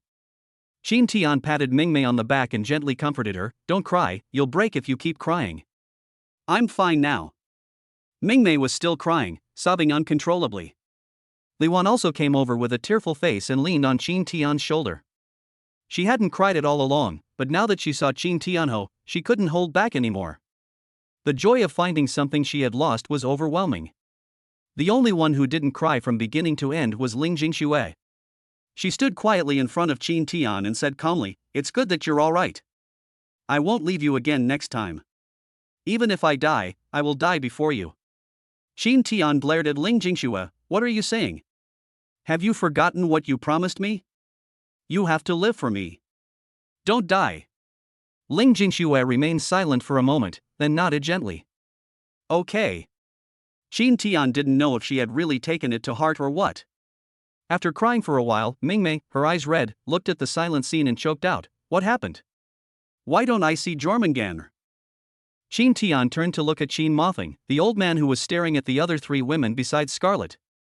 "Qin Shengning?" Shengning nodded and said coldly, "Yes, it's me. Are you disappointed to see that I'm not dead?"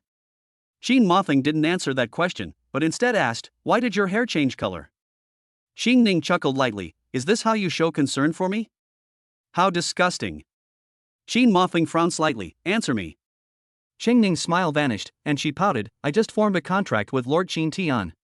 This was caused by his second awakening after he injected his magic into me. This was something Qin Tian and she had planned in advance." After hearing this, Qin Mothing coldly said, "Ha! You're still so unruly. You didn't register with the association and yet you made a private contract and showed me the incantation." Shengning raised her right hand, showing the incantation on the back of her hand. Qin Mothing didn't speak, but turned to look at Qin Tian. His tone was no longer as cold as before, but gentle. "Qin Tian, release your magic and verify the authenticity of this incantation." Qin Tian had anticipated this situation and nodded. Just as he was about to unleash his magic, he suddenly thought for a moment and decided to conduct an experiment. He closed his eyes, expended a large amount of magic power, and used the A-level talent he obtained from Hua Shangrong to foresee the future. Eye of the Heart, Vision of the Future, open. In his Vision of the Future, he used SSS level magic, which was discovered by Qin Mothing. Qin Mothing then asked him why he had hidden such a top-tier talent, and Qin Tian replied that he wanted to play dumb to outsmart Qin Mothing. Then, Qin Mothing immediately turned hostile. "You are Jormungandr. You have possessed your master. Kill." Qin Tian broke out in a cold sweat. Holy crap! He was also thinking of using SSS level magic to see if he could improve his treatment. As a result, Qin Mothing killed him without saying a word, showing no trace of his previous concern for his master. "How about we try showcasing an A-level talent?" Qin Tian once again consumed a large amount of magic power and used the ability to foresee the future. The same conversation, but with a different outcome. "Oh, is that so? What's wrong with you young people? Why do you like to play dumb to fool others? Reading too many novels? He clearly has a level talent and could get more resources, but he insists on pretending to be poor? Is he crazy?" Qin Mothing immediately launched into a lecture, followed by a scolding filled with disappointment and frustration, before finally saying, "This matter is over. Report to the Crisis Management Department. Exposing an SSS level talent is the complete opposite of the other." Then, Qin Tian tried a third future scenario, using F-level magic. This time, things were quite normal. They didn't say anything, and the interrogation of the remaining people continued. After thinking it over, Qin Tian decided to reveal his A-level talent. "Since you want to become the king of the world, you can't just lie around like this anymore. You should become a high-ranking official in the Xinhua Kingdom. Only by having more power and authority can we get things done better. What's wrong? Why aren't you moving?" Qin Mothing asked Qin Tian, somewhat puzzled. Qin Tian quickly apologized, "I'm sorry, the battle just now consumed too much energy, so it was a bit slow to gather magic power." Qin Mothing didn't say anything, and then, seeing Qin Tian use A-level magic power as if he had foreseen the future, he finally told Qin Tian to report to the crisis department afterwards. The Yang brothers, who arrived later, were initially delighted to see Qin Tian alive, but were then shocked to learn that Qin Tian was actually an A-level talent master and was going to join the crisis department. "My goodness! Brother Qin Tian, are you so lucky? Chairman Qin personally recommended you to join the crisis management department. TSK, it seems I should stop thinking about Wang Mingmei in the future. I should find an opportunity to apologize to Wang Mingmei. Tisk, it's so shameful for a master to apologize to a servant." Qin Xingning was not suspected of being the queen. How could a queen sign a contract with her master? This was common sense in the eyes of human masters. Next is Jormungandr. Qin Mofeng looked at Jormungandr with disdain and sneered, "Dragon girl?" Real name Mingjia, from Shenhua Kingdom, from Sichuan Chongqing City, with tens of millions of fans worldwide. You only arrived in Kyoto City yesterday. How did you end up here? Jormungandr was trembling all over. Her mind was a mess. She might be fine, but her mother was doomed. Say. Qin Mofeng's spear was pointed at Jormungandr's forehead. Jormungandr gritted his teeth and said, "I was in the changing room of the Black Tower, secretly. I accidentally wandered into Nibelungen, and then Jormungandr captured me and forced me to make a contract with Mr. Qin Tian, and then perform an intimate exchange in front of her." Qin Mofeng first verified the authenticity of Jormungandr's contract, and his attitude softened considerably. However, he still asked with interest, "Why did Jormungandr force you to do this?" Jormungandr said, "She doesn't like seeing women prettier than herself. If she sees one, she has to destroy her. Now she's rotten."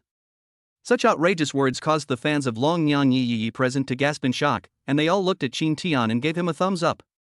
It's as if it's saying, "You're really something, you've turned this on and off. You've ruined it all." Qin Mofeng blushed. He really wanted to ask to check the wound, but since this was Qin Tian's servant, he quickly abandoned the idea and changed his mind to checking Qin Tian's tools of the crime. Upon seeing that terrifying weapon, he believed it. Since it was Qin Tian's servant and it was rotten, it definitely wasn't Jormungandr. That arrogant guy would never do that. Finally, he began to interrogate Nidhogg, and Jormungandr and Qin Tian's hearts pounded. Qin Mofeng didn't even interrogate him, and went straight to the point. They are not Jormungandr, so there can only be one truth. You are Jormungandr. I won't believe anything you say. There's no Nidhogg here at all. You must have distorted their memories to get them to clear your name. You can fool these little guys, but you can't fool this old man. Arrest her. Lock her in the Crisis Management Department's jail. Chapter 111. Qin Tian is enraged. Sign a master-servant contract for me. Faced with Qin Mofeng's judgment, Nidhogg showed no panic, as if it were within her expectations. She simply looked at Qin Tian, waiting for his solution. On the contrary, Jormungandr was in a panic. She hadn't expected this old human to be so decisive. Without even thinking, she blurted out in defense of Nidhogg, "Chairman Qin, you didn't even conduct an interrogation before making this judgment. What if you wrongly convict an innocent person?" Scarlet sighed and shook her head. Qin Tian hadn't even said anything yet, and you were already trying to defend yourself. Weren't you just pushing yourself into a fire pit? Only the master has the right to speak here. You, a mere servant, are trying to defend another servant. Aren't you courting death? Qin Mofeng shifted his gaze from Nidhogg to Jormungandr and sneered, "Injustice? What right do you, a mere servant, have to reason with me? Don't think that just because you're cleared of suspicion, I can't do anything to you.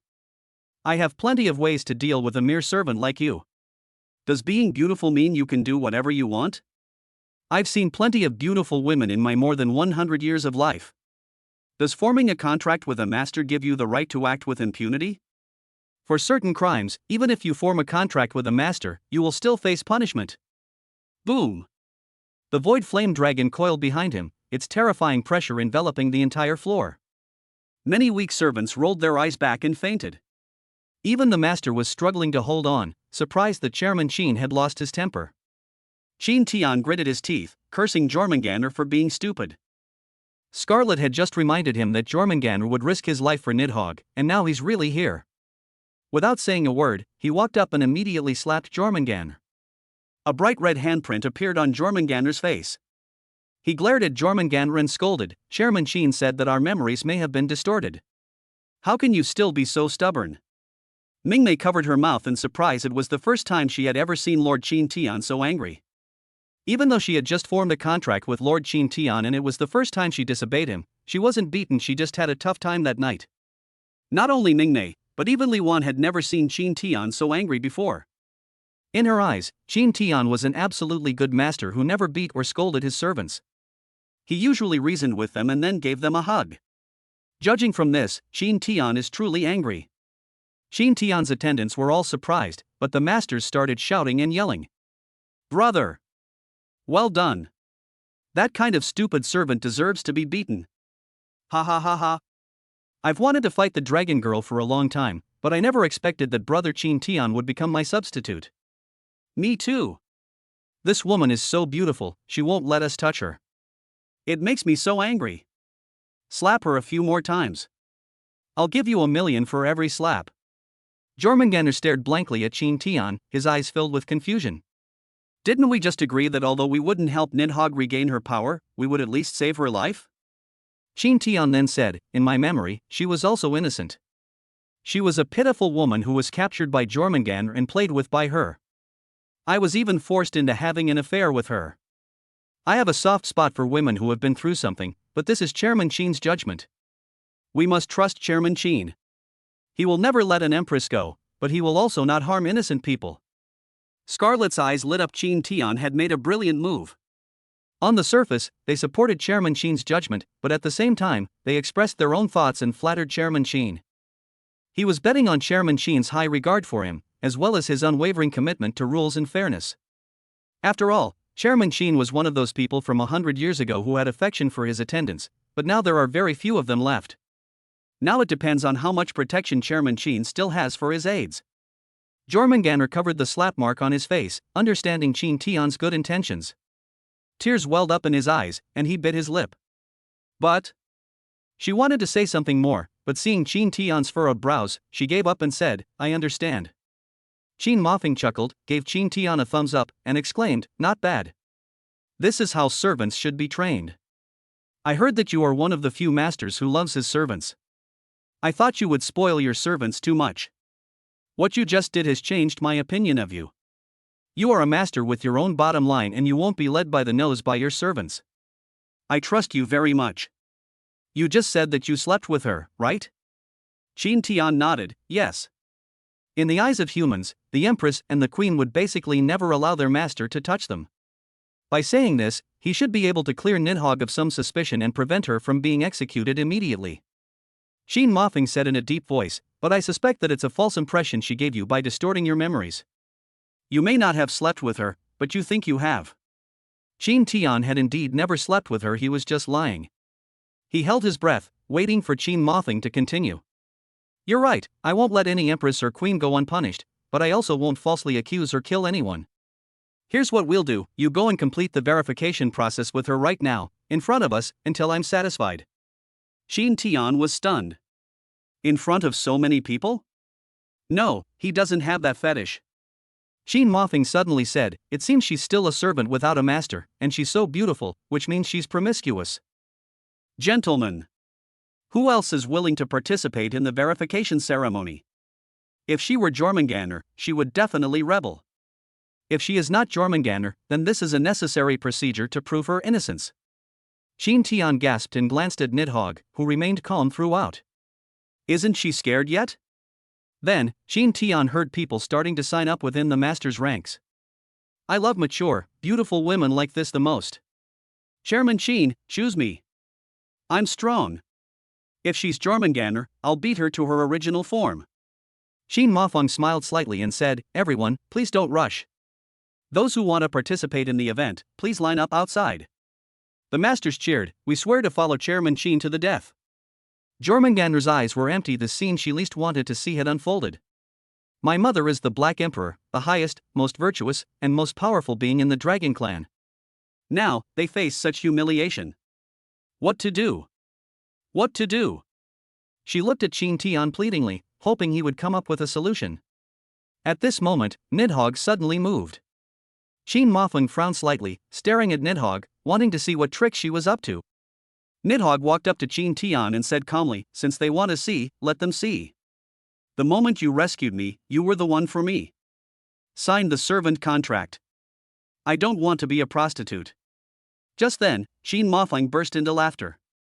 Ha ha ha ha. Jormungandr, have you finally lost your temper? You seemed pretty calm just now, but now you're starting to panic? Trying to get away with signing a servant contract? Don't even think about it. If you want to live, sign a master-servant contract with me.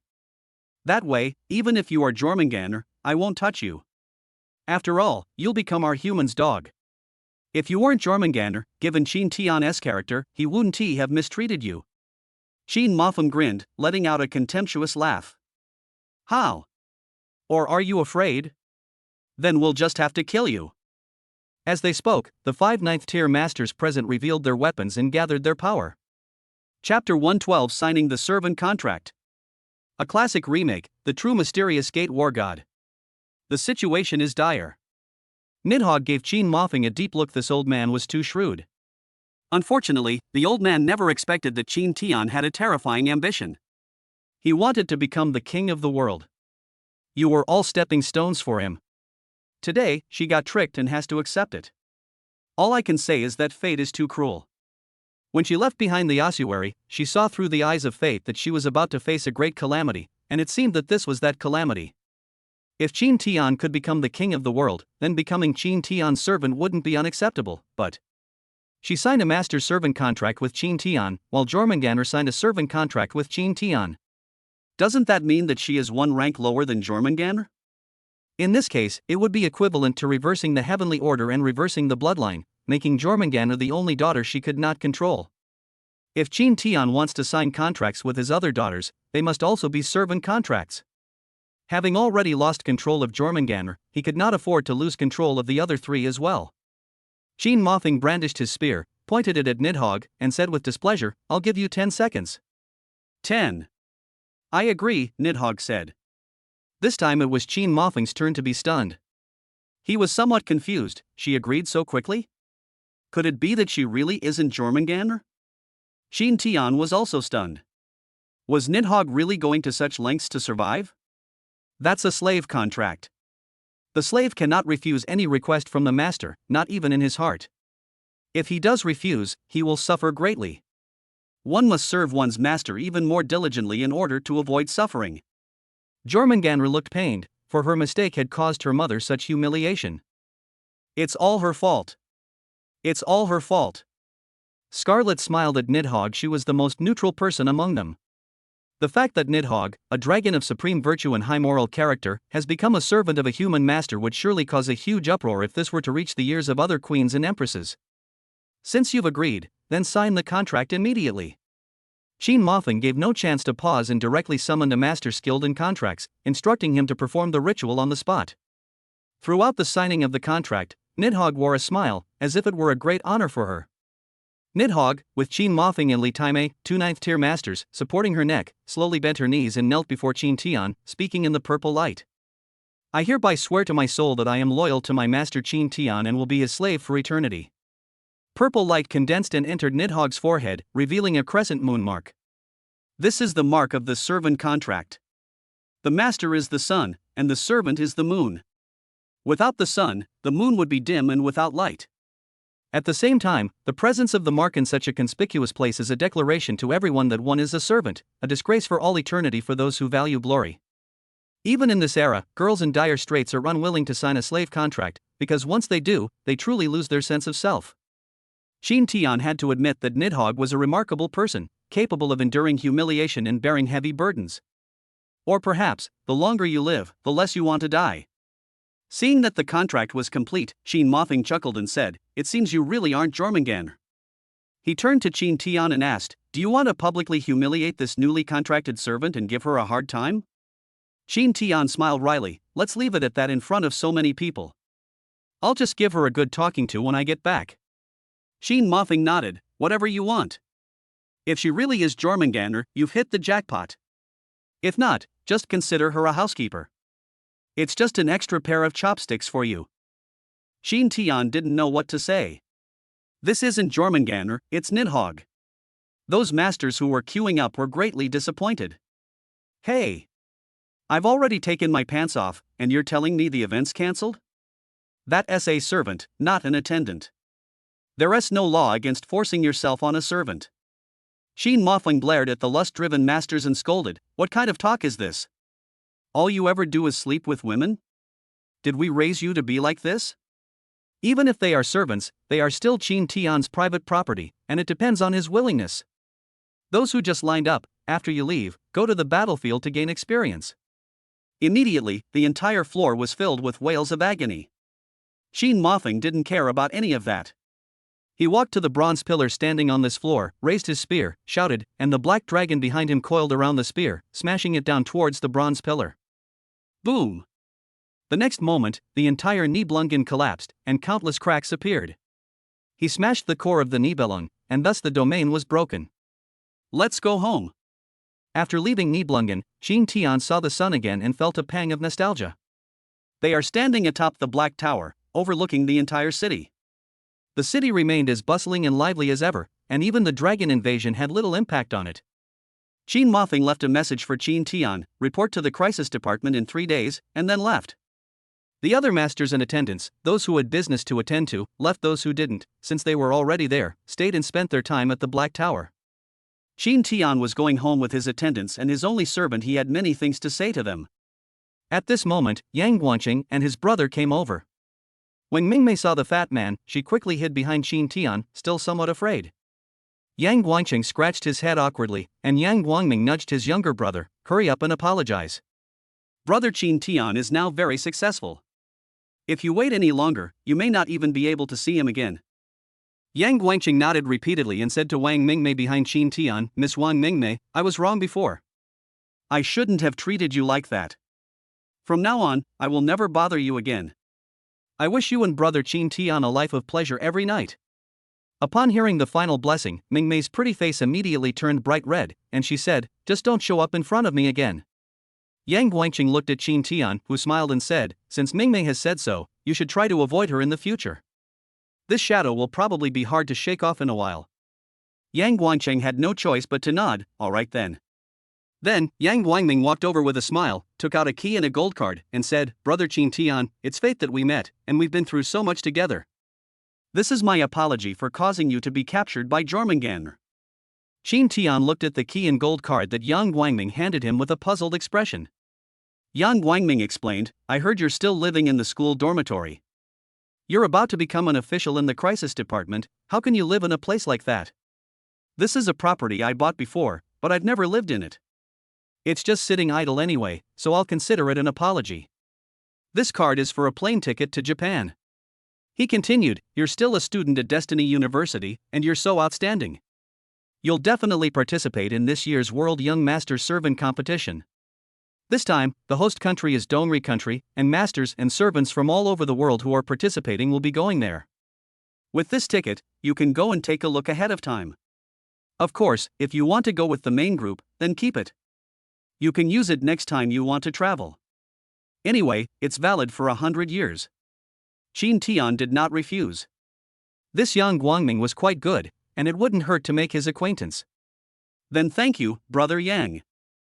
Seeing that Qin Tian did not refuse, Yang Guangming said with a smile, not at all, we're all friends. Don't forget to look after me when you get promoted. Of course. After saying goodbye to the Yang brothers, Qin Tian returned to his dormitory, where Aki and Mai were sure to be waiting for him. As soon as he entered the door, Mai, with a pained expression, threw herself into Qin Tian's arms, pushed him down in the entryway, and tore open Qin Tian's clothes. You bastard! You made me so worried. I need to check if you're alright. Qin Tian exclaimed in surprise, you want me to be the god of war of the mysterious pass again? This time, not only Mai, but Qin Xingning also joined in. Brother, the god of war of the entrance gate, that sounds disgusting. Should I, your little sister, help you too? Good heavens, this time it's a true god of war at the entrance. A classic has been remade. The others wisely slipped away, leaving the entrance hall to the three people. Just as Qin Tian unleashed his ultimate weapon and charged into the heart of the enemy ranks, the door to the entrance opened just like it had last time. Zhang Xinyue walked in impatiently and said, Mr. Qin Tian. You're back? Shouldn't you have gone to the academy to register? Ugh. Her expression changed drastically, and she stared at the scene in utter terror. What are you doing? This is the entryway. Yuan Maokong is truly not deceiving me. If you do something bad in the entryway, someone will definitely come.